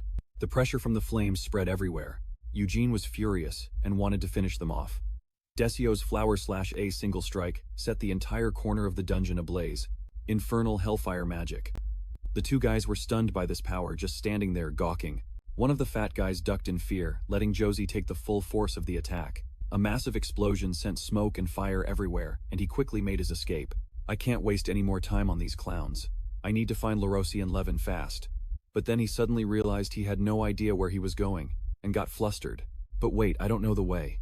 Should I ask them? I can't believe he took a direct hit like that." That guy Josie was still standing firm amidst the blazing flames. "It's not over yet." "What are you mumbling about?" Eugene turned back in horror to listen to him. "Metal may be cold, but fire is hot, just like the love of Father Felon. He didn't have a single scratch on him. I reveal my toned, glistening body posing before the flames. A love that burns hotter than any flame. At last, I can complete it." He covered his face with his hands, rambling on like Father Felon, who bestowed love, and then suddenly closed in on Eugene with a look of delight. "I am ready too, Josie." Threw a powerful punch, and Eugene quickly blocked it with his sword. He was stunned. Fighting a sword with his bare hands. The guy was full of energy, throwing a flurry of lightning-fast punches. "The cross illuminates you. The more love I receive, the stronger I become. My body is made of steel. A sword blade cannot harm me. That guy Danbo also rushed forward swinging. My head is made of steel too, meaning he took the opportunity while Eugene was off guard and charged headfirst. For guys like us with heads of bronze and skin of iron, your attacks are useless, Eugene clicked, his tongue annoyed. Iron skin, huh? He stood up, regaining his composure. I'll smash it to 100 pieces. Danbo came rushing forward, taunting confidently. You plan to face me head on. You must be desperate. The power of a headbutt is all about weight and strength multiplied by speed. Do you really think you can stop it with that frail body of yours? Eugene's gaze didn't waver as he faced the attack. He held his sword in a reverse grip, like a baseball bat preparing to strike. Felivia's armor breaker, a full swing straight to the guy's head. Sparks flew everywhere. Clang. A helmet-cracking absolute home run of a hit sent Danbo spinning. He crashed down behind him. Eugene scolded angrily. Where's that steel head now? That kind of trick doesn't work on me. So what if you can withstand the heat? At least you survived because of it. Witnessing his comrade get taken down in a single blow sent the remaining guy into a state of absolute terror. Eugene spoke up. Now take me to LaRossi. Wait, the guy took off running for his life. Wait, unexpected. He was so aggressive just a moment ago, and now he's tucked his tail and run. He's gone. He looked at the fat guy who'd been beaten to a pulp, confused. Levin was captured by these times guys, no way. He gritted his teeth, calculating his next move. No, there's no time. If I lose him, finding LaRossi will be extremely difficult. He then quickly chased after Josie. I have to catch that guy first. This Josie guy was using all his strength to run for his life. Fear was still etched on his face as he panted and whined. Monster! That kid is a monster just like Elgato. He reached out his hand towards a door. This was the only thing that could help him survive. A hostage. I need a hostage. I'll threaten him with the alchemist kid. Yeah, that'll work, but as he entered, a blank expression appeared on his face. Josie screamed, looking at the prison cell which was already open. The cell is open. Where are all the guards? But then he spotted LaRossi still sitting there, and he shouted in a mix of fear and joy. There's the alchemist kid. Before he could celebrate, he noticed something was wrong. But wait. By then it was too late. Above him, a pair of eyes glinted as two hands were about to grab him. Where's Elgato? Those hands snatched him, squeezing his head tightly, causing Josie to scream in pain and fear before being spun around like he was caught in a whirlwind. Levin finished the job and landed on the ground, leaving the guy passed out with his tongue sticking out. Elgato. Gathering his courage, Levin raised his hand and muttered Herman. A fragment of a memory flashed back, making him remember. Why is that person here? Returning to the present, he looked at his friend cowering in the corner and suddenly remembered. You can come out now, LaRossi. He held out his arm to LaRossi. Let's get out of here before we're surrounded. But he was so terrified that he screamed and backed away. Unconscious fear made him yell, stay away, realizing he had scared him. Levin immediately said, I'm sorry for dragging you into this. You probably need some time to calm down. I can't delay. Levin carried him on his back, making LaRossi's head spin. But we don't have time. Looking at his condition, something definitely happened. I'm 90% sure he charged in on his own. That troublemaker would definitely do something like that. Recalling the girl's appearance, Levin cursed, damn it, I could have ended this before he showed up. But I never expected Herman to suddenly appear. Hearing that name caught him completely off guard. Herman and I had let our guard down. Questions raced through his mind.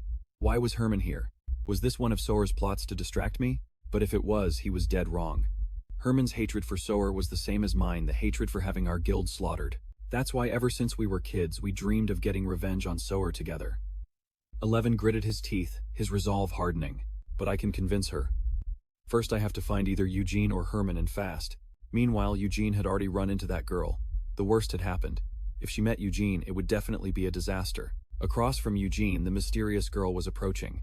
He wondered who she was and asked, but got no response. She remained silent, then suddenly leaped forward, swinging her sword to attack. Luckily, Eugene managed to defend in time. He fell back, assessing his opponent's strength. I know there has to be more to this. Seeing the small girl effortlessly swing that massive axe, Eugene seemed to realize something. So, you're the real deal, huh? Ignoring his question, Hermana began to spin her axe faster and stronger, creating a whirlwind that nothing dared to approach. Eugene was terrified, stunned by the scene before him. What? A shockwave attack sent dirt and rocks flying everywhere. Without a second to think, Eugene jumped to dodge only to see the spot where he'd just been standing get completely torn apart. Seeing this, his face contorted at the terrifying power. What kind of strength is this power? It reminds me of my mother. The boulders suddenly started to move. Hermana swung her axe, sending a massive rock flying towards him.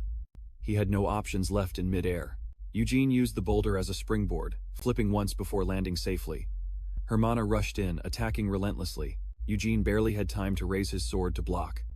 The force of the blow was so incredible it sent him flying backward. Amidst the thick smoke, he had been smashed through a thick wall, taking damage. Eugene struggled, gritting his teeth as he remembered. Facing her head-on isn't an option. Suddenly, a familiar figure appeared from behind. 11 shrieked in fright. "You scared the hell out of me. Why did you just come out of a wall?" Eugene recognized him and called out 11, but their reunion was cut short. Another explosion erupted, separating the two. Eugene frantically warned him and quickly grabbed 11's hand. "Run, run now." "What?" As they ran for their lives, they questioned each other. "What about you? Why are you here?" "I already told you I came to rescue LaRossi." "Where is he?" 11 reported. "He's safe. I got him out through a secure route the gang doesn't use." Eugene asked worriedly, "What, you let him go alone?" He sighed. "What else could I do? There was still work to be done, and I was all by myself." Eugene was still worried about LaRossi. "But to let a kid go alone, we'll talk about this later. Let's get out of here now." "So who are you running from?" Suddenly 11 paused and looked back. Seeing his comrade stop, Eugene stopped too. "11, what are you doing?" 11 reassured him. "It's okay. She's someone I know." Unable to think of who it could be, Eugene confirmed. "You know her. But her face is covered." "Hermana always hides her face." "Hermana is like me, one of Soher's special collections." Hearing this only confused Eugene more. Soher's special collection. The two acquaintances faced each other and exchanged greetings. "It's been a while, Hermana. I'm sorry for leaving without an explanation." "It's hard to explain. For now, let's just say. My leaving was a continuation of what we always talked about." Hermana trembled, but remained silent. Sensing the danger, Eugene broke into a cold sweat. He quickly lunged forward, tackling 11 out of the way of her attack. "Watch out." 11 stood frozen, staring at Hermana, having narrowly avoided the fierce attack. Eugene yelled in fear. "You said you knew her."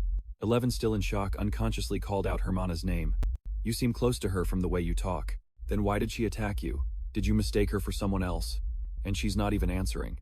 11 grew more and more frantic, refusing to believe it. This can't be happening. He remembered the times he spent with her. "I could never fail to recognize Hermana." 11's eyes filled with rage. "Could it be Soher?" He thought, looking at the girl before him. He imagined the terrible thing that must have happened to her. He did something to Hermana. The man named Georgie stepped forward from behind. "Well, this is quite the reunion. It doesn't seem to be a very happy one, though." Eugene didn't recognize the man he had been chasing. "Who is that guy?" The man's head was twisted backward, and he was trying to fix it with his hands. El Gato. Unbelievable. How is he still alive? The man named Donbo also appeared, surrounding the two of them. The human body is a wondrous thing. With half his head caved in, he was still cheerful and nonchalant. Humans. Even if half their brain is destroyed with enough sugar, they can still move. Eugene watched in amazement. This guy too. And the others were completely surrounded. So, there were other sicarios observing the situation.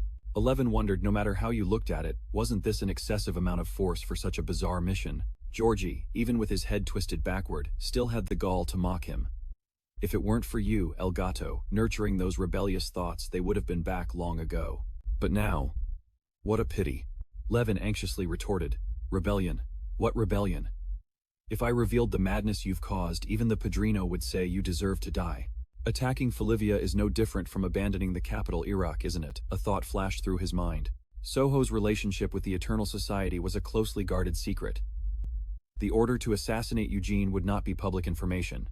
His words had no effect, only making Georgie burst into amused laughter. He held his head, which he had twisted back to normal. He shouted with glee, "How interesting, just as the Padrino predicted." El Padrino saw right through El Gato's rat-like evasive words. "All right, if El Gato isn't a traitor, then there's no need to fight. But you have to prove you're not a traitor." Levin stammered, repeating, "Prove it." He lifted Hermana with one hand, stroking her chin as he recounted. "The truth is, there was another traitor before you, and that traitor was—" Seeing his close friend treated this way, made Levin's eyes burn with anger. "The one who dared to raise a blade against El Padrino." As the cloth was slowly pulled up, a soulless face was revealed. The one who committed the ultimate treason, Hermana. By now she was unconscious, a stone embedded in her forehead, her eyes deep black pits. Because of that rebellion, Hermana's personality had been completely erased, and now she serves the gang as a weapon for eternity. Eugene covered his mouth in horror, unable to contain his shock. Oh my God! He twisted his head and pointed challengingly with a mocking tone. If Elgato isn't a traitor, then kill this traitor Hermana. With your own two hands. All of his comrades burst out laughing, eagerly awaiting the drama that was about to unfold. Levin couldn't hold back. His entire being overflowed with rage. This was Hermana, the only light in the hellish life of the gang. Even though she was the descendant of an ancient clan said to be closest to the god Felon and the 12 disciples, the creators. After her clan was annihilated, she was still exploited by Soho, just like my Fio's group, yet she was still willing to become a pillar of support for the children in the gang.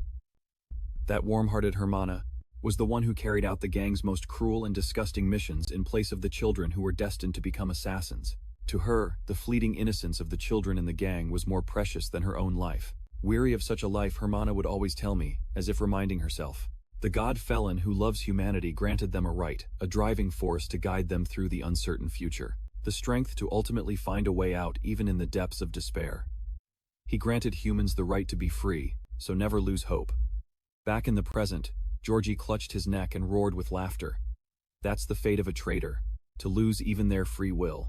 She's nothing but a puppet now. How about it? Isn't that worse than death? So if Elgato isn't a traitor, kill this traitor Hermana with your own hands. Prove that you're not a traitor. As he was speaking, a fist suddenly flew straight into his face. It was Eleven who threw the punch. Even after being hit like that, the guy could still manage a smile. Just as I thought. You times are times the traitor. Now then, Elgato, not even death can. Without another word, he grabbed the man's hair directly. Only now did the guy realize what was happening. Wait, but unfortunately, it was too late. He was now like a ferocious monster. Everyone present witnessed it. Every single one of them was utterly shocked. Now Georgie, irritated, yelled, "What are you standing there for? The traitor has already shown his true colors, hasn't he? Attack immediately." His brothers rushed forward in a ready stance. Levin, while rummaging for something in his pocket, said, "Betrayal." He wiped out the Fios, just to take their technology. For the one who turned Hermana into this, I have no loyalty to offer. His voice gradually became harsher. In fact, I never had any to begin with. Georgie, not one to be outdone, retorted. You can't take those words back now, Elgato. You know full well what happens to someone who betrays the gang, don't you? For a traitor, life is lighter than a feather. We'll start with the things most precious to you, and one by one we will torture them. Destroy them, crush them all. And when there's nothing precious left for you to lose, you yourself will finally be tortured. Begging for death to just end it. 11, seething with killing intent, said, "Go ahead. You think I have anything left to lose?" Hearing that, the man roared, "Of course we will. A traitor doesn't need his limbs to make sure he pays the price for his betrayal. Take him alive, just keep him breathing." As soon as he finished speaking, Eugene took the full brunt of their attack. He gritted his teeth, trying to hold on. "They're seasoned veterans, we have to retreat now." But right now, thinking this, he turned his head to look at Levin. He won't listen to reason. Suddenly Georgie commanded Hermana, "Restrain Elgato." Hermana immediately followed the order, pointing her sword at Levin. He quickly cast a strengthening spell, while Eugene, on the other hand, was desperately trying to dodge those horrific attacks. He clicked his tongue, thinking, that's Hermana. She's definitely the strongest one here. If she joins the fight while we're at a disadvantage like this, it's all over. It was him. That's the guy who gave Hermana the order. If that's the case, maybe I can stop her. With that thought, Eugene charged straight toward Georgie. The man was also getting a little worried. Damn it, half of my brain has been crushed. My motor functions can't keep up anymore. Eugene pressed his sword against the man's neck and threatened, "Stop Hermana, or I'll kill you." The man spat back defiantly, "Go on, kill me. Even if everyone here dies, punishing a traitor is more beneficial for the gang." Hearing that, Eugene broke out in a cold sweat. They're the kind of people who worship the abyss. You can't reason with them. If that's the case, then don't hesitate. At least thin their numbers. With that thought, he slashed at the man. Suddenly his eyes widened. "What?" Georgie threw him to the ground, exclaiming, "You let your guard down, Folivia." He slammed his sword into the ground for support. The man continued, "And my blood has been refined through an intense diet. It's the most dangerous poison in the world. I'll die, but you won't be getting away either." With that, he collapsed to the ground while Eugene sat in a corner covering his mouth in worry. Meanwhile, Hermana and Levin were also fighting fiercely. He gritted his teeth and asked, "Damn it, Hermana, what am I supposed to do with you?" Suddenly a man appeared out of nowhere and stabbed him in the back. Eugene was also struggling badly. "I can't breathe." His face looked incredibly weary as the poison spread quickly. Suddenly, a stream of water appeared from nowhere. Suabe rushed in on a surfboard looking completely panicked. Everyone get out of the way. I suddenly can't control my magic anymore. Eugene quickly realized that what was once an empty open space was now submerged in a sea of water. In a dry spot, Suabe leaped out of the water and breathed a sigh of relief. I really thought I was a goner. Luckily, my magic came back, so I was able to save them. But why did it disappear so suddenly? Could there be a sorcerer around here who's better at witchcraft than me? Eugene sat up and said, "Thanks, Suabe. You saved our lives." Seeing this, she grinned from ear to ear. "That's right, how about that? Without me, you all would have been goners, right?" As she was joking around, she turned and saw Levin leaving. She angrily shouted, "Hey Levin, how can you just walk away without a single word of thanks after I saved you?" He said coldly, "I never asked you to save me." Hearing that, she got even more annoyed. "What? You were just captured and tortured." Eugene tried to intervene. "Calm down." Suddenly her expression froze. She told him, "Your back is bleeding." Levin reached for his back and said nonchalantly, "It's just a small wound." Suddenly a wave of pain shot through his body. Suabe looked at him, horrified.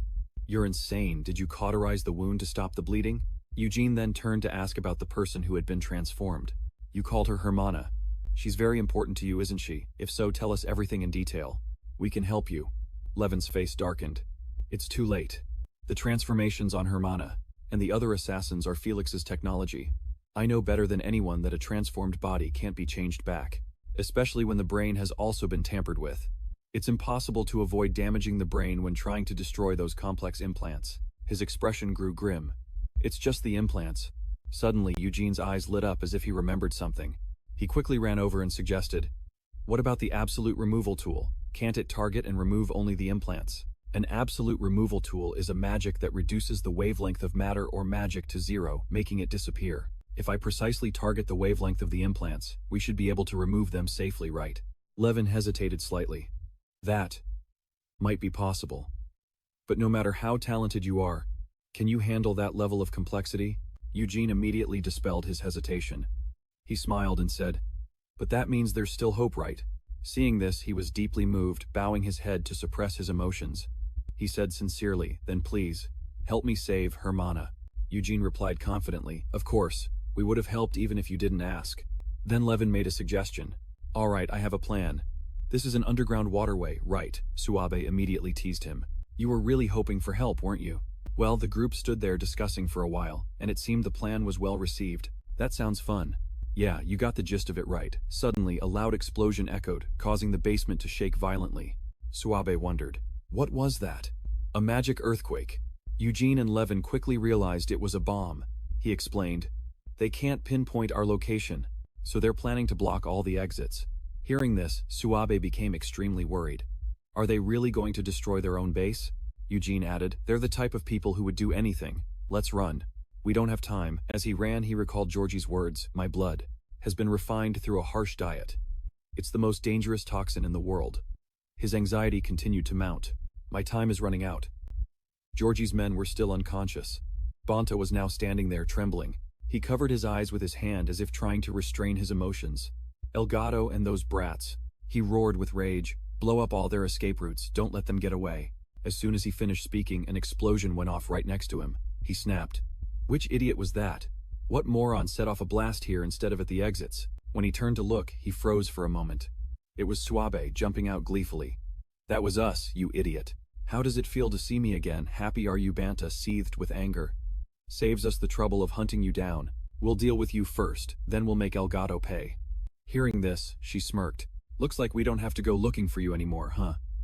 Levin, who had been silent this whole time, was now holding an axe crackling with intense electricity. Without a moment's hesitation, he slammed the axe into the ground with all his might. All of Banta's guards were electrocuted at once, and he was no exception. In fact, he convulsed even more painfully than the others. All of those bastards were now writhing on the ground. Eugene was extremely pleased. "All right, just as planned." Meanwhile, Suabe sighed mockingly beside him. "Showing off again, are we?" Then Levin reached for some kind of bag, and without a second thought hurled its contents right at them. It created a terrifying explosion. Afterward, he swiftly smashed through the wall, pointed outside, and said, "Suabe, use your magic to bring in the water, and wash those guys out. They'll fall to the very bottom floor," she said with delight. "Awesome, now it's my turn. I'll send them straight to the sea, catch them all in one go." but her joy was short-lived as her smile vanished. Noticing the delay, the two guys turned back and asked, "What's wrong, Suabe? Hurry up. We still have to find Hermana after this," she replied anxiously. "It's just like before. The natural elements won't obey me.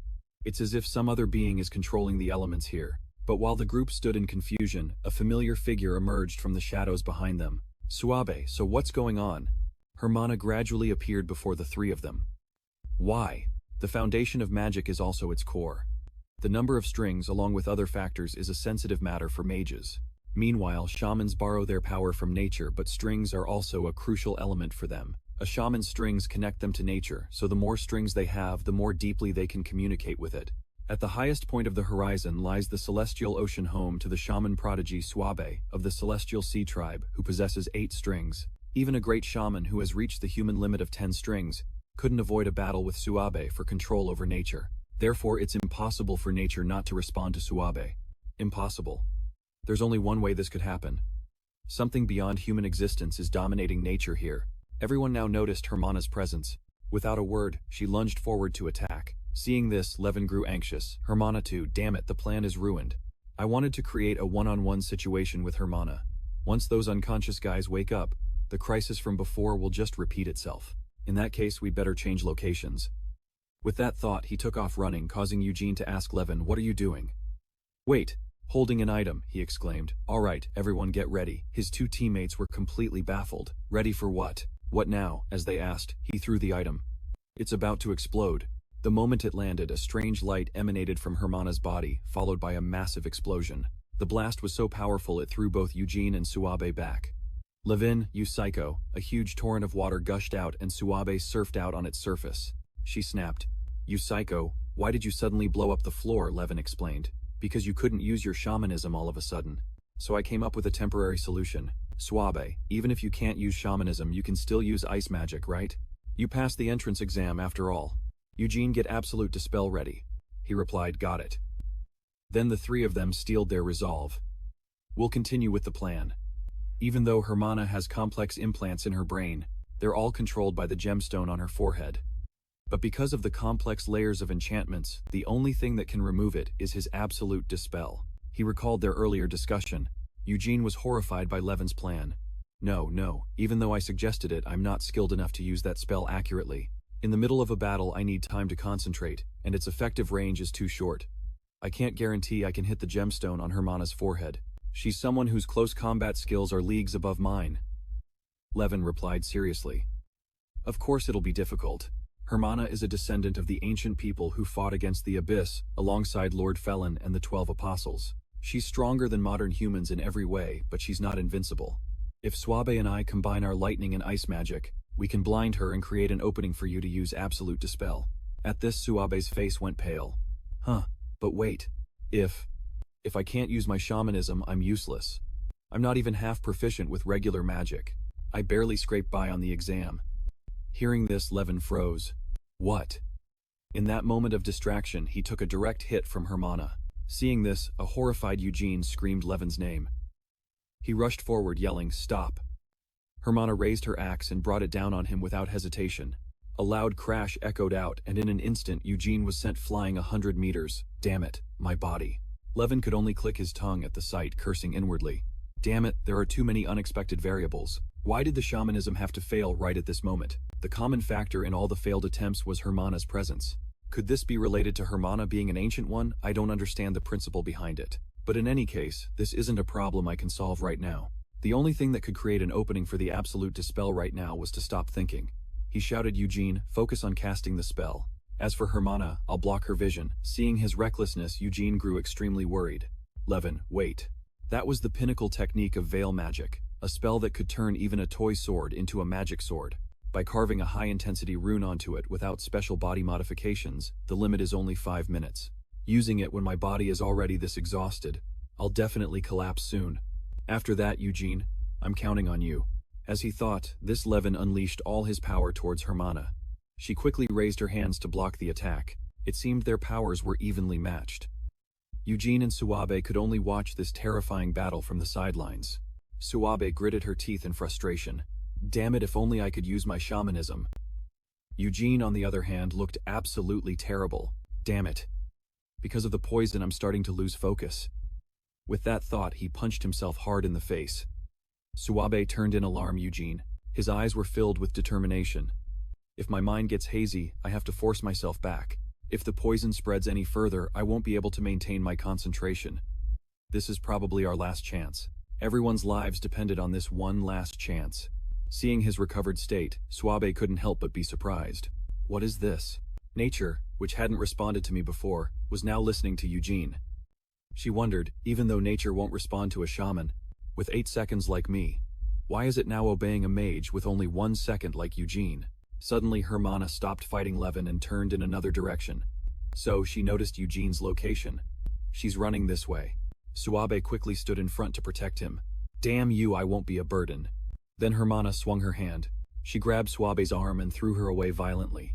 Seeing this, Eugene tried to gather his power as fast as he could. Just a moment longer. Just a little more. Suddenly, a surge of electricity shot out, striking Hermana directly. She cried out in pain. Eugene's eyes widened in surprise. Levin quickly signaled, "Now." As if understanding, Eugene got into position. His hands skillfully controlled the power, directing it all at Hermana. The absolute dispel power was thus created. A bright, colorful light appeared between the two. Hermana gradually returned to her original form. Eugene smiled in satisfaction. We did it. His strength was now completely depleted. Before he could say anything else, he collapsed to the ground. Levin rushed over to catch him. It really worked. Thank God. Suabe grimaced and spoke up. Damn it, my body is a wreck, and my head is full of questions.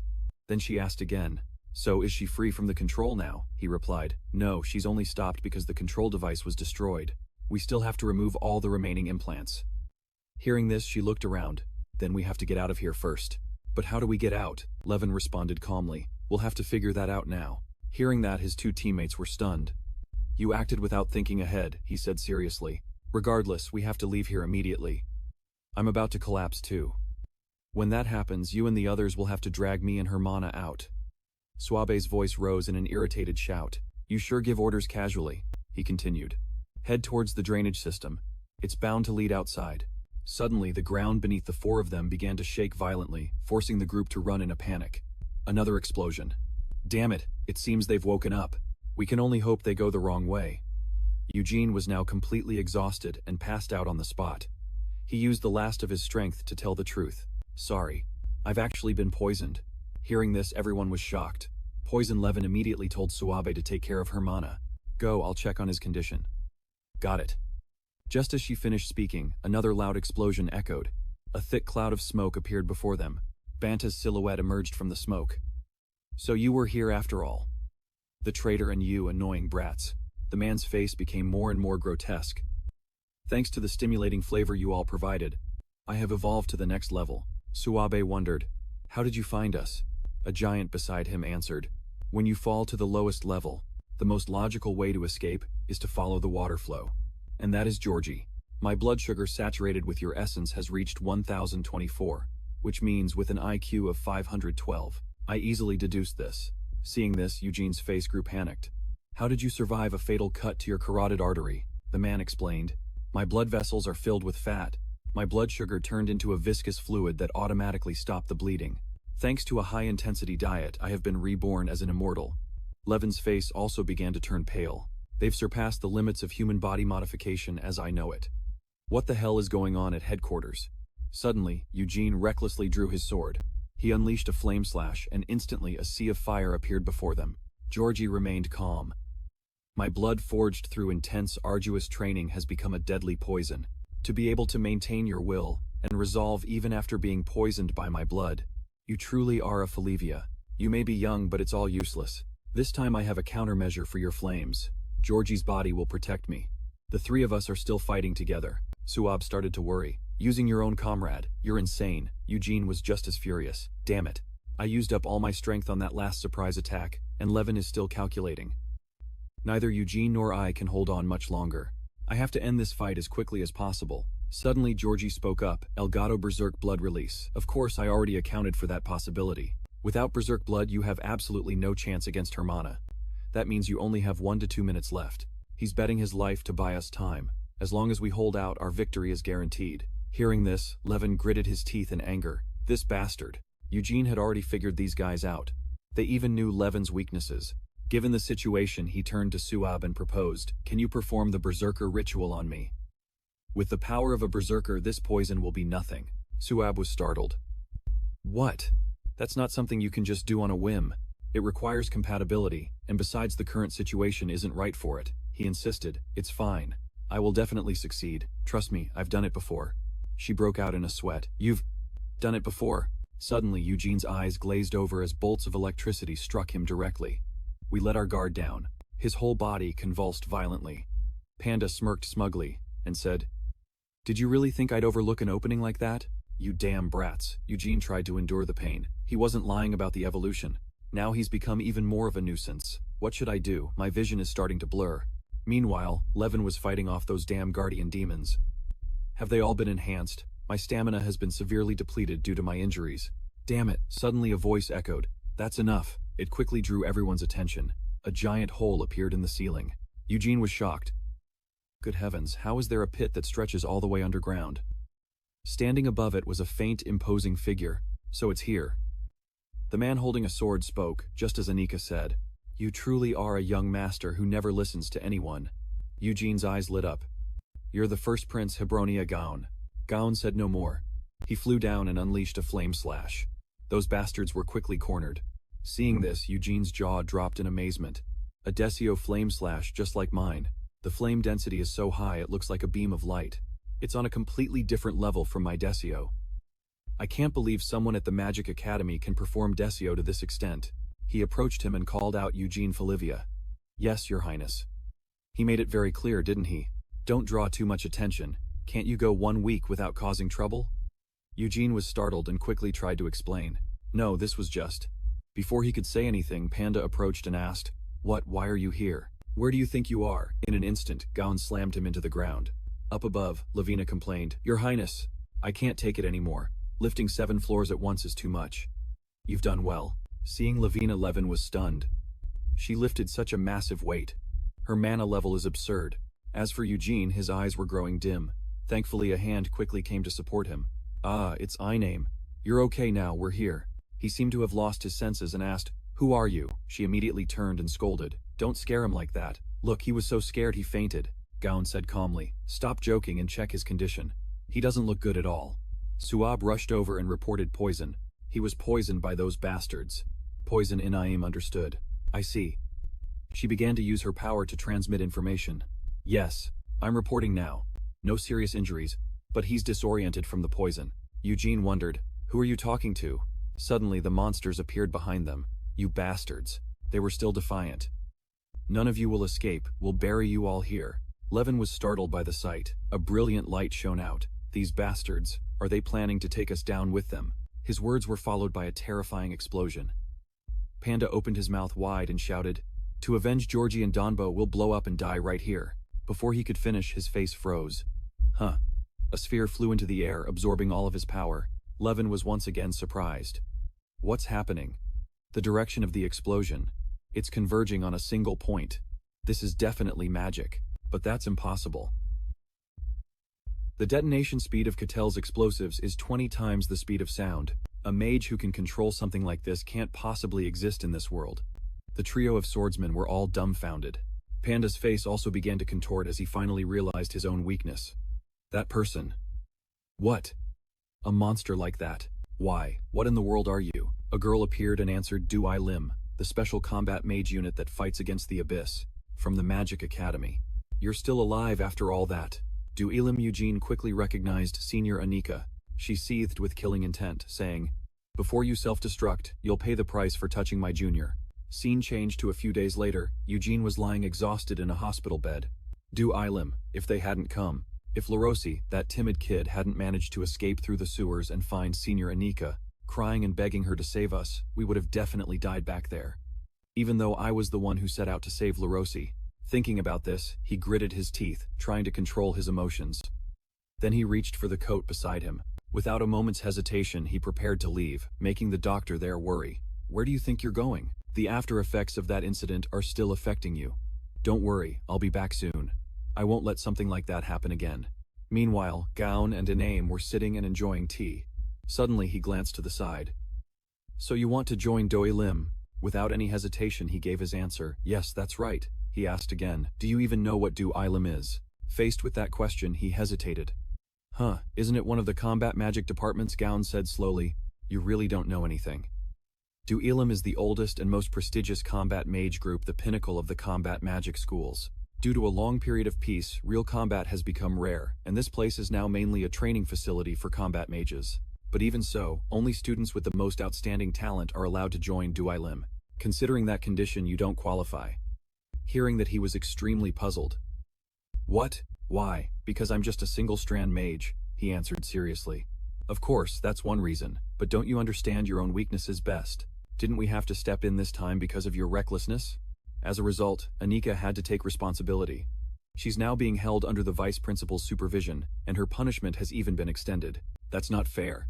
He was startled. That happened to Senior Anika, why her?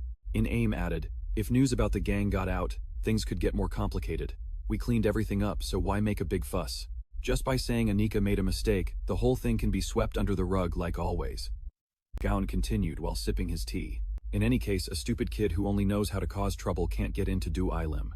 If all you want is to play fight, why not give up magic and go back to the Falivia domain? With your meager single-strand talent, you'd be a better fit there. Eugene trembled with anger. I've worked so hard, you know, to overcome my weakness, the limitation of a single-strand mage. Right here I can prove my efforts. To overcome the limits of a single-strand mage. As he spoke, he demonstrated his power for him to see. This quickly caught the attention of the two seniors, but the response from Gowan was still harsh. Don't act so impulsively, Eugene Falivia, he asked coldly. You dare use magic in front of me? Faced with that attitude, Eugene froze. This killing intent. If I take one more step, I'll die. Inaim quickly stepped in to mediate. Having fighting spirit is good, but you should know who your opponent is. Unlike Anika, we don't have restrictions on our magic. If we're not careful, we could kill you. That sentence, though, said jokingly, had a very deep meaning, causing him to break out in a cold sweat. The atmosphere gradually became more relaxed. Here you go, Prince. What are you trying to turn me into? But before a few seconds could pass, Gaon once again spoke sharply. I'm not so pathetic as to be provoked by a patient who can't even stand properly. And it was true. Eugene was kneeling on the floor, the poison still in effect. AIM immediately went to pull him up. Prince, you're being too harsh. Trying to kill a kid who's still recovering, don't talk as if I intentionally tried to kill him. But you're also hopeless daring to fight a prince even if he's a deposed one. What were you thinking? Eugene quickly knelt and bowed. Your Highness, I had no intention of threatening you. Gon was completely exasperated. I don't care. And don't believe the words of that nasty woman. This isn't a power struggle. I chose Doi Lim myself. I was afraid Falivia would misunderstand. He looked up, confused. Giving up the line of succession for Doi Lim only. Then did he slowly explain. At this point, even I'm curious why you're so desperate to join Doi Lim. Of course I understand a warrior's desire to become stronger, but it doesn't have to be through Doi Lim or even a magic school. Right, I'm just a bottom-of-the-barrel student in 12th grade here, but if I studied swordsmanship at Falivia, I could get better training and treatment, couldn't I? Eugene lowered his head and explained. Ever since I was saved and was able to stand again thanks to Lord Felon, I decided to become a mage like her and help children like me. Suddenly, Gaon asked him a question. Now that you mention it, I remember you said something like that when you first enrolled. Eugene began to open up, but like you said, I'm just a one-string mage, my alchemy is terrible, and the theory classes don't suit me at all. For someone like me to say, I want to become a mage like Lord Felon, it's easy to be ridiculed, to be called a fraud. In fact, my friends who are chasing their dreams are probably much more like Lord Felon than I am. Seeing him like this, Gaon said helplessly, feeling sorry for yourself, that's not what I asked. Stop talking, it's annoying. At that moment, Eugene affirmed with certainty. What I mean is, I want to become someone who can protect everyone's dreams. I believe that's the path for me to become like Lord Felon. The truth is, a one-string mage like me has limits, but if all our dreams are gathered together, if they can be protected, wouldn't we all take one step closer to being like Lord Felon? Of course, my abilities are still lacking. If it weren't for the help of my seniors, I wouldn't have been able to protect my friends. So, in order not to repeat my mistakes, to have the strength to protect everyone's dreams, I want to join Doi Lim. Gaon froze for a few seconds at his attitude, then smiled and replied, I get it. You're one of those naive kids who grew up in a bubble, aren't you? The type who keeps coming back no matter how many times you're shooed away. Eugene said, full of passion. That's right. It's useless to chase me away. Gaon also chimed into the conversation. That's admirable, but even if you beg us to let you in, what can students like us do? This is something you should discuss with our professor, right? Only then did Eugene remember. Oh right. Where is the professor? Isn't he at the Magic Academy, so when will he be back? We don't know either. What Gaon explained. Our professor hasn't been to the Magic Academy. For 2 years now. Those words hit him like a bolt from the blue. What is Du Elim really? Okay. The scene changes. A little later he was walking outside. As he came out he saw Levin in a wheelchair. Oh Eugene. You recovered quickly. Your recovery ability is amazing. Eugene was surprised by his condition, but isn't your condition worse than before? You have to use a wheelchair now, Levin smiled and said. The doctor's just overreacting. It's not really any different than before. More importantly, look. Hermana's condition has finally stabilized. Eugene's face suddenly filled with fear. Really? His whole body trembled. So now I can use the absolute remover to get rid of that implant. I can remove it, right? Seeing him like this, Levin asked. Ah, didn't you hear from the seniors? He was completely bewildered. The seniors. Recalling the demonic conversation from earlier, he broke out in a sweat. The atmosphere then wasn't right for talking about anything else. Levin then explained. I see. It's nothing major. Du Elim is handling Hermana's treatment.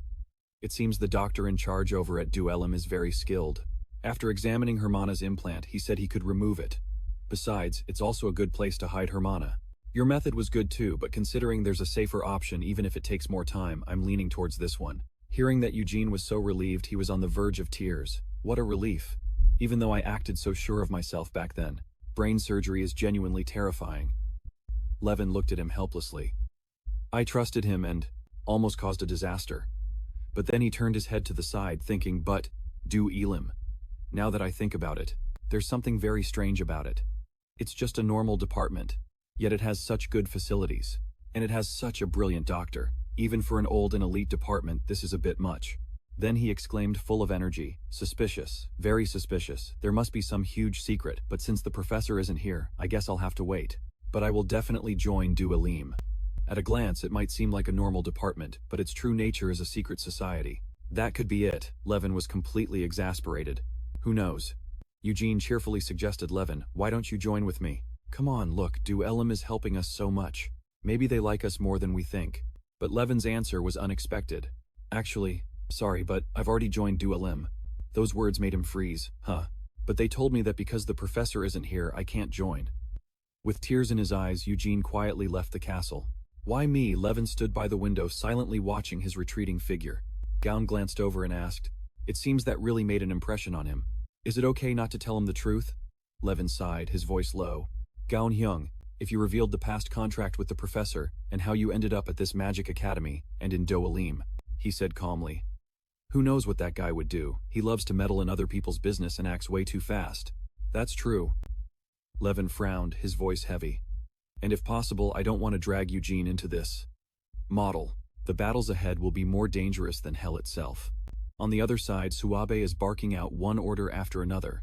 Du Elim said as he looked at Eugene, a hint of sarcasm in his voice. I'm serious, you're perfectly suited to be a shaman. Why are you suddenly talking about shamans? Just shut up and get to work, Suabe said. I saw nature which never answers my calls actually listen to you.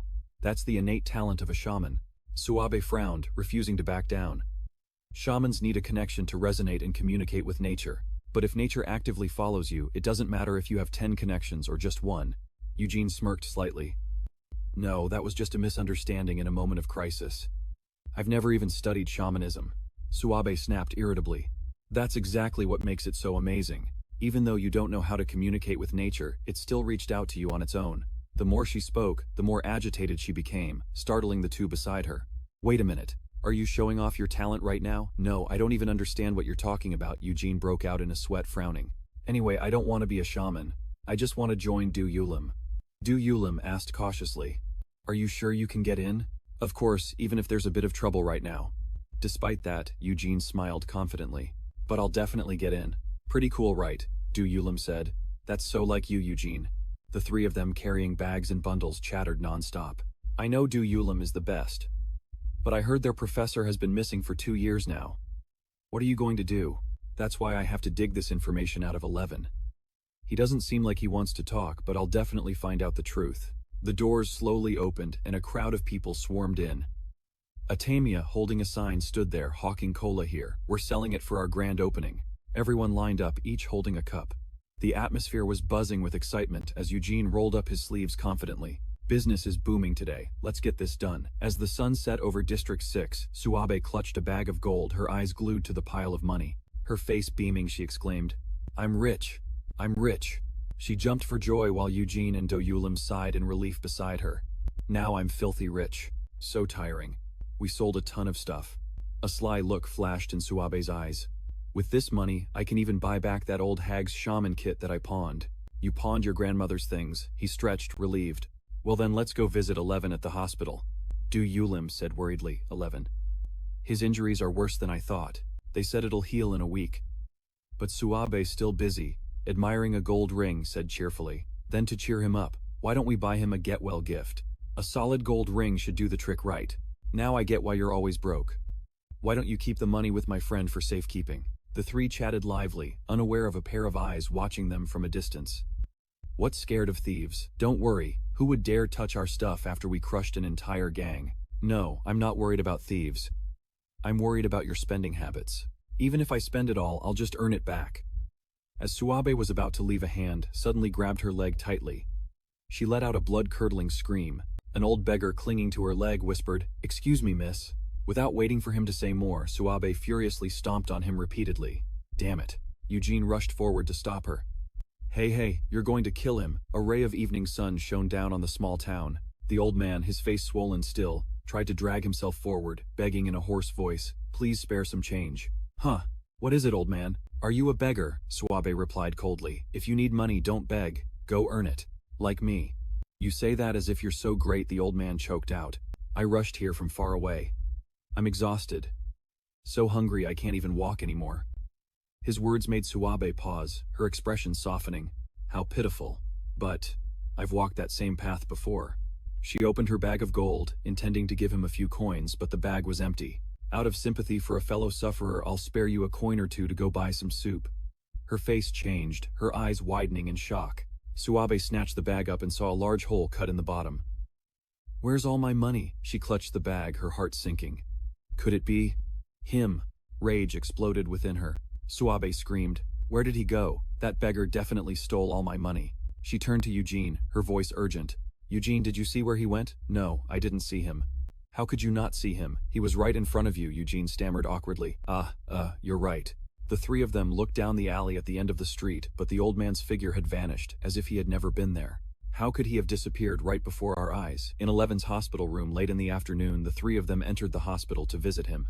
Still fuming, Suabe grumbled as she walked, "Damn it. All my hard-earned money." Eugene reassured her, "Don't worry, we've already reported it to the police. They'll find him soon." Eugene stood in front of the hospital room door and knocked lightly, though he muttered to himself, "Although the police aren't very reliable either. If I get my hands on that guy," she said as he pushed the door open, "I swear I'll beat him to a pulp." 11 and a strange man were in the room. "Oh, you're all here, model." Suabe immediately confirmed it was him. Before Levin could finish his sentence, "Let me introduce everyone.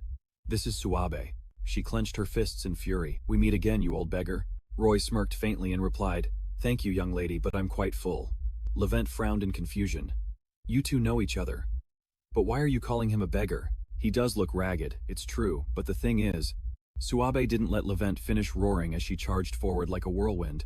"I'll kill you." The three of them frantically rushed to stop her. "Wait," Suabe. Levent's jaw dropped, and his eyes widened. "What are you doing?" But the man just calmly raised his hand, the movement unbelievably light. There was no sound of impact, only an invisible pressure that stopped Suabe in her tracks. The fire in her eyes slowly died down as she panted for breath. Roy spoke calmly, his voice slow. "You shouldn't cause a disturbance in a hospital room." Eugene was stunned, a single thought flashing through his mind. He can nullify magic. This person is exactly who I thought he was. Leon stepped forward with a serious expression. "Hold on, I don't know what misunderstanding you all have, but this man isn't a beggar, he's a professor from Do-Ilim." The air in the room seemed to freeze. Eugene, Suabe and Do-Ilim all exclaimed, "What?" "The professor from Do-Ilim, who's been missing for the past 2 years, Roy chuckled, stroking his chin smugly. "Surprising, isn't it?" Eugene stood frozen, a mix of emotions swirling inside him. And now he's stealing like some common beggar. His voice trembled with a hint of despair. "Please tell me this is just some kind of joke. I suddenly feel so guilty." A thick stack of papers was placed neatly on the desk by Easton. Alright, that's all for today's basic class. One final announcement this week is Major Experience Week for new students. Each day, 2 of your regular classes will be replaced with tours of different departments, so you can get some hands-on experience. Hearing this, the entire class immediately focused. It might be an exaggeration to say your entire life depends on this choice, but it will certainly have a huge impact on your near future. She stood up abruptly, her voice much more excited. I hope this time will help you all discover what you truly want to pursue. Yes, ma'am. With that, Easton gathered the stack of papers in her arms, waved, and said, Well then, I'll see you all next class. Yes, ma'am. Giovanna's face was etched with disappointment, her voice hesitant. Dewey Lim. I heard the professor is back, but why here, of all places? Havanatan replied nonchalantly, as if everything was going according to plan. I already had a feeling about this. Eugene glanced around, trying to keep his voice normal. Why this place? Well, it's very prestigious and has a lot of talented upperclassmen. That's true. Giovanna was still not convinced, a hint of protest in his voice. But there are plenty of other magic combat departments, like Lucena, which is part of the Royal Military Academy, or Megan, which is well regarded in the security industry. Eugene ignored that, stating firmly, But Dewey Lim is still the strongest, right? Beside him, Suabe frowned. If it weren't for that thief, or things like that professor, then other options wouldn't even be considered. Eugene was momentarily flustered. So Suabe is also thinking about joining. At the very least, with the upperclassmen here. Especially since besides the professors, Senior Gown is the only one who can use Desio. To make the most of my power, I have to get in there and learn. Havanatan smirked, his voice tinged with mockery. Do these guys not know about that incident because they're from the countryside? Giovanna chimed in curiously. Oh, so that's it. Eugene couldn't hold back, his eyes flashing with impatience. Incident? What incident? Havanatan narrowed his eyes, his expression turning dark and mysterious as he recounted. 2 years ago, there was an incident where members of Dewey Lim either left or went missing from the Magic Academy. The atmosphere immediately grew heavy. Eugene was horrified, his voice trembling. Missing? How could something like that happen? Giovanna interjected, adding to the drama, nobody knows. They all either left or disappeared, and the rumors surrounding it are too absurd to believe because everyone involved is keeping their mouths shut. So we can only guess that something unspeakable happened. Every word felt like a whisper in his ear, both unsettling and intriguing. It's so suspicious that the professor who left after being demoted while those nasty rumors were spreading has just returned right at the time for choosing majors. Anyone can see that this is suspicious. The group fell silent for a moment. Then Eugene suddenly burst out laughing, a hint of excitement in his voice. The more I hear, the more exciting it sounds. I've made my decision. Havanatan frowned slightly, his sharp gaze flashing. There are always fools who have to learn their lesson the hard way. Major experience class. Eugene and Suabe joined the massive crowd in front of the classroom. There are so many people. I thought it wouldn't be this crowded because of the bad rumors. Only cowards would be scared of some stupid ghost stories. A gentle voice spoke up from the side. Even if they are bad rumors, it's only natural for people to be curious. After all, it's been 2 years since Dai Lim recruited any students. As Eri walked over, his eyes were fixed on Eugene, his smile both friendly and mysterious. There's no harm in attending one class. And who knows what if you're lucky enough to get in. After speaking, he introduced himself. Hello, I'm Eri. I'm just here to check things out. Oh, I see. Hello, I'm Eugene Folivia. Eri nodded slightly. I know. Actually, I decided to apply to Dewey Lim after watching the match between you and Senior Asus. Really, that's flattering. A scoffing laugh echoed from behind them. Watching these pathetic insects flatter each other. How amusing. He let out a cold, sarcastic snort. A scornful voice cut through the dead silence. I thought watching Asus drag out some kid on a leash for a laugh was entertaining enough. But now you dare show your face in Dolam. You really don't know your place. Eugene frowned and looked back, his voice laced with annoyance. What? Beside him, Suabe just smirked, her voice icy. Who is this empty vessel making so much noise? What? Eri, standing nearby, looked startled. You don't know him. That's Bento Bison, son of the Marquis Bison family, the Queen's maternal line. The Queen's maternal line. Hearing this, Bento just scoffed, his eyes filled with disdain. A Folivian and a little barbarian shaman girl. A match made in heaven. The Folivians are that half-barbarian tribe from the border, aren't they? His friends burst into loud laughter, their voices tearing through the room's atmosphere. Suabe trembled with rage, her eyes flashing with fury. What did you say, you bastard? She roared, her voice thundering. Do you want to die at the hands of a barbarian? Barbarians don't care about royalty or emperors. The tension in the air was thick enough to cut with a knife. At the front, Roy glanced over the corner of his mouth, curling up in amusement. Well, at least they're spirited. That's good. He clapped his hands on the podium with a loud bang, causing the entire class to turn their eyes toward him. All right. Roy's call made Eugene's group pause. You students arguing over there. He leisurely rested his arm on the lectern. His gaze was calm but carried weight. Arguing are we? Your teacher is here now, so from this point on, please remain silent. The students below began to whisper amongst themselves. They all looked at each other curiously. Teacher, is that the professor in charge of Dolim?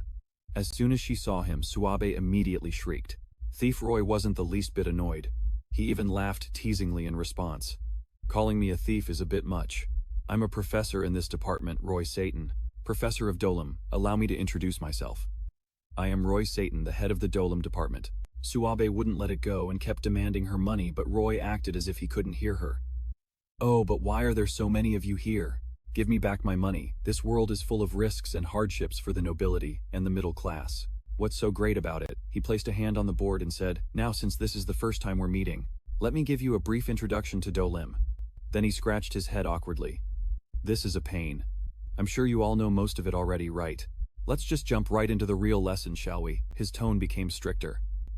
I'm sure there's no one here who doesn't know what this place is for. It's boring to repeat things everyone already knows. So if you came here out of curiosity, you should leave Roy stressed. From now on, only those with the potential to become a Dolim will remain. His words were like a sharp blade, causing Bento and Thalia to smile smugly. They clearly understood it was meant for them. To be very clear, you could lose your lives during the test because Dolim is a place for combat mages. Eugene was a little surprised. Is that all?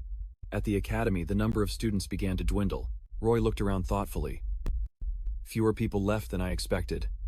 Was I not clear enough? He emphasized in a deep, sharp voice. All right then, let's have a little chat with those who remain. Why did you choose this difficult path instead of the easier ones? No matter how it's kept secret here, you learn how to kill. And be killed. The class was dead silent. Eugene eagerly raised his hand. Me, I'm here to become stronger, to protect everyone. My life was on the western front of Bolivia, and what I've been through has taught me that even the most ordinary life requires strength to protect. Roy just smiled, a smile that was both scornful and curious. Our little lord of Bolivia is as naive as a child. The whole group laughed, making Eugene a bit flustered. It was Bento's turn. He sneered, his voice arrogant. Of course I'm here to pursue honor. What else could better elevate a man's honor than earning merit on the front lines? Then Thalia even more haughtily said, Do I need a reason to become strong? Eri said timidly, I'm here because I thought I could become more confident. Suabe was blunt. Obviously to become the strongest. A chorus of answers rang out. Me too. The atmosphere was fiercely passionate, with everyone expressing a clear goal. Me too. One student stammered, so. Roy's expression instantly turned ice cold, his words like a blade. Our mages are truly unwavering, no matter what I say. Honor and strength. You're all still young, so I suppose that's fine. But what's with all those smiles? Are you all excited and happy? The atmosphere suddenly, Roy moved closer to Eri, his voice a mix of probing and sarcasm. And then, what confidence? He mocked him in front of the crowd. Did everyone hear that? He said he came here to become more confident. It seems this kid thinks Dolim is some ordinary training ground. I made it a point to emphasize that those who came without serious intentions should leave, didn't I? Eri's voice trembled on the verge of tears. I didn't. Roy's words grew heavier and more unforgiving. Why is someone like you still in this room? Suabe and Eugene immediately stood up to defend their friend. Wait a minute, what's with your tone, Professor? That's right. What right do you have to lecture us when all you know is how to swindle money from students? Roy smirked smugly. Why, you ask? He paused for a moment, then his voice suddenly turned ice cold. Because. And then he used magic to incinerate Eri. The entire room fell silent. Everyone's jaw dropped, their faces pale.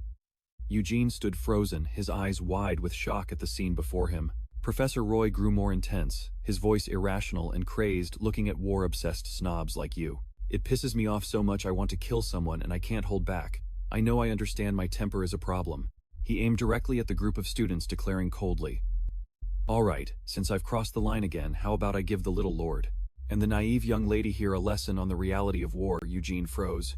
From now on I will attack to kill for the next 5 minutes. Bento let out a satisfied laugh. This professor is a real madman. Anyone still alive in this room after 5 minutes will be admitted to Elim. Talia smiled. Roy emphasized his voice devoid of mercy. If you're scared, you should run right now. I'm not joking around. 2 years ago, I dealt with insects just like you in the same way, and declared them missing. Those words weighed on Eugene's chest like a boulder. He gritted his teeth, filled with indignation and unease. Of course, no one comes here to learn how to kill without being prepared to die themselves right. His gaze locked onto Eugene as if to confirm it, as if calling out all the pampered brats. Eugene gritted his teeth. Trying to suppress his emotions, the class erupted into chaos. Screams and panicked footsteps filled the air. Run, the professor's gone insane. Eugene's brow furrowed, his teeth grinding together. What kind of test is this? He yelled as Roy's fist came flying. Stop this nonsense. But Roy had no intention of stopping. Stop, you think this is a child's game? In that instant, Roy's punch came at him unbelievably fast, powerful, and ruthless. A flurry of interlocking fists, his one fist multiplying into many at once. His immense power rushed forward. That's the problem with you lot. The glass sword in Eugene's hand cracked and flew apart. He was startled. Was that magic just now? Talia's eyes widened in shock and Bento paled, realizing the same thing. It wasn't magic, Suabe shouted from the side, her voice lost in the chaos. Eugene Roy's fist is smoking. His voice roared like thunder. At the military academy next door, even the 12-year-olds who enroll know full well. They will become soldiers. Compared to them, what the hell are you mages? Do you really understand what it means to become a battle mage? Do you? I can't stand those who want to be battle mages without even having the basic resolve. He roared, his voice threatening to shatter the room. Get out of my sight or show me some damn resolve. Talia immediately responded with a spell. If that's what you want, Professor, I won't refuse. 4 seasons, magic formation square. Bento, not to be outdone, spoke with clear disdain. The competitive Suabe charged forward. Don't act so high and mighty. Living in the wild is a battle for survival in itself. A panicked Eugene quickly tried to intervene. Wait everyone, if we get caught up in this.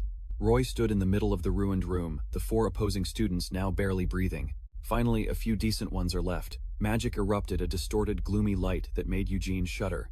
But he thought to himself, his eyes wide with horror. It's that magic again. Roy charged straight at Talia. Thinking like that is just a prerequisite. You've never truly fought an opponent, have you? Talia was stunned. What? Before she could answer, her entire body was thrown. Slamming hard against the ceiling, he continued, his voice ice cold. Who would be slow enough to get hit by magic? As sluggish as that. Watching this, Eugene's eyes suddenly lit up. I get it now. The multiple punches, and the magic that made him suddenly disappear are actually one and the same. He bent light with magic, making it so that not even the eyes of a Falivia could see it clearly.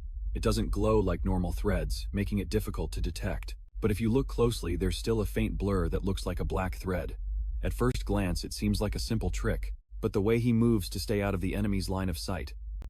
He switched targets to Bento, rushing forward with the speed of the wind, his attacks sharp and precise. He's utilizing this simple magic in actual combat, in a terrifying way. It's like watching a master swordsman from my own clan, not a mage. He took a deep breath, his gaze sharpening. But that's exactly why. I can block it. Eugene lunged forward to block Roy's attack. Even if it's hard to see, I can still predict it. I've faced plenty of strong opponents. Roy laughed. A dry laugh echoed through the dust and smoke. A Falivia is indeed a little different. Bento gritted his teeth. You bastard, who asked you to help me? Just then, Roy vanished, and a cold gust of wind shot past Bento's back. But if there was an opening, you should have stabbed me from behind. He appeared, his hand swinging down like a blade. Of course, I wouldn't have just stood there and taken it. But even so, if you're all this soft-hearted, how can you protect your friends? Bento collapsed. Roy turned his eyes, locking onto Eugene. Eugene, Falivia Suabe shouted. Eugene, get ready. Hearing the command, he immediately agreed. Let's coordinate our attack. Right. Suabe cast her magic. Her hands glowed brightly. That professor is acting all mysterious while beating up students. This. Eugene swung his sword, merging his mana flow with hers. He yelled, putting his entire body into a ferocious slash. This isn't education, and it's not a test. Can't you even tell the difference between a school and a battlefield? Roy smirked, a long, amused smile spreading across his face. He swung his sword, gathering his mana, and a massive blade of ice tore through the air. How foolish. Combination magic, great ice sword. Smoke and dust billowed, obscuring the classroom. His lips curled into a smirk, his gaze dissecting his prey. Interesting. Did he just copy my magic? To think a student could outsmart me. I intentionally used magic at a student's level, but for him to copy it instantly like that. Now that's even more surprising. He's even hiding his lack of magical skill by concealing himself in the smoke. This kid. He's a true genius. Please, Eugene, stammered, his voice choked with emotion. Stop this pointless charade. If you continue to act like this, sir, I'll have no choice but to take you down. The smoke made the man cough violently. But this weakness of yours is the problem. 4 seasons, magic iron thorns, hundreds of metallic spikes shot out from all around. He peeked through the thorns, a sinister smile on his face. You're angry, aren't you? Eugene exploded like a provoked beast. Yes, that's it. He lunged forward like a hurricane, his hoarse voice rasping between ragged breaths. You need that kind of spirit like a gorilla. Suab didn't answer. Her hands drew intricate lines of mana in the air. Vera. As the sound faded, energy swirled around her. Anton joined his magic with Eugene's. All right, let's do this, he replied quickly. Yeah. Holy waterfall. From behind, a sacred waterfall crashed down and Roy braced himself against the impact. In his hand, an ice sphere flashed. Ice sphere. From above, a barrage of magic rained down like hail. Spell activate, raging ice storm. Eugene charged in, attacking from behind. Stop, Talia chuckled softly, her eyes gleaming. It's time. 4 seasons, magic chains of sealing ice. This bastard. Before Roy could even react, another relentless wave of attacks crashed down on him. He roared, pouring all his strength into a single punch, aimed straight at Talia. Void shockwave. Everyone was stunned. The classroom looked like it was about to explode under the flames and the tremors that shook the entire castle. Thick smoke and dust filled the room, obscuring everything. Amidst the chaos, Roy's voice cut through, half annoyed, half helpless. Damn it, what am I going to do? Another year without pay. I instinctively blew the kids away without even realizing it. Roy collapsed amidst the rubble, his voice hoarse.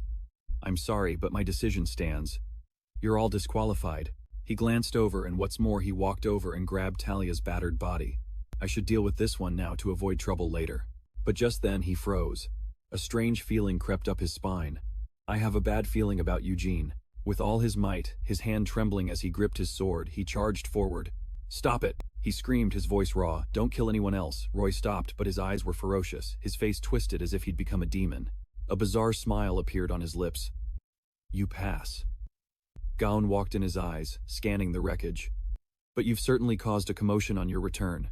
If the results aren't good this time, I won't forgive you. Roy was being bandaged after the fierce battle. Looking exhausted but still proud, he replied, It wasn't bad, don't exaggerate. It's just as you expected, they're the top of the first years. The injured Talia was being tended to by other students. Suab, Eugene, and a few other mages were also recovering. And Mage Felivia too, so a few of them passed. Eugene walked up to face Roy. Do you have something to say? He snapped irritably. Get rid of this ridiculous grading system.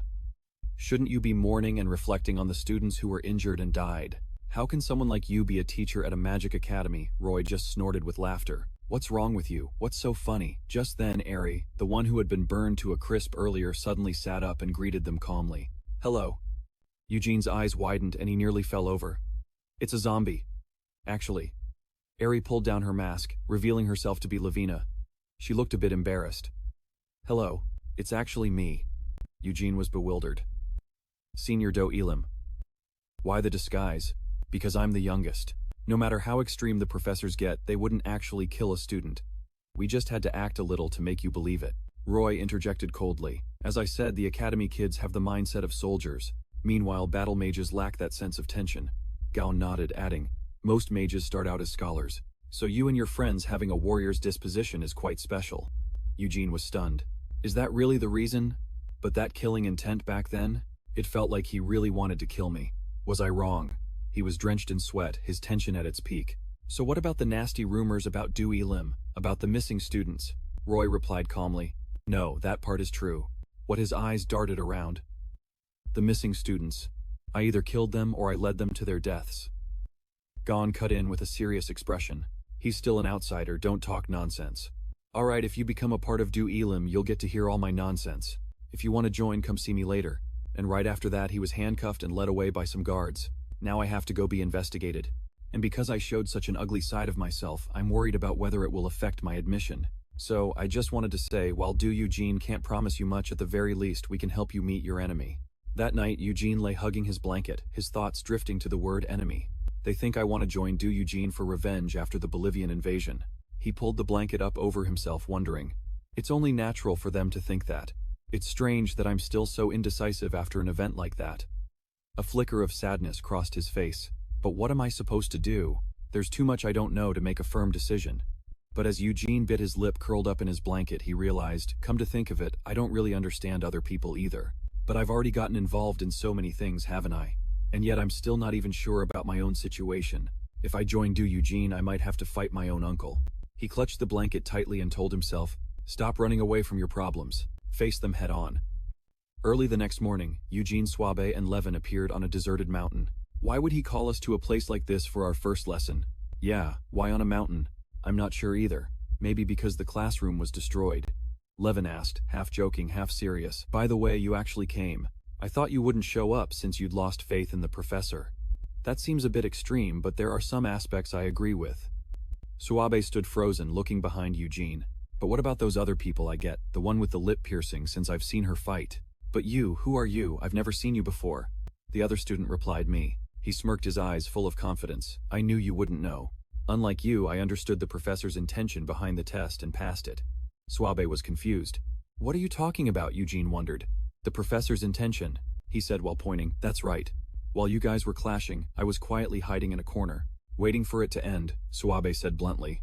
Then why is someone like you here? He continued confidently. You still don't get it. The condition for passing was to last for 5 minutes in the classroom. In other words, we were being tested on our survival skills. That sounds convincing. Swabe snapped. What's so convincing about that?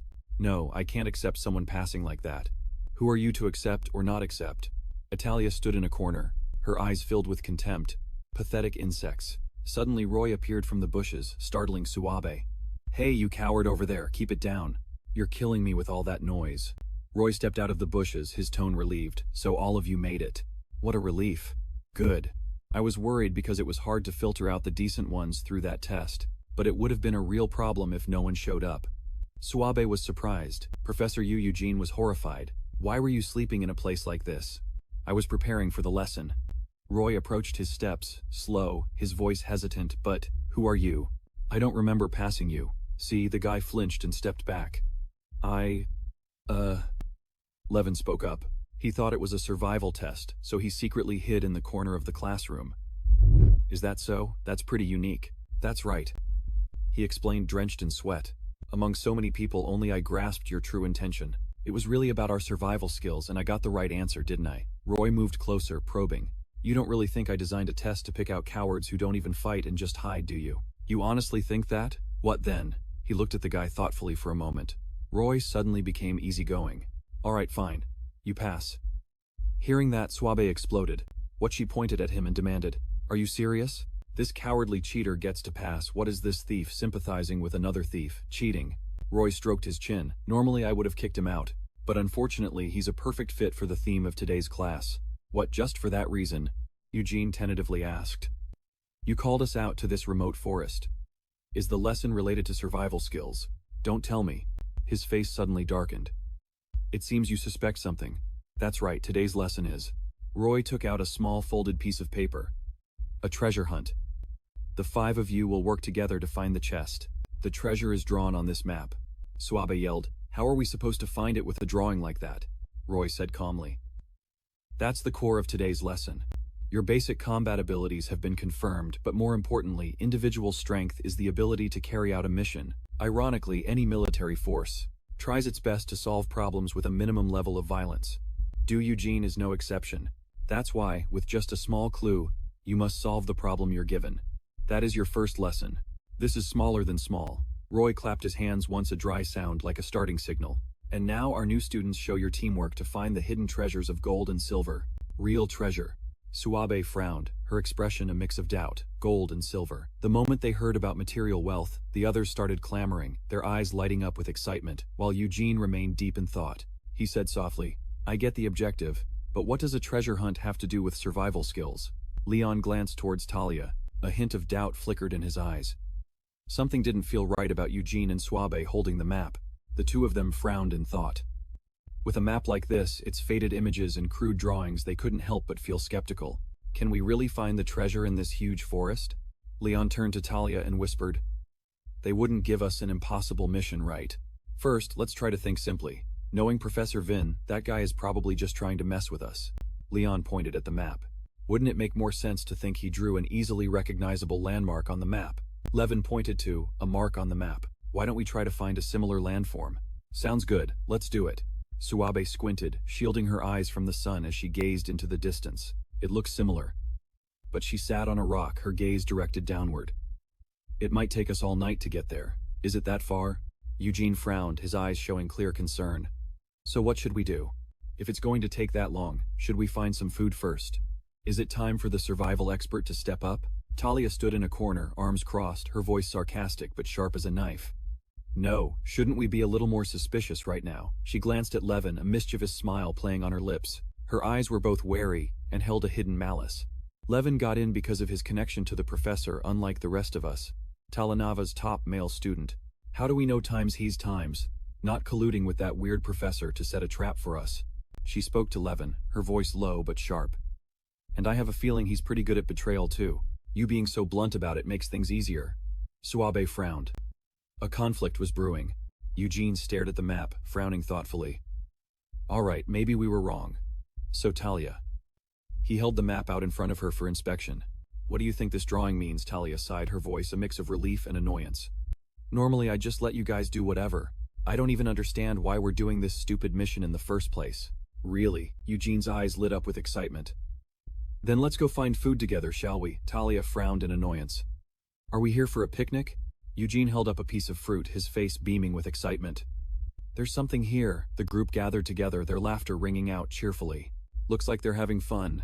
Enam stood watching, silently chuckling softly. How cute. Little did they know what was waiting for them. What's this? Suddenly the salamander looked up at the sky, its eyes wide with astonishment. A barrage of meteors shot down from the sky, their brilliant flames illuminating the entire forest. Eugene and his two friends looked up in unison. His eyes widened in shock, his face paled, and his heart pounded. The three of them panicked and scattered. Suabe screamed, What is this? The meteors crashed into the ground like massive explosions, startling Talia and Levin as well. Levin looked up, his eyes wide with shock. Damn it. A strange man appeared, falling from above. The ground beneath his feet cracked and earth and rock jutted upwards. Nikon smirked, his voice cold. Your disaster has arrived, kids. Suabe was stunned. Who is that? Levin shouted, his voice a mix of fear and excitement. That's Senior Nikon from Dolim. He's on the same level as Senior Gaon. Like the two wings of Dolim. Nikon frowned, grinding his teeth. This brat. Before he could finish, he launched a kick straight at Levin, growling, How dare you steal my introduction? Another explosion erupted, making Talia's eyes go wide in astonishment. She chuckled softly, a smug look on her face. I knew it. They never intended to let us search for the treasure in peace. Eugene shouted frantically. Levin. He crossed the stream, dodging the whizzing meteor fragments. Eugene gritted his teeth and looked back. There's still someone in the way, Levin yelled. Eugene. Is this a test? He tried to calm himself. It must be a test about completing the mission despite interference from our seniors. I'll buy some time so you focus on the mission. Eugene pressed his lips together. The mission. He lowered his head in thought for a moment, then jumped up and started running again with Suabe and their other friend. I'm leaving it to you then. Nikon's lips curled into a cold sneer. Buy time, you're mistaken. He threw off his cloak, his gaze slowly landing on Levin. My target from the very beginning was you, Levin. I can't stand the fact that you're only here because of your connections. And your background disgusts me. I only put up with it because it was the will of our esteemed professor, but deep down I still can't accept it. He began to cast a spell. Streams of energy swirled in the air. These conflicting emotions, this mixture of feelings, it has given me an answer. Nikon roared as two torrents of magical power like giant bolts of lightning shot out in front of him. If you can't even endure the first lesson and run away, then that will be proof of your weakness. Levin stood facing him, his gaze cold but resolute. I'm guessing you get told you're not very smart a lot, don't you? Nikon was taken aback. What? That comment was the trigger. Nikon charged straight at Levin, his voice a low growl. I'll kill you. A terrifying crash echoed through the forest. The other three scattered and fled. Eugene and his friend also looked back in utter bewilderment. What kind of crazy fight is that? Eugene immediately gave a signal. A barrage of meteors rained down around them, explosions ringing out everywhere. His friend screamed in terror. That's right. The three of them scrambled to escape. I know you told me to be quiet. But who would have thought they'd react to such a small sound? How could they even find us in this forest? That's the real mystery. They tracked us through the dense woods and attacked with magic. Exactly, but they aren't even here. Judging by the curved trajectory of the magic, they're clearly attacking from a distance. But the strange thing is, they still reacted to even those small sounds, which means they're close enough to hear us. Yet they're attacking from afar. That's unusual. Once we figure out the reason for this anomaly, we can overcome it. Inam leisurely sipped the tea in her hand, the steam warming her face. I have to say I'm really enjoying this. Inam let out a sly little laugh watching the rookies struggle like this. Beside her, Lavina screamed in despair. Maimana Nikon lifted his leg high, his body lunging forward like a lightning bolt. Then he slid a long way. He laughed loudly. Have a taste of this. The cloud of dust made Levon's expression change. He screamed internally. Damn, what kind of insane power is this? Meanwhile, Talia, while setting up the Four Seasons barrier, snapped in frustration. Damn it. This ridiculously stubborn guy. What kind of mage fights like a martial artist? Nikon spun to dodge the blow, the corner of his mouth curling into a provocative smile. Fast as a rat, just as I thought. I don't even need to ask to know whose dog you are. Levon tightened his grip on his sword, his eyes filled with rage. He advanced, step by step, closing in. You know who I am and you still dare to pick a fight. Looks like you're not too bright after all. Hearing this, Nikon snapped back angrily. What did you just say, you bastard? Levon glared, raising his sword high and growling. A city in a forest where darkness reigns even in broad daylight. He lowered his voice, each word as heavy as a stone. In this place, no matter who the opponent is, Levon's entire body radiated an intense pressure, making the very ground tremble. No one can defeat me. Nikon raised an eyebrow, a hint of excitement in his voice. Interesting. Planning to ambush me by hiding in the shadows. Then he too unleashed his power, his aura flaring up like a scorching fire. Fine, I'll play along. But don't even dream of escaping my predator's instinct. However, Levon simply leaned aside to dodge. He looked bored. There's no need to react to such foolish provocations. A thought crossed his mind, just let that brute deal with them himself. At that moment, Nikon launched a powerful kick towards Talia. A piercing scream rang out. Over here, which made her yell, "No, you idiot, instinct my ass." Just then, Levon seized the opportunity, thinking to himself, find Eugene, and complete the mission. Then he quickly leaped onto a tree branch and vanished in an instant. Soon it was completely dark. In a hidden hollow of a tree, Eugene clutched his stomach, writhing. All this running around has made me hungry. Suabe, sitting next to him, frowned slightly. Seriously, are they insane? Eugene sighed. How can they keep casting spells continuously until sunset? It's like their mana is infinite. Even though the canopy is sealed and impenetrable, they can still attack in an arc which proves they're quite far away. He frowned, his mind filled with questions. But how can they track us? If it were magic, I should have noticed it sooner. After a moment's thought, Eugene said suave. In this situation, we might have to use your passage technique to break through their encirclement. She frowned in protest. Are you trying to drain my magic and kill me? Suabe said sternly. Besides, foolish actions like that will weaken the spell's power. It's just pointless destruction of nature. Eugene nodded. I thought it was more powerful than magic, but it seems it has its own limits. Just then, their companion returned with a pile of food. Hey everyone, I brought food. Eugene was surprised. Really? How? He replied cheerfully, I found some berries nearby and picked them. Eugene's eyes lit up. You really are a survival expert. The three of them sat down and ate peacefully in the quiet surroundings. Eugene said softly, All right, let's eat. When it's completely dark, we'll set out. His friend's eyes widened. Huh, Eugene explained calmly. The upperclassmen can't possibly stand guard 24 hours a day. We'll sneak out when their guard is down. Afterwards, the three of them began to move stealthily through the dark night. Not long after, both Eugene and Suabe turned pale. Seeing this, their friend asked worriedly, Why do you look like that? Are you not feeling well? She tried to cover her mouth. My stomach. A second later, Suabe retched violently. I feel. He panicked. Hey, what are you doing? Eugene immediately became alert. His keen intuition made him realize something was wrong. Suddenly, an attack came flying at them, but he reacted in time to put up a shield. He shouted, Grab onto the tree. The other guy quickly took cover, and Suabe scrambled to hide with him. Yuji tilted his head and asked urgently, Suabe, what's wrong? She stammered. Those wild berries. My stomach feels really weird. Hearing this, his friend turned to argue. Are you saying this is my fault? No way, we all ate them. Maybe you just ate the most, so you're the only one with a stomachache. Eugene cut in. Stop it. We'll deal with that later. He took a deep breath and shouted for help. Teacher, seniors. We have a patient here. We need to stop the lesson and treat her first. But at that same moment, someone attacked them again. The other guy panicked. Can't they hear us? Cold sweat dripped down Eugene's face. They reacted to sound before, so it's not that they can't hear us. Could it be? They want us to get through this on our own. Even so, they couldn't possibly be that cruel. In that instant, he realized, that means they can hear us but can't understand what we're saying. Yuun said decisively. If that's the case then. Suddenly he froze. Huh. Deep in the forest, countless glowing red eyes watched their every breath. He was horrified. Why aren't the wild animals running away, even with all this commotion?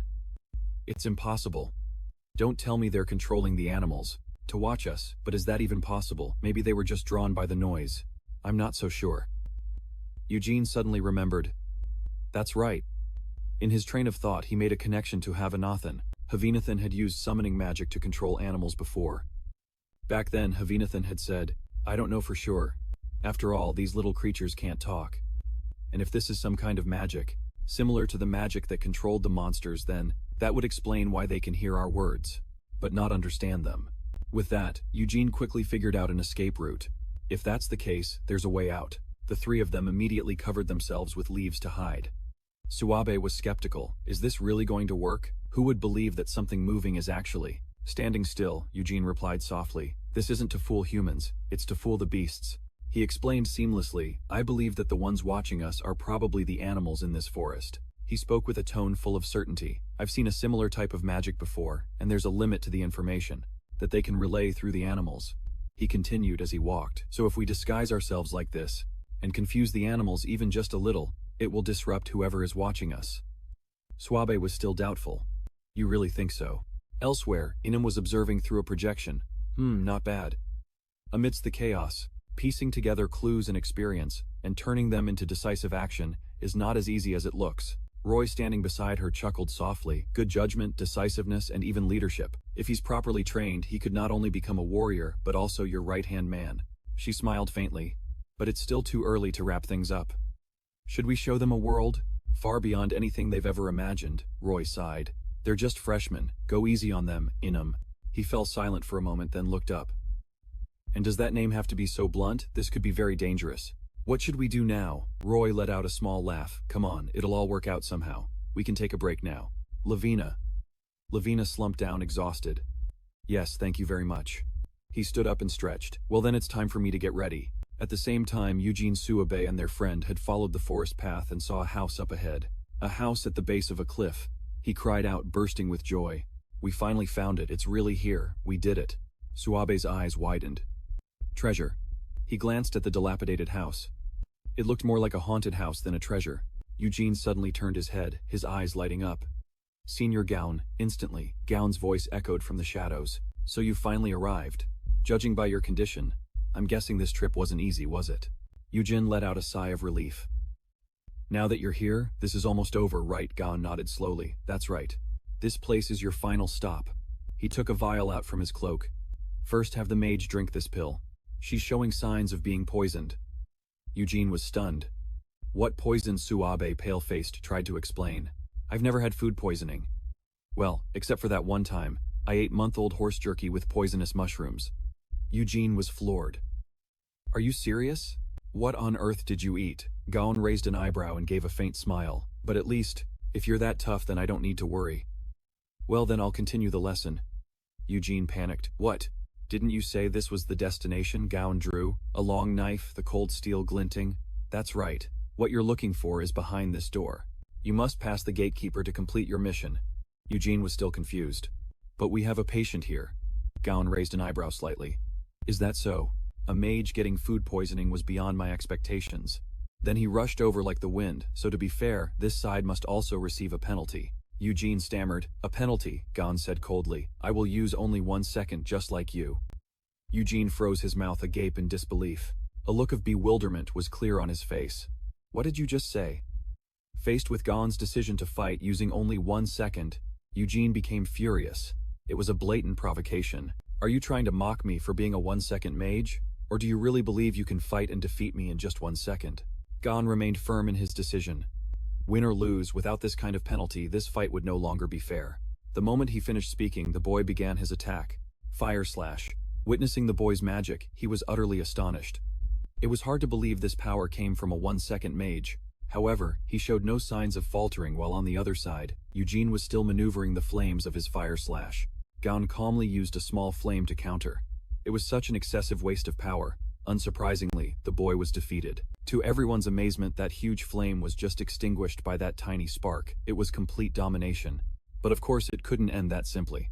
Contrary to the kid's reaction, he was slightly surprised. What? Desio is a technique that temporarily increases the number of strings by cutting existing ones, thereby amplifying magical power. However, a one-string mage still has a weakness even when using Desio. With at least 2 strings, a single cut is enough to reach the minimum threshold of 4 strings to cast a spell. But with only 1 string, you have to cut it 3 times to create 4 strings. He knew that by limiting myself to only 1 second when in reality I have 4, and then suddenly using Desio, it would catch me off guard.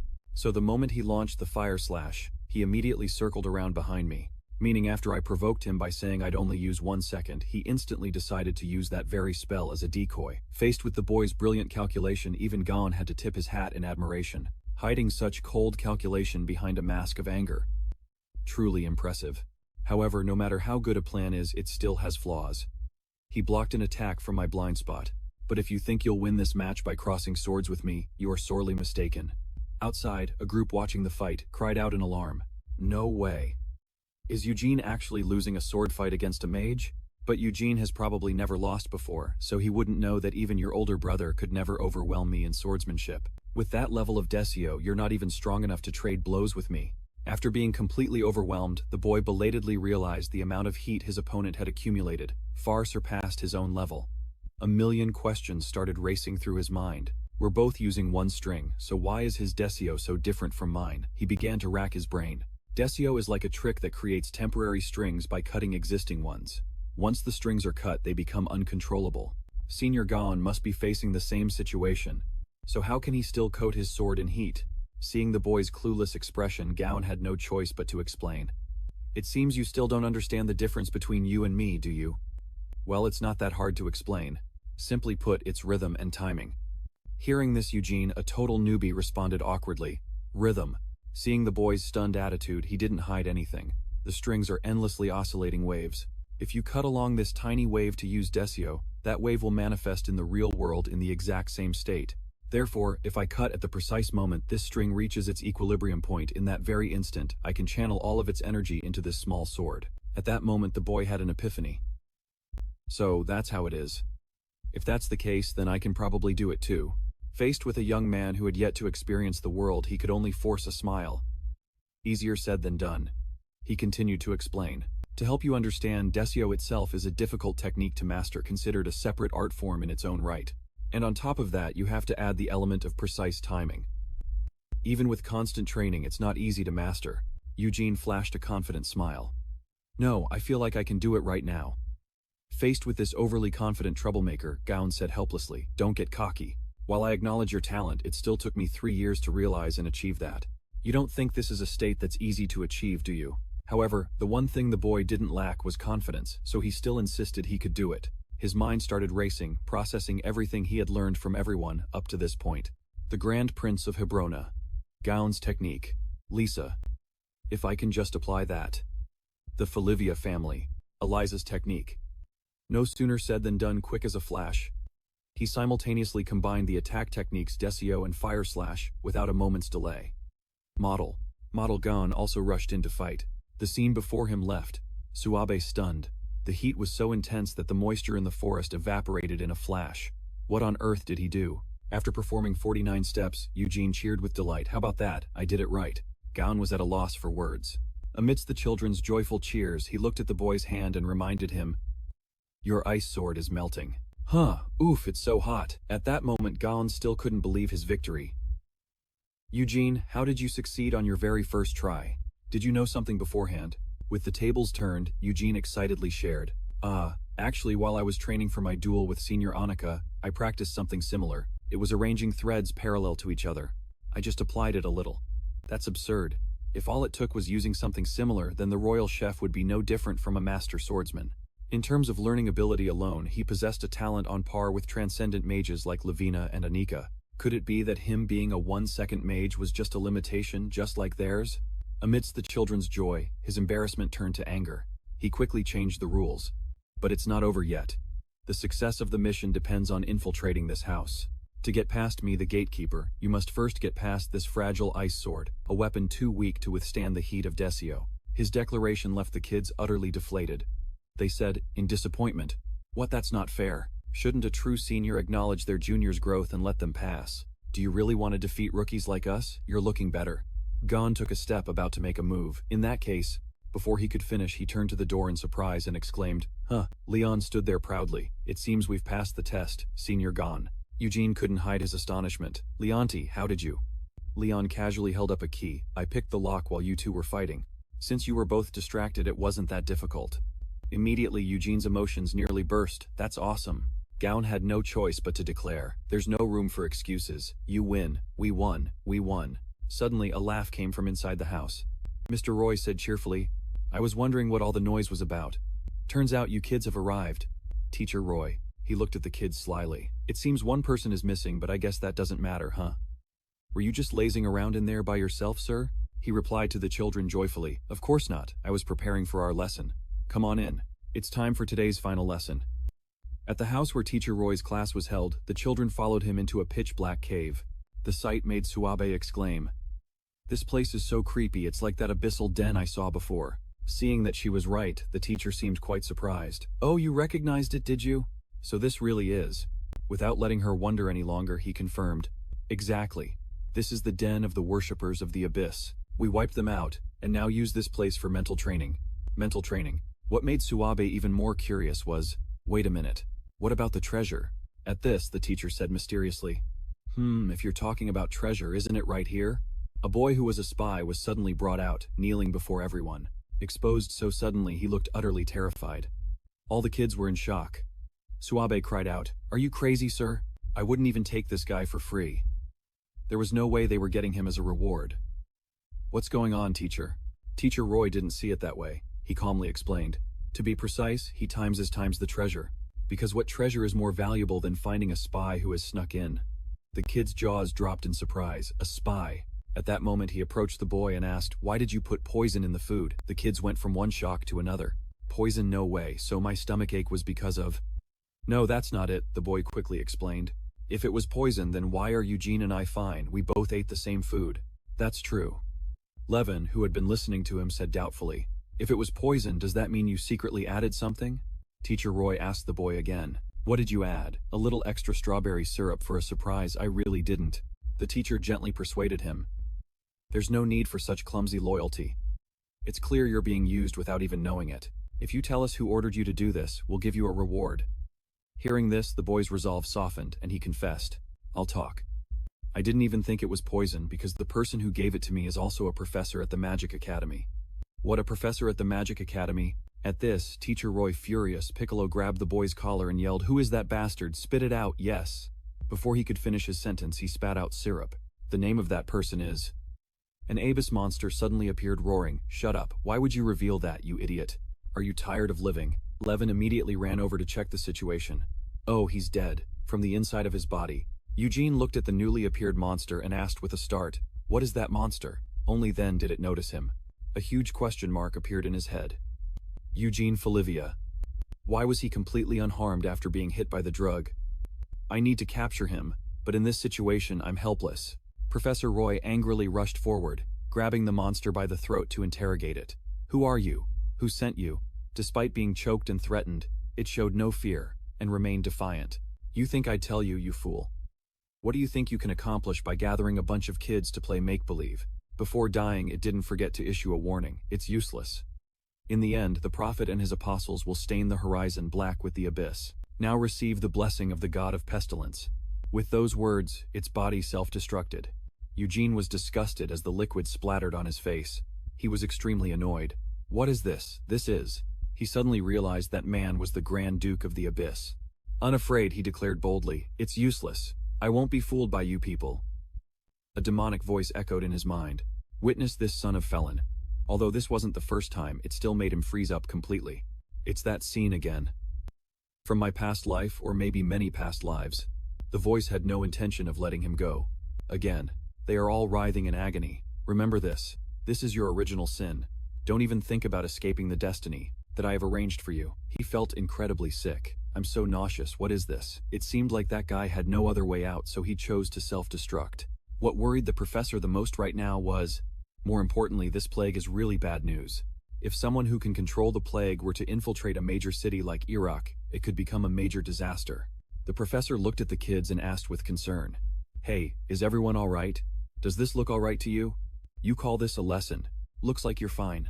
Just then Gaon spoke up worriedly. There are no serious problems.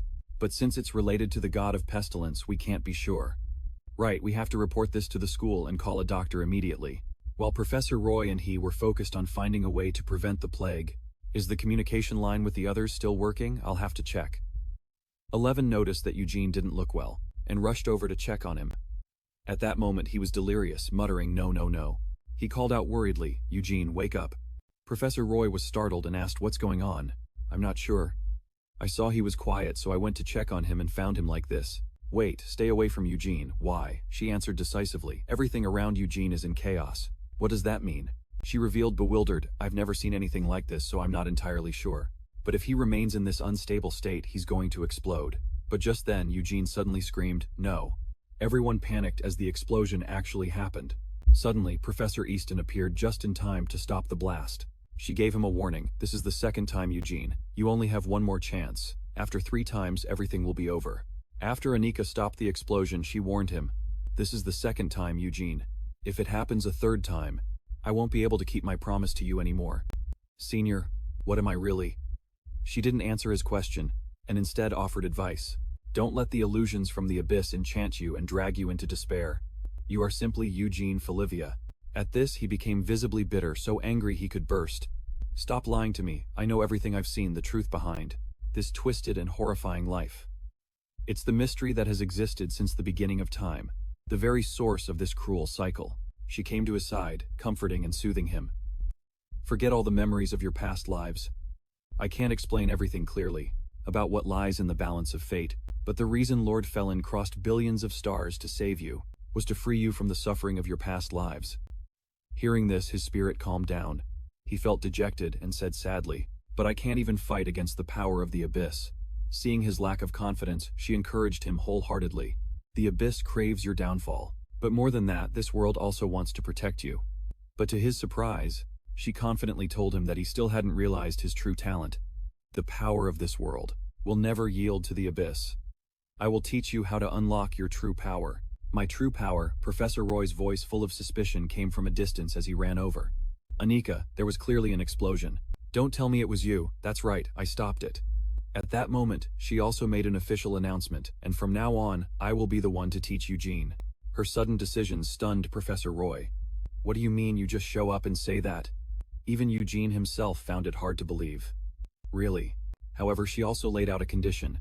In return, until I say you're ready, you are not to go anywhere. Huh. Scene changed to the Magic Academy.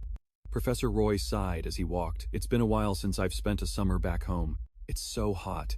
Hearing you say that anyone would think you'd lived in the north for 10 years.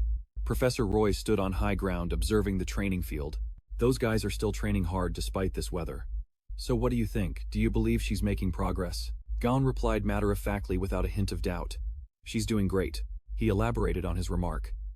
Combining magic and martial arts is an incredibly difficult challenge, yet she's already reached a proficient level. She'll be able to use it in a real fight within a month. This is clearly where she belongs. Just as he finished speaking from down on the training grounds, Nikan yelled out in frustration. That's not it.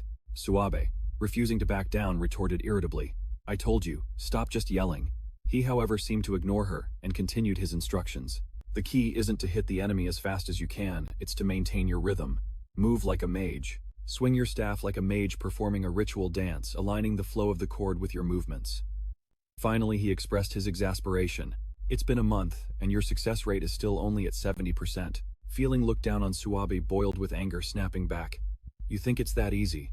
How am I supposed to do that in the middle of a battle? Looks like he's still not satisfied, Gaon remarked after hearing their argument. He turned back to continue making his point. But considering how few people can even use Desio, which is a combination of swordsmanship and magic, her growth rate is truly astonishing. Of course, there are always geniuses who can mimic high-level techniques after seeing them just once. He explained that it's because Desio is still too outdated. The West is so obsessed with pure magic that they've fallen behind. In matters like these, it's already so perfect it doesn't need to be changed. Just then he thought of Eugene. He asked curiously, come to think of it, how's Eugene doing these days? Still no news from Anika's magic tower. The man sounded hopeless, not knowing what to say. Don't even ask. There's been absolutely no news. Making up excuses every day has become my routine. I have no idea what she's thinking, keeping him under wraps like this. Gaon was genuinely skeptical of her teaching methods.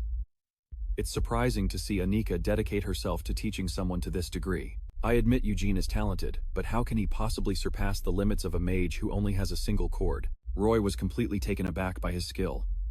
Just a single chord. It's something to think about. He pondered, recalling the incident and what he saw that day. Could it really just be the power of a single chord? And I still can't understand what Anika did, making a terrifying explosion like that vanish as if it never happened. How is that possible? She must have broken multiple limits, and soon she'll have to face even stricter restrictions. This will be a critical variable in his capture. Why would someone who's more cautious of the abyss than anyone else act like that? Their train of thought was suddenly interrupted, when Lavina's panicked voice called out, "Professor, I finally found you, Lavina. What's wrong?" Panting, she said, "It's an emergency. Get to the infirmary on the 3rd floor now." The two were stunned and quickly repeated, "The 3rd floor. The 3rd floor infirmary." The scene shifts to the outskirts to Wheelim's workshop. Leon is sitting alone, focused on his training. His body creaked and groaned as he moved. "My biggest weakness in all my fights so far is that I can't maintain overdrive for long." Even Feos, who perfected overdrive with his naturally overwhelming physique and body modifications, was still defeated by Soher. "Modifying my body while I'm still growing has fatal side effects, so I've always had to hold back. But if I keep being this complacent, I'll never be able to kill him." As he was lost in thought, a noise came from the door. A moment later, Suabe appeared, already complaining. "Every time I come here, there's something new. They must have used the entire budget on this place. What on earth do you do in here all day?" Leon quickly put on his shirt and said calmly, "Even if I told you, you wouldn't understand. This guy is always so full of himself." She showed her displeasure, taunting him, "A combat mage who just hides in here all day. If you just tinker with machines all day, is your body even going to hold up? Go get some exercise." He paid no attention to her words. He just wondered, "What are you doing here? Just to nag me? Oh right, I almost forgot. This is urgent." Only then did she remember her original purpose. "The professor told me to bring you to the infirmary right away." "Where is it?" "Room 308, I think." 308. The scene cuts to the infirmary where Hermana is holding a knife to a medic's throat. She's mentally unstable, muttering, Who the hell are you people? Where am I? Calm down, my friend." Roy tried his best to reason with her. "We're not your enemies. In fact, you could say we're your allies. Allies who share a common enemy. An enemy named Soher."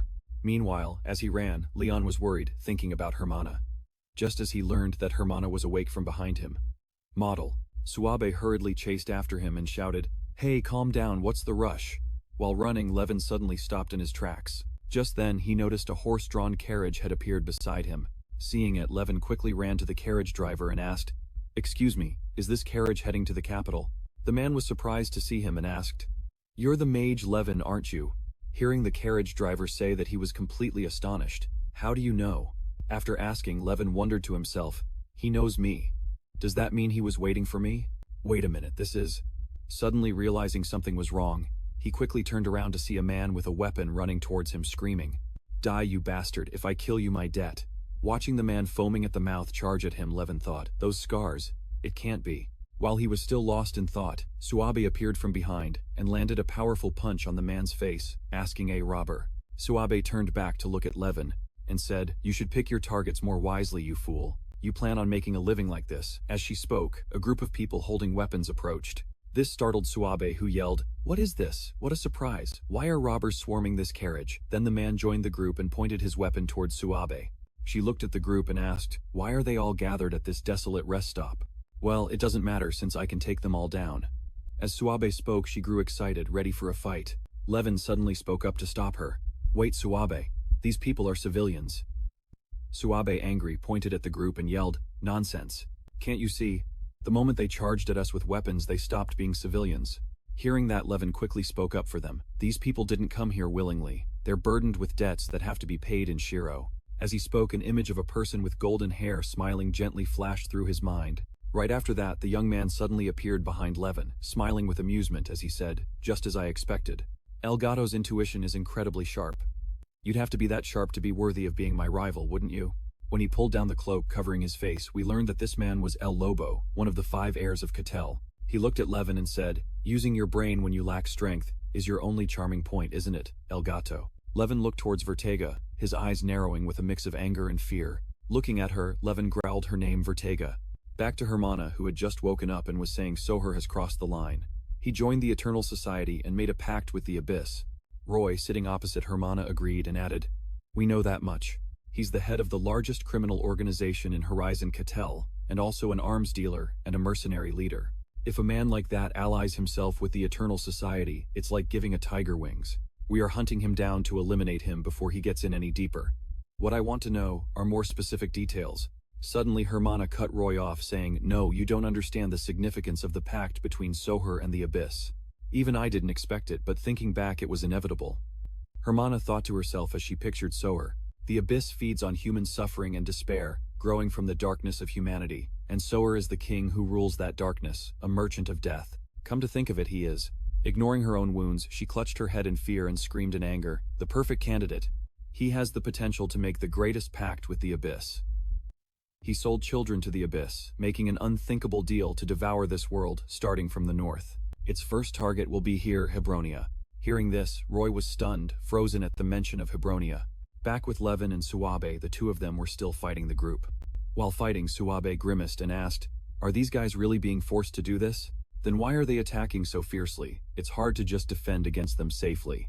There's no need to try to kill me in such a cowardly way." Vertega rested her chin on her hand, smiling slightly as she said, "Killing family. No. I'm just giving our debtors an opportunity while also curing my own boredom. But this isn't fun. I was expecting more Shiro items. Are they incapable of entertaining me?" Hearing this, the man Suabe had punched earlier turned in shock to look at Vertega. He looked at her and pointed at Levin. "Wait, I had a chance to stab that bastard. Just give me a little more time." Hearing that, Vertega rolled up her sleeve. "I doubt that. So impossible." Immediately after, cuts appeared on her hand, and just like that, identical cuts appeared on the man's body. "It's a pleasure to meet you, Levin." "It's been a while, hasn't it?" Seeing Vertega's crazed appearance, Suabe thought to herself. "I've never even heard of such a terrifying curse." Suddenly, Vertega appeared right in front of Suabe. He said with delight, "Awesome, there are sorcerers even in a place like this, so you can see it too. The curses and resentment are all pouring onto me now." Suabe no longer looked calm. Her face was filled with surprise and fear. The existence of this creature, something like this. As she thought this, she reached her hand forward. Suabe immediately regained her composure. She swung her arm forcefully towards Vertega and thought, "This shouldn't exist in this world." Seeing Suabe about to attack Vertega, Levin, who was standing beside her, quickly spoke up, "Stop, don't hurt Vertega, because that's what he wants." She threw a powerful punch right at Vertega's face. Suabe stared in shock and disbelief at the wound on her own body. Seeing her fall, Levin rushed to her side and shouted Suabe's name, but Vertega just burst out laughing and said, "How ridiculous." Levin glared angrily at Vertega and asked, "What is your purpose? Did you come here for such pointless antics?" Vertega looked away, scratching his head as he asked, "That's a bit harsh. I was the one who got attacked first. Why are you so sweet to your new friend? Is she your girlfriend? Is that it?" Levin reached into his coat to draw his weapon and turned to say, "Answer me, you bastard." While waiting for Vertega's answer, he thought to himself, "No, this isn't something trivial. If this monster is getting involved directly, could it be that my betrayal has been discovered? No, even if they suspect me, there's no concrete evidence to prove my betrayal." Hearing the question, Vertega lost interest and said, "How boring. You're asking why I came all this way. Actually, it's not that far." Hearing this, Levin looked up in surprise. Seeing his reaction, Vertega continued, "Soher recently acquired a new territory for a new business venture." Levin's eyes widened in shock as he exclaimed, "What?" That woman just shrugged and said, "So we need a lot of help around here. And it seems Soher has a mission for you, sir, and asked me to bring you to her." Levin looked at Vertega with suspicion. "If that's the case, I understand the reason, but the territories near the capital are reserved for high-ranking nobles like the royal family. So this is an overly aggressive move. What is he plotting?" And by the way, while Levin was thinking, Vertega suddenly grabbed his weapon and said, "And since we've gotten that out of the way, I also need to hear the story of how you wiped out the Sicarios." Crackle crackle times. An electric current enveloped the sphere, emitting a blue light. Eugene shouted, "I'm about to break." He rolled around on the floor. "What is this all for anyway? I really don't understand the purpose of this training, Senior. It's completely different from what we learned at the Magic Academy." Anika replied nonchalantly, "Then forget what you know because I'm right and the Academy is wrong." Such absolute confidence. Modern mages are often obsessed with the number of spell chains they possess, even though this originates from the teachings of Ananta, one of the 10 founding disciples of the Magic Academy. but its essence was merely to make magic more accessible, not the core of it. To me, it's no different from them focusing so much on the multiplication table that they forget the true principles of multiplication. Anyway, as a mage who only possesses a single spell chain, you don't need to follow modern doctrines that offer you no benefit. Eugene was confused and asked, "But didn't you study at the academy too, Senior Annika? Even if you say all these profound things, I still don't understand the point of repeatedly restoring something that's been shattered over and over again. On top of that, you sealed what little magic I already had." Annika replied, "This kind of training can't be explained with words. You have to feel it for yourself. As for the seal, I'll tell you after you pass the test." Hearing that, Eugene got annoyed. "So in the end, you're still not going to tell me anything right now?" he said sadly. "I want to see my friends again. I wonder how they're doing. Tia is probably causing a ruckus again, isn't she?" Suddenly, he started flailing his arms and legs, screaming loudly, "I want to get out of here. Because of this training, I've been stuck in this magic tower for a whole month. I don't even understand what's going on." Annika could only watch, feeling helpless. She tried to comfort him in a gentle voice. "Just endure it a little longer. You're almost there." Hearing this, Eugene shot up. "Really, Senior, you're not kidding." "But what part of me is almost there?" Annika explained. "You can't feel it because I've sealed it." But suddenly a piercing bell rang, cutting her off. Eugene guessed. An emergency alarm. Annika added, "It's a telepathic message from Dolim. A large-scale massacre has occurred near Leon's workshop." "Master, do you know what's happening?" Roy asked in surprise upon receiving the news. "At Leon's workshop." At the same time, Gaun also heard the announcement. "A massacre in Nam Hermana," panicked Levin. "No way Levin is there."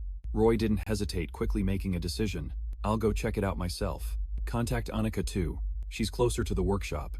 A sense of anxiety welled up inside me. "I have a bad feeling about this, especially if Cattell is targeting Levent. Our entire plan will fall apart." Elsewhere, Vertega gave a sly smile and said, "So what will you do, Levent? Are you coming with me?" Levent thought to himself, "This is definitely Soher's scheme. That bastard suspected I was a traitor from the start. If I go now, there'll likely be no turning back, and the entire plan to assassinate Soher will be ruined. Should I fight back? With my current upgrades, no, that would be the stupidest decision. This guy is theoretically the third in command, but the way he's talking, it's basically an ultimatum. If I refuse, the kill order will be issued immediately." Moreover, at that moment, Levent glanced down at the injured Subi in his arms. "It's not just my life on the line." With that thought, he decided to compromise. "All right, I'll go with you." Vertega gave a satisfied smile. "Soher will definitely be pleased." Levent then stated his condition. "But first, I have to get this person to safety." Vertega looked displeased. How troublesome. It'd be easier to just kill them and get it over with. The moment she finished speaking, she used magic to attack Subi.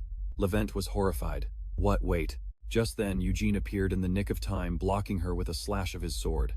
Vertega was stunned by the surprise attack. Levent was just as surprised. Eugene said angrily, "So you're the one who caused all this." He was suddenly surprised to see blood flowing from his own body. But he was clearly the one who got slashed. "So why am I?" Vertega seemed intrigued. "What an interesting friend you have. Who are you?" A suffocating feeling filled the air, and Eugene couldn't suppress his fear. "This evil aura. Who?" Levent suddenly shouted. "Eugene, watch out!" Vertega was just as startled. "What?" Who suddenly a monster appeared. Summon binding of the death dragon god. However, in just a moment she managed to stop the dragon god. She said calmly, "That was close." "You're Eugene Folivia, I never would have thought." "There's clearly a kill order out for Eugene Folivia. So why do you two seem to know each other?" Levent retorted. "Isn't it ridiculous that there's a kill order for Folivia?" Vertega laughed loudly. "No need to make excuses, Levent.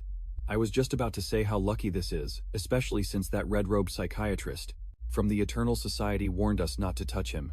If you had actually killed him, we would have had to declare war on that madman." Eugene was suspicious. "Are you talking about Uncle Idea?" She shrugged. "I have no reason to tell you. If you're curious, come to our territory and find out for yourself. That psycho is there with us." Hearing this, Eugene was stunned. "What?" Vertega continued. "Besides, it's gotten too noisy here. Others will be drawn to the commotion. So let's head back, Levent." Eugene was surprised. "Head back? What is he talking about?" Levent lowered his head and said, "Take care of Subi." Eugene still couldn't understand what was happening. "Are you serious, Levent? Where do you think you're going?" Vertega said cheerfully. "Everyone's been waiting for you after all this time. So farewell, Eugene Folivia." Eugene refused to stand by and watch Levent leave. He used his ultimate technique, Nihirit's third law, absolute annihilation. He shouted, "Stop right there." Vertega scoffed. "How cute." You think a pathetic little spell like that can do anything? I can't believe you failed to kill a punk like that. Weren't you just being lazy? Because we weren't watching, Levent said with contempt. You idiot. Look closer. She was surprised. Huh, Levent continued. That's the magic of one of the 12 disciples. Vertega was intrigued. What an interesting person, Eugene wondered. Did he just say Catel's territory? And Uncle Idea is there too. Seeing the scene before him, Roy was stunned. Eugene, while helping Subi up, said softly, Master, you're late. At the Dewey Limb base, Roy reported in a calm voice. His name is Vertega, a ruthless man with a bounty of over 300 million. Wanted, in many northern countries he is considered the ultimate weapon of the Hermana organization. Analysis. Vertega and Sower have never acted alone, so the news of Sower appearing near the capital's territory cannot be false. Gaun added, if it's near the capital, it must be the Bison Marquisate. I heard the head of the house recently abdicated due to a serious illness, making way for a young heir. There are too many suspicious things surrounding this. Furthermore, while investigating the plague spread by the minions of the plague god, we discovered a similar epidemic spreading around the Bison Marquisate. Lavina's eyes widened in astonishment as she asked, isn't the Bison Marquisate the crown prince's maternal family? If such a powerful family is colluding with the organization. Gaun frowned, resting his chin on his hand. But the risk of this infiltration is too great. For someone as cunning as Sower, this move seems too reckless. Roy chuckled softly, his tone filled with confidence, as if he had already seen an opening in the enemy's plan. If that's the case, then that very recklessness is our opportunity. Du Elim will infiltrate the Bison Marquisate. It's been a while since we've had a field mission. We have two main objectives. First, investigate Sower's plan in the Bison Marquisate and gather evidence to launch a military campaign. Second, establish contact with potential allies, can fight back against the new Marquis Bison and the organization in their own territory. Prepare quickly, don't give them time to react. The door suddenly burst open, and Eugene stormed in, his voice filled with determination.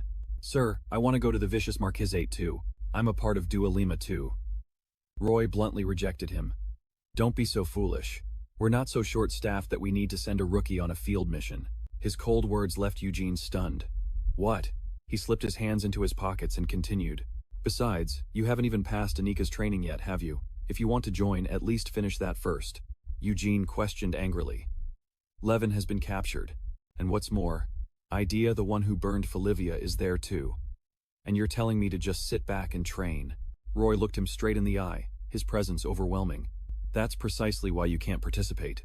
Our goal isn't to charge and rescue the princess and get revenge. This is an infiltration mission to gather information. It requires patience, not blind hatred. If you act impulsively just because your emotions get the best of you, you'll put all of us in danger. You've thrown yourself into deadly situations multiple times just because you were swept up by your emotions. If you truly have any sense of responsibility, you can't deny that. Eugene lowered his head, hesitating. That's true. But at that moment, Roy turned to leave. His voice was calm but firm. If you understand, then leave this mission to your seniors and focus on your training. Don't worry, there's no need to rush. When the real time for revenge comes, you won't be left behind. Back at Eugene's house, the door to his room suddenly burst open. Taya rushed in like a whirlwind, calling out, Young master! He grabbed Eugene's shoulders, shaking him repeatedly. It's been so long. What kind of class keeps you for a whole month? And your arm? Eugene's body swayed with every word from Taya. He tried to speak up during training but was immediately cut off. They call this training, it's way too dangerous, Eugene said hesitantly. Taya, but I have to go back to the Mage Tower for a bit. Hearing this, Taya was taken aback. Huh, you're leaving again, Eugene looked away, scratching his head and stammering. No, it's nothing. I didn't say anything at all. Taya's eyes lit up, his face beaming. Thank goodness I thought you were leaving again, I was worried sick. Meanwhile, Eugene thought to himself, times I can't tell him the truth. Asterisk. Oh, Taya suddenly remembered. That's right, young master, you should look through the pile of letters that stacked up while you were gone. Everyone was so worried about you. Seeing the huge stack of letters in front of him, Eugene got incredibly excited. There are this many letters. Is this from the entire 12th grade? Oh, this one's from LaRossi. Taya added cheerfully. Professor Eston sent the most. She compiled all the lecture notes from the time you've missed. What a respectable professor. The moment he heard that, Eugene's excitement deflated, his eyes becoming vacant. So, all of this is just lecture summaries. A particular letter caught his eye. It had a noble seal. Taya was a bit surprised. I haven't seen this one before, it must have just arrived. Eugene picked up the letter to look at it. Let's see. The sender is someone from the Bison Marquisate. Taya looked thrilled. An invitation from Marquis Bison himself. But Eugene felt a sense of unease. Why would this be sent to me? Suddenly, a rapid series of knocks came from the door, along with an urgent voice calling Eugene, making his heart nearly leap out of his chest. You startled me. Suab, why aren't you resting in the hospital? Suab said urgently. That's not important right now. Did you get one of these too? Eugene asked, surprised. You received one as well, elsewhere in another room. Eugene's group had arrived in the Bison Marquisate. Taya set his luggage on a table, looking around with interest. So this is the domain of the esteemed Marquis Bison, huh? It's got quite an atmosphere. But Suab looked disgusted. Atmosphere. This place reeks of a disgusting evil aura. Taya snapped. That's ridiculous. Someone who hasn't even refined 50 levels gets invited just for being a schoolmate. Eugene reminded her, don't be so hostile, Suab. We're here to congratulate the new Marquis Bison. Taya couldn't help but admire his words. Goodness, you sound just like a true nobleman, young master. Eugene continued, in any case. Taya, we have something to take care of, so we're stepping out for a bit. Let's go, Suab. Suab immediately understood. Got it. The two left, leaving Taya completely bewildered. Asterisk, where are they going? We just arrived. Asterisk. As they walked, Suab said in frustration. Is this new Marquis Bison an idiot? Where does he get the nerve to throw a party and send out invitations while the organization is still running rampant? Eugene, however, was calm. Well, thanks to him, we were able to come here separate from our seniors. She gave a sinister smirk. True, that is an advantage. I'll repay his favor by placing a curse on that scumbag organization. An eye for an eye, a tooth for a tooth. Watching her terrifying expression from the side, Eugene felt a chill run down his spine. So that's why you came here. Suab's expression turned serious again. Of course, finding Levin is still our top priority. But how are we going to approach him? He's the heir, so it won't be easy to get close. Eugene then proposed a plan. We have to gather clues from the organization first. Suabe asked, a mix of boredom and irritation in her voice. But where are we supposed to find them? I don't think they'd be wandering around in the open. Eugene's gaze was steady, his voice firm. I have an idea where they might show up. In a lavish, magnificent place, Suabe's eyes widened in sparkling amazement. Good heavens, what is this place? There's so much money changing hands. And everyone's wearing such fancy clothes. Are all the invited nobles actually here? Fowler watched Suabe's face, unable to hide her craving. Eugene spoke up. There's no place more fitting for the organization than a casino. They're definitely here, he thought to himself. If we can gather information on the organization's leaders from here, we might find out something about 11. And maybe even information about my uncle who's supposed to be here. In another scene, Soho's smug voice echoed in the quiet night. It's no exaggeration to say that half of the royal and noble descendants of the entire kingdom have gathered in this single city. How could anyone refuse an invitation from the new Marquis? Clinging to power is the secret to how those high and mighty nobles maintain their precious bloodlines. Idalia was losing her patience. I'm not interested in your views on the aristocracy. Is everything ready? Soho replied confidently. Ah, of course. You can look forward to it. The esteemed nobles swallowed by their own rotten, filthy desires. Their own noble bloodlines will soon kick off a festival of sin. Everyone in the casino was surprised. Blackjack again. My God, how many is that in a row? He only started with 10 chips too. In the distance, a nobleman ground his teeth. His face was filled with despair and resentment. I've lost everything, and yet he gets it all. Eugene glanced around, forcing a smile as he thought. This situation is getting out of hand. He went to the restroom to wash his hands, sighing. I feel like I shouldn't be doing this. It feels like I'm cheating. Of course, I'm just reading ahead, to see how they cheat. In any case, I've definitely caught their attention. If I can just lure out one of the executives of the gang and get information on 11 and my uncle. Lost in thought, he suddenly saw Anika appear in the mirror in front of him. It startled him so much he yelped. She said sarcastically, Well, isn't this nice? Everyone's all dressed up and seems to be having a great time, huh? Eugene, still shaken, stammered Anika. Why are you? Anika rested her chin on her hand and explained, You hadn't returned to the magic tower for days, so I used a tracking spell. It was obvious you were secretly following Doi Lim, so finding you didn't take long. But I never expected to find you having fun in a casino like this. Her expression suddenly turned serious. Don't you feel the urgency? With the Dark Duke still after you, you're letting your guard down. Is it because I'm always handling things for you? I'm sorry, but I'm bound to the magic tower. I can't help you from a distance like this. Eugene lowered his head in remorse. I'm sorry, but I had an important reason for coming here. Anika shrugged nonchalantly. Well, it's not like I can stop you, can I? Now that things have come to this, you need to meet up with Roy immediately. Roy is the only one who can help you when the Duke finds you. Eugene was exasperated. You say the professor's name so casually. Ignoring his pointless complaint, she continued with a grim face. And in the worst-case scenario, I will permit you to release the first seal. He was surprised. A hint of excitement in his voice. But you said I wasn't allowed to yet. She spoke with a reluctant tone.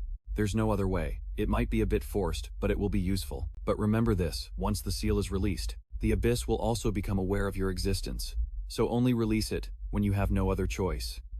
Your top priority is to meet Roy first. He quickly sensed the danger, asking suspiciously, Sister, you seem to be in a hurry. As if something is about to happen at any moment. Annika warned. The invasion has already begun. This place is about to become their territory. As soon as she finished speaking, she vanished from the mirror with a spell, leaving Eugene calling after her. Sister Annika, wait. Suddenly a brilliant red light flared from outside the window, a place where countless horrifying eyes appeared in the darkness. He stood there speechless, the Abyss. He quickly ran to Suabe. Suabe, we have to get out of here now. Something is very wrong with this place. Let's postpone the plan and find Doilim first. Suabe turned her head, her face contorted and beaded with sweat, stammering. Something's wrong. I can't stop. He was horrified. Suabe, what's happening to you? Suabe lunged forward, grabbing the hem of his clothes. Looking just like a true gambling addict, she begged Eugene, please lend me some money. He looked at her in disbelief. Money, for gambling. This is not the time to worry about that, Suabe pleaded. Please, I'm seriously going to die. She clutched her head in fear. I understand now why everyone gets tricked by that gang. It's not just about being subdued by force. There's a contract too. If I can't pay off my debt, I'm definitely going to die. But Eugene didn't realize the gravity of the situation. Calm down. Losing money doesn't mean you're going to die, right? A cold slicing sound cut through his last two words. A woman burst into a wild, almost uncontrollable laugh. This is completely insane. We just need to deal with the worms who can't pay their debts. The man beside her spoke up. Thanks to Soha, business has become much more convenient. The order from Petrino to the heirs is to harvest the souls of nobles to serve the congregation. That man's nickname is Captain Head of Casino Security. We don't have to kill them, but it's more profitable to squeeze them dry while they're still alive. So we just need to kill them in moderation. The woman clicked her tongue and shrugged. So what? After all, I've already claimed countless souls for myself. The service staff, standing neatly on both sides, bowed their heads to greet the woman. Welcome, El Conejo. El Conejo replied excitedly. Hello, everyone. Business booming, I hope. That woman is El Conejo, the owner of the casino, and one of the 5 heirs to the syndicate. Eugene rushed forward, questioning them furiously. How can you treat human lives like they're worthless? He used a magic attack, slightly startling El Conejo. What the? The staff screamed in panic. Lady El Conejo. But Captain stopped them. Stop making a scene, you idiots. Eugene suddenly froze. My body. What's happening to it? Meanwhile, El Conejo stood with her arms crossed, smirking. Too bad. There's a law against harming the ruler. But who is that guy? Explain why he's walking around so freely. A female employee answered, trembling in fear. Yes, ma'am, it's him. He's the only one who's ever won at the casino. El Conejo seemed displeased. Really, you two already faced him. They only had time to say yes, then die. Witnessing that scene, Eugene was both horrified and furious. Hey, what the hell are you doing? Are you insane? In contrast, she just smiled calmly and said, they were in debt, weren't they? Anyone who incurs a debt here must mortgage their very soul. To me, the ruler. That's the law. Eugene couldn't believe what he was hearing. Betting people's lives just for money. El Conejo's voice was full of sarcasm. Oh, just times for money. You must be very rich then. There are plenty of people in this world who would trade their lives for money. Eugene clutched the chips in his hand and said, this is absurd, a rule that forces debtors to mortgage their souls. He threw the chips at her. Fine. I'll play with you, scum. Here's my proposal. I'll pay off all their debts. In return, I want the right to challenge you. El Conejo burst out laughing. This guy really is crazy. You know, once a bet is placed, it can't be taken back, huh? At the same time, a monstrous beast appeared and coiled around Eugene's body. He thought to himself, so this is it, huh? An invisible power that crushes people. The contract Soha mentioned must be this monster from the abyss. In a way, this is actually to my advantage. If these things are the arbiters, then they must also follow the rules of the game, and she is definitely one of the high-ranking leaders of this syndicate. She must know about Levent and my uncle. I will defeat her no matter what. Eugene's eyes were filled with resolve and determination.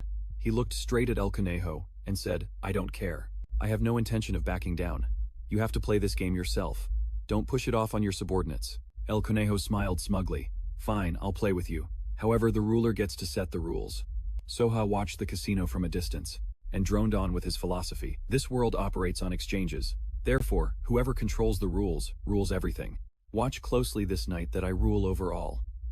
This is what I wish to pass down to you 5 heirs and the world that you must perfect. Levent retorted, how many times do I have to tell you? He was the first heir of the syndicate, and was known by the name El Gato. I have no intention of inheriting anything, El Conejo said excitedly. The death execution game, we collect body parts from the victim based on the cards that are turned over. Victory is yours if the card turned on your turn makes the sacrifice die. 10 fingers, 4 hands and feet, 4 arms and legs, the eyes and ears, and 1 hidden card. The head is an instant win. A total of 23 cards. A very simple game. If you win, I'll release the souls of the debtors mortgaged to me here. But if I win, you'll have to pay me back double. Eugene shouted in anger. Bullshit. You think I'd agree to play this meaningless murder game, she replied. I already told you. El Conejo opened her mouth in a wide, excited grin and said, there's no backing out now. The monster behind him with its sharp claws whispered in his ear. You should have been more careful with your words. Eugene gritted his teeth and thought. These shackles, they look strangely familiar. They're like the absolute command of an Archduke of the Abyss, an unbreakable bond. I can't resist it. This is what Annika tried to warn me about. This is the effect of the Veil of the Abyss. Is it affecting the entire city? A terrifying power is enveloping the whole city. The Apostle Soha and the Lord of Eternal Order. They're planning to sacrifice the entire city to the Abyss. The soul harvesting at this casino is definitely part of that plan. I have to stop it even though I know the chances of winning are slim. He gritted his teeth helplessly. Fine. I agree to play this game. A pact with the Abyss cannot be broken once the rules have been set. You shout your demand, but you must add the condition that any form of cheating will result in an automatic loss. Immediately, Alconzo covered her mouth and chuckled, saying, I don't have to accept that demand, but fine. She sat there nonchalantly and spoke. Then choose a sacrifice from among my debtors. Who would be a suitable choice? Then Alconzo turned, grabbed Suab's chin, and said with a smile, Ah yes, this one seems fitting. Your friend Eugene stammered in horror, Suab. She trembled as she called his name Eugene. I crossed my legs and said with annoyance, an arm card has already appeared. Well, I guess it can't be helped. Then she gave the order execute. The monster devoured one of Suab's arms. She screamed in terror, Eugene, what's happening? I can't see or hear anything. And I don't feel any pain. Alconzo said casually. If an arm has been eliminated, then nearly half of the finger cards are now useless. That should lessen the torment. Part of the thrill of this game comes from starting with the smaller cards, but... well, what can I say? This round's sacrifice is truly unlucky. She slammed her cards onto the table and yelled, Now it's your turn. Foolish. I was too arrogant. I never expected Suab to be the sacrifice. How can I possibly stay calm in a situation like this? She sat with her legs crossed, stroking her chin, her voice taunting. Where did that brave hero from before disappear to? All that's left now is a pitiful, trembling little fawn. Standing here. You're Eugene Folivia, aren't you? It seems you rushed in here relying only on those eyes of yours. That's all, isn't it? But I'm sorry I haven't cheated at all, and all the rules are perfectly fair. Even with those eyes, you won't find a thing. He nervously bit his nails. He looked at her in fear, gritted his teeth and said, Nonsense, there's no way a piece of scum like you wouldn't cheat. Alconzo laughed, amused, thinking to herself. You've been completely swallowed by the demon of suspicion. Fine then. Since I'm the one who sets the rules, it's only natural for you to suspect cheating. But there are no tricks here, because they aren't necessary. Of course it would be great if I win, but it doesn't matter if I lose either, because my true purpose is to destroy your soul. The head Eugene was utterly terrified, his voice trembling. Why the head Alconzo thought with delight, can you bear the guilt of destroying your own comrade's body and soul with your very own hands?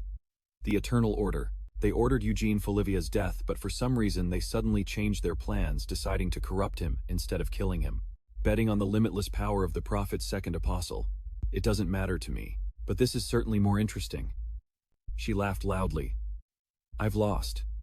Now what should I do? I think I'll completely break your will and destroy you.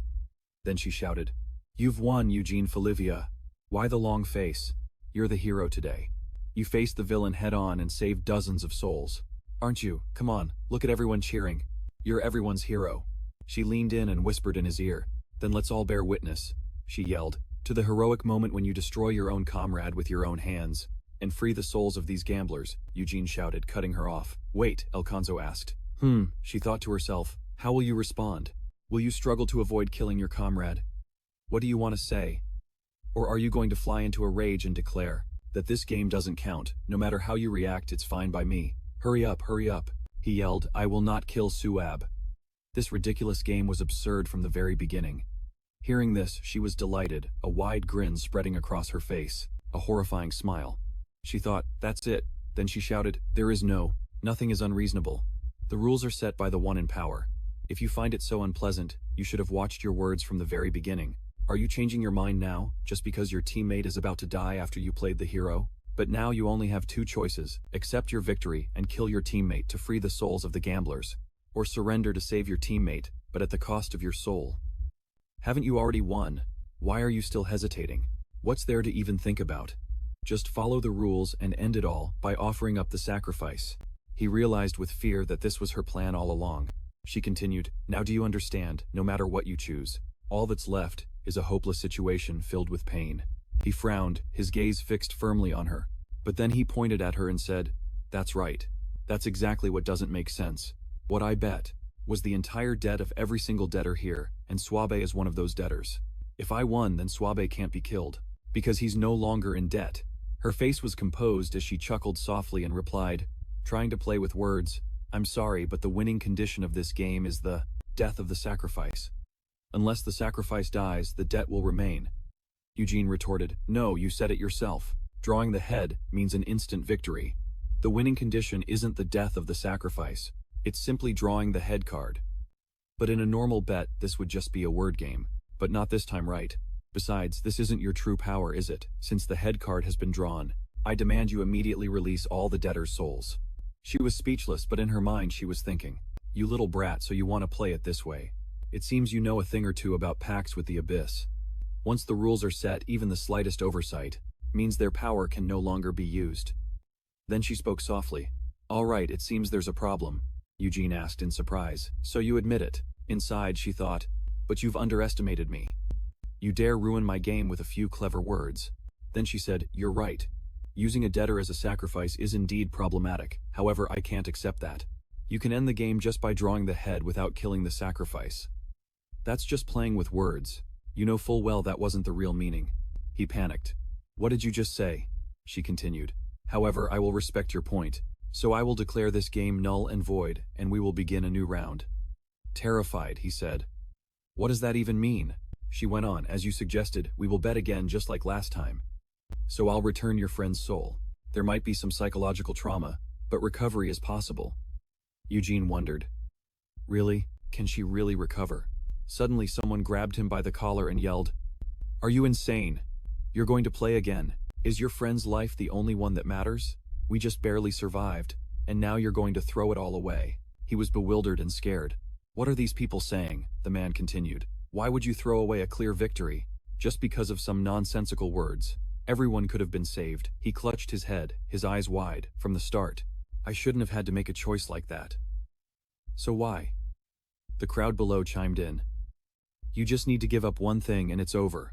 Alfonso gloated. That's right, you won the game, but public opinion is always more foolish. Fall into corruption, Eugene Folivia. Look at how selfish the people you're trying to save truly are. He was terrified and confused. His thoughts were in turmoil. Why are these people so disgusting? Eugene was slowly consumed by rage, muttering, how can they be so crude and selfish? Why? Suddenly he grabbed the man's hand, threw him to the ground and broke his arm, screaming furiously. How can you value your own lives so much while treating others' lives like trash? Why is it that as long as you get to live, you don't give a damn about the people being sacrificed? In that case, you should all just die too. He gasped and covered his mouth, scared and confused. What am I thinking? I'm trying to save everyone. What am I thinking? Alfonso let out a delighted, loud laugh. So you were just pretending to be a nobleman this whole time.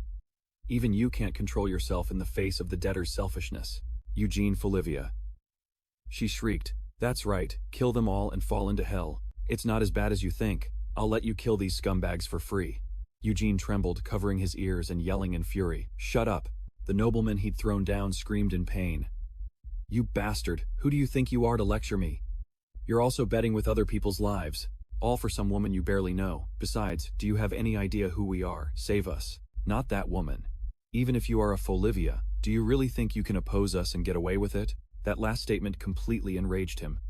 I'm trying to save these people times and times, Suabe. Elconzo laughed with a horrifying expression. She said with glee. That's right. Suddenly someone's wounded hand patted his shoulder and a familiar voice spoke up. Why are you making such a big deal out of it? Eugene looked for the speaker in confusion, surprised to see it was Suab.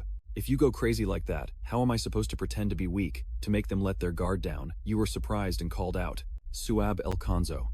It's hard to understand. I thought the shock of being swallowed by the abyss would leave anyone powerless. And even if her soul returned, she couldn't have recovered this fast. A clap tore through the tense atmosphere.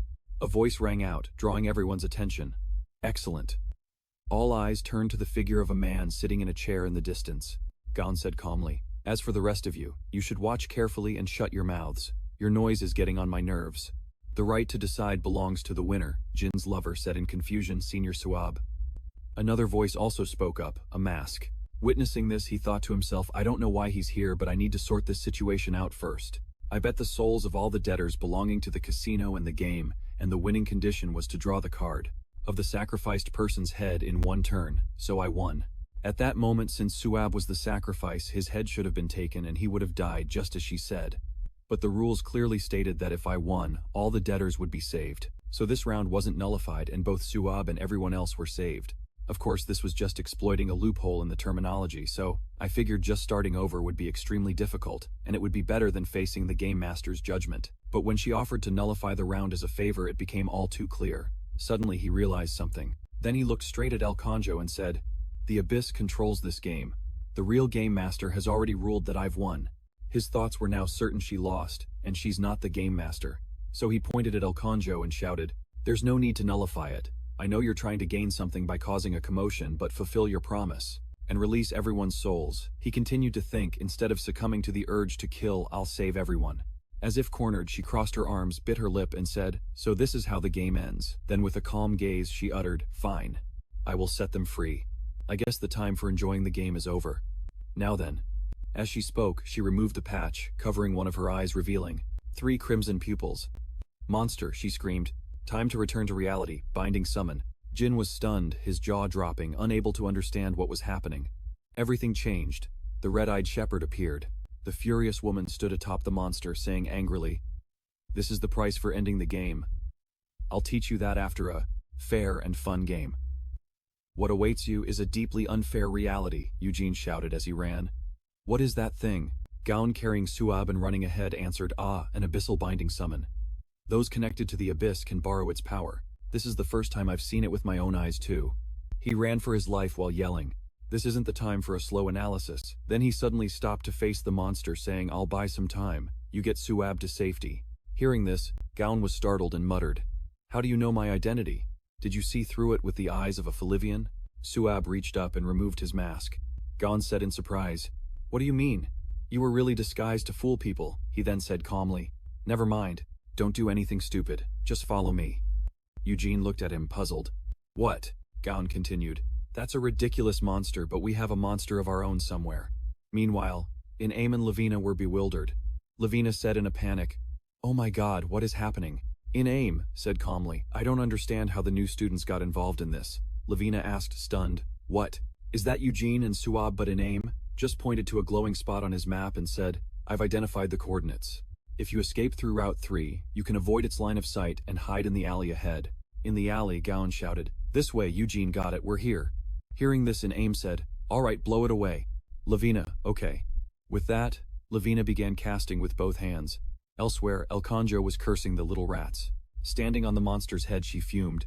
Where did they run off to? It'll be a pain if the other heirs start noticing and show up. Damn it. Even though I hate wasting souls on this. She used the spell Mad Hatter's Sun Release, unleashing numerous screaming spirits. I can't let my prey fall into someone else's hands. She observed everything through her eye with 3 red pupils. She knew whatever the spirits saw and said smugly, Good. I can see the entire city now. You can't escape my 14,000 souls, my 28,000 eyes. Suddenly, a beam of light like a meteor came falling down. She panicked, terrified. Ultimate Grand Magic Metropolitan Calamity, Gaon, Eugene, and Suab were hiding in a corner.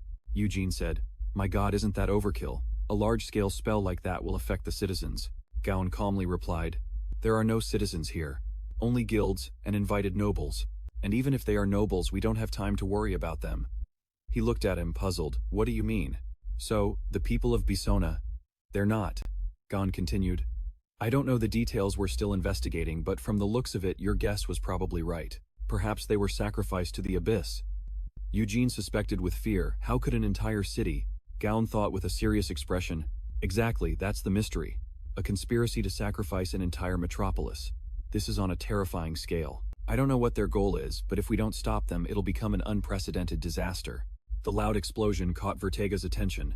She leaned against the railing and said casually, an explosion from the casino. Has the anti-Marquis faction finally launched their counterattack? Beside her, Eri thought with some apprehension.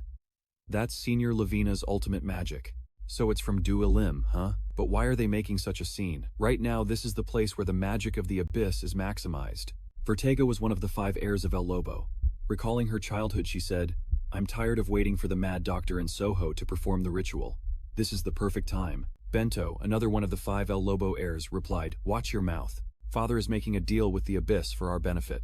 Ketel, one of the 5 heirs of El Leon, added, and while we're being protected by Father here, let's kill all of Soher's heirs, the ones bound to the abyss. Elsewhere, El Kanja was buried under rubble. She struggled to her feet, roaring in anger. Kill them, I'll kill them. And El Conejo was also one of the 5 heirs, no different from the apostles of the abyss. The 2 figures stood above, looking down at the chaos below. They couldn't help but be in awe. Inaim was a bit hesitant. This is absurd. That giant monster is like a fortress. It took a direct hit and was completely unharmed. Seeing the situation, Eugene was bewildered. Is something like this even possible? She stood there, lost in thought. Of course, according to the natural laws of the horizon, that should be impossible. Although nothing should surprise me anymore, it's clear now. That monster with the sharp claws, they're trying to awaken the Grand Duke of the Abyss. In the room, discussions about battle strategy were heating up. To tear open the horizon established by Lord Felon and his 12 disciples, they need an existence that can rival them. At Du Elim, their temporary shelter, Eugene asked in astonishment, you mean that existence is the Grand Duke of the Abyss? Gaun rested his chin on his hand and said calmly, that's highly likely. He could picture the grave situation before them. The death dragon that Vertega has bonded with is just as dangerous as the Grand Duke. It's considered a calamity in the north. The other heirs must have also bonded with abyssal creatures of a similar class. Inaim, standing beside them, agreed. And now at least 5 of those creatures are gathering to sacrifice an entire city to the abyss. What she said left Eugene bewildered. It's actually more unusual that the Grand Duke of the Abyss's name hasn't come up. But even if they sacrifice the entire city awakening, the Grand Duke of the Abyss should still be impossible. He trembled thinking about the coming fight. The Eternal Order. If it's them, they can do it. It even happened once in Folivia. They secretly awakened a giant abyssal monster. Eugene shouted urgently, we have to stop them right now. Where is the professor now? Inaim turned to him and asked helplessly. We're more curious about why you're here. Since this is urgent, we'll postpone the questions and just explain the situation briefly. She recounted the situation. First of all, Soho and most of the heirs never leave the palace unless there's a special situation. It seems the ritual is taking place right inside the palace, and of course the sacrificed citizens are also in the palace. But the risk of infiltrating the palace is too great, so we were monitoring the casino run by El Conejo, the only heir operating outside. And then this incident happened. Inaim continued speaking about Professor Roy. He specializes in infiltration magic, so he's currently infiltrating the palace alone. Eugene asked, worried and frantic, Professor Roy is alone. She was about to add, don't worry, when a voice cut her off. Well, a mocking voice spoke. A whole pack of rats has snuck in. Inaim spun around, startled. What is this? Everyone was stunned by the command, all of them. Kill every last one. Numerous chains tipped with skulls shot towards Eugene. Gaun, his expression unchanged, drew his knife to fight. Eugene also sprang into action, pulling out his throwing knives, Fireblade. They fought amidst a raging sea of fire. Seeing the situation was dire, Eugene shouted to his comrades. The professor's position has been exposed. We have to go help him. Inaim, trying to fend off the attacks, told him no. The professor has already infiltrated deep inside Bisona Castle. Eugene couldn't believe his ears. What she explained further, that place is literally the enemy's den. Helping him is impossible. He stubbornly argued while fighting. No, we can help him. They don't have complete control over the Abyss's power. Inaim retorted angrily. Even without that power, just with their physical strength alone, we can't face them, Eugene yelled. Forget it. The only way to stop this crisis is to stop their human sacrifice ritual. Right, either way this won't end until we strike the enemy's stronghold. In-aim was at a loss for words. Gaon, who had been standing there, lost in thought, interrupted her and ran over to pat Eugene on the shoulder. All right, in that case Eugene and I will charge straight into the palace. He flinched in confusion. Senior Gaon in-aim yelled helplessly at them. You two, do you have any idea how insane that is? It's too dangerous. Gaon explained. I know, but Eugene has a point. He then gave her countless reasons to persuade her. We're in disarray, but so is the enemy. This very moment might be our advantage. After saying that, he glanced over at Eugene. Besides, Eugene wasn't just sitting idle in the tower for the past month. Hearing his name, Eugene couldn't help but flinch. And in-aim rested her chin on her hand, thinking that, of course, Anika wouldn't have let him go without training him properly. Encouraged, Eugene added, yes, that's right, that's exactly it. Finally, in-aim decided, all right then, we'll go find the Knight Commander of Bison Lavina. Lavina insisted, I'm going too. Eugene stopped her, you can't. We're going to be part of the rebellion, and draw as much attention from the heirs as possible. She carefully added more instructions, and remember, I won't be able to relay the plan during the fight. After they left, she turned back. All right then, in-aim and the rest of us will fight, let's go. As Eugene and Gaon ran off, they said, we're counting on you seniors. Seeing her plan fail, Konezo was furious. She screamed, what a pain, my souls. Do they have any idea how hard I worked? To collect them, Cuervo appeared, calling down, shut up, Konezo. Aren't you a warrior? You have to fight. She glared angrily at Cuervo. As Konezo observed the losing situation, she saw that a few rats had managed to sneak in. They're trying to sabotage Soher's ritual, Cuervo said nonchalantly. It's already happening. She replied calmly. Is that all? Konezo couldn't believe her ears. What something else appeared in the sky, descending upon her. Again, Cuervo didn't panic at all, drawing her weapon to fight. A chaotic battle ensued, the dazzling colors of weapons flashing across the sky. Dance of the Black Crow. Even Cuervo felt uneasy and wary. This mage is strong. I've never seen magic like this before. Eugene was stunned. Did it just get cut in half? In-aim was struggling. This sword pressure. It's on par with a squadron commander of the Holy Guard. She's so young too. An incredible achievement even if she did receive power from the Abyss. Although she said Holy Guard, she didn't say paladin in Korean, but squadron commander. A commanding captain, but to be precise, she meant a paladin. Eugene thought of a way to deal with it and smirked. Well, this is a problem. If we don't have a squadron commander on our side. As Konezo grew uneasy, she yelled out to Cuervo. Cuervo, she screamed a warning. Behind you, Cuervo instinctively turned to look. The Knight Commander Nahum angrily brought his hammer down on her. You've abandoned your humanity, Catel. Become the hammer. It came crashing down, emitting a blinding light. Stardust. Stardust wound. Eugene was drawn to it and looked back. He was amazed. Incredible.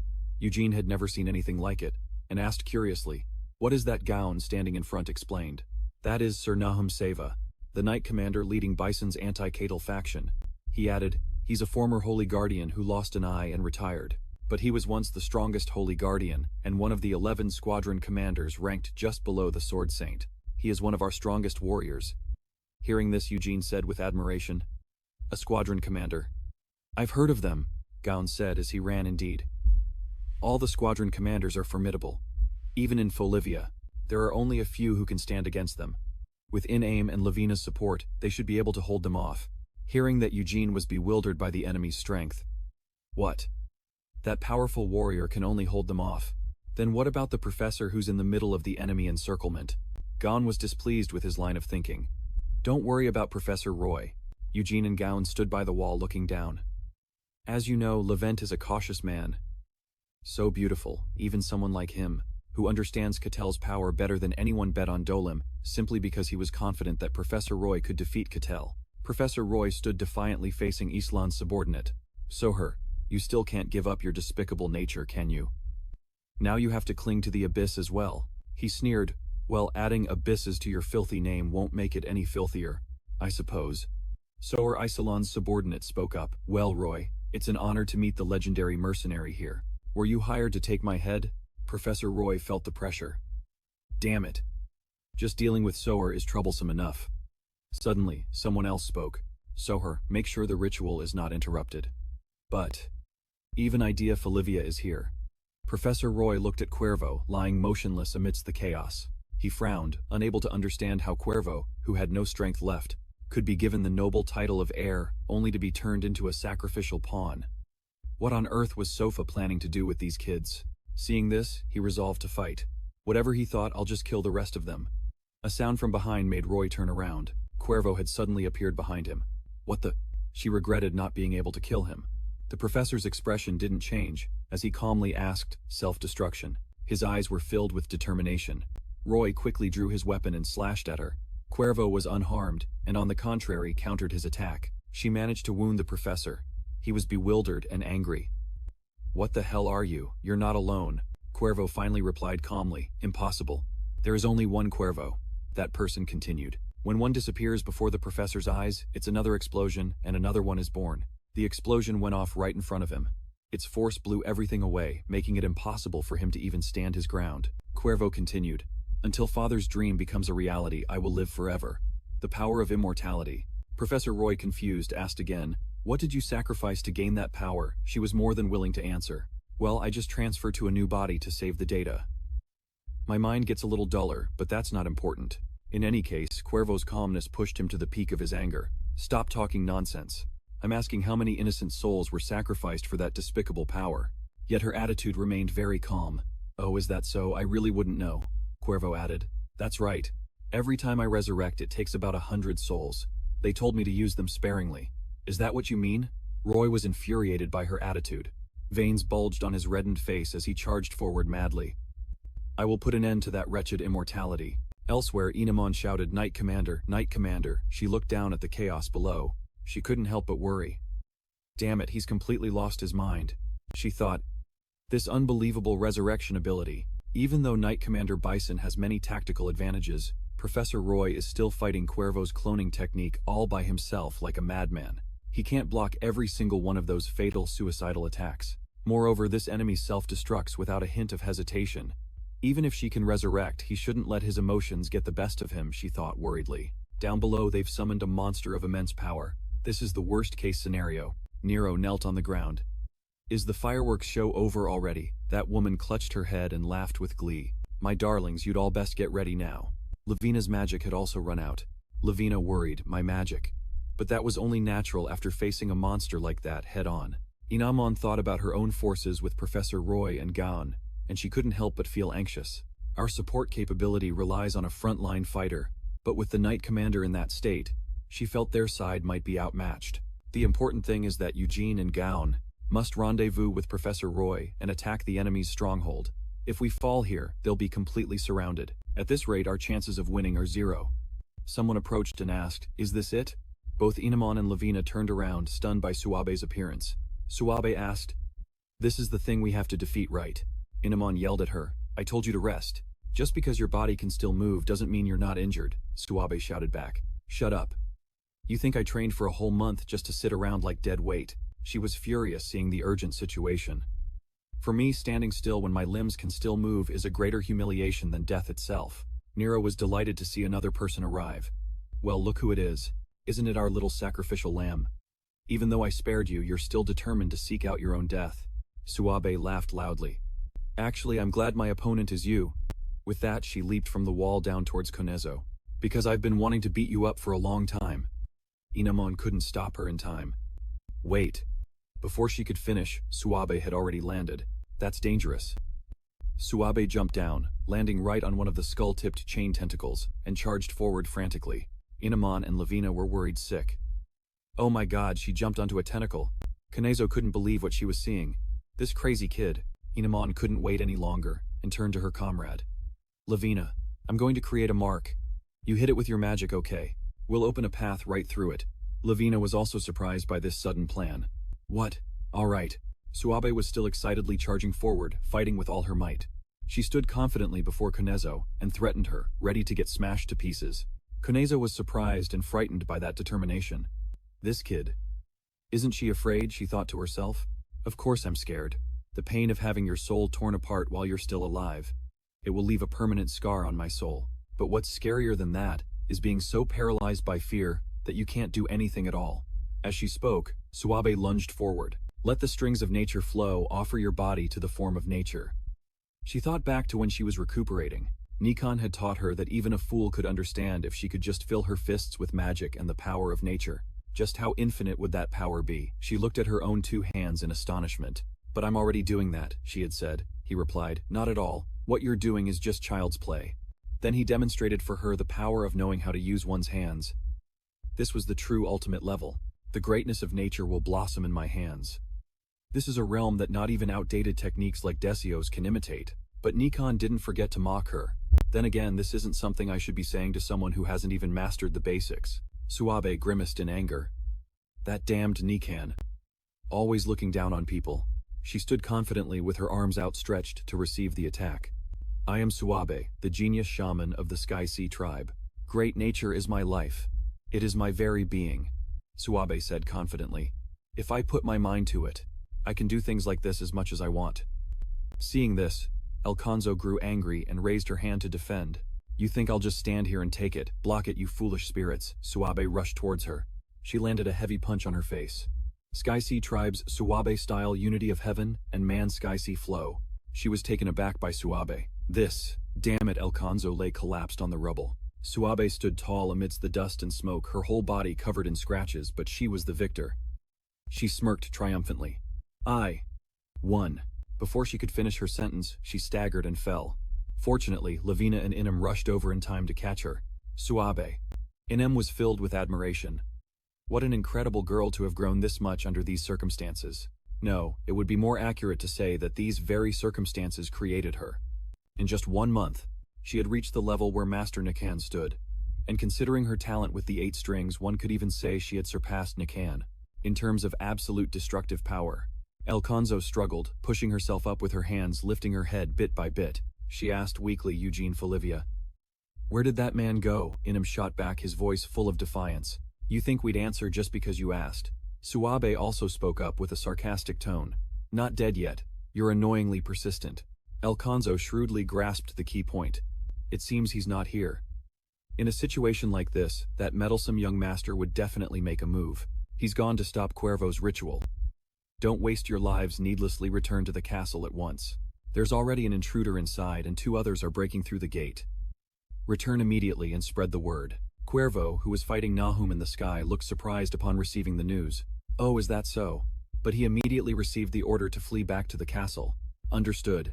Nahum cursed angrily. You little bastard. He landed decisively on the ground right in front of Alfonso and gripped her by the neck. He lifted her off the ground with one hand, uttering a single hate-filled word. You. Alfonso showed no fear. On the contrary, she was defiant. You want to kill me? Go on and try. But if you kill me, the 12,000 lives of the Bison people will all fall into the hands of that madman. He is the demon of pleasure and gambling, a being who toys with human souls.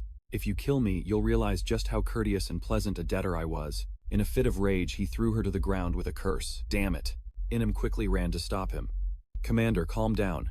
I understand your concern for the people, but we must keep a cool head if we want to save even a few more lives.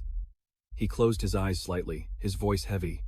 I know, but every time I remember the past, my heart is filled with nothing but regret. Suddenly he coughed up, blood startling Inem. Commander Suabe also ran over worriedly. If you're coughing up blood, your lungs must be injured. He ignored his condition and continued speaking. Looking back, all of this was caused by my indecisiveness. Sir Inem asked in confusion.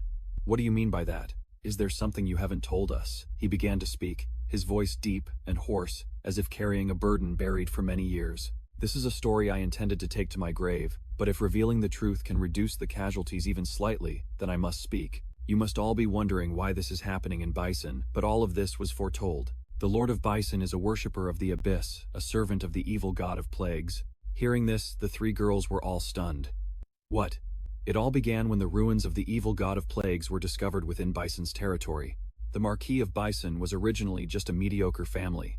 They used the power borrowed from the ruins of the evil god of plagues to silently climb to the most noble ranks of the royal family. I discovered this truth when I returned home after fulfilling my duty in the crusade, but I lacked the courage to expose my lord, for I knew better than anyone that if this truth spread among the ranks of the crusade, all of vision would be purged by their blades of light.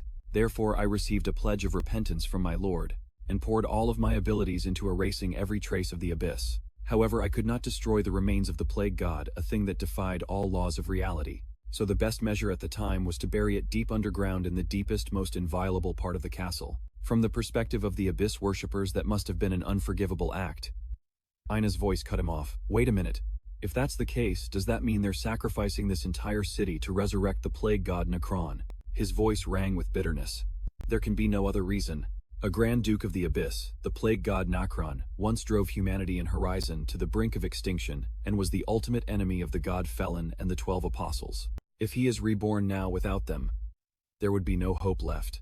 Elsewhere, Idea stood high above, sighing as he looked at the crowd of souls reaching their arms towards him. He turned his head to look down at the two fighting below, his voice impatient, so noisy. Soho replied playfully, "My apologies for the noise. After all, I'm not exactly the quiet type."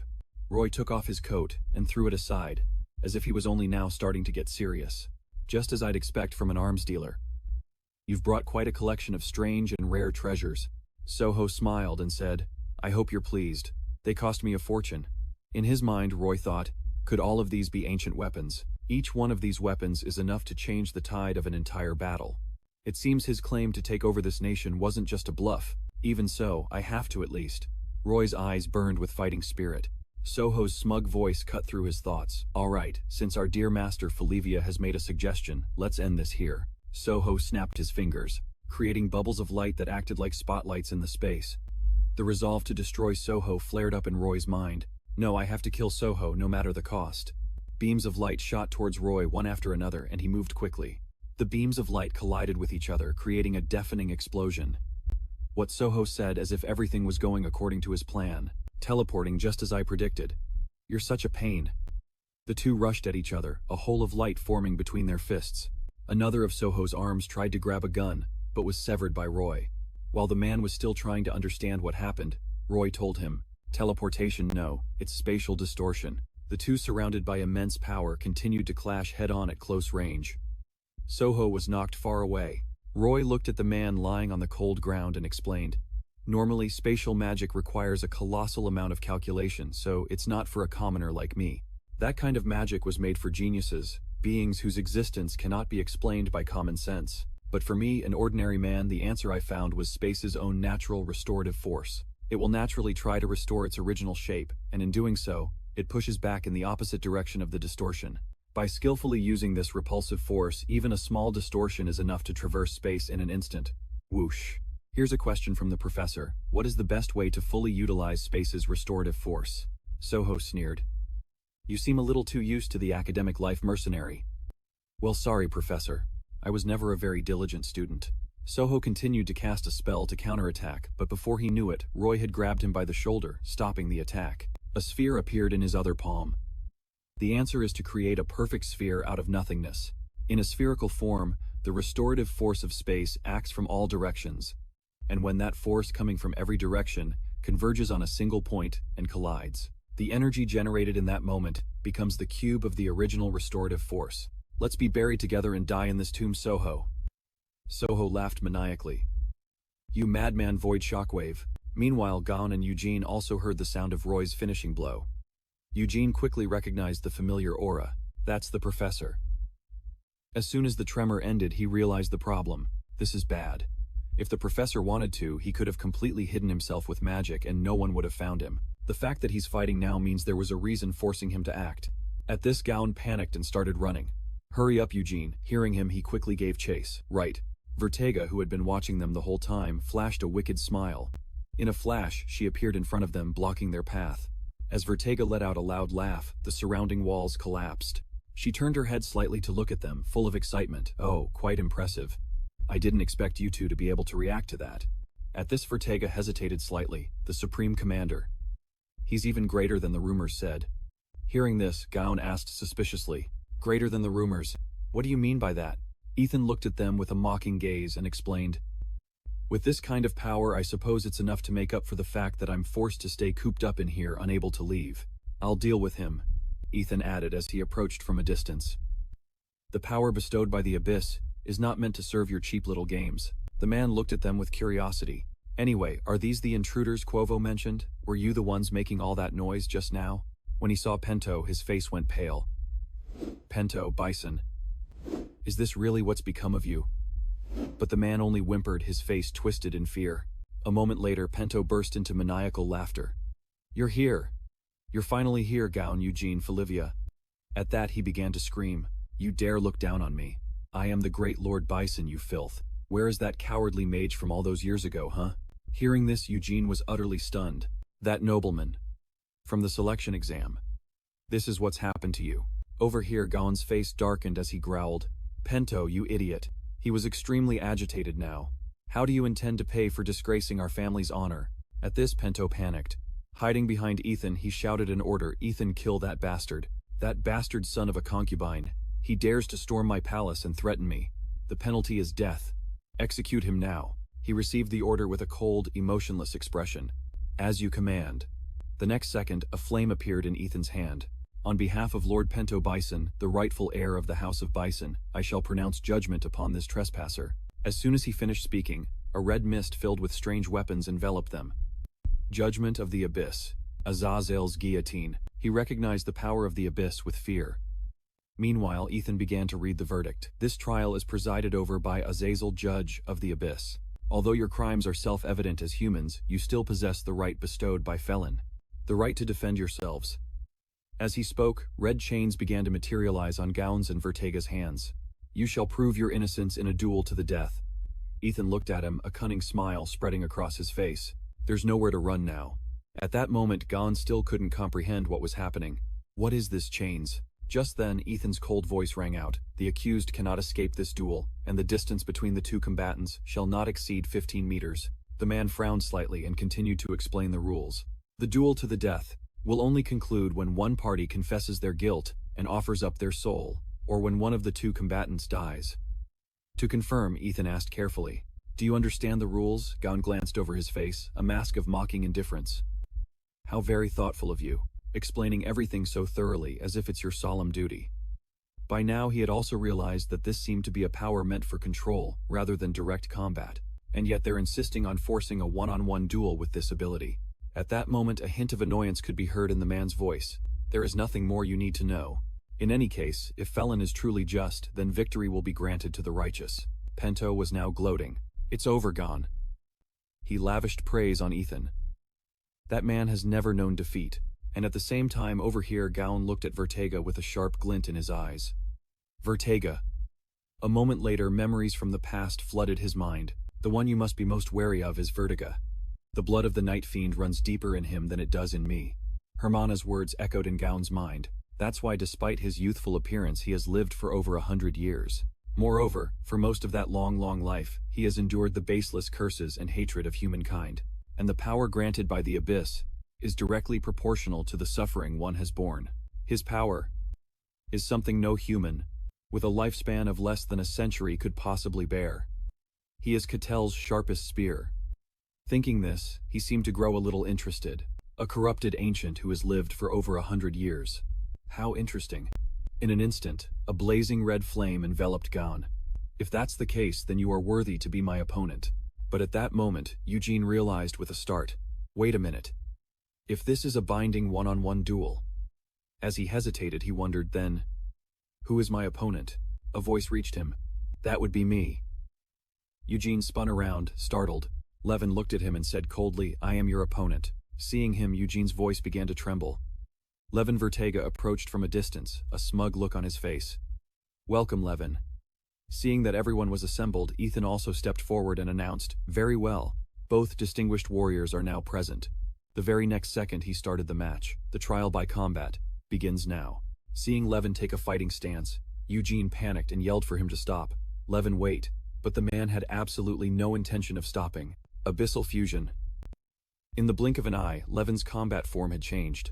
Philistine armor. Eugene stared at that new form as the quiet sky was enveloped in a deep crimson. A moment later, a bolt of lightning tore through the silence. Lightning technique. He kicked him into the air. At that moment, Levant couldn't help but be a little surprised. You can withstand this much. Eugene gritted his teeth, enduring the pain. Then with a furious expression he screamed, You! Have you sold your soul to the Abyss? What about your pride? As a Phelps, Eugene angrily demanded. Your father and your entire group were slaughtered by Sohair right before your very eyes. Aren't you ashamed? He roared as he attacked. Answer me, you fool. But just as Eugene was about to strike, Levant grabbed his hand tightly. He had actually recognized the object Eugene was holding. This is the legacy of the Phelps family. Hearing these words, Eugene was stunned for a moment. What he asked, gritting his teeth in resentment. Don't you dare try to cover this up with some half-baked excuse, face it head on. But Levant remained incredibly calm. Grabbing his shirt, he said, "First, let's move." Just as he finished speaking, a massive explosion erupted in the sky as 3 cannon blasts rained down. Seeing this, Vertega remarked, "Things are getting pretty intense over there."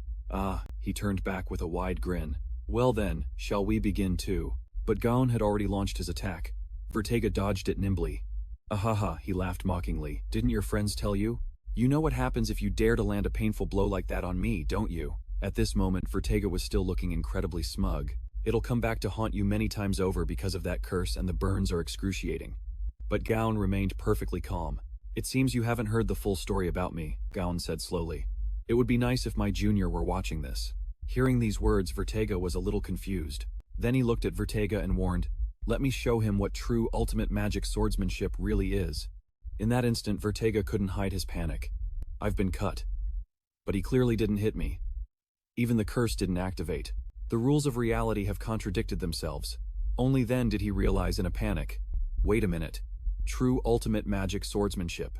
Ultimate swordsmanship is a form of magic swordsmanship from the primordial era, back when the ancient world was still incomplete. To use true ultimate magic swordsmanship, there is only one condition. Vertega gritted his teeth in fury. "You dare." After a moment of silence, he burst into maniacal laughter. "How dare you aspire to something so far beyond you? That prince is not something a degenerate human like you can possibly handle. Your brain will explode before you can even comprehend it." As predicted, Gaon's body was now completely exhausted. "Don't worry, this will all be over before that happens." At that very moment, he could confirm it. "It seems I've hit a nerve." At the same time, a massive explosion outside shook the very space around them. Then a streak of light shot past and crashed straight into the ground. Levant finally breathed a sigh of relief. He scanned his surroundings and began to speak hesitantly. "All right, this distance should be enough." Before Levant could finish, Eugene punched him straight in the face. "Eugene, I have something I need to tell you." Eugene cursed angrily. "Damn it, Levant, what the hell happened to you?" He tried to calm him down. "Wait, Eugene." His eyes were sharp with killing intent, as he demanded in a low voice, "Don't tell me everything you've said up until now has been a lie." One look, and Levant realized in fear. Berserker rage. The enraged Eugene immediately lunged forward to attack. A massive explosion erupted a second later. He dodged while trying to placate him. "Calm down, Eugene. This armor," Levant explained fearfully. "It belonged to my father, a relic of the previous head of the Phelps family." Only then did Eugene calm down. He asked with a panicked look on his face, "What do you mean?" He explained as he recalled the memory Sower suspected me of betrayal. To pull me over to his side, he used this to strike a deal. At that moment, Levant stated the reason directly. "This is the Phelps armor. It is also the last wish of the former Lord Phelps." As he said this, his expression turned to one of pain. As you know, the Phelps family magic has a fatal side effect. It cannot be used for extended periods. To overcome that, a special procedure is required, but even that procedure carries lethal risks. My father researched a way to minimize that risk, and it was finally perfected in the form of this armor. After hearing the whole story, Eugene was stunned. "How is that possible? Didn't you say your father was burned alive by Soher?" Levant frowned and answered hesitantly, "Yes, he was burned to death by Soher. But in truth, he was still alive. Even with severe burns all over his body, he was still desperately clinging to life." Eugene's face was now etched with worry. "So you were just pretending to obey Soher?" Before Eugene could finish, Levant cut him off. "That's what Soher wanted." "I believe so. It makes sense after all. Things that defy life are his specialty." At this point, Levant shared his own speculation. He must have used the stolen research and the power of the abyss to do it. But even if that's the case, it doesn't matter. He looked absolutely furious now. "Thanks to this armor, I can use forbidden techniques that were impossible for me before. If my father's relic can grant me the power to kill Soher, then pretending to bow my head to that bastard for a while is a small price to pay." Upon hearing this, Eugene's attitude changed instantly. "Levant, so you didn't betray us after all?" Levant affirmed with confidence. "Of course not. But given my situation, I couldn't help you openly, but I have made preparations." As he said this, he handed Eugene a notebook filled with information. "This is the information I've gathered so far. I believed Eugene would come, and I'll explain this news in detail. So please take me to the professor. You're only just realizing it now. Thank you, the professor is in danger. Professor, we're here to save you." The one who broke in. Do you know where the sacrificial ritual is taking place? Hearing this, Levin was also very surprised. What? The professor broke in there.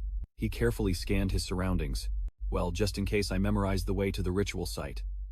But even the air is forbidden from going near there, so it'll be a huge problem if I'm discovered. The next second, Levin made a proposal. Even so, we have no other choice. I'll go there, so we'll part ways with you here. You have to deliver that thing. Maybe I can sneak in while it's chaotic outside, without being suspected. Eugene gave a goofy smile. All right, got it. As soon as he finished speaking, the two of them immediately split up. I'm counting on you then. But the next second, chains appeared on their hands. Both were suddenly yanked backward. They looked back in astonishment at the chains on their hands, and it was only then that they realized with a jolt.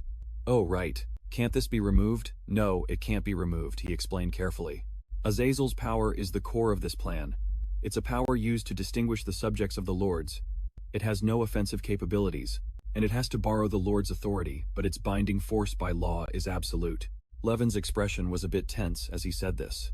However, if we look, there must be a way. Meanwhile, you beside him were getting very agitated. We don't have time to waste on that. After a long moment, Eugene suggested, at this rate, let's just go together. Hearing that, Levin was astonished. He walked on, cursing under his breath. Damn it, I don't even know if this is the right thing to do. Levin's heart was now filled with anxiety. If they both snuck in and got caught, they'd all be done for.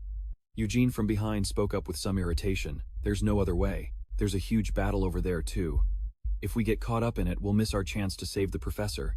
To reassure him, he also came up with a solution. Besides, if all we need to do is hide, I'll hide really well. Don't worry. But Levin completely dismissed it, not trustworthy at all. At the same time, his heart was in turmoil. Seriously, I'm really not sure if this is the right move. Eugene's battle-crazed blood was boiling. The events here are probably provoking his rage. The thought made him even more afraid. In this unstable state, he's nothing but a ticking time bomb. Is it really okay to let him face the one performing the ritual? The scene changes.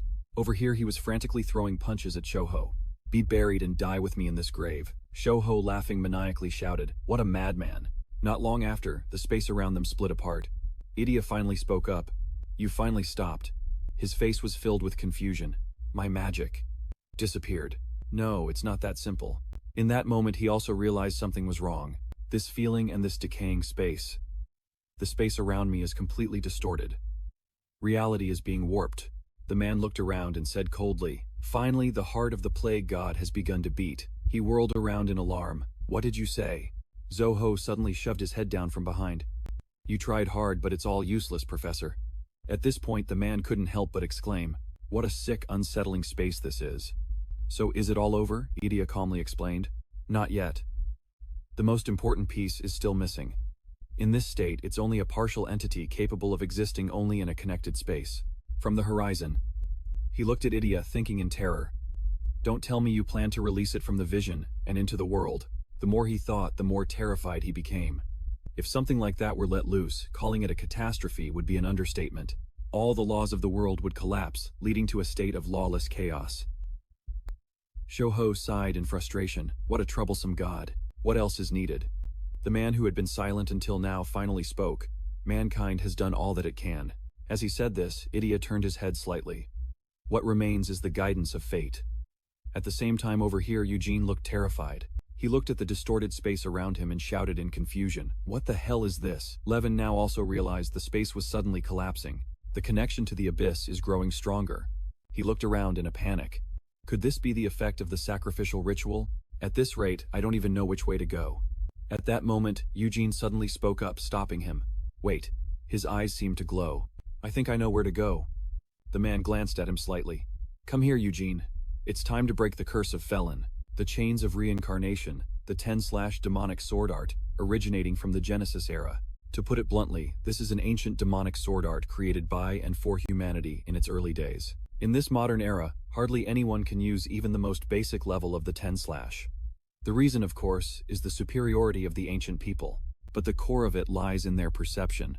In the era of creation, when the physical laws of the horizon had not yet fully formed, magic was still chaotic. Reality and illusion were indistinguishable, and it was not bound by any laws. That's why it holds infinite potential.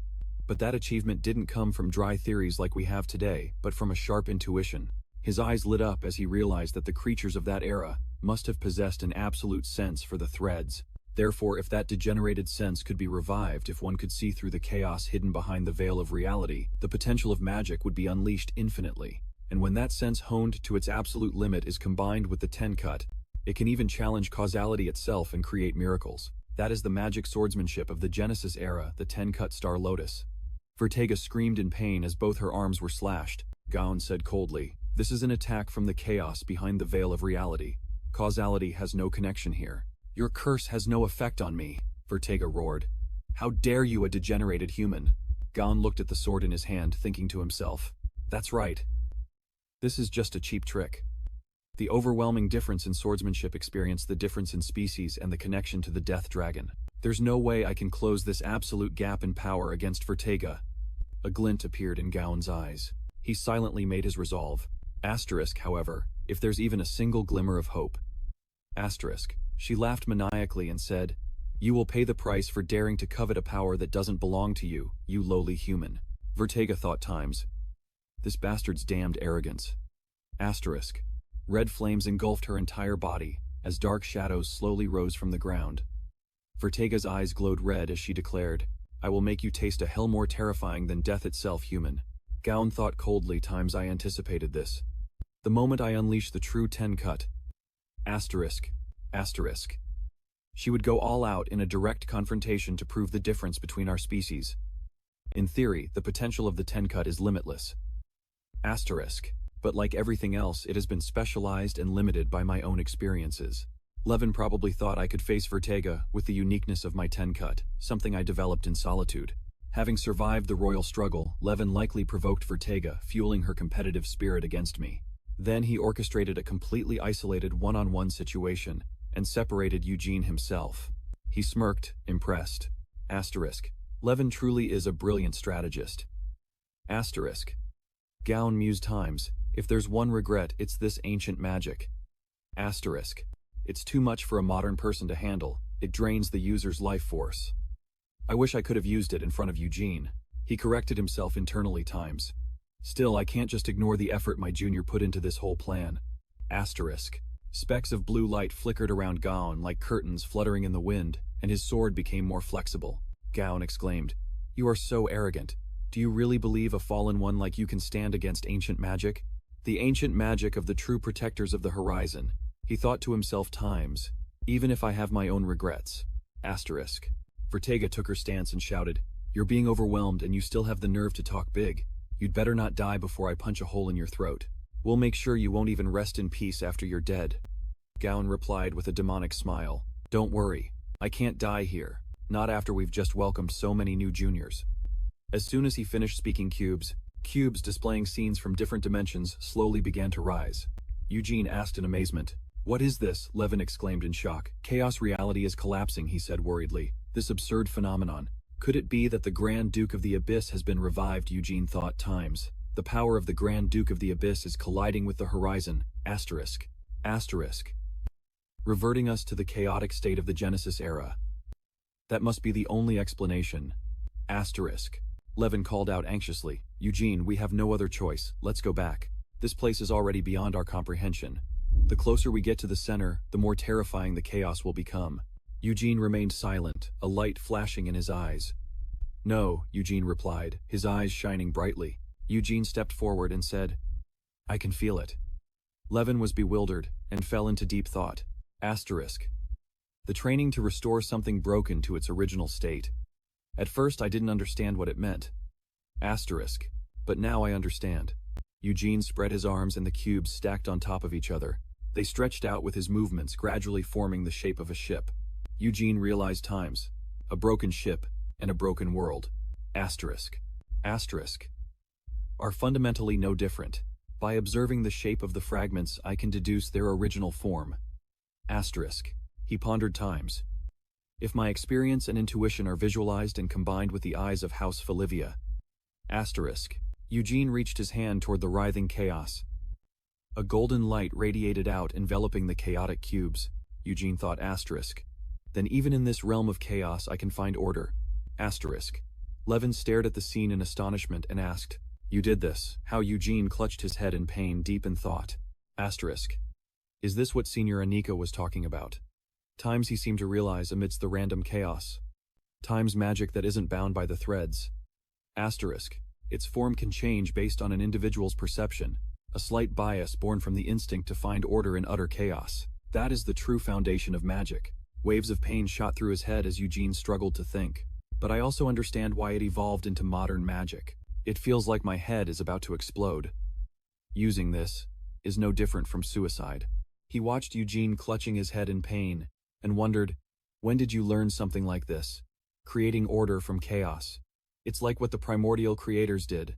Eugene staggered away and said, "Let's go, Levin. We'll talk later." He lamented. Being thrown into an uncertain situation like this really isn't my cup of tea. Levin watched his retreating back, lost in thought. Normally stepping into a place where anything can happen would be sheer madness. But if it's him, I have a feeling that even in the midst of this chaos he'll still find a way. As he walked through a fragment of memory, Idea's voice rang out. "As expected, you always surpass my expectations, Eugene. Even though I heard that fate would lead you here," Levin said worriedly. This voice, Idea approached and said, "You have no idea how terrified I was having to let you step into this realm of chaos." He walked closer with a smile on his face and said, "And it's precisely because I believe that more than anyone you would rise above the petty worries I've endured all this time." Levin thought to himself. Idea Folivia. He wondered. What does that mean? Was Eugene coming here part of a plan? But why? Isn't Idea Folivia supposed to be protecting Eugene? Levin realized. Or, is this a kidnapping? But if it is, why bring him to this dangerous realm of chaos? He suddenly cried out. "The color of the space," Levin shouted. "Calm down, Eugene, you can't waver. This is the realm of chaos where the power of the abyss lies hidden." He thought while looking at the enraged Eugene. Even the smallest negative emotion will manifest into reality here, Levin said, as his body began dissolving into cubes. "Don't fall for his provocations," he said. "Don't." Idea waved his hand, sighing, "So noisy. I'll just toss him aside for now." He knelt on one knee before Eugene and said, "Don't worry, Eugene. I've only sent your friend somewhere else temporarily." Idea averted his eyes and continued. "Although saying this now will only make you angrier. I truly don't want to do anything to hurt you." His face became terrifying. Eugene clenched his fists and said, "Stop spouting nonsense. You've hurt me more than enough. If there's even a shred of sincerity in your words." He lunged with a knife. But Idea raised a hand to block him. He screamed, "Then die right here," he sneered, shouting in fury. "So you don't want to die either, huh? In the end, you're just a hypocrite who's always making excuses for yourself. I was such a fool wasting weeks wondering what to do with you." Idea replied calmly. "I do not cling to this life, but there are still things I must accomplish," he explained. "After you collapsed from a strange illness, I poured everything I had into finding a cure for you. I became a physician. I used every trick and method to find a cure, but in the end I couldn't find a fundamental remedy. As time passed, I finally discovered the root of your illness, something that rendered all my past efforts meaningless," he said. "It wasn't a disease of the body, but a curse carved deep into your soul," he thought. "It's a soul binding that Felon placed upon you." Eugene asked in astonishment. "What?" he yelled. "That's absurd. The one who saved me was Lord Felon, not you. I'm not in pain anymore. Don't try to confuse me with your nonsense." Idea suddenly leaned in close and asked, "You say you're not in pain anymore, but do you really think you've escaped the curse?" He became serious. Idea continued to ask, "Think again. The plague was only a secondary issue. Do you think the Grand Duke of the Abyss has given up on you?" Eugene pondered. "The Grand Duke of the Abyss is targeting me. Is he about to say the same thing that Senior Anika did?" he said. "Unless Felon removes the binding placed upon you, the Grand Duke of the Abyss will continue to pursue you even when your soul is reincarnated. The binding on you is absolute, transcending even reincarnation." Confused, he repeated, "The reincarnation of my soul," Eugene thought. "So just like that, my past life and this one are connected. Was my suffering predetermined from the very beginning?" Idea spoke up. "So you've started to figure it out. I have dedicated everything to changing your cruel fate, being bound between absolute entities," he said seriously. "And that has brought me all the way here. All that remains is one final step." Idea's hand grasped the hilt of his sword, startling Eugene. He said, "When all of this ends today, you can cut me down, kill me as you please. No more than that, I wish for it." Idea pointed the knife at his own neck. With a weary smile, he pleaded, "Once everything is over, please end this miserable life of mine." With my own two hands, Eugene gritted his teeth, staring at the man before him. "I will sever this intertwined fate that has lasted for an eternity." That is the only reason I've been able to hold on until now. Idea raised his hand, his tone persuasive. In this chaos, where the abyss and the power of Lord Felon balance each other, we can weave a new framework for destiny. Once again, he sat down across from him and said, "Everything is ready, but we are running out of time. Come with me, Eugene." The boy frowned, looking at Idea with hesitation.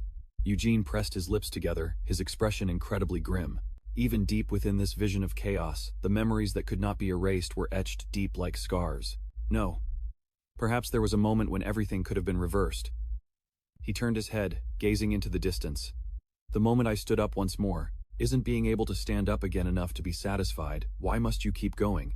Idea maintained his stance, saying, "I've told you before, you are still bound by the shackles of fate. Destiny is inevitable. Countless hardships await you." He looked down at the ground, his face heavy with the weight of everything that had happened. "You're telling me this times, now times. You burned Bolivia to the ground and you offered Bizona to the flames as a sacrifice. And you think I would just willingly follow you after that?" Idea replied in a low voice. "I don't expect forgiveness. However, I have witnessed with my own eyes through countless cycles of reincarnation throughout a period that can only be called an eternity, your soul enduring endless suffering. You understand that better than anyone, don't you?"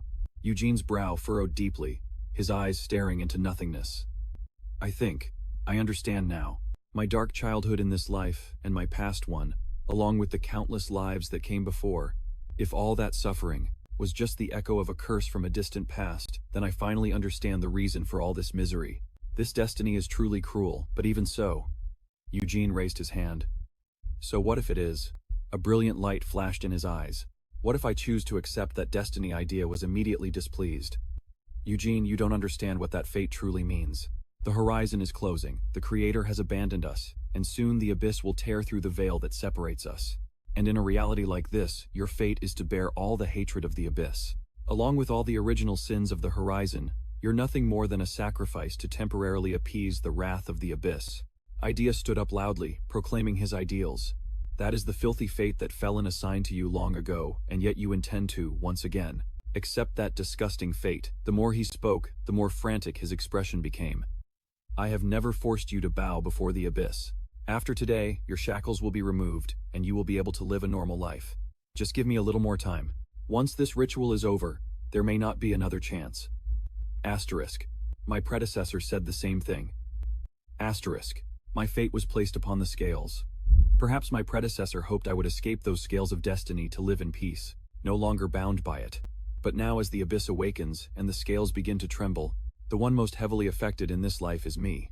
This life is like a gift that I finally managed to win, after enduring countless painful reincarnations. But if the price for that gift is the revival of the abyss, then my choice is..." Eugene had made up his mind. He held up his palm, revealing the golden sigil. "I accept it." As soon as he spoke, a miraculous light spread from the sigil, illuminating everything. He said firmly, "If the only way to escape my destiny is at the cost of other people's lives, then I will no longer run from my destiny. I will face it head on. Even if everything you say is true, there's no other choice for me. My own fate cannot possibly outweigh the lives of everyone in this city." Idea himself was genuinely surprised by the boy's decisive words and actions. He faced the light from the boy's hand that was about to wash over him. "Eugene, you truly don't hesitate. Not even for a second." Idea's voice was low. "Eugene, I truly don't want to hurt you." Idea stared intently at him and spoke. "But there isn't enough time left to convince you to change your mind. I will not ask for forgiveness." His syrup quickly solidified like ice, forming sharp spikes that shot toward Eugene. The battle had now truly begun. Idea was on the offensive with his power to control blood. Eugene gritted his teeth, trying to hold on with his ability to freely regenerate, transforming one's own syrup. It may sound simple, but it is an incredibly powerful ability with infinite potential. Moreover, the one using it was the very warrior who brought down Bolivia. The losses were unprecedented under normal conditions. Victory is completely impossible. But I can feel it. Eugene's eyes flashed. In this place, right here, I have transcended the very laws of magic. He used his magic to hurl boulders toward the older man. Idea smiled in satisfaction, saying, "So this is the power you were always meant to possess. Who can face you now, and who can still see the child who once grieved over his flawed talent?" The rocks suddenly shattered in midair. However, with just that one move, the blood thorns completely broke through Eugene's attack. Idea laughed maniacally, losing control, and said, You truly are extraordinary, Eugene. But that's precisely why the curse binds you. The brighter your light shines, the thicker and more powerful the darkness becomes. The threads of fate will only tighten around your neck. As Idea finished speaking, the blood thorns shot towards him. At that moment he was severely injured, clutching his chest. My body can't handle this power. Eugene gritted his teeth, enduring the horrific sensation like thorns stabbing directly into my eyes. My senses were overwhelmed by the chaotic flow, gradually going numb and throbbing with pain. This is the price I have to pay, for using magic far beyond my limits. But Eugene clenched his jaw. That doesn't matter. The day Lord Felon saved me, I made a promise. If I was given just one real chance to live, I would dedicate myself to saving everyone. He mustered all his strength once again, activating the magic in his palm, preparing to unleash his attack. Idea stared in shock at the blinding light before him. He continued, "If the destiny Lord Felon has for me is to face the deepest abyss, then I will embrace it without hesitation." With that, he dove down from above. His hand wielded a terrifying power of light, and his target was Idea. Eugene declared resolutely, "Because only then can I bring absolute destruction and save even those trapped in that deepest abyss." He stared blankly at himself. A few words appeared in his mind. "Felon, you have placed a terrible shackle upon him." Idea's body was immediately split in two by Eugene's terrifying power. He gritted his teeth and struggled to say, "If only you hadn't caused all of this. Someday perhaps I could have forgiven you for everything, because at least I can understand you." Eugene was suddenly stunned to still hear Idea's voice say, "That makes me happy. But now I understand Felon has brainwashed me, so words won't change your mind." A second later his body, which should have been split in two, simply merged back together as he said, "Then I won't waste any more time." Eugene stared in disbelief at the scene before him, and asked, "How? I clearly erased your very existence." Idea stood firm and explained, "A part of my essence has vanished, but only a part. Did you think you were the only one to wield power in this realm of chaos? Light and darkness, chaos and order, two sides of the same scale beating in unison. With that last attack, the great work of the abyss of pestilence." Idea laughed more insanely than ever. Nakran has finally awakened. He raised his hands to the sky and screamed. Finally, a black thread from space wrapped tightly around the arm that was struggling to break free. Levin slumped down, helplessly confused. "Damn it. I can't move at all. Am I trapped in this space? This is ridiculous. How is Eugene able to move freely in this chaotic zone? It's true that in the midst of chaos any bizarre thing can happen. But to do that, he must have used some kind of method." Suddenly a face appeared. Someone split into multiple cubes.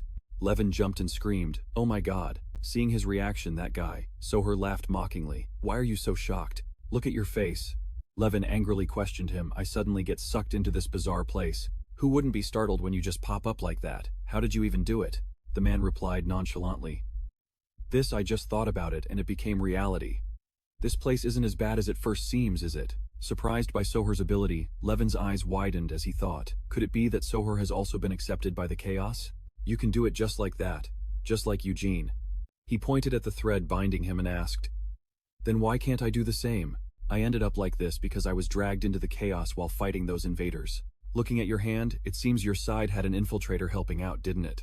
Soher replied slowly, a cold smile on his face. "As sharp as ever, Levin. He really was a big fish. You've probably heard of him, right? He was swallowed by this chaos too." His words made Levin a little worried. "I hope the professor managed to get out."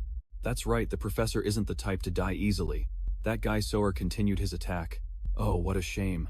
It would have been so interesting if you had seen it too." Bound Levin could only listen helplessly. "Damn it, he's testing me." He tried to act calm and probe for information. "I don't care about any of that. More importantly, does this chaos mean Nakran's resurrection ritual is complete?" Soher looked at his hand where countless arms were struggling hopelessly inside his fist and said, "Of course. And that's not all." When he loosened his grip, the arms drenched in essence fell out. "Thanks to that idiot. Idea leaving at just the right time. I've managed to get my hands on this." Levin's face grew grim. "Seizing a god." He angrily confronted him. "How could you? No, more importantly, you've betrayed the Eternal Order. Why in the world would you do such a thing?" The man Zoho simply laughed it off, a dark, calculating look on his face as he said, "Such foolish questions don't suit you at all, my boy. Because it benefits me, of course. Do I need any other reason?" Realizing the horror of what he'd done, Levin gritted his teeth and cursed. "You're insane, you bastard." The man continued, revealing his mad plan. "In any case, I have this now, and that makes me curious about something. In this vague, formless realm of chaos, what do you think would happen if I were to devour that god whole?" Levin was horrified. Don't be ridiculous, devour a god. But the worst-case scenarios flooded his mind. It was a power far beyond the reach of mortals. To meddle with it was to gamble with your very life. But what if? What if by some miracle this chaos allowed him to defy those impossible odds, and seize the power of the great abyss for himself? If that truly comes to pass, then mark my words, humanity would be better off perishing from the terrible plague unleashed by the god of pestilence. Which is why right now, I have to kill him. A powerful beam of light shot towards the man. Annihilation fire cannon. The ground shattered, sending debris flying everywhere. Eugene appeared slowly, raising his sword towards him, his eyes filled with rage as he charged. Falivia sword style Desio. The man stood his ground, summoning a sword. Ciro Falivia basic sword style 24 forms, and with a single hand, he swung his sword to parry the attack, shattering the very earth. First head slash, downward slash, centrifugal fire slash. The force of the attack tore through the air. He remained standing while Eugene was blown away with the debris. As a swordsman, his skill was on a completely different level. Eugene's memories came flooding back, especially of the basic forms his uncle had polished to absolute perfection. There's not a single opening. My father was a genius, the likes of which is rarely seen in the history of Falivia. My eldest brother was the preeminent genius of his generation. But my uncle, he was mocked and treated like a fool. He had no talent. All he was ever taught were the family's basic forms. Just how much did he have to train to reach this level, with only those basic techniques? It must have taken an unimaginable amount of dedication and effort. He saw his uncle, who had bravely overcome the scorn of a family that had labeled him talentless. The man extended a hand, speaking coldly. It's over, Eugene. But Eugene was lost in that old memory. Back then, when I was just a child, I admired him. A satisfied, respectful smile spread across his face. Thinking back on it now, Uncle, you overcame it all, didn't you? The man remained silent, a look of confusion on his face. Eugene suddenly grabbed his collar. You became a true swordsman, overcoming even grandfather's scorn. I used to believe the same thing, that I could do it with my own strength and effort. I believed that through sheer hard work, I could break past the limits of a first-tier being. With a defiant smile, energy began to gather in Eugene's hand. So, why would you think that I can't conquer my own destiny? The man's face grew puzzled. Just who are you? Eugene clenched his fist as sparks of light began to crackle around it. My thinking has been too narrow. Even though we're standing in the middle of chaos, a world of infinite possibilities, I will cast aside the common sense that has held me back for so long. From a point to a line, from a line expanding into a plane. That's still not enough. He was creating a new technique through a breakthrough. So then from a plane to a polyhedron, and from a polyhedron to a dimension, I'll go beyond even that hyperspace polyhedron, the chaotic cube, something that transcends mere planes, something that can erase entire dimensions, absolute reality. Suddenly, space itself began to crack. Black fissures split the void. Eugene cried out in confusion. What? Idea immediately realized what was happening and cursed in anger. Shoho. You damn fool, what are you trying to pull? He then calmed himself, admitting, in any case, what happens next has nothing to do with me. The scales of fate have begun to tip. Let's go. But before he could act, a black tendril suddenly ensnared Eugene and pulled him away. The power of Azazel Idea was powerless to stop it screaming helplessly. Eugene. Idea was furious. Damn it, space is distorting so much that I can't follow him. A demon with countless eyes and a vicious mouth on its back mocked him. How unfortunate, Idea Falivia. It seems your reunion with your beloved grandson will have to be delayed a bit. Idea spun around, angrily glaring as he asked Iceland, what is the meaning of this? The demon chuckled, stroking its chin. You must already know. Everything is proceeding according to the prophet's will. Realizing his own powerlessness, Idea's expression darkened as it all became clear. I see. The prophet foresaw that Zoho would betray us when the time was right, and deliberately sent me here, knowing full well that I would prioritize Eugene over the great cause of the abyss. In the end, all of us are nothing more than puppets in the hands of the prophet. Meanwhile, Levent and Eugene were pulled into the same dimension, bumping their heads together as they stepped towards their prophesied destiny, the end of creation. He quickly took in his surroundings. Eugene, wait. This is the same hallway as before. Could it be that Azazel's chains reactivated after space returned to normal? But Eugene was only concerned about the throbbing lump on his head. My head. He clutched his head and asked Levent, what's going on? Did the chaos suddenly disappear because of you? He denied it. No way. Eugene grew serious, trying to confirm. Was it Soher? Levent's grim expression was all the confirmation he needed. I saw it with my own eyes, and yet, I still can't believe it. It was unbelievable. The entire sky had formed a crimson pillar of waves. Soher had devoured Nagran, the god of plague. From a human perspective, the terrifying power of a great Duke of the Abyss felt distant and vague. If the great Duke of the Plague were to be reborn, a plague that would claim more lives than any war would spread, it would be unstoppable, and his followers would gain a source of power incomparable to anything before. But that was all it was. The threat of the plague and the followers of the Abyss had always existed. This was nothing more than a repeat of that. Even from a broader perspective, the rebirth of the great Duke of the Abyss marked a turning point towards humanity's demise, yet humanity itself couldn't feel or recognize it. Therefore, the only thing capable of truly driving humanity to despair was other humans. After absorbing Nagran, that guy Soher transformed. His entire body was made of countless arms. He laughed with glee. This is incredible. Arms of all sizes sprouted like mushrooms. This feeling of omnipotence, it feels like the entire world is in the palm of my hand. This boring world, a giant hand tore open the night sky, revealing a new space. Below, the students witnessed a tower constructed from human arms. Along with a horrifying vow, I will remake this world completely, starting again from zero. Suabe stared in horror at the apocalyptic sky. What is that thing? It's tearing the sky apart. Is it trying to escape the horizon? Vertega smiled in satisfaction. You finally did it. Yuji realized the gravity of the situation. All of its power is converging on a single point. It must be heading straight for Soher. He collapsed, coughing up blood, but still tried to fight. If we follow this flow, we can get to Soher. Seeing how badly he was hurt, Levent shouted, Eugene, don't tell me. This is the backlash from your last spell. Eugene's hand was covered in blood, but he didn't care, insisting, don't worry about me. Stopping Soher is far more important than my body right now. Seeing his indifference, Levent grew even more frantic. How can I not worry? In your condition, what do you think you can possibly do? This is definitely the backlash from the spell you used. High-level magic directly harms the brain. If you keep this up, you could suffer irreversible damage. Seeing the future of humanity threatened, Eugene couldn't accept it. If we just sit here and do nothing, the one who'll be irreversibly damaged won't be me, it'll be the entire world. Besides, right now, I'm the only one who can stop him. Faced with this huge problem, Levent was at a loss, but he still grabbed Eugene's arm tightly to stop him. Levent threw out a palm strike, knocking away a stranger who had just closed in on them. Eugene stammered in fear. Was that an assassination attempt? Levent explained. One of the heirs to the Cuervo Corporation. She's immortal.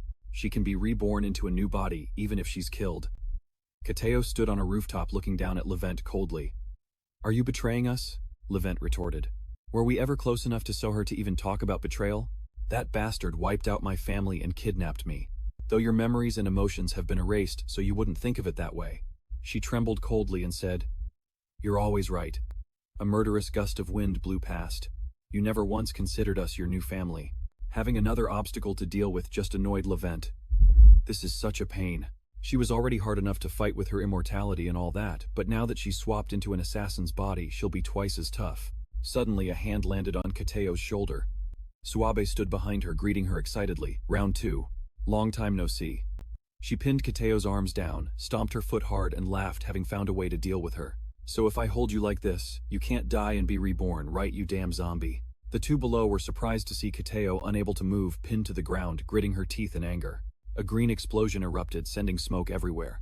Turns out she could, dying without leaving a trace no matter the situation. They never considered she might take her own life. Suab cursed those insane bastards.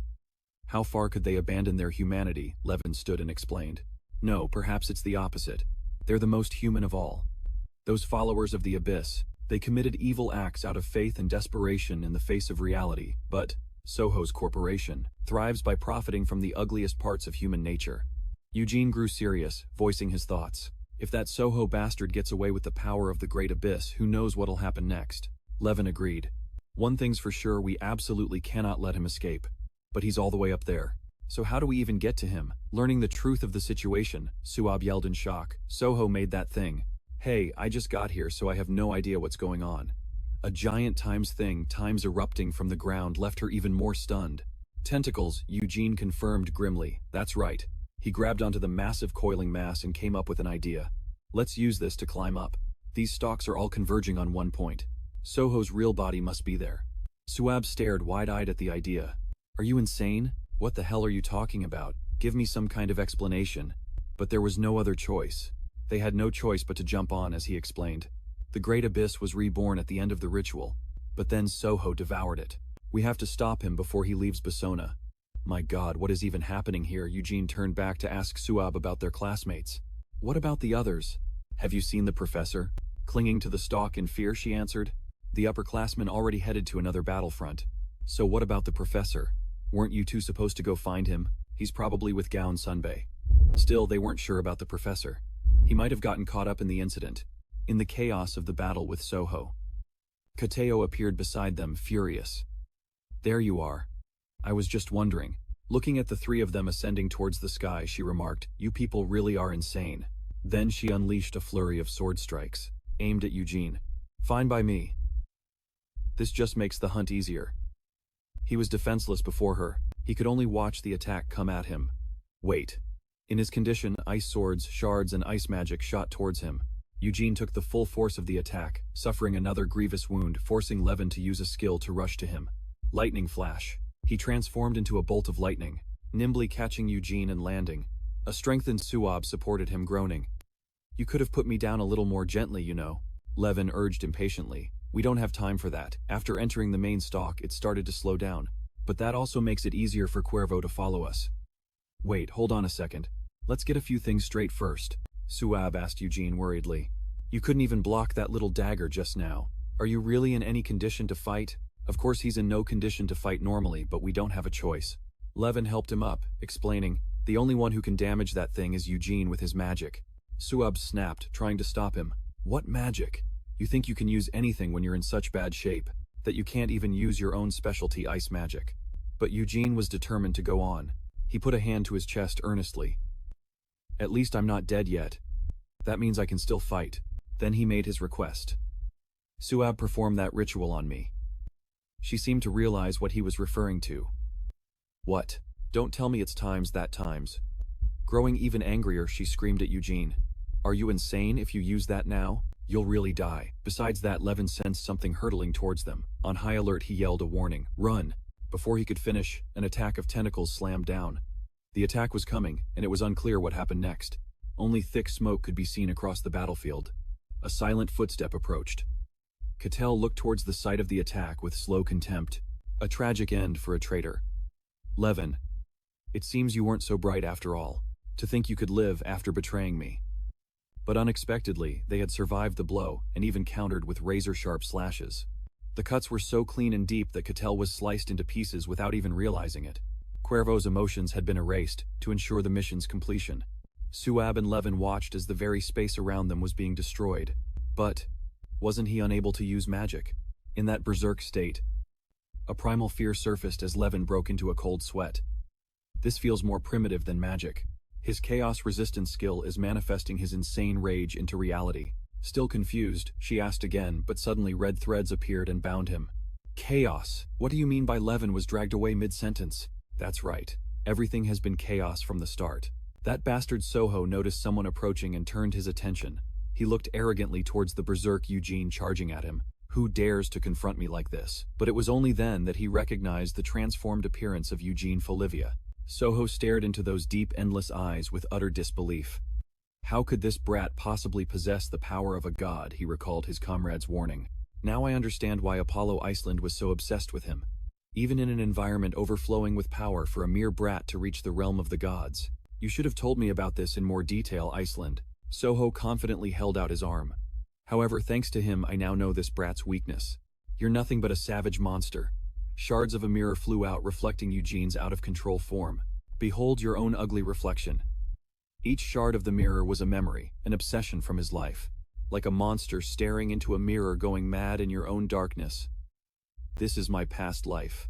However, in that very moment, Eugene realized a cold, hard truth, one so cold it could extinguish this insane rage. And his will to fight vanished, rejecting his uncle's offer to end this terrible cycle of reincarnation. Perhaps it was a selfish and cruel choice, but his other selves never had such an option. Even if he could contact his past selves, his reincarnations, they were people from different worlds, from separate streams of time. In a sense, they were strangers, even more distant to him than anyone from the horizon. After countless reincarnations, miracle after miracle finally converged, and a chance to eliminate the curse. This cruel curse finally presented itself.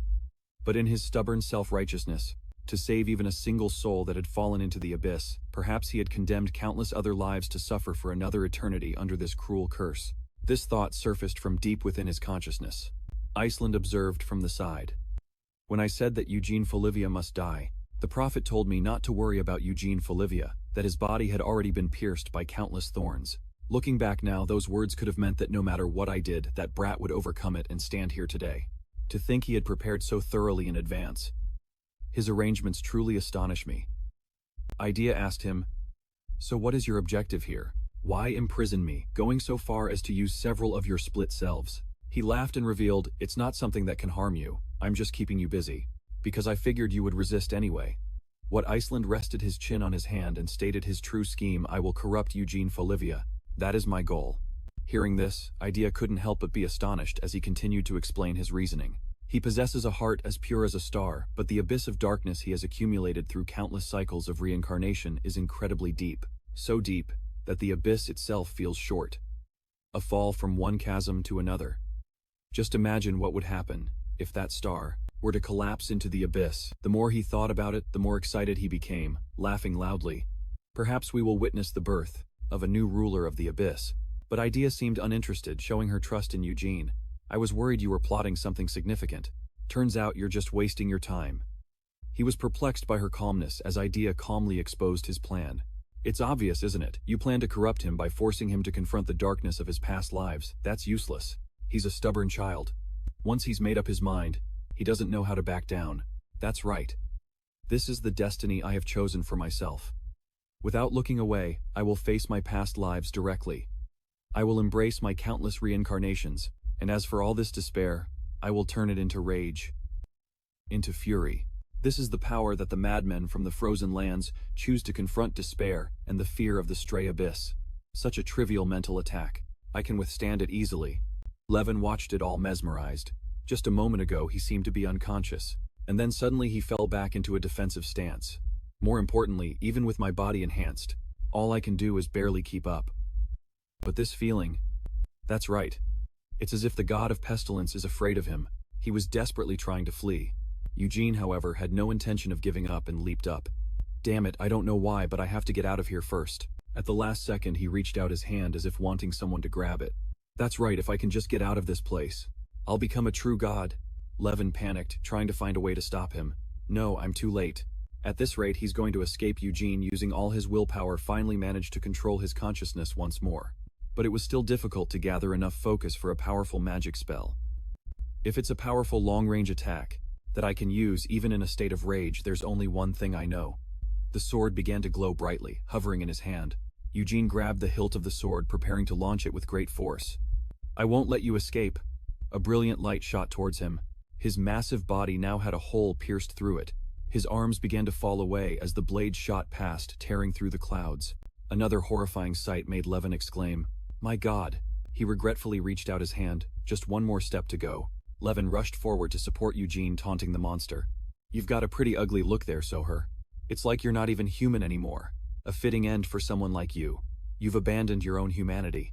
But from somewhere Vertega appeared, smiling as she said, "No." She spread her wings and took Soher's shattered body. "This is only the beginning. Holy fusion, Vegeta." Eugene was stunned to see her. "Vegeta." Levin thought it was all over, but unexpectedly, that form and Vertega embraced Soher and flew towards a brilliant light in the sky. "Let's go." Outside the veil, a voice woke him. "Can you see it? Soher is below." The soldiers stared up in fear at that mysterious light.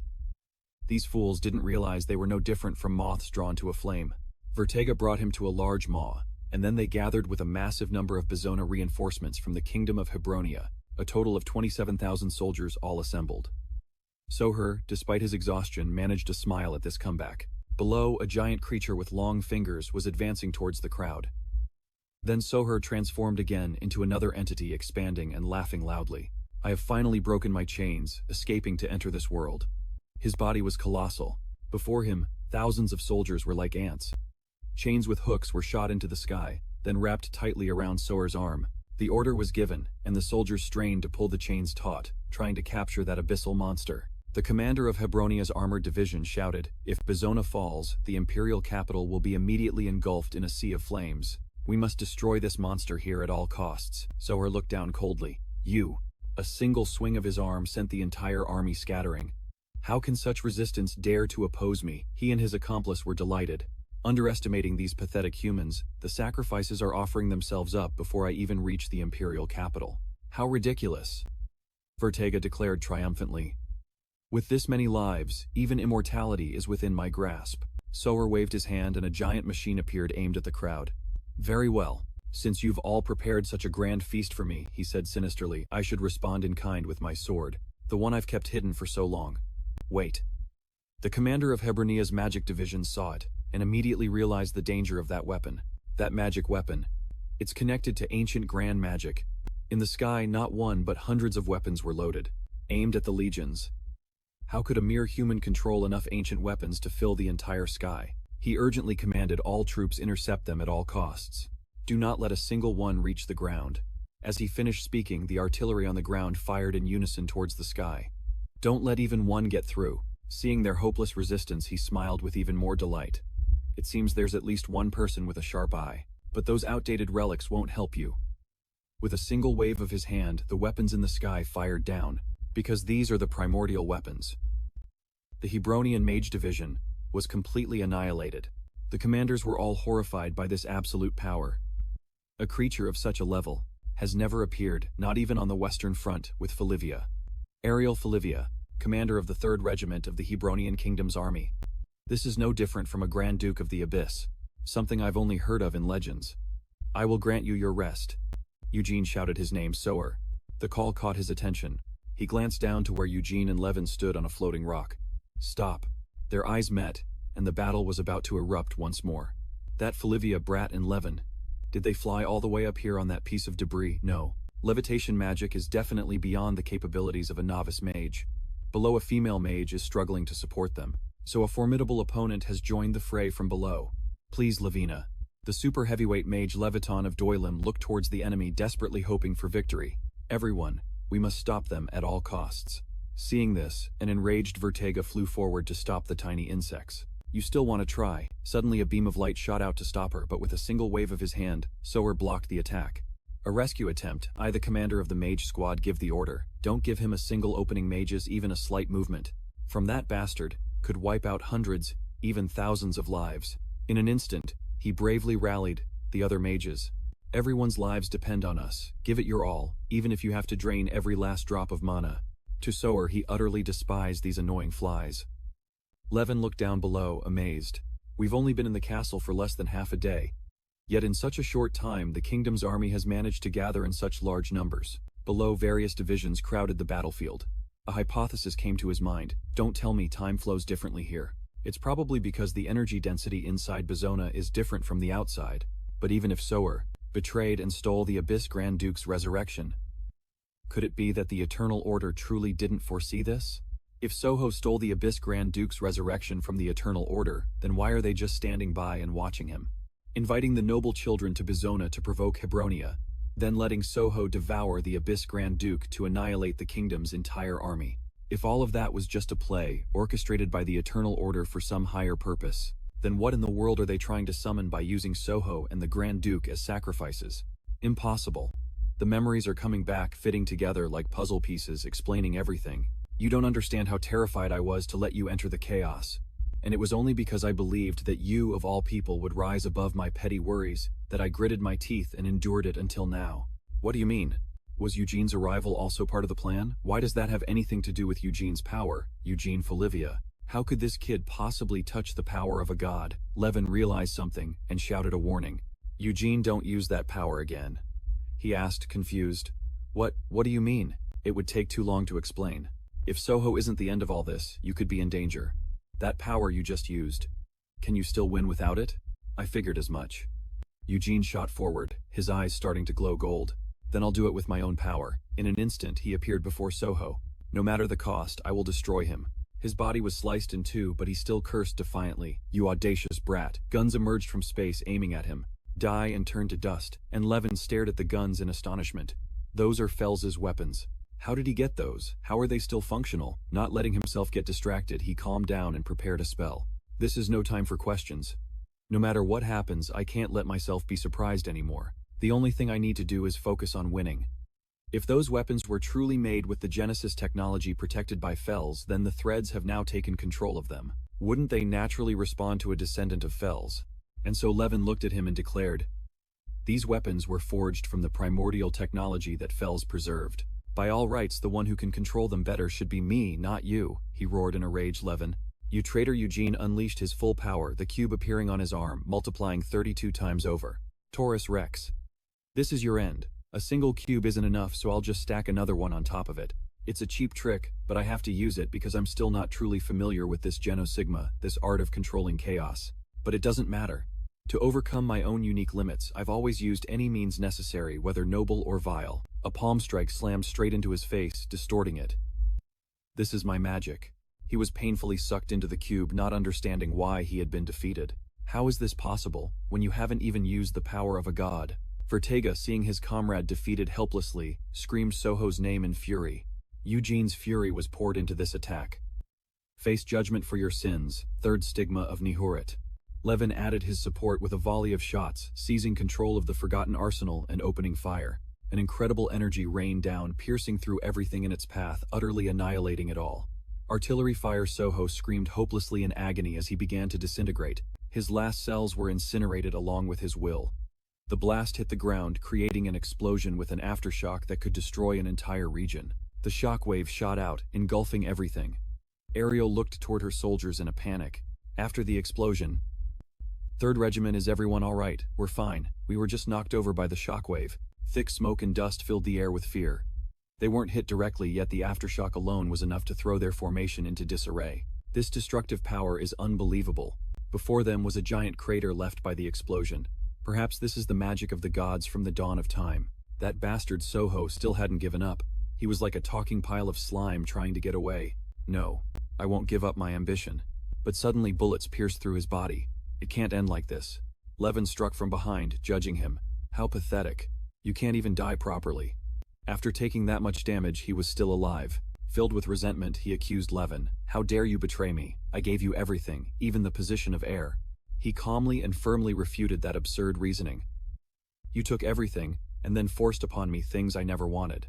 Even the favors you granted were only because you needed Fells's knowledge.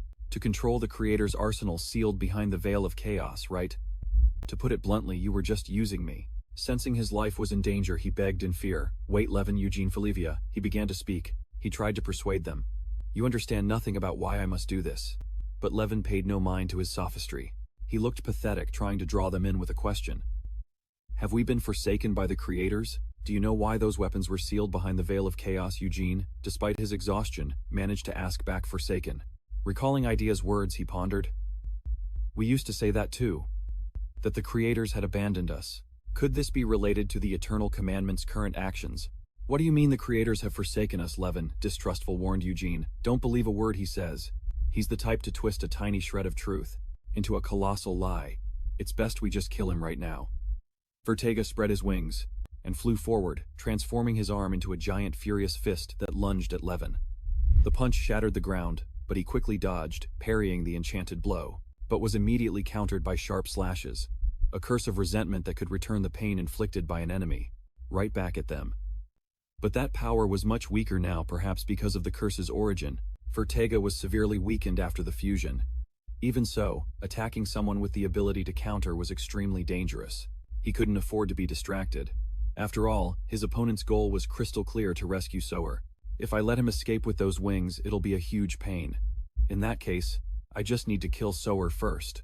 After all the effort to push him to the brink of death, if he escapes and recovers, there'll be no hope left. Levin eyed his opponent inquisitively. "Why did you cancel the fusion now? Have you given up on escaping?" Vertega embraced Sower's charred body, a pitiful expression on their face. Even if they used their own body to shield him, it wouldn't change anything. Wouldn't even buy him a moment's time. "The army you tried to destroy is still standing strong. They'll surround you soon enough. Considering the crimes you've committed, perhaps dying right now would be a mercy." She suddenly broke into a bitter smile. "How ridiculous. Crimes, if you were to add up all the sins humanity has committed against me, then even the complete annihilation of your species wouldn't be enough to atone for them." Eugene and Levin listened stunned. "And yet you dare speak of my time's crimes, while trying to destroy the last thing I have left. How deep does your hatred run?" As if feeling that agony himself, Eugene felt a pang of pain. Just what had she endured to nurture such a monstrous hatred? And so her whispered to her, "It's all right. Nothing matters anymore. Vertega, it's all over. At least I find comfort in the fact that you're by my side. Vertega, as the rightful heir, accept the inheritance that has been yours since birth." Vertega raised her hand, and her action was to plunge it through the chest of the one she was holding. Another event that made both Eugene and Levin watch in horror. A blinding light flared up from that core. An apocalypse will descend upon this world. Eugene struggled to open his eyes and observe the situation, a terrible catastrophe that made him break out in a cold sweat. My God! Giant blades appeared surrounding everything. The weapon that purifies the world, the luminous annihilator. In the face of this destruction, it seemed no one knew of its existence. There was still another weapon hidden in the Supreme Being's arsenal. This thing didn't even appear in all of Phelps's records. Luminous annihilator. Now that my vision and intuition have transcended the limits of reality. The true nature and original purpose of this weapon has finally been revealed, clearly. Could this be the true meaning of the fallen balance? The moment that machine activates, everything stretching across the horizon will instantly vanish. A weapon created with a single purpose. The collapse of the balance doesn't just mean the power of chaos grows stronger. It also means that the barrier of power, the very thing that protected this fragile realm called the horizon, along with the weak humans living within it from transcendent entities, is slowly shattering. I understand now, but I still can't explain it. Why did our ancestors in the face of such divine power create a weapon that could wipe out this entire world and all of humanity? Eugene collapsed utterly helpless. Levin lunged forward and grabbed Vertega by the collar, trying to stop this madness. "If you keep this up, you'll die with us." "Vertega, stop," she answered listlessly. "Just as I thought. You've never truly seen me. It's obvious after everything that's happened. Do you really think I want to go on living?" she said, with a smile that accepted death along with the destruction of everything. "This Kate is the only reason I exist.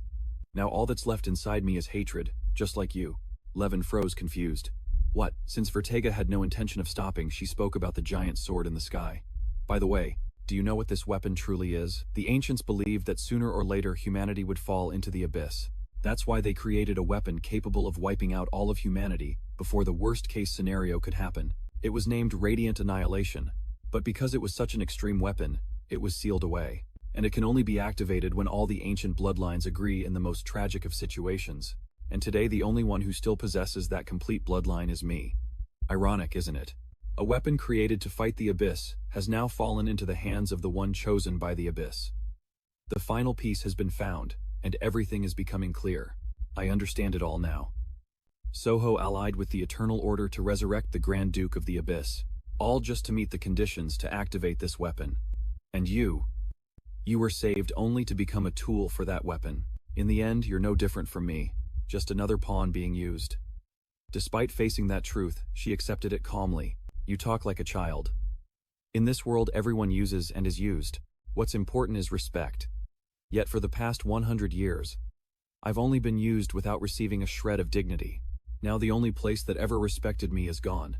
With that explanation, Vegeta snapped his fingers, activating the weapon. My life has no meaning anymore. Looking up at the brightly lit but grim sky, swords began to pierce through it, firing beams of energy. This is the end. Eugene's will began to fade as he sank into despair. If this is truly the will of our ancestors, then what have we been fighting for all this time? From behind, Ariel called out loudly. "Young, Master Eugene. Why is the young master of the main family here?" He turned in surprise toward the voice Ariel. She was horrified by the current scene. What is that? And everyone else. But thanks to her, he slowly regained his will, punching himself. He scolded himself, "Idiot, I'm always overthinking things," and pulled himself together. Don't let your mind wander again. Remembering the promise that gave him strength, Eugene created a cube ready to fight. Didn't I promise myself I would save everyone? Then let's do it. 32-layer variation, the hyperspace cube. As the energy beams shot down, Eugene stood his ground. First, I have to protect the people right in front of me. The third proof of Nihirid absolute void. Vegeta declared triumphantly. It stopped. Everyone looked toward the light. A green glow that enveloped everything. The weapon of the gods is terrifying. It's super high-temperature plasma that can melt anything, and yet he's directly confronting it with the law of Nihirid's absolute nothingness. Eugene fell to his knees, holding back the energy beams. I can hold on for a while like this, but the beams of light aren't stopping. If this continues as a pure contest of strength, there's no way I can withstand that terrifying power alone. Damn it, think. Before all my strength is gone, I need a way to get through this moment. If I can't find it in my current power, I'll search through the countless memories of my past lives. The speed of digging through past life memories is too fast. My brain feels like it's about to boil. It's just like the moment before death. Survival instincts are tearing through all my brain's limits, searching for a way to live. There will definitely be side effects, but I'll deal with that later. If I can reach my most primal memory, I'll find a way to save everyone. A girl appeared, reaching out a hand to touch him gently, saying, "I'm sorry, I'm revoking permission to enter the second stage." The stream of memories returned to Eugene, and he momentarily called out Senior Annika. He realized that everything around him had frozen. Only he remained within the flow of stopped time. Annika appeared and repeated herself. "I am revoking permission for the second stage. Even the first stage was already too risky for you." She slowly approached Eugene. "That weapon is too dangerous. I never imagined that the children left behind could create something like this. They must have lived in unimaginable fear, ever since we left." "Senior Annika." Eugene turned to look at her. "Senior, just now, in the deepest layer of my past life's memories, I saw you." But she replied coldly, "Forget it," then gently moved closer to tell him, "Remember that you are a fate hanging in the balance between the stars and the abyss. That memory could become the final weight that causes everything to collapse. The final weight." After speaking, she turned and walked toward the danger. "So this time, leave everything to your senior. You don't need to sacrifice yourself again in this life, Eugene. You are the youngest star among the 12 who descended during the darkest age, forever loved no matter how many millennia pass our precious youngest brother. You have already sacrificed so much for us." He watched her go, his heart filled with anxiety. "Let these painful and harsh burdens." Eugene hurriedly ran after his sister, not wanting her to face the battle, but her voice continued to echo, "Be carried by your senior. From now on." Giant hands reached out to catch the blades. "Our pitiful yet immensely precious youngest brother. Though you've endured countless agonizing eras, you still shine so brightly. May this second life after a cycle of suffering finally be free from all pain and filled with happiness." Watching from the side, the man named Iceland recognized this magic in fear. Could that be the 12 disciples of Felon? Refusing to accept this outcome, he furiously cursed. "You bastards. How dare you show up now and interfere?" A voice from behind reassured him. "Calm yourself. We bring a message from the prophet. The threads of fate are drawing closer to their foretold conclusion, even with the intervention of the 12 disciples. That's right. The final curtain of destiny will fall upon the imperial capital, and it will be set in motion by Felivia. And that's all for this video. If you guys enjoyed it, please hit the like button to support me. Thanks for watching, and goodbye everyone.